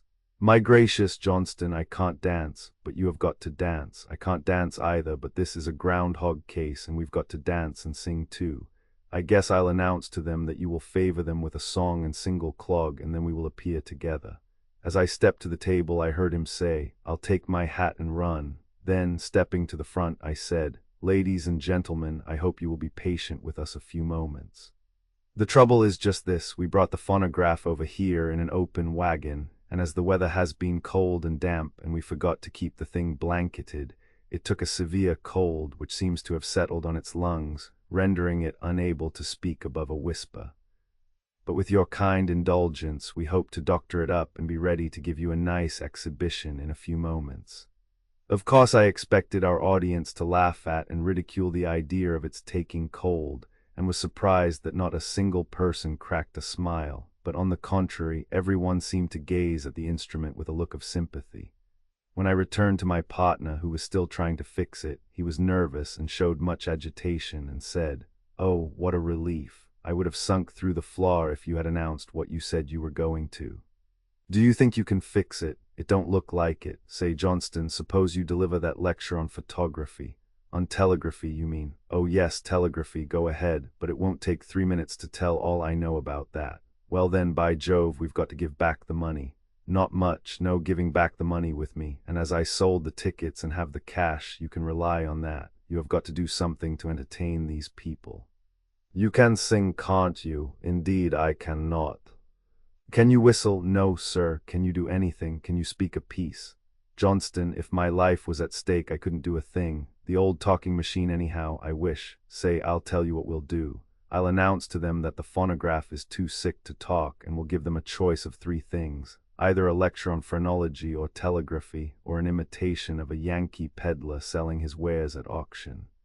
And the moment I say auction, you look up and begin to laugh and clap your hands and say, Johnston, give them the Yankee peddler, that's the best of all. He agreed, and when I made the announcement, he had no sooner carried out my instructions than the whole house cried as with one voice, yes, yes, give us the Yankee peddler. Then I felt relieved and knew we had them. I then explained that Yankee peddlers usually carried handkerchiefs, socks, hosiery, shears, shoelaces, suspenders, soap, pencils, pins, razors, knives, etc. A lad sitting near me on a front seat cried out, "Here, mister, play you are selling my knife," and reaching out and taking it in my hand, after making a few preliminary remarks, I began with the twang of the almost extinct Down East Yankee, and in a high-pitched voice and at lightning speed rattled off. Now, ladies and gentlemen, the first article I am going to offer for your inspection is a fine silver steel blade knife with a mother-of-pearl handle, brass-lined. Round joint tapped and riveted tip-top and bottom, a knife made under an act of Congress at the rate of $36 per dozen.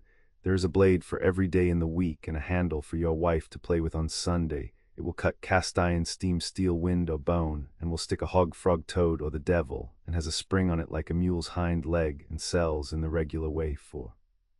I then went on with my usual plan of selling, and introduced the endless variety of sayings and jokes which I had been 2 years manufacturing and collecting, and then went on through the whole list of Yankee notions, giving my full description of everything, to the great satisfaction of my audience and the surprise of my partner, who was in ignorance of the fact of my ever having been in the auction business.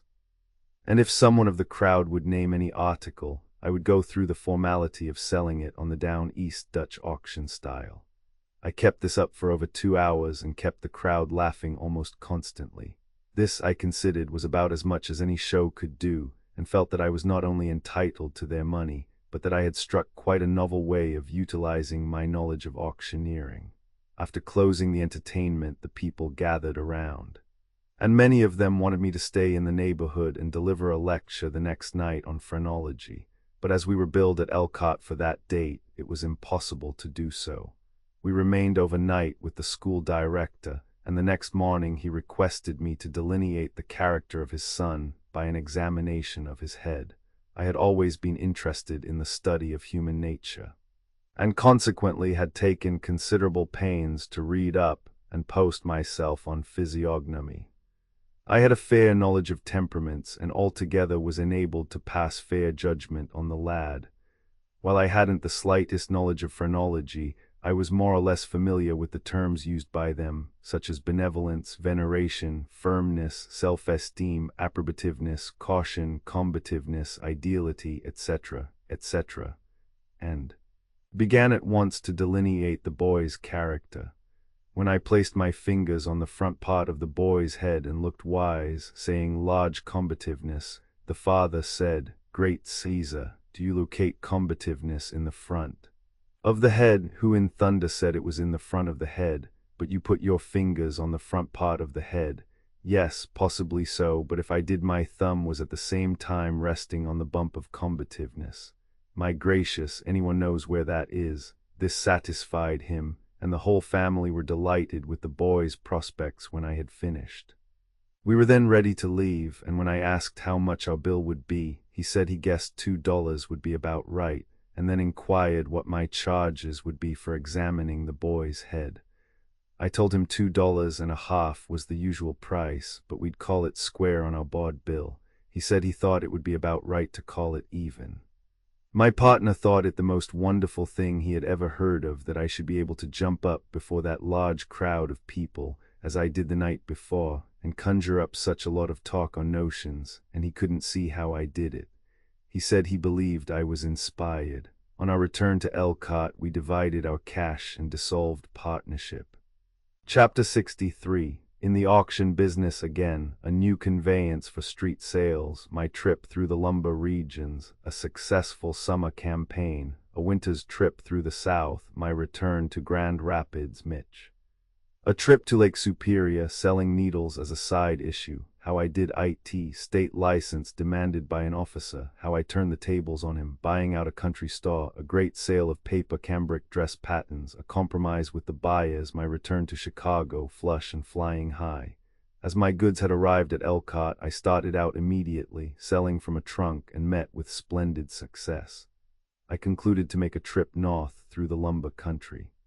As my facilities were going to be poor for hiring livery teams in the majority of those towns, with which to drive out upon the streets to make a sale, I began trying to invent something to take with me on which to put my trunks when selling. One day I saw a gentleman pushing a two-wheeled cart, and it occurred to me that I could put end boards on it, and after placing a trunk on each end, I could stand up very nicely in the center, which would bring me at just about the proper height above my audience. Acting accordingly, I bought the cart, and after having the end boards put on and a standard made to fasten at the rear end of the box to keep the thing from tipping backward, I bought another trunk and made a pitch with it. My unique conveyance in the mining and lumber camp. Page 523, it was just the thing. I could give the baggage men on the trains from 25 to 50 cents each time I made a trip, and when I arrived at my destination, it would be thrown off with my trunks. I was thereafter troubled no more with the annoyance of procuring a suitable conveyance to sell from. I traveled through the lumber country in Michigan and very soon remitted my new friend, Dr. Graham, the full amount of my indebtedness, and explained to him my new plan, which was saving me lots of money in livery hire. His reply, acknowledging the receipt of the money, did me more good than the making of a small fortune would have done. He assured me that if I ever needed assistance, I could always depend on him, as he liked a good hustler and liked to favor them all he could when he knew they were square. My wife joined me a few weeks later, leaving little Frankie with my mother. She traveled with me all summer and business kept fairly good. We continued on till fall, when she returned to Ohio, and I went south to the climate my mother had previously recommended as adapted to straw hats and linen dusters.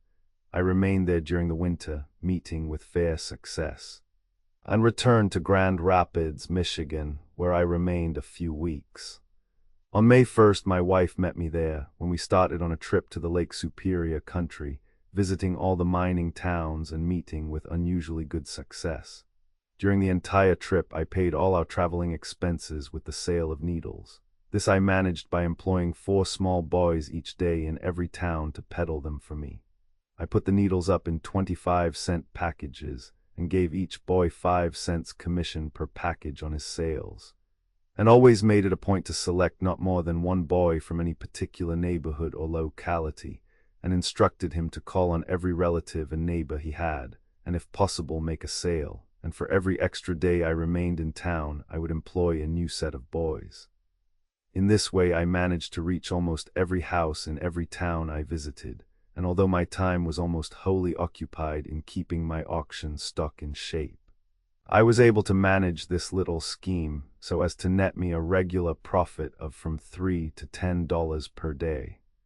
I still kept my 2-wheeled cart, which I could hardly have dispensed with in a country where horses and carriages were scarce.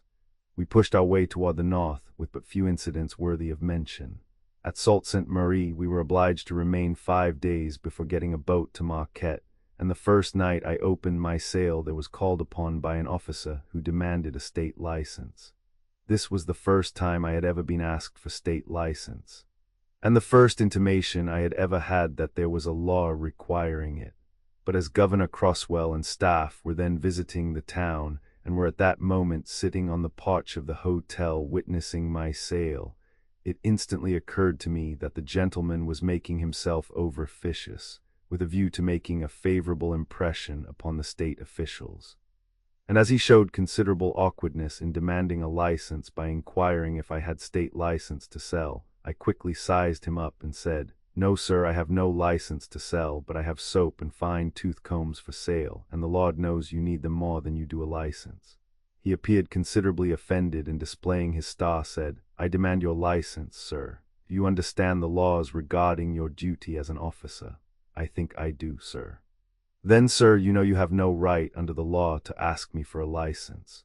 Your only course is to make inquiries of the Secretary of State, and as that official is sitting right there on the porch, not more than 20 feet from here, I'll refer you to him. But unless you are prepared to pay damages, don't you interrupt me again, for I want you to distinctly understand that my license entitles me to the privilege of doing all the talking there is done here tonight. And I propose to do it. If you have anything to say, you must go outside the corporation." I resumed business immediately when I heard the officer say, as he passed out, amid the hisses and laughter of my audience, "I'll see a lawyer about this." The next day I interviewed the governor and the state secretary and treasurer, and was informed that there was a law requiring the payment of $15 per annum for state license. I prevailed upon them to allow me to pay the amount to them and receive a receipt for it to show I had acted in good faith, and they were to forward my license to me at Marquette. The next night, just as I had gotten nicely started with my sale, the same officer came up again and demanded my license, saying he had spent some time with a good lawyer in looking up the law, and he knew it was his duty to demand a license of me direct. I said, "Well, if you'll jump up here and hand out these boxes of soap, so as not to interfere with my sale, I'll go inside and get my license." He agreed and climbed into the cart when I stepped back in the crowd and began urging everyone about me to patronize him as much as possible, and explained to them that I intended to stay away and let him worry it out till he got tired. He made several sales and then began to look anxious and silly. I still kept in the background, and he sent a boy into the hotel to learn my whereabouts. The lad returned with the information that I had not been there since I opened my sale. After the crowd had laughed at him and the small boys had guyed him till he was ready to quit, I stepped up briskly and said, "Mister, have you got either state or city license to act as an auctioneer or to hawk goods upon the street at public sale?" He said he didn't need any. "Very well, sir," I said as I climbed in the cart and forced him out, "as this is America, where one man's rights are as good as another's, I guess I can get along without license if you can." The crowd laughed again and he stepped off without molesting me further. The only satisfaction I experienced was that of beating him at his own game, and I had gotten rid of him without having to show up my receipt. When it was given to me by one of the state officials, he remarked that while he didn't think I would be likely to get into any difficulty so long as I could show it up, he was certain that by law I had no authority to sell till I had procured the license. I therefore thought best to avoid showing my receipt till the very last resort. I made several other sales there, but was not molested again. Our next town was Marquette, where our success was far beyond our expectation. I remember the first night I sold there, just as I had started in and was having a big run. A tall, slim man with a very intelligent face and a large, red nose, but rather roughly dressed, came rushing through the crowd, swearing at the top of his voice and calling me all manner of names. I shouted at the very top of my voice, "Stop, sir, stop right where you are," and as he obeyed me I said, "Don't you advance another step, sir. If you open your mouth again, I'll have you arrested." Hick, what for?" "For violating the revenue law," I quickly answered, discovering he was intoxicated. Hick for violating the revenue law, did you say?" "Yes, sir, that's what, and as sure as you open your mouth again, I'll have you arrested. You are old enough and have had experience enough to know better than to come out here on Main Street and open a rum hole without paying license." The crowd yelled and screamed and whooped and shouted with unusual enthusiasm, which at once convinced me that I had struck something different from the ordinary, and my opinion was fully confirmed when he commenced to laugh, and stepping within my reach, began buying my goods as fast as I could hand them to him. He never opened his mouth, but kept reaching for the goods as fast as I could count them and pass them out, and handed me $1 for each sale, as I was selling in dollar lots. This he kept up till he had loaded himself and several friends and started off, saying he would be back the next night. After he left, I was informed that he was worth several millions, which he had made in iron and copper mines. The next night I went out with my cart rather early, as usual. and lighted my torches and returned to the hotel to await the regular time for opening. When I came out again, I was surprised to see every window in every building around me occupied by nicely dressed ladies, and the streets filled with handsome horses drawing carriages occupied, as I could see, by a well-to-do class of people. It was remarked by many the next day that there never had been as large a crowd gathered on the street at one time before, and the result of my sale, which was 3 times larger than any I had ever before had, proved to me what a little free advertising could do. I looked in vain, as did also many of my audience, for the rich miner, but he didn't come. We continued on towards the copper country, working the iron mining towns on our way, arriving at Horton the middle of July.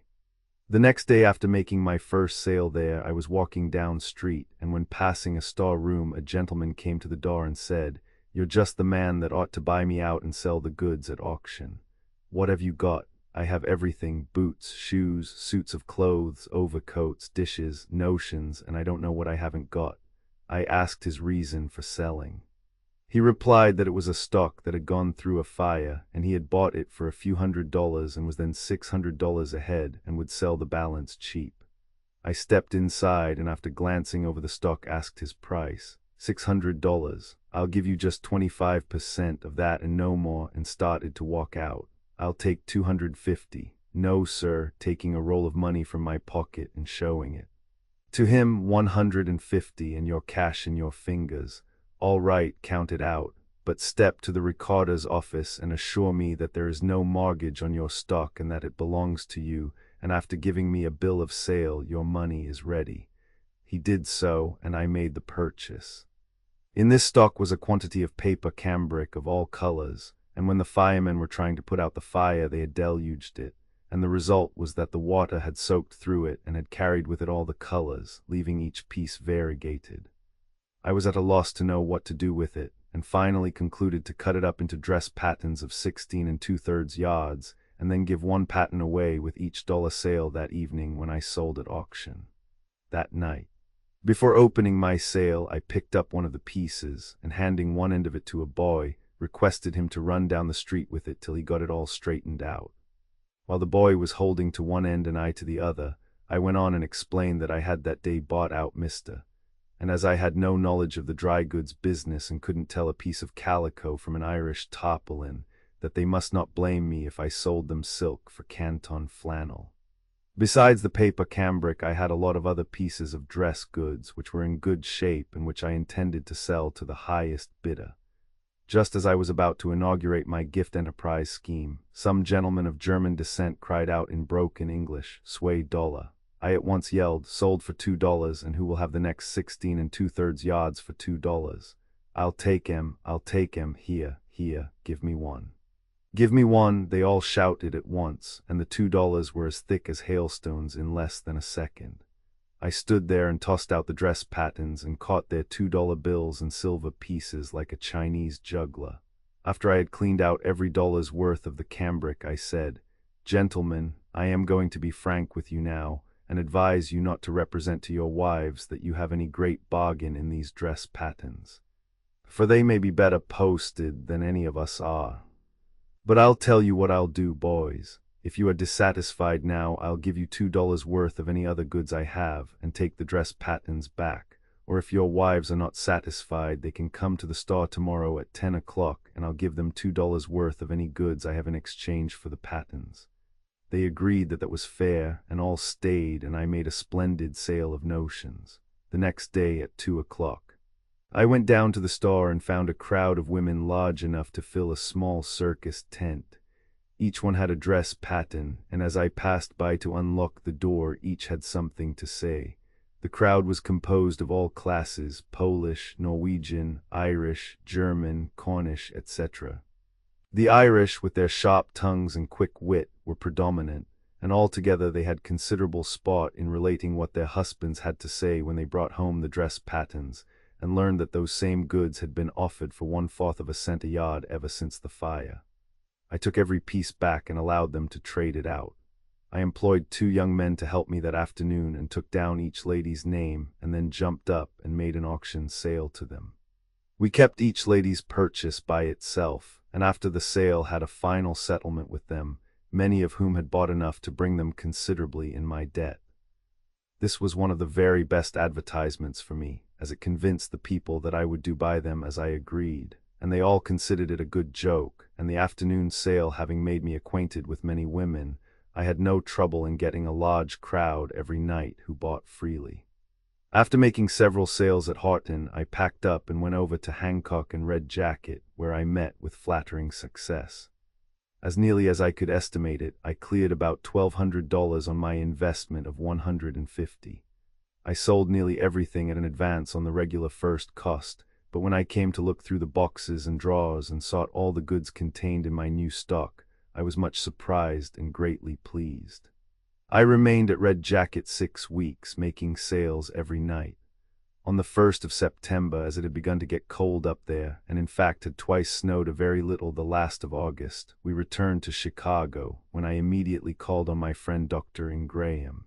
He didn't recognize me until I took a large roll of bills, containing over $3,000 from my pocket and said, "Doctor, I would be pleased to loan you $100, and I'll bet you will pay it back in less than 3 months.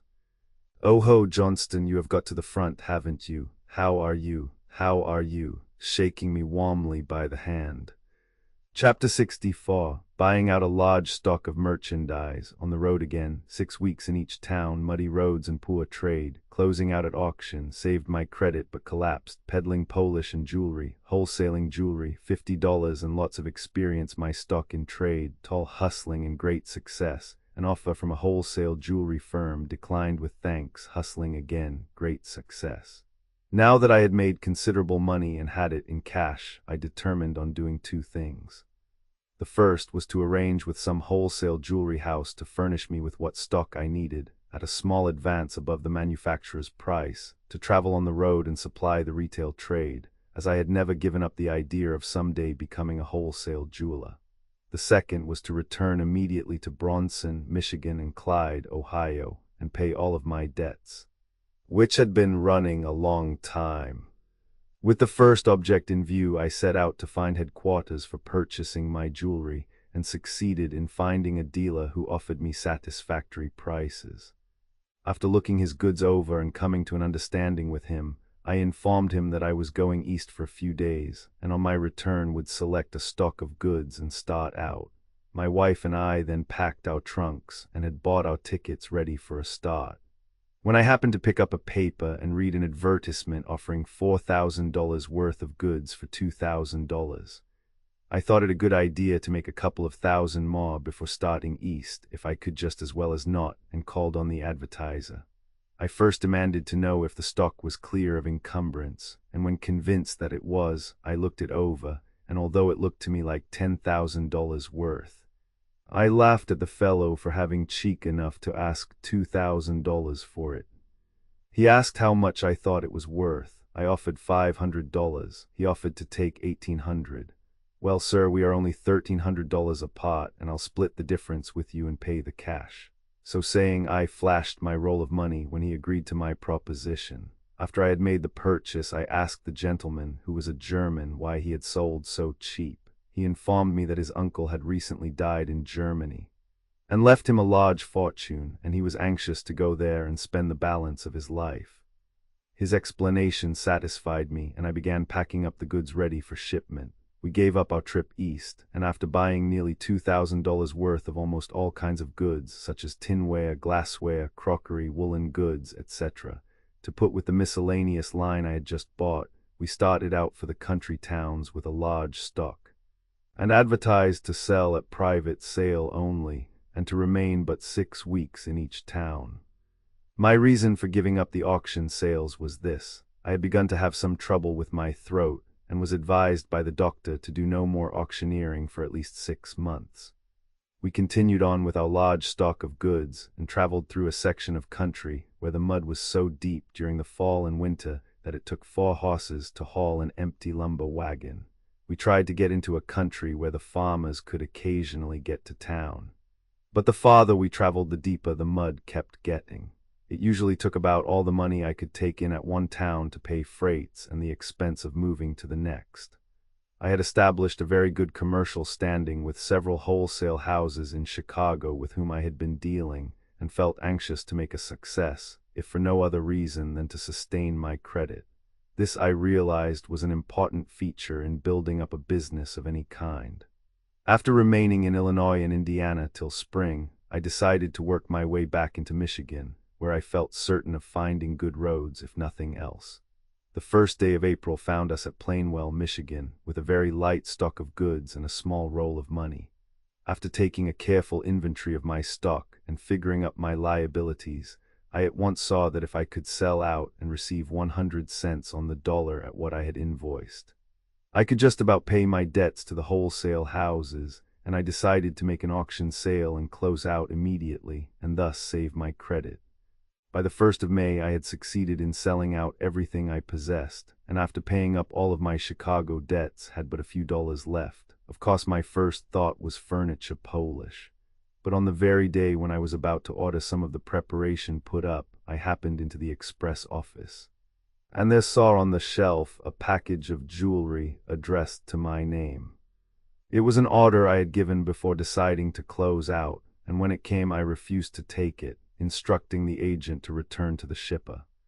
He had neglected to do this, and when I asked him why, he laughed and said he thought best to hold it a while and see if I wouldn't conclude to take it. At this simple suggestion, it instantly occurred to me that I could make good use of such goods by selling to the people about the hotels where I traveled. I therefore accepted the package, and after looking it over, which in all amounted to less than $50 worth, I hired a carpenter to make me a sample case, for which I paid him $5. After arranging my goods nicely in the trays, we started on the road. I had with me also 24 bottles of the incomprehensible as a sort of standby. We visited several towns where I hustled out with the polish, meeting with fair success as usual. I managed to sell a piece of jewelry occasionally, which netted a fair profit. At White Cloud, Michigan, I called at the drugstore of a G. Clark & Co. to make a small purchase. When in conversation with Mr. Clark, I mentioned that I was in the jewelry business and would be pleased to show him my goods. He said he had never handled jewelry in connection with his drugs and had no idea it would pay. I persisted, however, in showing him my line till he at last consented, when I hastened to the hotel for my sample case and returned at once. When I opened the case, containing about 24 empty trays and only 3 trays of goods, Mr. Clark looked rather disgusted and asked where I hailed from. I reported myself on my way in and was closing out my samples and delivering on the spot. "Oh, I see, that accounts for your empty trays." "Certainly." He began picking out a few pieces and kept it up till he had selected what he considered enough for a fair stock and asked me to make out a bill. I did so and billed it on a piece of brown paper, calling to mind my jewelry experience of years before. The amount was $29, which he paid and I receipted in full. If Mr. Clark reads this book, it will no doubt be the first intimation he has ever had that he was my first customer, and as he is still in business there and has a large showcase full of jewelry, which he takes pride in keeping replenished often, and always favors me when placing his orders, I take it for granted that he has never had occasion to regret his first investment in that line. I then called on another dealer and sold $8 worth. When I returned to the hotel, I made known my success to my wife and declared my intention of sticking to it. She reminded me that I had always contended that it required large capital, and wondered how I could expect to succeed with a $50 stock then, when I was unable to get along with several times that amount years before. I told her I thought she was mistaken about my stock in trade, and assured her that my present stock was 50 times larger than when I tried it before. In considerable astonishment, she asked me what I meant. "I mean that experience should be invoiced as stock in trade, and as I have had lots of it since my first experiment, I am going to fill up 2 trays in my sample case with jewelry. And in each one of the empty trays I'll put a card with the word experience written on it, and if a merchant laughs at my goods, I'll explain that my stock consists of jewelry and experience, but that I am only selling the jewelry and keeping the experience for my own use." This plan was carried out, and in every instance when I called on a merchant and displayed all of my trays on his counter, he would take the cards up one after the other. and after reading the word experience on each and every one, would ask its meaning. I always explained that I had more experience than capital, and as I valued it very highly, I considered it perfectly legitimate to figure it as stock in trade. This generally brought a smile from them, and as a rule seemed to work to my benefit. At any rate, I sold jewelry to almost every dealer I called upon. As I was then owing my wholesaler $50 for the first bill, I at once ordered several small packages sent on ahead of me C.O.D. to different towns, and as I came to them would take them up. This gave me a chance for some tall hustling, and I made the most of it. I began by showing up my jewelry early in the morning to clerks or porters at the hotel, and in the evening before retiring to the hotel girls. As soon as the stores were opened, I visited every merchant in town and sold to jewelers, grocers, dealers in dry goods and hardware, druggists, restaurants, milliners, in short, to everyone who had a showcase. At noon, I would open up in the hotel office, ostensibly to arrange my jewelry, but for no other purpose than to attract the attention of boarders or guests to my stock of goods. Whenever they asked to buy, I would assume an air of independence and indifference and quote the price of every article by the dozen, and was sure to mention that it was the wholesale price. Of course, almost everyone was anxious to buy at wholesale, and I had no trouble in disposing of goods. When at the depots awaiting trains, I always got into the good graces of the telegraph operator by convincing him that I could read readily from his instrument, and usually sold him an article of jewelry, and often several dollars worth. I might add here that in traveling about the country it was quite entertaining to listen to every telegraph instrument while waiting for trains, and consequently I kept in fair practice. As I still cling to that habit, I find little difficulty, even now, in reading rapidly. When going from place to place on the cars, I made it a point to spot my man as soon as I entered the car, and managed to either get into the same seat with him or one very near, and before I was fairly settled, I would find it necessary to open my sample case, and if possible would ask my would-be victim to hold some of the trays while I arranged a few goods in the bottom of my case. It was never necessary for me to offer to sell to them, as they were usually eager to look through my stock, and very anxious to buy when informed that I was a wholesaler. It used to amuse me to come in contact with the high-salaried drummers, upon whose personal sales their houses solely depended for success, and see them spend a large share of their valuable time in getting acquainted with some prominent merchant prior to inviting him to the hotel to see their samples, which only for the disgrace of carrying their cases from store to store they would have had with them. It was always an easy matter for me to frustrate this class of salesmen in their schemes of getting acquainted, as I always had my sample case ready to spring open at the very first opportunity, and as I usually managed to get the flaw and almost invariably did all the talking, the box, as a rule, was opened up to the merchant on short notice. And although I considered a sale half made when this was accomplished, I never quit talking or quit pushing sales, and always hurried my customer through as fast as possible, and as soon as finished bade him goodbye and left his store. Many a good sale I made in this way while my modest, sleek, $40-a-month friend stood by and wondered how long I had been acquainted with the proprietor. We traveled through Michigan, visiting the same towns we had sold auction goods in the year before, and wherever I traveled, the moment I would step off the cars I would hear such remarks as these from men and boys: "There's the auction man. We'll have a circus tonight. He can talk a man to death in 5 minutes. Wonder what he's got in that box." In about 30 days from the day I made my first sale of jewelry, I arrived at Sheboygan, Michigan, and upon taking an inventory of stock and cash, found I had cleared just $625 over and above all our expenses. On calling for my mail at this place, I received a letter from the proprietor of the wholesale house I had been dealing with, requesting me to come to Chicago at once, as they had a very important proposition to make to me. When I returned to the hotel, I met my wife in the hall and said, "Flo, I guess G and S want to take me in partnership with them. At any rate, they have written me to come to Chicago, and I think we'd better start at once."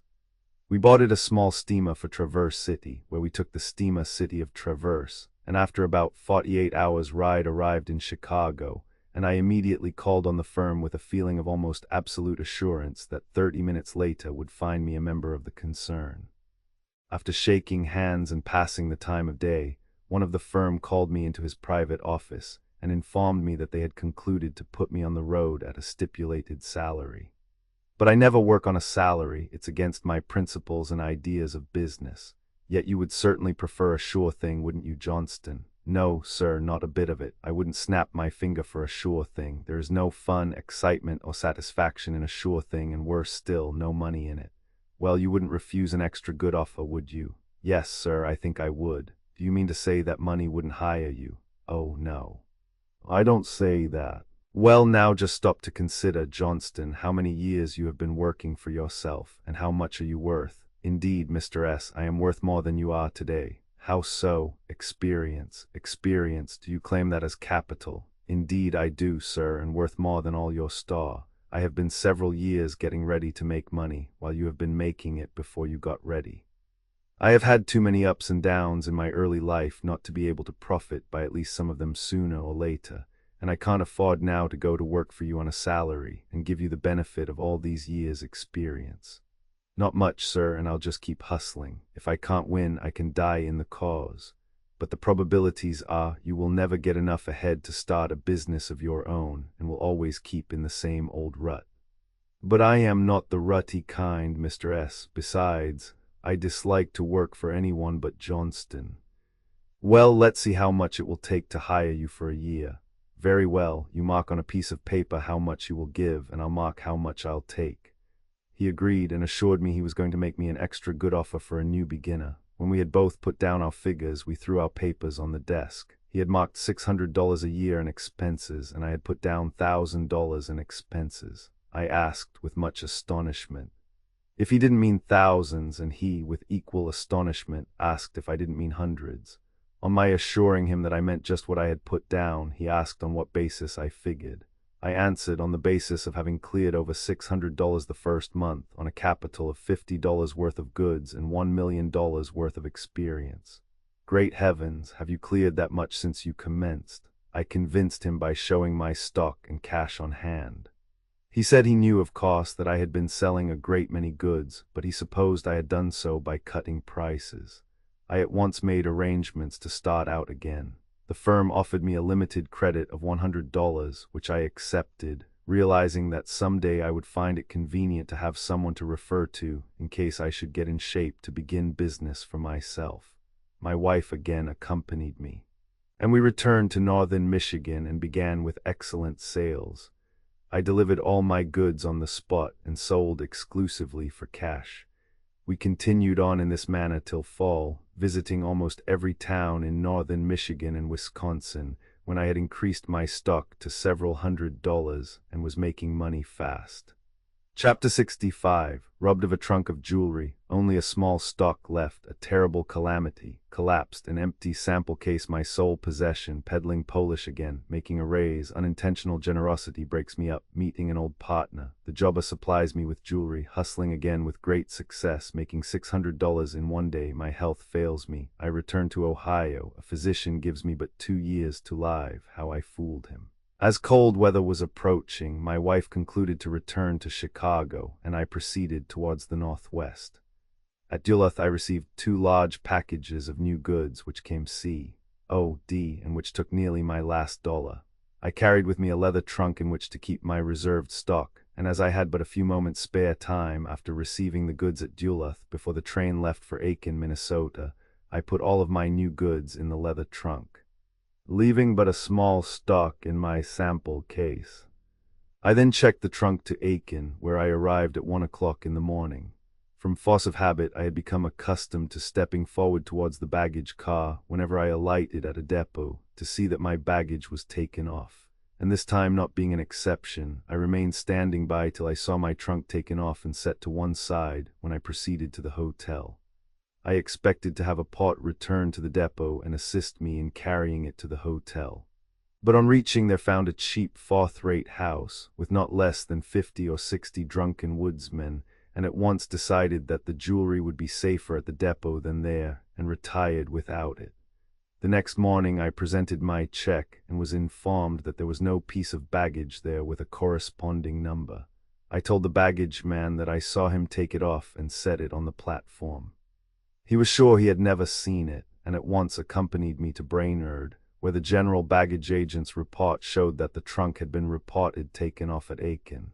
The agent at this place then produced the duplicate to my check and stated that the conductor of the train on which I had come from Duluth had found it on the rear end of the hind car just after leaving Aiken. The superintendent took immediate steps towards having the matter ferreted out, and very kindly gave me a pass over the road. It was plain to be seen that the baggage man at Aiken had gathered up some other pieces of baggage and carried them inside, and left mine on the outside when a couple of men picked it up, and putting it on the rear end of the car, rode a mile or two upgrade to an Indian camp where they threw it off and then jumped off themselves. These men were traced to the head of the Mississippi River, where they took a canoe and started downstream. Nothing more was ever heard of them or the goods, and as the state laws made the railroad company responsible for wearing apparel only, I could collect nothing from them. But as the trunk happened to contain a small compartment in which I carried my shirts, underwear, handkerchiefs, socks, etc., I made Mr. Superintendent smile a few weeks later when I handed in my bill for them at Fargo. He laughed, and said he had never happened to meet a man before who wore such high-priced shirts and underwear.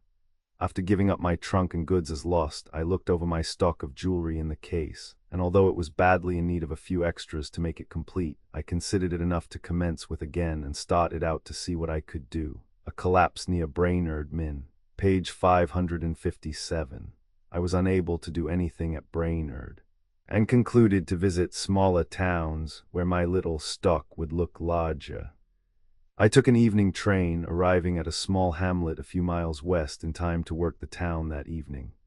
But fate seemed to be against me, for I couldn't make a sale, and to make time I would have to get up the next morning about 2:30 to get a local freight train going west. The landlord called me, and after making my toilet I started for the depot, a few rods distant across the track.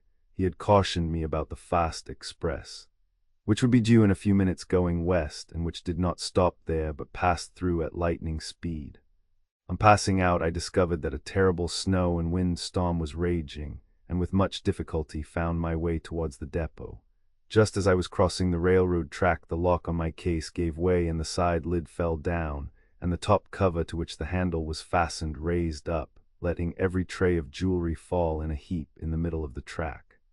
I stopped to pick it up, but at that instant heard the engine whistle close by, and had no sooner gained a foothold on the platform of the depot than the engine came dashing along with its bright headlight, and the sparks flying from it in all directions, and the steam whistle blowing and screeching like a demon, and struck my pile of trays and jewelry and sent them skyward and entirely out of existence.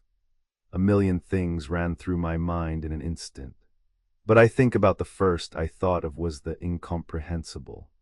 I saw the utter foolishness of trying to find any of the jewelry, as the storm was raging furiously. Besides, it was long before daylight, but I decided to return to the hotel and remain till morning. When I walked into the office with my sample case still in the shape as when it busted, the landlord gazed at me a moment and asked what in thunder I'd been doing with my jewelry. I explained, and he said he supposed the jewelry, trays and all were still flying through the air, and if the storm kept up they probably would never stop. His idea was about correct, I think. At any rate, I never saw $1 worth of my goods afterwards. Of course, the heavy fall of snow would very soon cover it up anyhow, but it is very doubtful if any of it was ever found anywhere in the vicinity of the depot.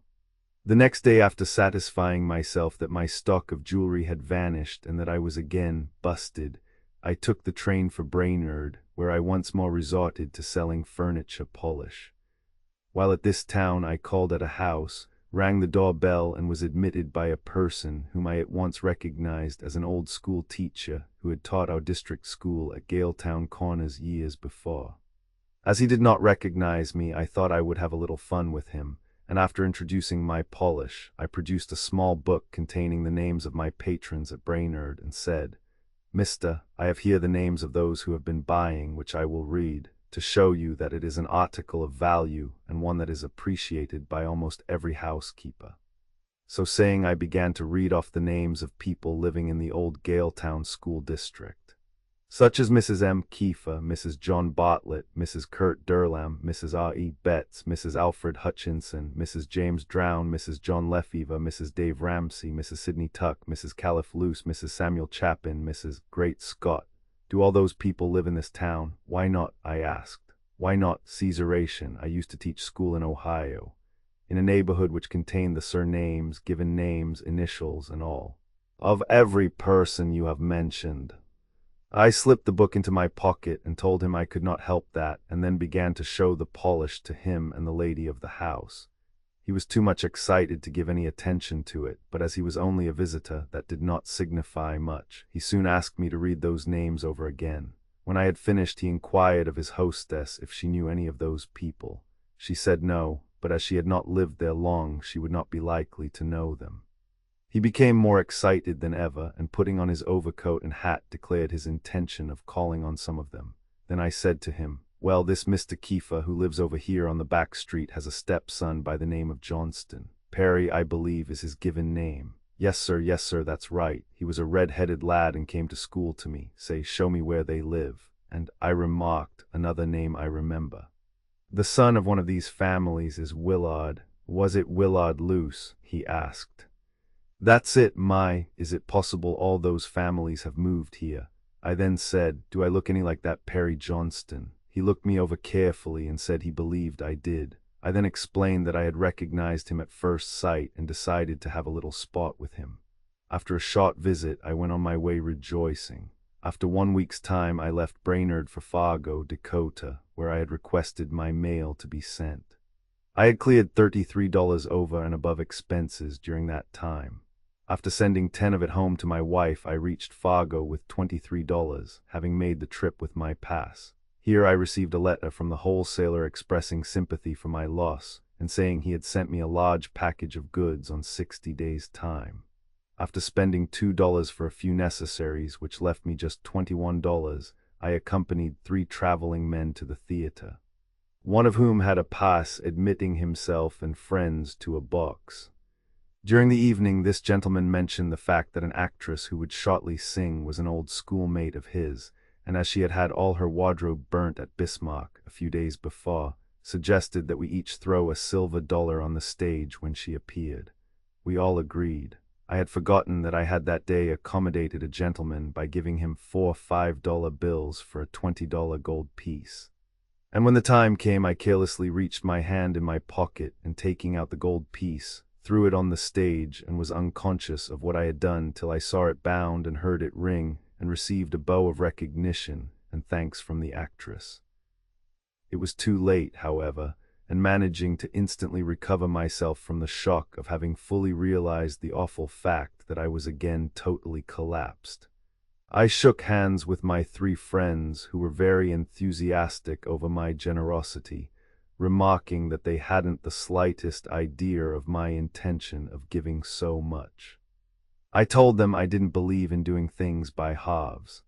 At the hotel the next day I was introduced to the pretty actress who thanked me for my generous gift and declared that success was sure to reward men of such liberal principles, but added that she had always noticed, however, that those who gave the most freely were those who had the most to give, or at any rate, those who experienced but little difficulty in making money fast. I had but little to say in reply to her assertion, but took special pains to jingle the last 3 25-cent pieces I had in my pocket, and assumed an air of independence sufficient, no doubt, to convince her that I possessed my share of this world's goods.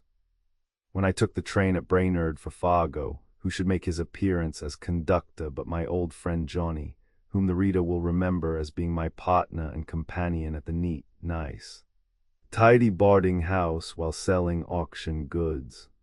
The moment I discovered his identity, I pulled my hat down over my eyes and turned up my coat collar so he would not recognize me, and as he approached me I began talking very loud as though in conversation with someone near me and said, "Well, sir, the place where I stopped was a neat, nice, clean, tidy boarding house. The children were well bred, the old lady a good conversationalist, a mighty good cook, and everything was so home-like." Johnny seemed almost paralyzed on hearing these remarks and instantly began to scrutinize me very closely, but as I had raised quite a mustache and goatee since our dissolution, he failed to recognize me. He then demanded my ticket, and without turning my face towards him, but rather turning it from him, I declared I had no ticket. He asked where I was going. I answered, "Well, sir, I am going to Fargo, and if I can prevail upon my wife to sell another house and lot and send me the money, I am going to either start a stave and barrel factory or go into the auction business." At this he began laughing and taking hold of my hat and raising it from my head, said, "Well, you infernal vendor of the incomprehensible compound, double-distilled furniture and piano luster, what are you giving me? Produce your ticket, or off you go." Bag and baggage, we had a nice visit, and when I related my experience of a few days before about the stolen trunk and the final collapse, he said he had heard all about it, but was surprised to hear that I was the unfortunate loser. He frankly confessed that the last house and lot had been sold, and the money spent before he had settled down to business. The last I heard of him, he was still holding his position and working hard for promotion. A few days after my arrival at Fargo, I received over $200 worth of goods from Chicago, which came at a very opportune time. The few days I had to wait there I put in with the incomprehensible, with good results. The holiday trade was now approaching, and I made money fast. I again adopted my old tactics of opening up to everyone, from the hotel porter and chambermaids to the merchant of the highest standing. And I never lost an hour or even a minute when there was the slightest prospect for making a sale. The result was that after closing out my stock just before Christmas and returning to Chicago, I brought back over $900, which left me $600 clear after paying the wholesale house the last bill of $200 and an old account of $100. A few weeks after my arrival in Chicago, I made over $600 in one day in a way that will perhaps be worth relating. An old acquaintance of mine who was in the auction business was in the city buying goods. I accompanied him to a large wholesale house to buy notions, and while picking out the stock, a messenger boy delivered a telegram to the manager of that department. After reading it, he said to us that it conveyed the information that the manufacturers of cheap shears had formed a combination and had advanced the price nearly one half. I excused myself immediately and started on the run to the different wholesale houses with which I had previously dealt, and bought all the shears they had at the old prices, and after making a payment down, took a receipt as payment on a certain number of dozen shears at a certain price to be delivered on a certain day. I made the rounds as rapidly as possible and bought out several dealers before they had received their telegrams. The next day all I had to do was to call at their stores and sell out to them at the advanced price, receiving my money back and a good round profit besides. It was my intention to start out on the road again as soon as the dull season after the holidays was over, but I began having chills and fever and night sweats which very soon reduced me several pounds in weight, and I could plainly see was fast reducing my physical strength. My wife and I then visited her parents at Bronson, Michigan, and now I am obliged to make mention of one fact that heretofore has not been necessary to speak of. My domestic life had not proved a success, and a separation occurred on the 19th of March, 1881, my wife remaining with her parents. A little boy had been living with my mother at Clyde during the preceding 2 years, where we mutually agreed to have him remain. And he has continued to reside there up to the present time. In due course of time, the courts annulled the marriage. I reached Clyde on the evening of the day of our final separation, and was so ill that my physical system seemed about prostrated. Our old family physician, Dr. Brown, was at that time down sick, and I chanced to call on a physician who had recently moved there. He seemed much pleased with my condition, and after a thorough examination, informed me that one of my lungs was entirely destroyed and the other one almost gone. And if I had good luck, I might live a couple of years. When I went home and reported my bright prospects, my mother began to cry and said she always thought I would die with consumption. Mr. Kiefer looked sad and solemn and said, "It does beat the devil." Chapter 66. A friend loans me $25. My arrival in Chicago. $40 worth of goods on credit. I leave for Michigan, effecting a sale by stratagem. Great success during the summer, enforcing a credit. Continued success, opening an office in the city, paying my old debts with interest. My trip to New York, buying goods from the manufacturers. My return to Chicago. Now I do hustle. Immense success. A few days later, our old doctor was up and around and called to see me. He diagnosed my case and pronounced my lungs perfectly sound, and declared that if I should live 100 years, I'd never have lung trouble. He informed me that I was suffering from a complication of diseases and general debility caused by overwork and the general excitement and hustling naturally attending my business, and assured me that with the energy and determination I showed in my disposition to get well, he would bring me out all right. He was much surprised, however, when called a few days later to find me completely flawed and suffering terribly. His action showed that the case was more serious than he thought, but he brought me out in very good shape in about 3 months. I had previously used a part of my money in paying old debts and part in supplying my family with suitable clothing, and after paying my doctor and druggist bills, found myself again without $1. When ready to start out on the 15th of June, I then wrote to a young man who had lived with my parents several years and whom I had educated in the polish business and who was then selling it through Indiana, and asked him to loan me $25 if he could spare it. He immediately sent a draft for that amount and stated in his letter that he had just 85 cents left but was glad to accommodate me.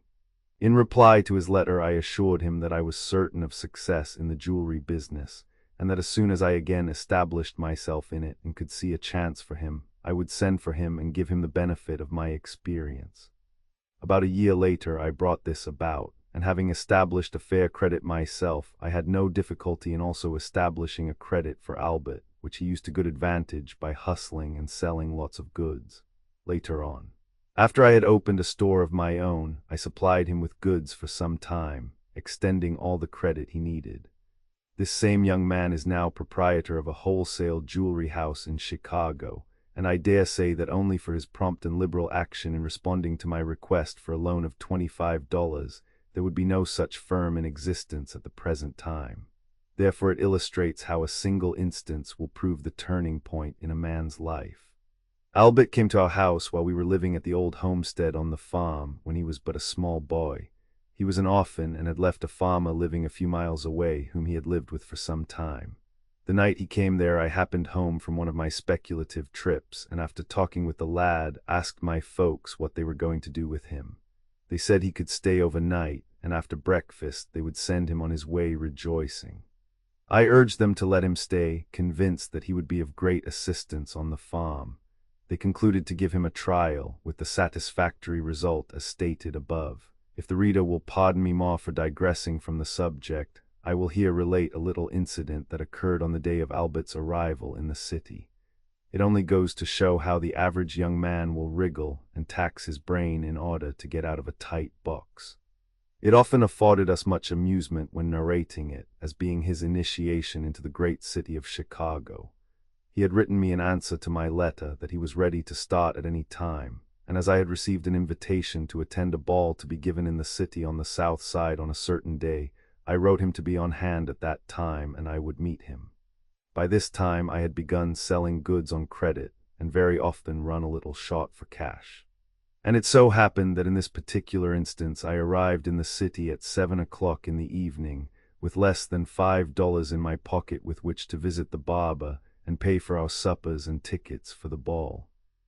He had written me that he would have about $75 cash, and I felt perfectly secure to start out with him, knowing I could borrow till I could raise it the next day and pay him back. At the ball we met a couple of young ladies, daughters of a gentleman I had become acquainted with, and as he and his wife were talking of going home early and taking the girls with them, we suggested that they leave them in our care and we would escort them home later. This was agreed to all around, and about 2 o'clock, when ready to leave, I said to Albert, "Let me have $5 to pay for carriage. I haven't got $5, nor even 50 cents. But you told me in your letter that you had $75. So I have, but it's in a draft. Well, what on earth are we to do? I have spent my last dollar. Guess we'll have to take them home in a streetcar. We started and reached the corner of Randolph and Clark just as it set into rain. Upon inquiry, we learned to our dismay that all-night cars were not running on Randolph Street and that none would be running before daylight. Just across the street, standing around the courthouse as usual, were any number of hackmen. I was completely nonplussed, and I don't recollect ever having been placed in closer quarters or in a position where I felt more humiliated. I thought of Albert's draft and stepping up to him said in a low tone as quickly as possible, "Give me your draft and I'll get it cashed at the Sherman House." He replied that it was in the hotel safe. I came near fainting. Then finally said, "Ladies, please excuse me one moment, I'll call a carriage." So saying, I stepped across the street, wondering on the way what I would do. I had no watch to leave as security, nor a piece of jewelry of any kind. Everything of this sort was used by me as stock in trade. I knew better than to ask for credit, and realized that my life would be in danger to hire a carriage and undertake to stave them off afterwards. So the reader will readily understand that I was at my wit's end, but at the last moment my senses came to me, and I instantly thought of a scheme to help us out. I asked a hackman what he would charge to take us to a certain street and number on the west side. He said $2. He might as well have said 200. I at once found fault with the price, and managed to get into an altercation with him and 3 or 4 others, and talked loud enough for Albert and the young ladies to hear. As I approached them, I did so in a very excited manner, with my hat in one hand and a large empty pocketbook in the other, and roundly cursing all the cabmen in Chicago. "What's the matter?" asked one of the girls. "Matter? Great heavens, do you suppose I'll give $7 to one of these robbers to carry us over on the west side? Indeed you will not," shouted the brave little lady. "We'll walk." "That's just what we will do," I cried as I took her by the arm and hustled her down street, fearing she might change her mind, followed by the other couple, and we made a rapid trip, pattering through the rain and mud, congratulating ourselves on our shrewdness and courage in getting even with the Chicago cabmen. And now, after this digression, to resume. After receiving the $25 from Albert, I bought a few necessaries and a ticket for Chicago, where I arrived June 15th, 1881, with but a few dollars.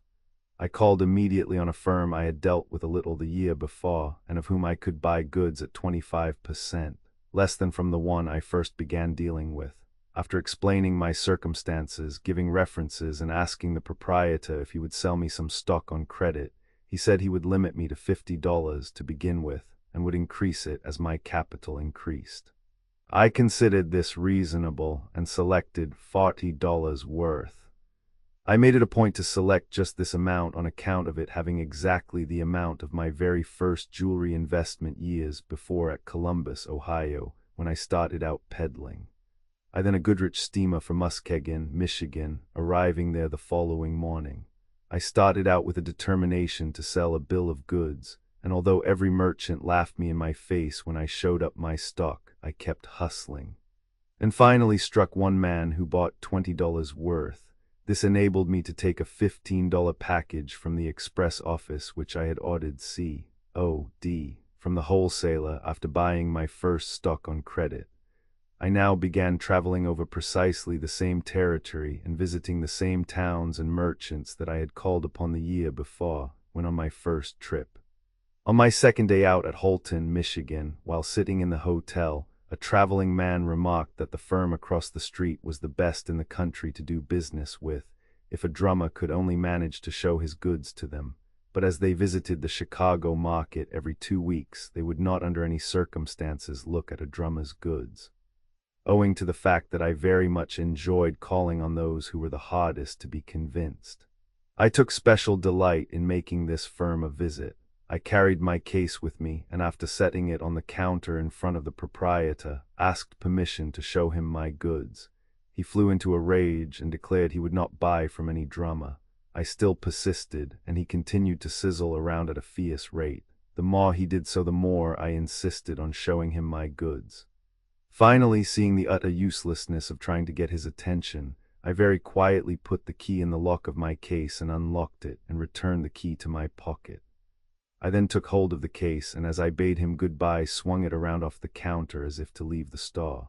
Of course, the top raised up and the side lid fell down, letting the trays fall out on the floor, the same as occurred on the railroad track.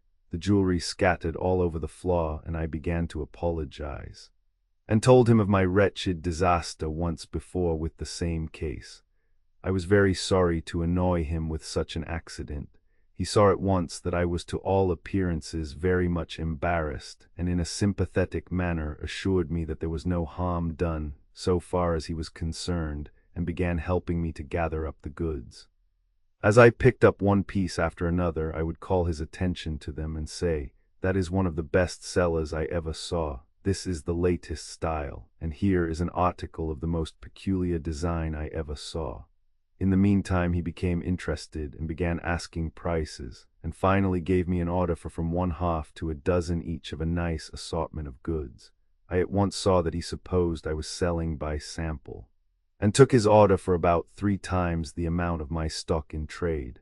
I sent the order into the house, and they filled it and gave me my commission, which amounted to nearly $50. When I returned to the hotel and informed the gentleman whom I had gotten my information from that I had taken such an order, he was much surprised. Of course, I was not so indiscreet as to relate how I had accomplished it, after I had become better acquainted with this firm, and they had become regular customers. I related the facts to them, much to their amusement.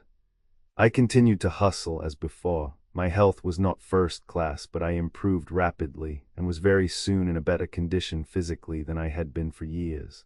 My success was fair during the summer. I visited Chicago frequently, and succeeded in establishing a limited credit of $200 with my new firm, but found it a hard matter to accomplish that much. I made good use of it, however, and when the busy season was approaching for the fall and holiday trade, I determined to strike for a larger credit. This was not only with a view to extending my business, but I realized that at the rate I was progressing, I would soon want to establish a business of my own, and unless there was some wholesale jeweler to whom I could refer the Eastern manufacturers, I would have a hard time to get a start. When I asked the manager of the concern for an extension of credit, he said I could extend it a little.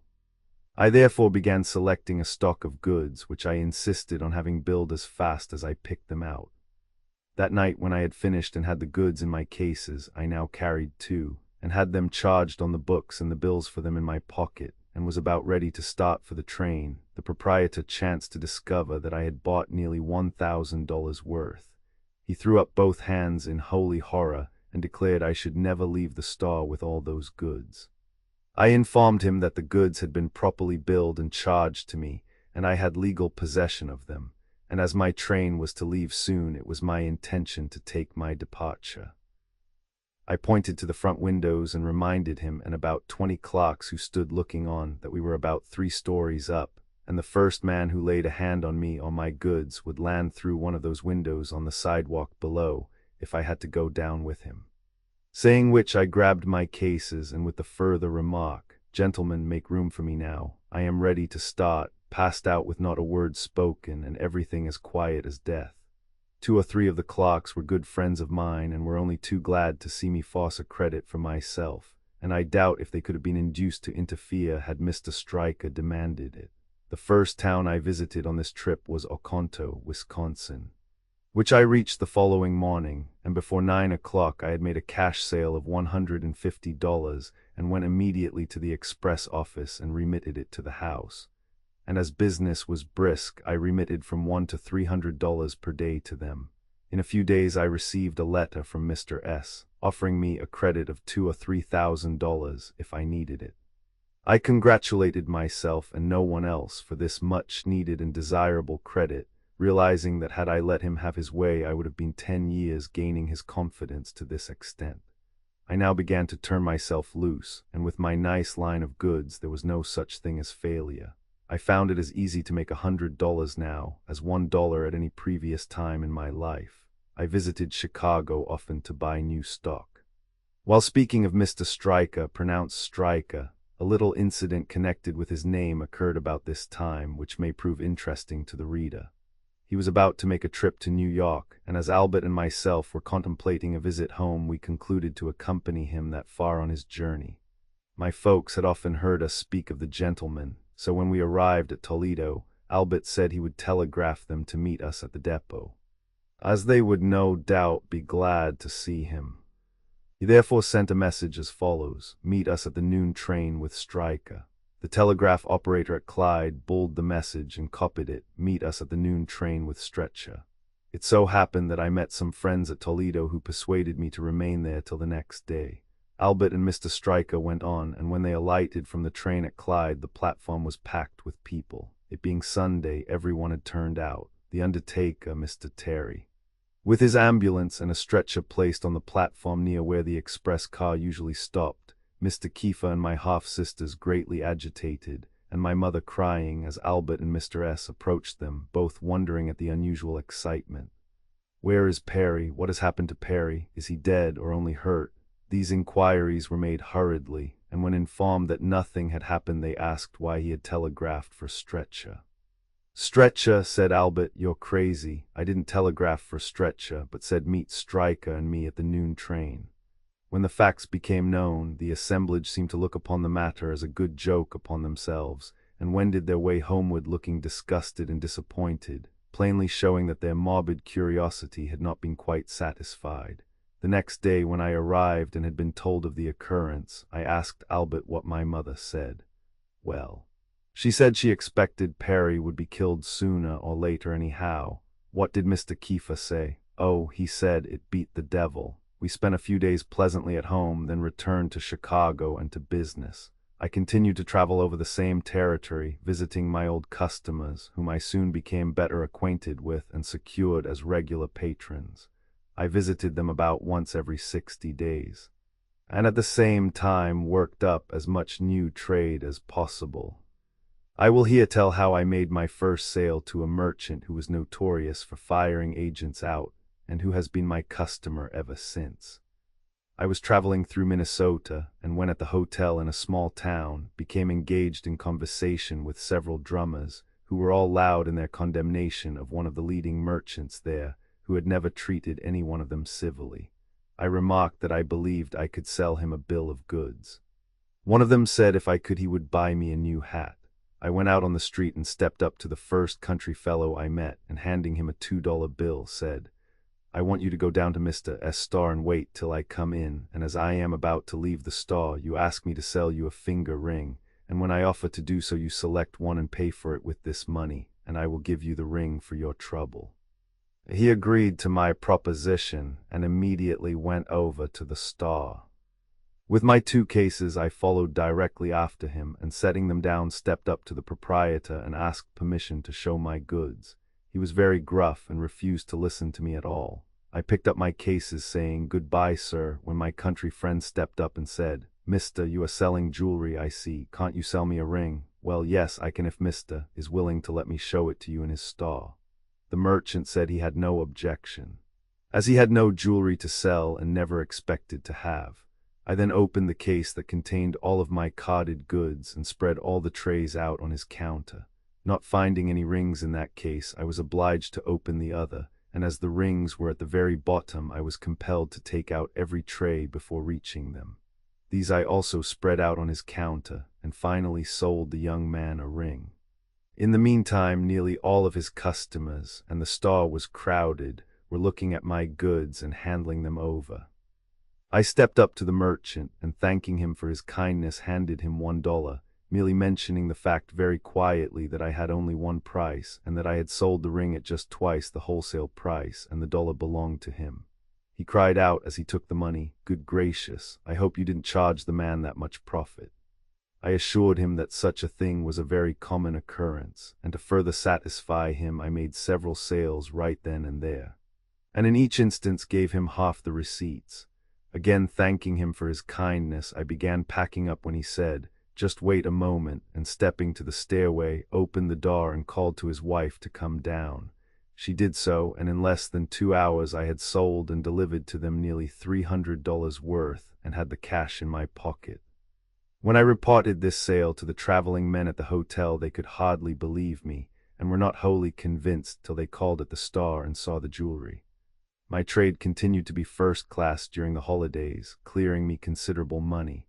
I lost no time after the holidays, but kept on traveling while other drummers were laying off for the dull season, and succeeded well. When the following spring trade opened, my business increased, and continued to be good till late in the summer, when I began to think some of opening an office in Chicago and buying direct from the manufacturers, who are almost exclusively located at Providence, Rhode Island, and Attleboro, Massachusetts. In July, I was at Escanaba, Michigan, and happened to meet Mr. Weil of Henry Weil & Co., wholesale jewelers of Chicago, and after half an hour's conversation with him, he showed me a line of gold rings, and sold and delivered to me right on the spot, nearly $500 worth on 4 months' time.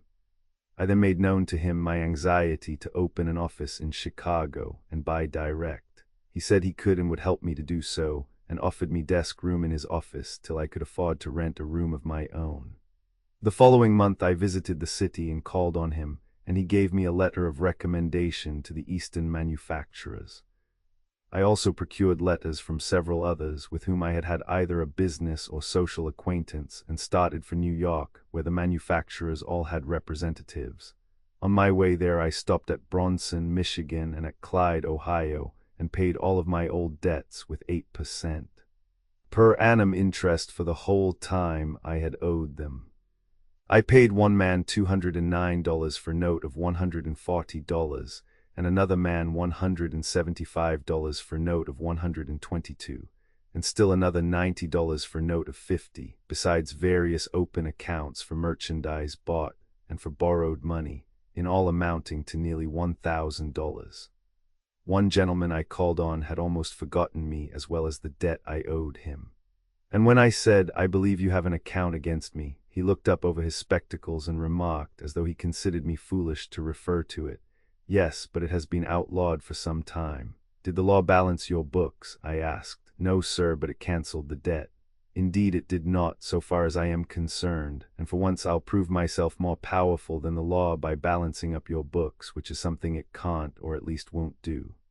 So saying, I produced a roll of bills, and after figuring up and adding 8% per annum for the entire time the account had been running, paid the amount over to him.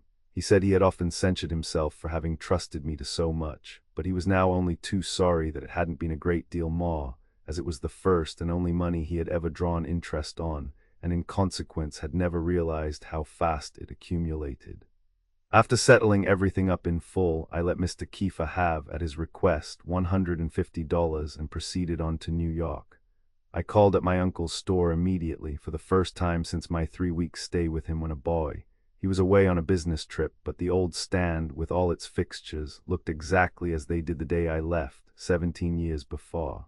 There seemed to be no necessity, however, for any change, as trade appeared to be more brisk than ever. I was anxious to meet my uncle and have him go with me to the manufacturer's offices and introduce me, but as he would not be home for a couple of days, I considered life too short to wait and concluded to introduce myself. I went downtown, and the first man I met in Maiden Lane was a traveling agent, a Mr. Medbury, who visited Chicago regularly and who recognized me while I was standing on the corner, reading signs and looking for numbers. He came up and asked if I wasn't the fellow who carried off the bulk of Mr. Stryker's store in my endeavor to establish a credit. I told him I was. He then took me into the office of his firm, S&B Lederer, and after introducing me, went on to recount what Mr. Stryker used to say whenever I visited his store. This man, Stryker, was a little sharp Hebrew, who was always looking for the best end of the bargain, but would sell goods cheaper than any other wholesaler in the country. I saw his nature at once and immediately became as aggressive as possible and always ready to take my own part. The result was, it seems, that I succeeded in making it very unpleasant for him. The boys used to relate that whenever my name was mentioned, he would throw up both hands and say, "Oh mein Gott, every time dot fellow come in mine store he drive me crazy. I lose my head. He carry off all my nice goods and tell me to charge. And when I say I don't do it, he say, I throw you out dot 3-story window, and if my clocks don't suit him he discharge them and hire new ones. If I don't buy to suit him when agents call, then he buy to suit himself and charge to me. To the devil with such a man." After receiving an introduction to this firm, I presented my letters and explained what I wanted. They assured me that my reference was perfectly satisfactory, and they would be glad to sell me all the goods I needed in their line, and thereupon sold me the first bill of goods I purchased from the manufacturers. During the interview, I mentioned that Johnston, the jeweler on the Bowery, was an uncle of mine. One of the firm replied that that was in my favor. Thereafter, I did not forget to mention him to every manufacturer I called upon, and soon learned that his original scheme of buying duplicate wedding presents had made him widely known. I was then ready to forgive him for not having made any changes in his store during my 17 years' absence. I found no difficulty in buying all the goods I needed on credit, amounting to several $1,000s worth, to be shipped at once and to be paid for in from 60 days to 4 months. After receiving my stock from New York, I opened up with headquarters at Mr. Wiles' office, number 57 Washington Street, and was ready to start out on the 19th of September.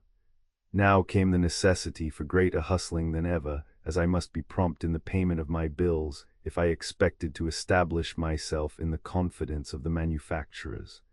With this thought uppermost in my mind, I worked almost day and night, and I believe I sold as many, if not more, goods in my special line in 1 month than was ever sold by any one man before or since. At any rate, later on, when I had 7 agents on the road, not a single one of them ever sold as many goods in a whole year as I sold the first month I traveled, after establishing business for myself. The result was that before my bills were due, I had paid up half of my indebtedness, and when the balance came due, I had the money to pay up in full, and did so. Thereafter my trade was catered for by the best of manufacturers. To give the reader a better understanding of the hard work put in by me during that first month, I will relate one instance in which I called one of my customers out at a very dubious hour and sold him a bill of goods. It was at Boyne City, where I had arrived at 1 o'clock in the morning, after having worked hard all the day and evening before in selling a couple of very large bills. On reaching there, I learned that the only boat leaving for Charlevoix within the next 24 hours was to leave at 6 o'clock in the morning, and as I must make that town next, I determined to rout my Boyne City customer up at once, sell him what he needed, and take the first boat. He lived over his store, and as there was an outside stairway, I went up and called and rapped loudly on the door. The dog barked furiously, and judging from the noise, must have knocked the cook stove down, and the cat got covered up in a tin boiler and made a terrible racket. The children began screaming, and my customer's wife shouted murder at the top of her voice. I stood my ground and kept rapping. He grabbed the old shotgun and yelled, "Who is there?" "Johnston." "Johnston the fisherman?" "No." "Johnston from the lumber camp?" "No, sir." "Johnston the jewelry man?" "From Chicago." "Yes, sir, from Chicago, and I want to sell you a bill of jewelry right away." "Goodness sakes, can't you call tomorrow?" "No, sir, business is too brisk. I must sell to you tonight so I can leave on the morning boat." The whole family got up and came downstairs in the store, and I finished up with them about 5 o'clock in the morning, after selling a large bill of goods. On my arrival at Charlevoix, I found several traveling men at the hotel, and among them one who was traveling for a wholesale grocery house.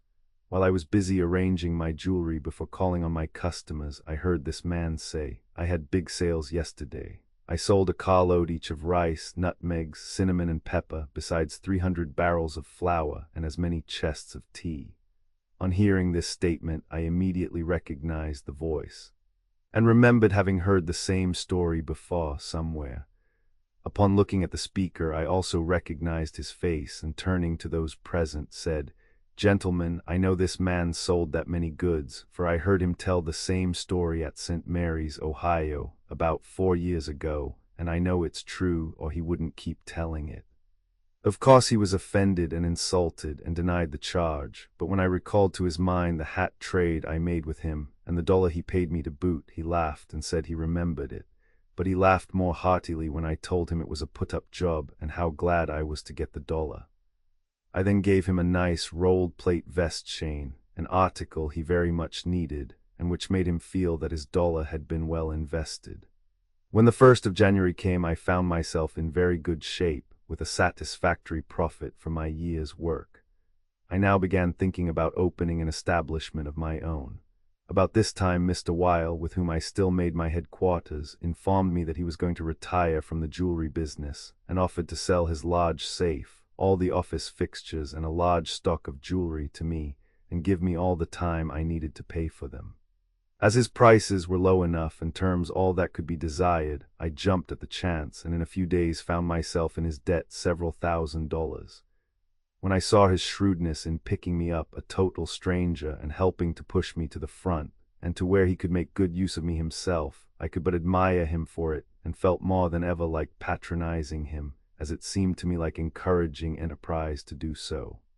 I have never had reason to regret my dealings with him, and as he is a man of large means and wide influence, and has repeatedly given me to understand that he stood ready to back me for any amount, I have reason to believe that he has no complaints to make of my business transactions. After buying him out, I rented an office and storeroom of my own at 243 State Street, where I am still located, and began a genuine wholesale jewelry business.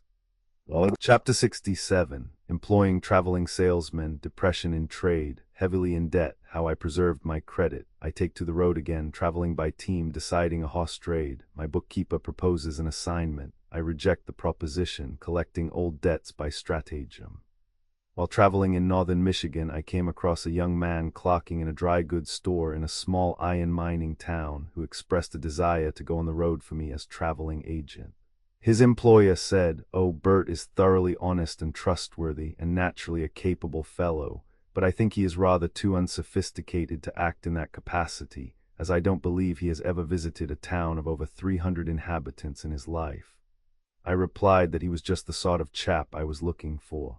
I wanted a man who would be likely to listen to my advice and instructions, and a man of wide experience would not be apt to do so. I made arrangements with the young man to return to Chicago with me. His manner at once convinced me that he meant business and was determined to succeed. But for all that, and with the most kindly feelings towards him, I must admit that every move he made after arriving in the city reminded me of myself on my first trip to New York. In fact, with the exception of the difference in ages, he was a regular Joshua Whitcomb. I felt almost obliged to lasso him to prevent him from following off-band wagons and chasing fire engines around town. He was particularly fond of dime museums and the knock 'em down and drag 'em out Wild Western plays, and I saw the necessity of getting him started on the road as soon as possible, before he should become stage-struck. I had 2 sample cases made, and took him on the road with me through Michigan. I took particular pains to impress upon his mind the necessity of curtailing expenses, and often reminded him that the occasional saving of bus and carriage fares from the hotel to the depot, when he had plenty of time to walk, would be no disgrace to him or his house.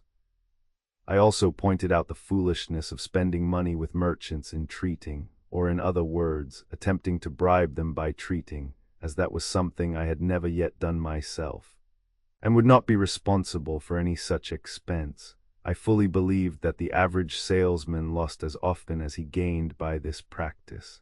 I still believe it. He was rather inclined to rebel against this, and said he was certain that it would often become almost necessary to spend a little money in that way in order to hold trade. I persisted that business should be conducted on business principles only, and not socially or on the strength of friendship. And it would only be necessary to call on a merchant, introduce his business at the very earliest possible moment, get through as soon as possible, and immediately take his departure. And if he had any loafing to do, do it at the hotel, and above all, to spend very little time in trying to become better acquainted. By these methods, if he didn't make a good impression, he would be quite certain not to make a bad one. His penchant for telling funny stories made him known to those with whom he came in contact as the man of infinite but unpointed jest. So as a matter of precaution, I requested him to always defer telling stories till his next trip. I convinced him that all successful salesmen worked from early morning till late at night, and that $1-a-day hotel in a small country town would not be a disgraceful place to spend a Sunday.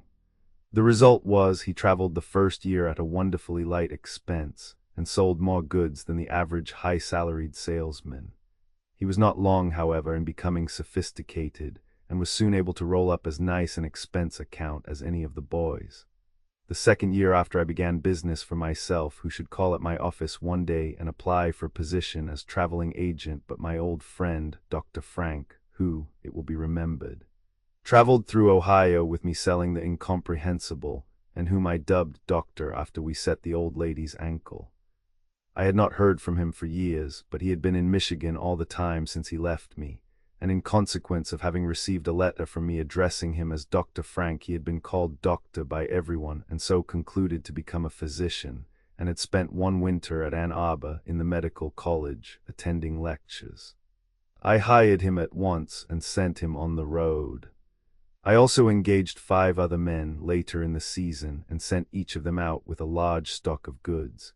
They were all certain of an immense holiday trade and were extravagant in their demands for a large stock to supply it. I had been prompt in the payment of all bills and had become quite well acquainted with all the manufacturers. They called on me in large numbers, urging me to buy, and wouldn't take no for an answer. Each was positive that I could not run another month without their special styles, and as I could buy on long time and sell on short time, I could easily see my way out. About 2 months before the holidays, the bottom fell completely out of the fall trade. My agents began to complain, and each advised me not to buy any more goods. They were too late, however, as I had bought goods enough to supply a dozen agents. Their sales amounted to simply nothing. A day or two before Christmas, they began straggling in, one after another, with their trunks and sample cases full of goods.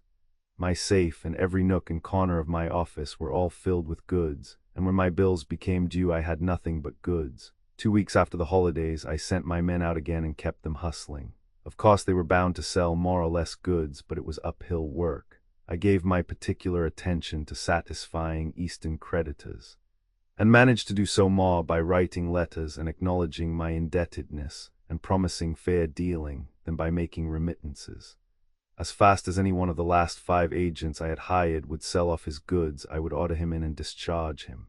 In this way I reduced my stock without having to buy but few new goods, and very soon had but 2 men on the road.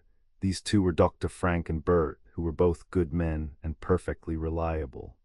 On the 17th of January this same year, 1884, I was married to Miss Anna H. Emmett of Chicago, my present wife, having long since been legally separated from my first, and she already married again. My second wife had received a thorough business education, although but 18 years of age, and immediately began taking an interest in the management of my office affairs, and from that time until the present has been of incalculable help to me. I had no knowledge whatever of bookkeeping, while she was an expert, and since my force of clerks, bookkeepers, and typewriters has run up to between 30 and 50, there has never been a time when she couldn't more than acceptably fill any of their positions, and during our last holiday trade in our busiest season, she took the place and kept up the work of 3 different employees during their temporary absence, and this in addition to a general oversight of the entire force, which she makes her regular line of duty. The summer following our marriage, my wife's health began failing. As I had already become convinced that it was necessary that I should again go on the road, I decided to buy a pair of horses and carriage and travel with them, and let my wife accompany me. Our physician said nothing could be more beneficial to her than such a campaign, so after employing competent help to take charge of our office, we were ready to start out. Soon after our decision to travel, I traded a diamond ring for a horse, harness, and buggy, and not being able to buy a mate to the animal in Chicago at a satisfactory price, we shipped our stock of goods and horse and buggy to Grand Haven, Michigan, by boat. I also bought a double harness in Chicago and shipped with the rig, and we crossed on the same boat. On our arrival there I began searching for another horse, and succeeded in finding one to suit me, which I bought in less than 10 minutes after the owner showed him to me.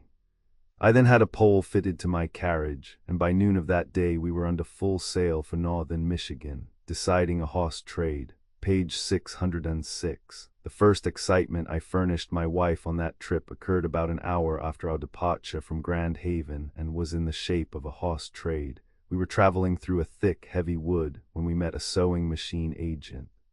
I saw at once that he was driving an animal that exactly matched the one we brought from Chicago. I bantered him for a trade. He stopped, and after looking over the horse I had just bought, said he'd trade for $75. I'll give you $50. He then offered to trade for 60. I still offered 50. Make it $5 more and it's a trade, said he. I'll tell you what I'll do. I'll wrestle you, run a foot race, or spit at a mark, to see whether I shall pay $5 extra or not. He sized me up for a moment and said he guessed he'd wrestle with me and asked me to name my hold.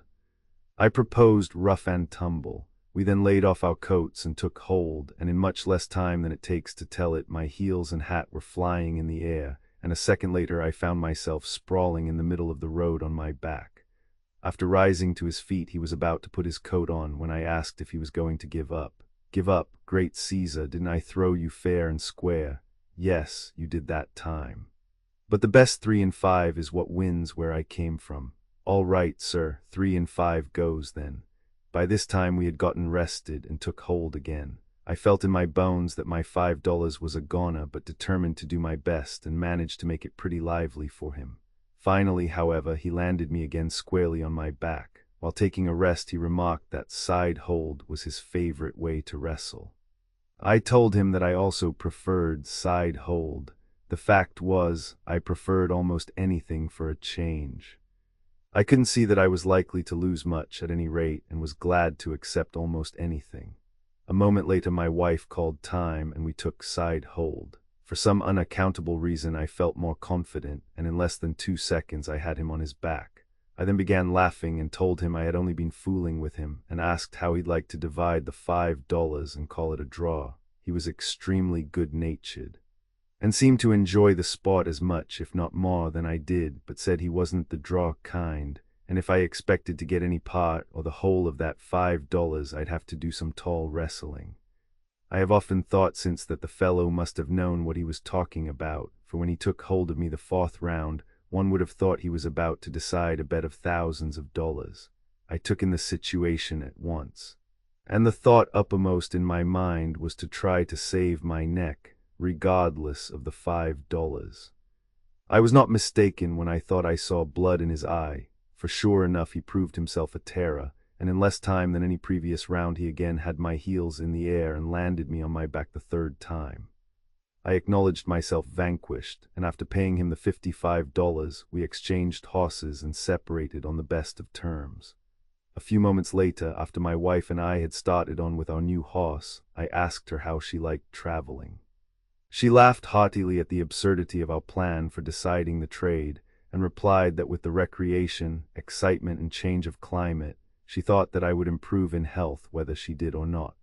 I soon discovered that my scheme of traveling by team was going to be just the thing to help me sell off the large surplus of goods which I still had on hand. I had always done the bulk of my business with general store merchants. On this trip we learned that there was a general stagnation in trade, and especially with this class of goods, and to undertake to push more jewelry on those who then had more than they needed and more than they could pay for would be foolish and unbusinesslike. I also found that my agent, who had been traveling through that section, had sold to anybody and everybody, regardless of credit standing or responsibility. I quickly decided to adopt a new system of operation. On referring to my map and commercial book, I found any number of what are termed crossroads stores, that is, merchants residing and doing business off the railroads, and in very small towns where traveling agents were not likely to stop. I could find any number of these right on the lines of roads where my agents had been traveling, and where I had considerable money due me, which I was anxious to collect. I began at once by calling on this class of trade. Business was exceedingly dull with all of them, and as I hardly ever found a single one who had experimented with the sale of jewelry, I found but little difficulty in convincing the majority that the only thing they lacked to boom their trade was a stock of my goods. At any rate, I found my sales running 4 or 5 times as high as any one of my agents had been making. I managed to keep in range of the larger towns where money was due me from old customers, and would make it a point to call on them and demand an immediate settlement of some kind. If they couldn't pay cash, I would take notes, which could be used as trade paper with my creditors by endorsing the same. About this time I received a long confidential letter from my bookkeeper, saying he had been looking over the books carefully and found that I was owing $26,000, which was past due, besides what was not yet due. And as there wasn't a dollar in the bank and the majority of our customers were not prompt in the payment of their bills, he couldn't see how I ever expected to pull through. Then, after apologizing for offering me advice, suggested that I return at once and make a clean breast of it by making an assignment, and after settling up for from 25 to 50 cents on the dollar, I could commence on a new and firmer basis. I replied to this letter as soon as I could get hold of pen and paper. I reminded him that I had never thus far received an unpleasant communication from a single one of my creditors. In other words, I had never yet received what might be considered a dunning letter, but on the contrary, nearly every one of them had, in one way or another, given me to understand that they had implicit confidence in me and were willing and glad to favor me all they could. I also explained to him my new system of operating and showed him how I expected to sell goods and collect money too. I then closed my letter by saying that in the future, if he entertained an idea that I had got to fail in business, I wished he would kindly keep it to himself, as there would be time enough for me to consider the matter after my creditors had become dissatisfied, and added that as far as I was personally concerned, I intended to stick to the wreck as long as there was a handhold left, and that I'd pay 100 cents on the dollar if I had to collect my bills at the muzzle of a shotgun. I then cautioned him about keeping up my plan of letter writing, and assured him that at that particular stage of the game a good letter would often take the place of a small check, and that I should depend upon him to hold them down, while I would keep hustling and turn our stock into cash, as well as to collect up closely. And with this system properly manipulated, there would very soon be a perceptible change. In answer to this, he said he was going to treat it as a personal letter, and intended to keep it for future reference, in case he or any of his friends should ever get in close quarters. He believed that as I had now hit on a plan for unloading a large stock of goods, and with my determination and bulldog tenacity, he felt certain of success. This was the last time I ever heard the word assignment used in connection with my business, and I hope circumstances will never bring it up again. My wife and I continued on through the northern part of the lower peninsula of Michigan, and I must say that although my business affairs were considerably muddled, I never made a more enjoyable trip than this. After my separation with Flo, I had often declared that I would never marry again, and I now saw where I might have made a serious mistake had I adhered to that declaration. With a wife full of hope and a determination to do all in her power for my comfort and happiness, and a particular faculty for working hand in hand with me, I could see a bright future even in the darkest days of my financial trouble. We continued to trade horses occasionally, or at least often enough to break the monotony, and after we had been out a few weeks, I traded jewelry for a handsome pair of ponies, harness, and carriage. My wife's health improved rapidly. She found considerable amusement at first in driving this team, following after me.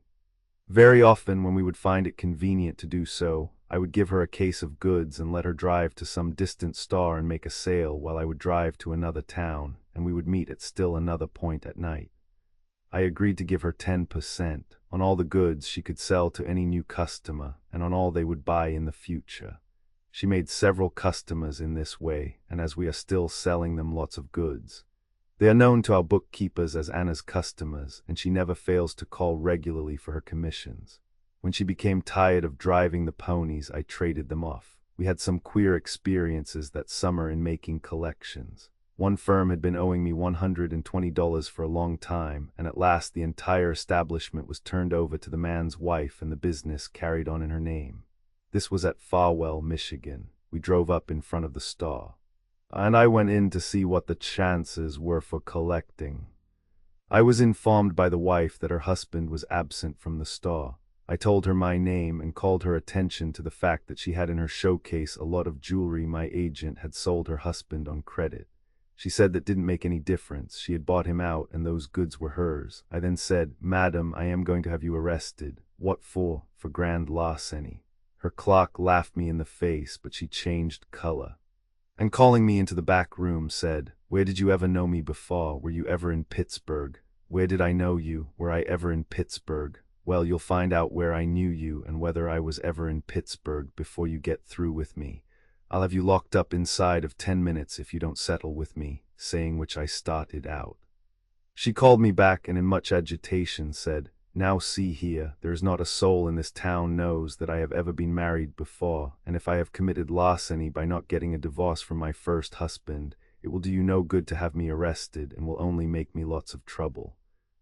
I saw that I had her cornered and immediately took advantage of it and said, "Madam, just think of it, a woman with 2 husbands.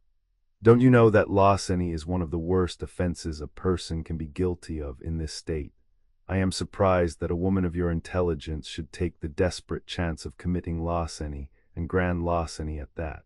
She asked what the difference was between larceny and grand larceny in a case. I replied, "Grand larceny is a case where a woman leaves her first husband in one state and marries her second in another without a divorce. And 20 years in the penitentiary is a very common sentence for grand larceny in Michigan." By this time she was trembling with fear and said she would pay me in full if I would agree never to mention her name in connection with that larceny affair. I assured her that all I wanted was my pay and I would never molest her again. She then returned to the store and paid me the cash. I had just given her a receipt in full when her husband made his appearance and asked what she was doing. She replied that I was Johnston, the proprietor of the wholesale jewelry house that he had been dealing with. He turned to me and said, "See here, I paid your agent for those goods when I bought them." "Did you? Well, your wife has been kind enough to pay for them again, and I guess the receipt I just gave her is about the only one you can produce." She then called her husband and myself to the adjoining room and quickly turning to him, said very excitedly, "See here, John. This man knows me and knows that I committed larceny and grand larceny at that and was going to have me ours." "Larceny, did you say?" He interrupted. "What in have you been stealin'?" "Well, I hain't stole nothin', John, but you know I hain't got no divorce from Uriah," she answered. "Oh, divorce be, you infernal fool, that's bigamy, you idiot, not larceny." I then began to laugh and said to him, "Mister, you remember writing me a letter once upon a time telling me to go to the devil for that account and that it would be a cold day when I got my pay, and I answered you, saying that I would someday catch you napping and get even with you." His wife saw her mistake at once and looked and acted silly enough. He ripped and tore and swore and threatened to throw me out, but I told him he needn't be to that trouble, as I was ready to leave and would go out alone. The next hard case I had came up a few days later. We drove into Reed City and soon learned that our customer had sold out 3 days before. We then went to the hotel, and after putting our team out, I began a search for my man and was informed that he was carrying about $2,000 around in his pocket and had refused to pay anyone. There were any number of creditors at the hotel who had been trying to collect but were not successful.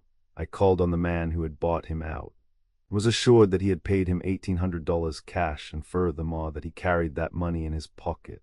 Half an hour later I met the delinquent and said, "How are you, mister? Come into the hotel and take a cigar." He did so and I said, "It's too bad you have had such poor success. What are you going to do now?" He looked very serious and said he didn't know. I then invited him up to my room where I was going to fix up some trays of jewelry. He followed me, and as soon as we were inside, I closed the door, locked it, put the key in my pocket, threw off my hat and coat, took out my watch, and holding it in my hand, said, "Mister, I'll give you just 2 minutes by my watch to pay me $99, and if you don't do so within that time, I'll not promise that there will be a grease spot left of you when I get through. I want you to distinctly understand that I am out on a collecting tour. And I mean money or blood, so now, sir, take your choice, either settle or the consequences. You have less than 2 minutes to decide in." He turned pale and became much excited and declared he hadn't a cent with him. "Then it's your misfortune, sir. I'm going to do you up or collect $99 right now. Whether you have a cent with you or not, you deserve it anyhow." "Johnston, what can I do?" said he. Settle, of course, and you now have but 1 minute to do it in, and I'm not certain, but it will be your last minute on earth if you don't." "Well, Johnston, suppose I settle with you, will you agree not to let my other creditors know it?" "No, sir, I'll not agree to anything of the kind. On the contrary, I shall tell everyone just how I brought you to terms, and you have but a half-minute left." He then produced a leather pocketbook filled with bills of large denomination, and counted me out 10 $10 bills. I thanked him and told him I'd just keep the extra dollar for interest, and then wrote him a receipt in full. He said he intended to pay me anyhow. I told him I intended he should and asked how he liked my system. He looked foolish and said he thought I'd come out winner if I didn't get killed someday in trying to collect. He further said that he'd bet I'd run across someone someday who would give me a good trouncing. I told him I had it all figured out, that I could afford to take one good threshing for every 5 dead beats, provided I could collect from the other 4. Chapter 68, Another Horse Trade, a heavy loss, playing detective, my visit home, a retrospect, calling in my agents, a new scheme, it's a winner, Mr. Kiefer and my mother visit Chicago, his verdict, IT does beat the devil. We continued to travel by team, and my great stronghold was to collect bad debts, many of which I collected almost by force, traveling by tandem team. Page 624. On this trip, one of our horses became lame. And one morning, just as we were ready to start out from the hotel, a gentleman came driving up with a fine-looking span of horses that, although appearing rather green and awkward, made a very handsome and stylish pair. He stopped near our carriage, and I inquired how old his horses were. He said 4 years. I asked, "How will you trade teams with me?" After looking my horses over carefully and without leaving his carriage, he replied, "For $125 to boot." "All right, sir, here is your money," and I counted it out and handed it over to him. "But what sort of a team are you trading me?" "No matter, sir, you have got your money, so unhitch and I'll do the same." He hesitated a moment, but when the crowd of men standing by began laughing at him, he commenced to unhitch. Before leaving him, I remarked that I had too much business on hand to spend any time with a lame horse, nor did I care to dicker a minute on a horse trade. 10 minutes later, we were driving off with a pair of colts that had never been hitched or driven but 3 times. We finished our business in northern Michigan and drove this team home, where I broke them to drive tandem. The following spring, I started on the road with my team hitched tandem to a 2-wheeled cart with my advertisement on the side and back. A few weeks later, I hired a Mr. Rhodes to travel for me, and he took charge of the tandem team and traveled with them.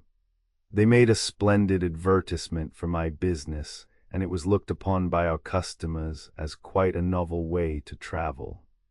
I now remained at home and had my hands full looking after the failures that were coming thick and fast. It seemed to me that every other man who failed was owing me. Dr. Frank was still with me and rendered very valuable service in the collection of hard accounts. He had not entirely gotten over his pugilistic propensities, and whenever I found it necessary to instruct him to call on a dead beat and bring something back with him, he generally returned with a wad of money or a wad of hair. About this time I had a little experience myself at a town in Ohio which might be worth mentioning. One of my customers, a retail jeweler, was owing me over $1,100. As we could get no word from him in answer to our request for remittance, we made a draft on him and were informed by the banker that the firm had gone up 3 or 4 weeks before. Also that the store was being run by a man who had bought it at sheriff's sale to satisfy a chattel mortgage. Only 2 months before, I had received a statement from the proprietor, who claimed that the stock was free from encumbrance and everything in good shape. So I concluded that an open swindle had been perpetrated. I took the train for the town where he was doing business, and on my arrival learned that the other creditors had been there ahead of me, and not one had succeeded in getting the least satisfaction. I visited the store, and could not see a single article in the showcases that I could identify as goods I had sold him. This alone convinced me more than ever that I had been swindled completely out of my goods. I instituted a vigorous search for a clue of some kind which might lead to their discovery, but without success, and was just about to leave town when I inquired if the late jewelry firm had employed any clerks or errand boys before collapsing. Upon learning that they had employed a small boy then residing with the ex-manager, and realizing that my chances for getting information from that quarter would be pretty slim, I inquired if the lad had any relatives living there. The hotel clerk told me that his father and sister were living but a short distance away, and pointed out the house to me. I called at once, but with not an inkling of an idea of what I would say or do when I should be admitted. And trusting implicitly to the inspiration of the moment, when I rapped at the door, it was opened by a tall, lank, angular, and cadaverous-looking young woman of about 18, who, by the way, was big enough to peddle grindstones. I was surprised to learn that she was a sister of the lad referred to, as I had gotten the impression that she was much younger. The instant I saw the style of person I had to deal with, it occurred to me that a little stratagem might be worth several $100s to me if properly directed just at that particular time. Without a moment's reflection, and before she had time to offer me a chair, I stepped back as if greatly amazed and said, "Miss, I never was more surprised. I never saw anything like it. I can't believe my own eyes. It seems like a dream." "What do you mean? Why?" "Do you know you are the exact image of a young lady I was once engaged to, and she died on the very day set for the wedding. I never saw anything like it." I then told her my name and business. She had often heard her brother speak of such a wholesale jewelry house, and I could see that she was on her guard and probably knew more than she intended to convey. Convinced of this, I felt certain that I had made a good beginning, and that the first thing for me to do was to pour love into her ear and win her over to my side if possible. So I returned to my former subject without delay, and after repeating the statement that she was the image of my deceased love, I told her that she was the first and only person I had ever met since that sad day who interested me. She smiled serenely and did not seem displeased. I next asked her if she was married. She was not, and declared there was no favorable prospect. I replied that perhaps her prospects were better than she supposed. She smiled again and seemed even less displeased than before, and moved her chair nearer mine. I then began talking at a rapid rate, giving her no chance whatever to express herself, and directing my remarks in a way that would cause her to think I matrimonially inclined. By this time she had finished chewing off one corner of her apron and had tackled the other. Her eyes were fairly dancing with delight. Her cheeks had flushed considerably, and she seemed at a loss to know what to do with her brawny hands and ponderous feet. I quickly observed that my scheme was working to a charm and continued my love-making, asserting myself boldly. Then, to test her feeling in the matter, I asked her to express herself freely without hesitation, as I didn't care to have my affections trifled with. Then, drawing her chair nearer mine, she remarked, in her most fascinating manner, that the only fella she ever did like had red hair and a large red mustache. Then, having finished up the apron, she blurted out, "How many times you been married? Meb you got 1 or 2 wives, Neo. For gracious sake, do you think I look as though I'd ever been married? I guess I'll leave."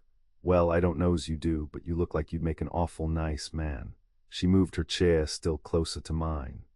I now thought it the proper time to spring a little tragedy on her, suddenly changing the subject by referring to the late jewelry firm's failure. I confidentially informed her of my great loss.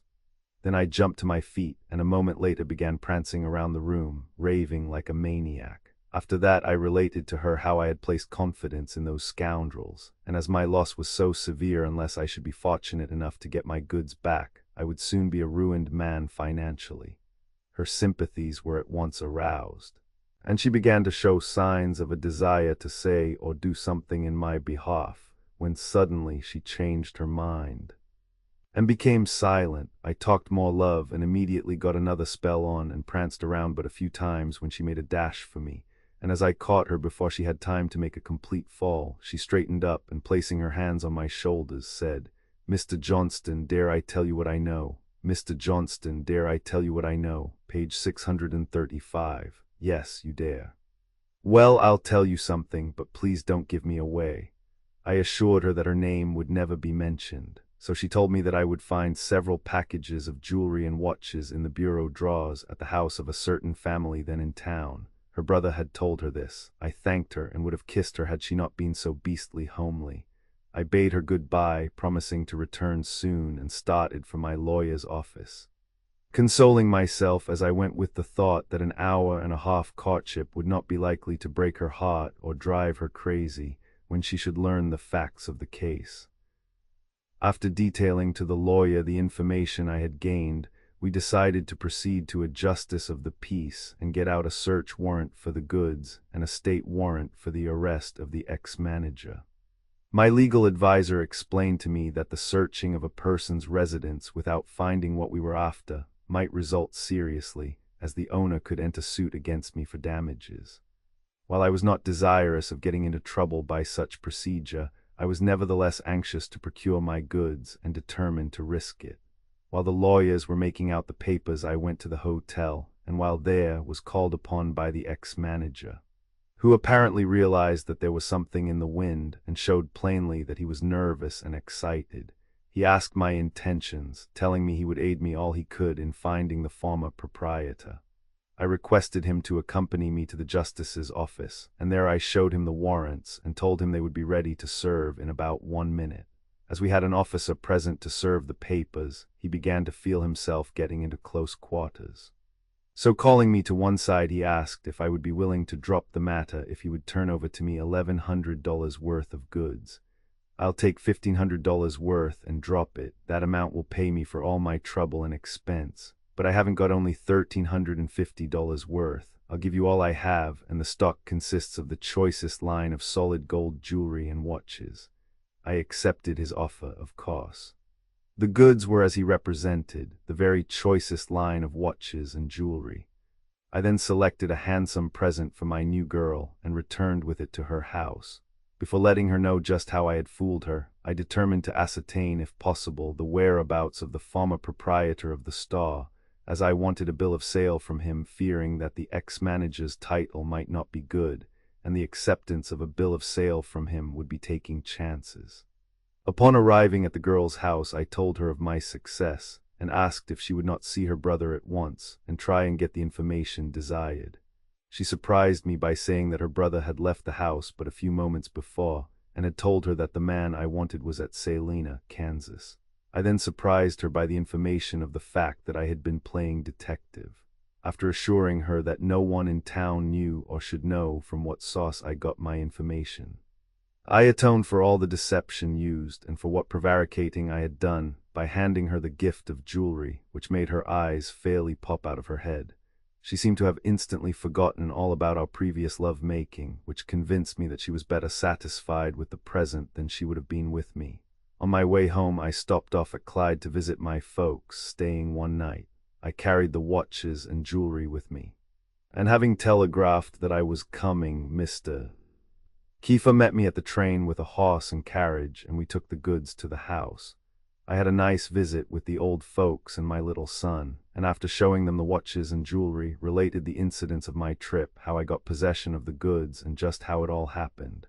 My mother said she had always thought I would make a better detective than anything else. Mr. Kiefer said it did beat the devil. That night we reviewed the past 18 years with much interest. We recalled the many ups and downs I had met with, and my parents congratulated me, not only on the pluck and energy I had persistently shown, but also for being able to stand prosperity. Mr. Kiefer repeated what I had often heard him say years before, that he knew I'd make it win someday. He said he had always contended that as long as I kept from spending money foolishly and only lost it in trying to make money, that I must certainly someday profit by my experience and come out ahead. He evinced great interest in my affairs by wanting to talk continually with reference to my business, and would converse about nothing else the whole evening. My mother didn't know what to say. On my arrival home, I wrote to the Salina, Kansas man, telling him that I had a lot of goods in my possession turned over to me by his ex-manager, and unless he came on to Chicago within 5 days and gave me a bill of sale for them, I would have him brought back by officers. He came, and did as I requested. This late experience, in connection with several other large losses I had sustained through the sales of traveling agents, convinced me more than ever that my business was being constantly jeopardized by their carelessness in conducting sales. I had for some time been figuring on an original plan of advertising by which I felt certain of success, so I decided to call my agents in and discharge them. Then I began at once to spend time and money liberally in advertising. The result was that my business grew rapidly, and to such an extent that I was compelled to increase my force of clerks, and to keep renting and adding on more room every few months, till at present I employ a very large force of help, and occupy 10 times as much room as when I first commenced at my present location, and am supplying jewelry to the leading merchants in all parts of the United States. When I called my agents in to discharge them, with a view to experimenting with my advertising scheme, Bert, who by this time had become thoroughly sophisticated and had proved himself a competent and trustworthy young man, said that, as he had laid up a few $100s, he would like to buy goods from me and sell for himself, the same as I had done, and the same as Albert was then doing. I agreed to sell to him on similar terms. He began at once and was very successful, so much so that on the 1st of January of the present year, he also opened an office of his own in the same building where I am located. He buys direct from the manufacturers and conducts a wholesale business for himself. So much for the unsophisticated country lad who had pluck and energy enough to strike out upon the world and aim for something better than a clerkship in a country store. Dr. Frank was still traveling for me when I ordered the agents in and was the last to respond, being about 3 days late. When I inquired the reason, he replied that the last man he called upon to collect from had shown a disposition to get out of paying the bill, and as that was to be his last chance, he concluded to stay till he got either the fellow's scalp or the amount due me. He got the latter. He then remarked that while traveling through Dakota, he had found a quarter section of government land which he had taken as a homestead. He then returned there. The following fall who should turn up again but Dr. Frank from Pierre, Dakota, and on arriving here found himself broke. He called on me and said, "Now, Johnston, you were the first to get me mixed up in this doctor business, and but for our experience in setting the old woman's ankle and your dubbing me doctor, I never would have thought of becoming a physician. As it is, I am anxious to remain here during the winter and attend medical lectures at Hahnemann College. And I know of no one better able to loan me the money to do it with than you. All right, Dr. Frank, you can call around every Saturday when we are paying off our help and draw enough to meet your weekly expenses." It is not necessary to say that he never missed a payday. It will be remembered that he had previously spent one winter attending lectures at Ann Arbor. The following spring myself and wife by invitation attended the commencement exercises of the college, and had the pleasure of seeing him graduate, a full-fledged doctor. As I witnessed this little scene, the picture of Frank while pulling the old woman's leg and the knowing look he gave her after the ankle popped back into its socket came vividly before me. It seemed more like a dream than a reality when I shook him by the hand and congratulated him on being a genuine M.D. He is now a successful practitioner at Baldwin, Michigan, and has made an especially good record as a surgeon. Experiencing but little difficulty in building up a lucrative practice, he was not long in repaying me the amount borrowed for college expenses. About this time, Mr. Kiefer made his first and only visit to Chicago, accompanied by my mother and my son Frankie. Mr. Kiefer had been desirous for some time of visiting the city, to see how that boy managed his business. On their arrival, I escorted them to my store when, after looking over the several clerks and bookkeepers, Mr. Kiefer asked, "Who are all these people working for?" "Why, they are working for me." Just then the postman came in with a large package of letters, and when I began opening them and extracting money orders, drafts, checks, and currency, he gazed steadily for a few moments and said, "Is that all money, Perry?" "Certainly, checks and drafts are as good as cash." "But where do you get it from?" "From Maine to California and from Manitoba to Mexico." He looked on quietly for a few moments and turning to my mother said, "Well, it does beat the devil." I took a great deal of pleasure in showing him the city and escorting him to the many places of interest and amusement. My mother had often visited the larger cities and was not so much interested as he was. Although it was his first visit, I paid him the compliment of appearing more accustomed to city life than any person I had ever seen who had never before been away from his own neighborhood. From his cool, unexcitable, matter-of-fact way, one would have supposed that he had always been inured to the excitement and bustle of the city. Spin on the boulevard with Mr. Kiefer. On the first pleasant day after their arrival, I took Mr. Kiefer a whirl down the boulevard. Behind a handsome pair of chestnut sorrel horses which I had dealt for a few days before. As we went dashing along at a lively rate, he hung to his hat with one hand and to the buggy with the other, and asked what such a team cost me. When I answered his question, he said, "That team is worth more than all the horses we ever had on our farm at any one time." "Well, I always said you'd get there some day, Perry." A few days prior to his visit, I had made a trade for a half interest in a livery and sale stable, owned and run by an old acquaintance named Kintz, who is mentioned in the 7th chapter of this book. He is the man who was running a bakery at Clyde, and whose gold watch I traded to the telegraph operator, receiving $5 to boot from each of them, which I placed to my own credit as middleman. John had come on to Chicago and opened the stable. After several years' experience in a Michigan town in the same business, and I had made a deal with him for a half interest. After Mr. Kiefer and I had finished our ride, I drove the team to our barn and, jumping out, ordered them taken care of, and as my partner was away, I also began giving orders about the general business and reprimanded one of the hustlers for neglecting his work. Mr. Kiefer was unable to understand the meaning of this, and finally asked what right I had to be ordering those men around. I told him I owned a half interest in the business. He gazed at me a moment and in his usual good-natured manner said, "Well, it does beat the devil." The recollection of this visit affords me a great deal of satisfaction now, as he died about a year afterwards. When visiting me, he showed the keenest interest in my success and declared that since his own had not been what he had desired, he was now only anxious to live long enough to see what the outcome of my business would be, and he continued to evince this same interest up to the very day of his death. After the physicians had given him up, he requested them to telegraph me at once, which they did, and he fought for 48 hours against falling asleep, fearing, as he claimed, that he might not arouse sufficiently to recognize that boy when he should arrive. A few months after Mr. Kiefer's visit to Chicago, my wife and I were out riding one Saturday evening and drove to Woodlawn Park, a Chicago suburb.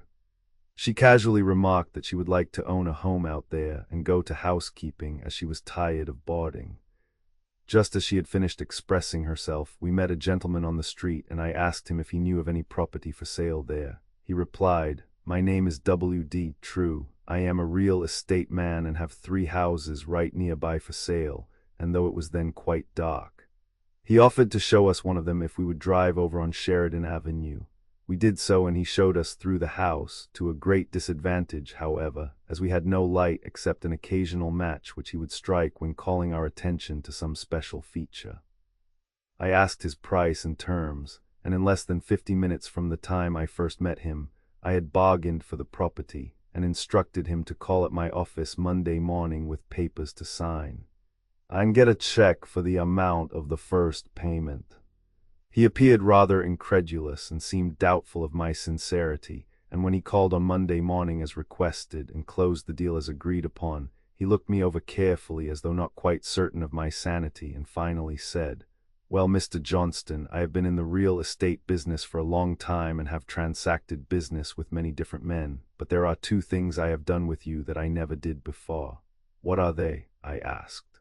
"Well, I never sold a house in the dark before, nor have I ever closed a deal of this kind in 50 minutes before, and never heard of a similar case, especially with entire strangers." We took possession on the 1st of September and immediately began the building of a barn which was completed in due time. We very soon became dissatisfied with suburban life and anxious to return to the city, but having expended considerable money in building the barn and other improvements, we decided to remain at all hazards. 6 months later, one of my most valuable horses was taken sick and died on a Saturday morning. On the following Monday, just as I had gotten settled down to business in my office, I received a telephone message from a friend at Woodlawn Park to the effect that my barn was on fire, but that my horses, harnesses, and carriages were all safe. I immediately said to my wife, "Well, you can get ready to move now. A horse died Saturday. The barn burned Monday and will move Tuesday." So saying, I called up my printer, Mr. G.M.D. Libby, by telephone and dictated a handbill to be printed immediately, advertising all of our household furniture to be sold at auction.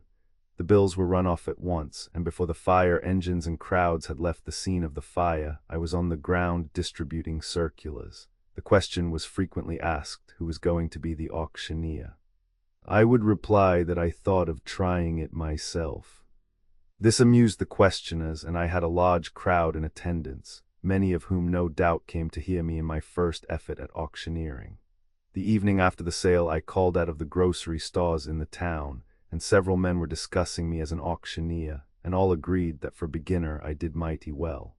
One man said that a person would naturally suppose that the fellow had had years of experience as an auctioneer. We moved immediately after making the sale, and found a tenant for the house without any trouble, and as I have been offered an advance of several $100s on the price I paid for the place, I have had no reason to regret my hasty purchase. I lost but little on the sale of my household goods, and collected insurance for a portion of the loss on the barn, so I came out pretty well after all. We were glad enough, however, to get back to the city, and rented a suite of rooms at the Pullman building, which we still occupy. And being located near my place of business, we find it much pleasanter and waste no time running after and waiting for suburban trains. During our residence at Woodlawn Park, we became so accustomed to running to catch trains that through force of habit, no matter where we were or how far from a railroad track, the moment we would hear the sound of a bell ringing or a steam whistle blowing, our first impulse was to start on the dead run. I will here mention the particulars of a trade I made for the barber's shop while residing in the suburb. One day I traded for a small, handsome horse, and the following morning saddled him and went out for a horseback ride. On my return, I happened to stop in front of the barber's shop, when the tonsorial artist asked how I'd trade my horse for the shop. "I'll leave it with you," was my reply. "I'll trade even." "All right, sir, it's a bargain. Come and get the horse and give me the keys." So saying, I dismounted and took possession. After mounting the animal, he said he'd take it to the barn and return in a few moments and continue to run the shop for me till I could hire another barber. He then left me in charge. No sooner had he done so than a well-dressed stranger came rushing into the shop, threw off his hat and coat, took a seat in the chair, and said, "Please hurry up, Mr. Barber, as I want to catch the next train for the city."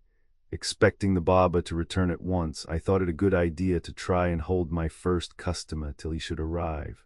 I therefore threw off my hat and coat, grabbed the mug, made a lot of lather, and began daubing it on as thick as possible all over his face. I then wiped it off and lathered him again, expecting the barber in every minute to take the job off my hands. As he did not come, I was obliged to resort to the towel the second time and lather him once more. Then stepping to the door to see if the barber was visible, and discovering that he was not, I returned to my customer, and wiping off his face began lathering him again. I now saw that he was getting nervous and anxious, and concluded to try and entertain him with some sort of a ghost story. Just as I was trying to conjure up something to spring on him, he remarked that I wasn't very sparing of my soap. "No, sir, I am not stingy with soap, and by the way, this soap is different from any you ever saw before. This, sir, is the Homogena Radical Tragical Incomprehensible Compound Extract of the double-distilled root teat shaving soap." I then went on with my auction talk on soap already familiar to the reader, and spun it out to him as rapidly as I could, without a pause or the least hesitation.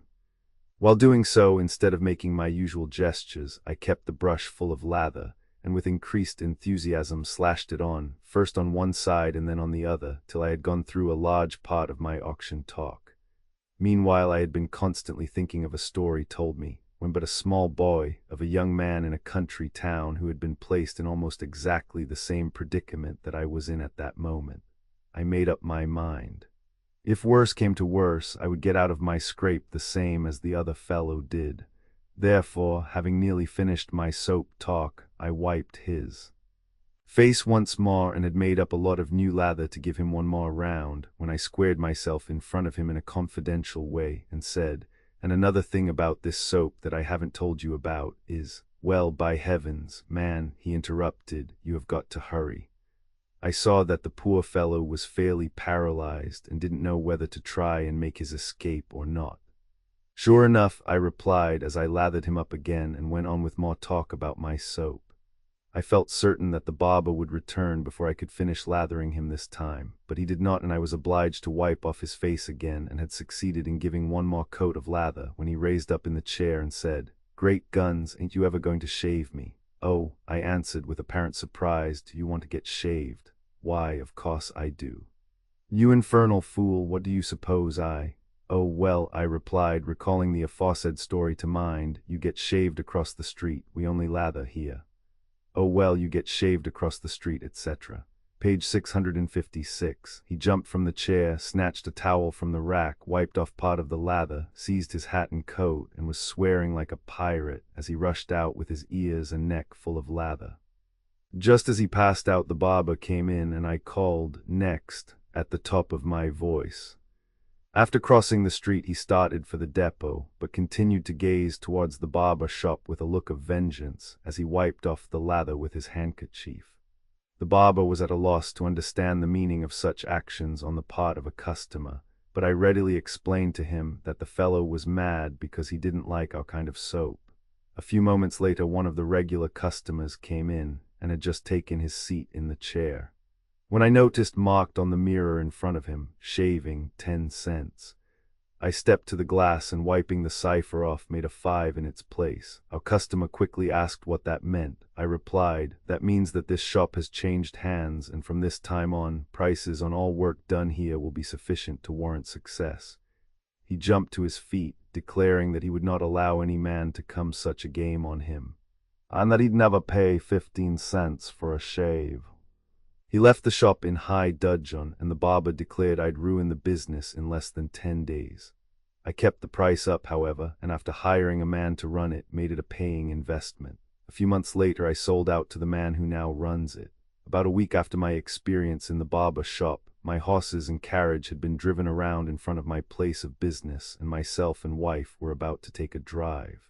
2 or 3 acquaintances happened along, and we conversed with them for a few moments before driving away. I noticed my late victim standing on the sidewalk staring at me with all the eyes he had. We drove away, leaving him still staring. Not long after this, one of these friends just referred to came to my office and asked if I had anything to do with a barber shop at Woodlawn Park. With apparent surprise, I asked the meaning of the inquiry.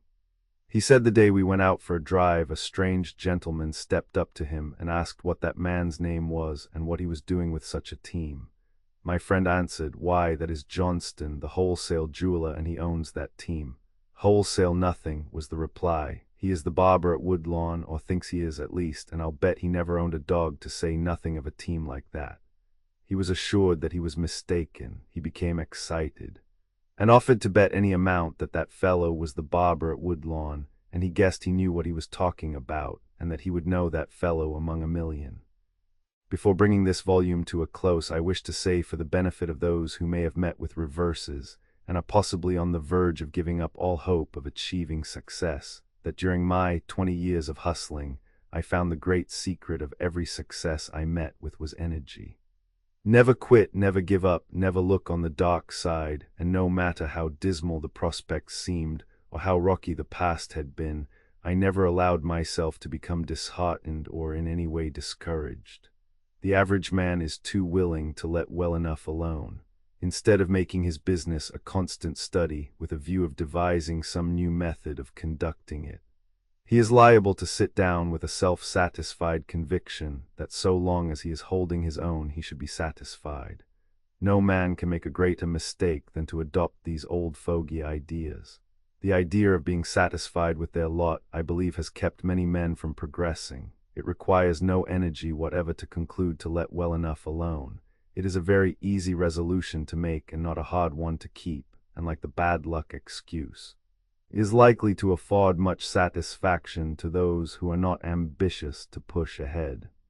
I believe every man should build up his hopes and aspirations, not to extremes, but so far as to elevate his ideas to a realization that a mere living should not satisfy him through life, and nothing short of the best paying and most prominent position would gratify him. The young man starting out in life who for a while only succeeds in holding his own or possibly meets with reserves should be manly enough to find no fault. But he should be too much of a man to remain satisfied with a bare living. It pays to be reasonably aggressive in all things. The man who shows a disposition to look out for his own welfare and not be imposed upon by others will invariably receive the most attention and be taken the best care of under all circumstances. He should not allow false pride or dudish notions to interfere in the least with his business. He should realize that the mere comforts of life with a respectable appearance is sufficient for one starting out, and that a few years hence, when he has established for himself a lucrative business with a reputation for honesty and business integrity, there will be no likelihood of anyone ever reminding him of his former humble circumstances. He should never attempt to mingle in a social way with those whose financial standing and expensive habits of living far exceed his own. While he should cultivate the acquaintance of business men of the highest standing, it should only be done in a business way. When his business shows an increase of profits, he should improve in his mode of living as a matter of social advancement. The young man as a beginner should avoid stingy and penurious methods. This is as often an acquired habit as it is a natural one, and will always work more or less detrimental to a business. No man can afford to be close and trifling in his deal. It not only belittles him in the eyes of the world, but he very soon recognizes in himself a person of narrow ideas, and the man with a poor opinion of himself will surely not prove a success in the business world. While I believe in judicious economy, I despise penuriousness. If a man has but $1 to spend, I believe he should spend it in as princely a style as though he had $1 million left. But if he hasn't the $1 to spare, he should make no pretensions whatever. Opportunity has no doubt frequently played a large part in man's success. In my opinion, however, the most acceptable theory in the science of commercial success is that every man takes his own. That is, the man who is the most sagacious and energetic will never lose a chance to take advantage of opportunities, and there is no doubt that what many complain of as being ill luck is simply the result of their failure to grasp the situation that a shrewder man would have taken advantage of and thereby gained success. The average young man in starting out usually endeavors to form a co-partnership with his best friend or nearest neighbor, regardless of capital or ability, the result of which is that each will depend on the other to make the business a success, and neither will be likely to develop his fullest capacity for doing business. The man who has force of character enough to assert his own rights and to carry out his own independent thoughts will usually be the most successful without a partner. The old adage, "a rolling stone gathers no moss," has not in my experience always proved a true saying, nor have I found it to be so in the experience of many successful men with whom I have come in contact. My observation of others has shown me that in many instances men have lost their last dollar in the vain endeavor to successfully carry out a business that a short experimental trial should have convinced them would be a failure. As for myself, I am always willing to investigate an experiment, but not to the extent of risking my last dollar on what a reasonable test proves unprofitable, simply through fear of being considered a rolling stone. I have at present, and have had for some time, what might be considered many irons in the fire, and have thus far never had any of them seriously burned, owing no doubt to the fact that I always endeavor to surround myself with competent help, and especially with a good lieutenant at the head of each business, and I have adopted the plan of pushing to its utmost capacity that which, after a reasonable test, showed elements of success, and dropping as I would a hot coal that which proved the reverse. My latest business enterprise, although still running the jewelry business with more force than ever, is my connection with the Johnston car seat company, manufacturing the Emmett coach and reclining car seat, which has been adopted by many of the lighting railroad companies. I mention this to show that I do not believe in the old fogey theory of our forefathers, to let well enough alone, and were I the possessor of 50 times the wealth of Croesus, I would never quit, but still keep hustling. The end. Updated editions will replace the previous one. The old editions will be renamed, creating the works from print editions not protected by U.S. copyright law means that no one owns a United States copyright in these works. So the Foundation and you can copy and distribute it in the United States without permission and without paying copyright royalties. Special rules set forth in the general terms of use part of this license apply to copying and distributing project and may not be used if you charge for an e-book, except by following the terms of the trademark license, including paying royalties for use copies of this e-book. Complying with the trademark license is very easy. You may use this e-book for nearly any purpose, such as creation of derivative works, reports, performances, and research. Project Gutenberg e-books may be modified and printed and given away. You may do practically anything in the United States with e-books not protected by U.S. copyright law. Redistribution is subject to the trademark license, especially commercial redistribution. Start full license. Please read this before you distribute or use this work. Distribution of electronic works by using or distributing this work or any other work associated in any way with the phrase Project Gutenberg.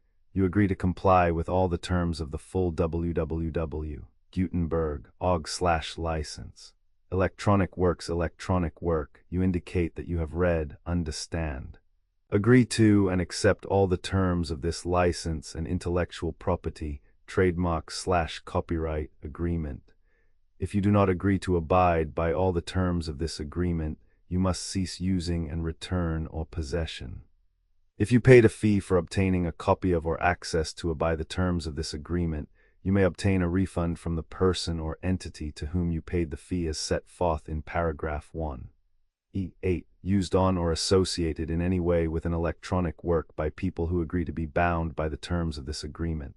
There are a few even without complying with the full terms of this agreement. See paragraph 1, see below.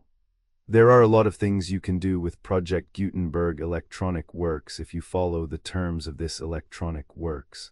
See paragraph 1, e below. Foundation or PGLAF owns a compilation copyright in the collection. Works in the collection are in the public domain in the United States.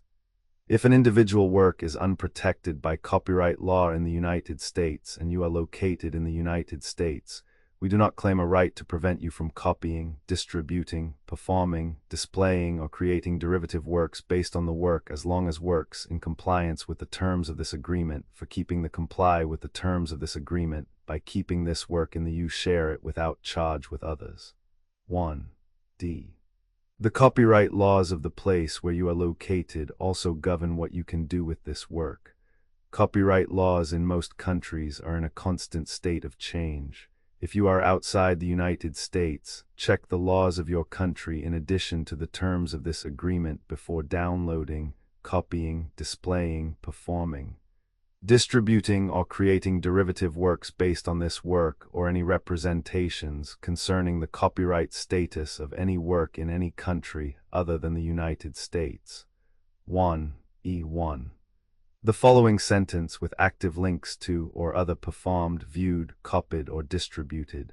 This ebook is for the use of anyone anywhere in the United States and most other parts of the world at no cost and with almost no restrictions whatsoever. You may copy it, give it away, or reuse it under the terms at www.gutenberg.org if you are not located in the United States. You will have to check the laws of the country where you are located before using this ebook. Derived from texts not protected by U.S. copyright law, does not contain a notice indicating that it is posted with permission of the copyright holder. The work can be copied and distributed to anyone in the United States without paying any fees or charges. If you are redistributing or providing access to a work with the phrase Project Gutenberg associated with or appearing on the work, you must comply either with the requirements of paragraphs 1. E1 through 1, E7 or trademark as set forth in paragraphs 1, E8 or 1, E9. With the permission of the copyright holder, your use and distribution must comply with both paragraphs 1, E1 through 1, E7 and any additional terms imposed by the copyright holder. Additional terms posted with the permission of the copyright holder found at the beginning of this work. License terms from this work or any files containing a part of this one. E5. Do not copy, display, perform, distribute, or redistribute this electronic work, or any part of this electronic work without prominently displaying the sentence set forth in paragraph 1. E1 with active links or immediate access to the full terms of the Project Gutenberg license. 1E6. You may convert to and distribute this work in any binary, compressed, mocked up, non-proprietary or proprietary form, including any word processing or hypertext form. However, if you provide access other than plain vanilla ASCII or other format used in the official www.gutenberg.org You must at no additional cost, fee, or expense to the user provide a copy, a means of exporting a copy, or a means of obtaining a copy upon request of the work in its original plain vanilla ASCII or other form. Any alternate format must include the 1. E7. Do not charge a fee for access to viewing displaying unless you comply with paragraph 1. E8 or 1. E9. 1. E8. You may charge a reasonable fee for copies of or provided that you pay a royalty fee of 20% of the gross profits you derive from you already used to calculate your applicable taxes. The fee is owed. Agreed to donate royalties under this paragraph to the Project Gutenberg Literary Archive Foundation. Royalty payments must be paid within 60 days following each date on which you prepare, or are legally required to prepare, your periodic tax returns.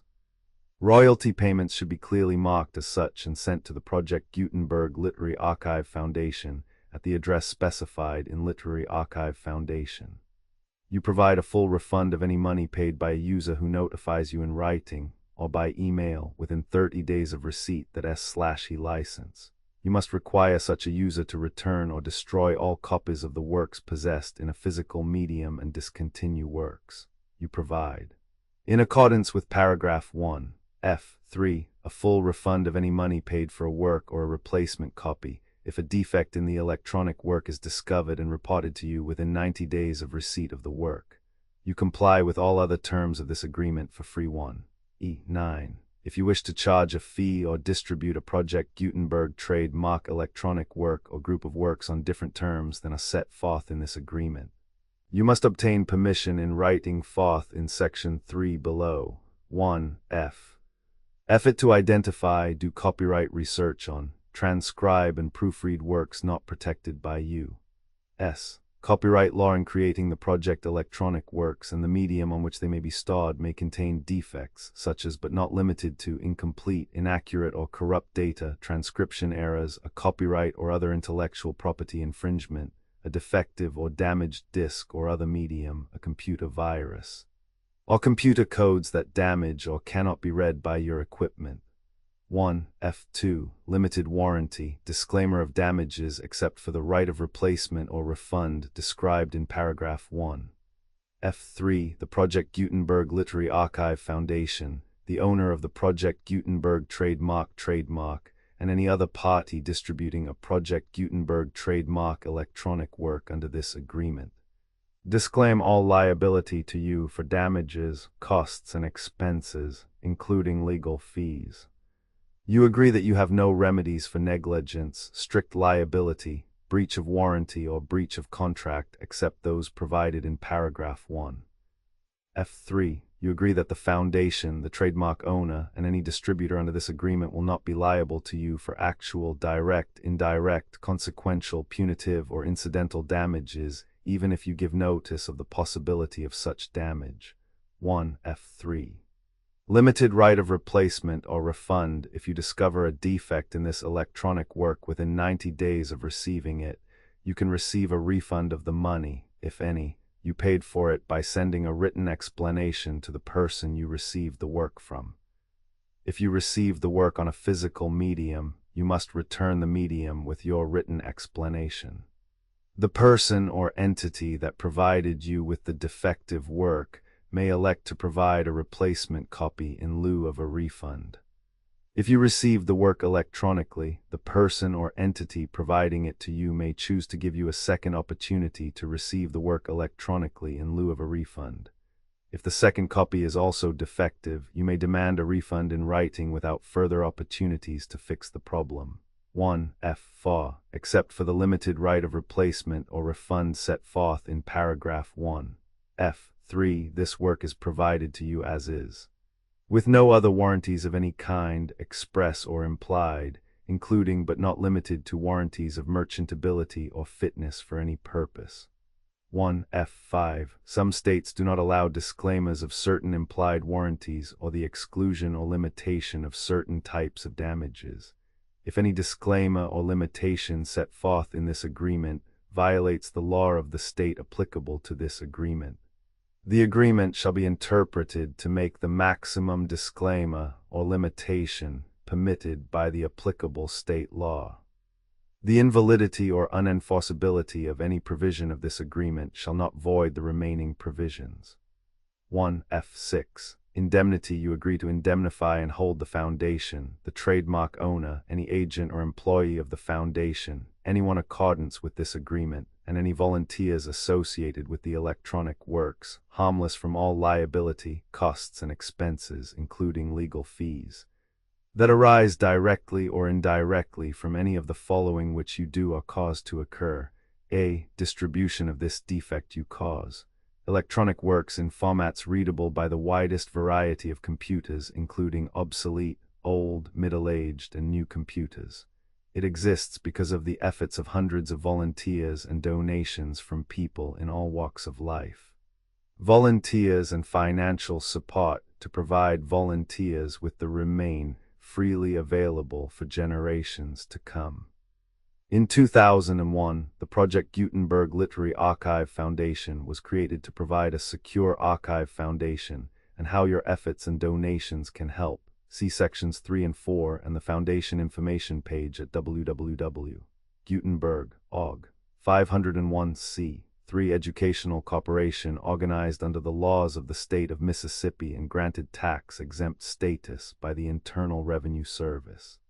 The Foundation's EIN, or Federal Tax Identification Archive Foundation, are tax-deductible to the full extent permitted by U.S. federal laws and your state's laws.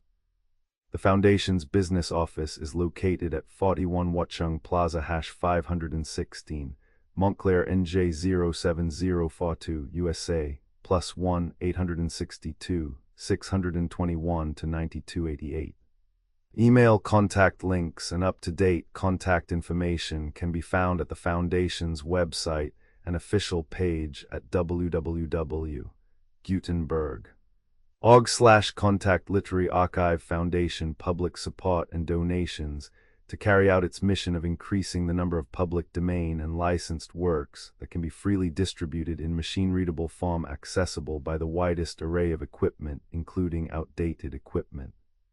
Many small donations, $1 to $5,000, are particularly important to maintaining tax-exempt status with the IRS. The Foundation is committed to complying with the laws regulating charities and charitable donations in all 50 states of the United States.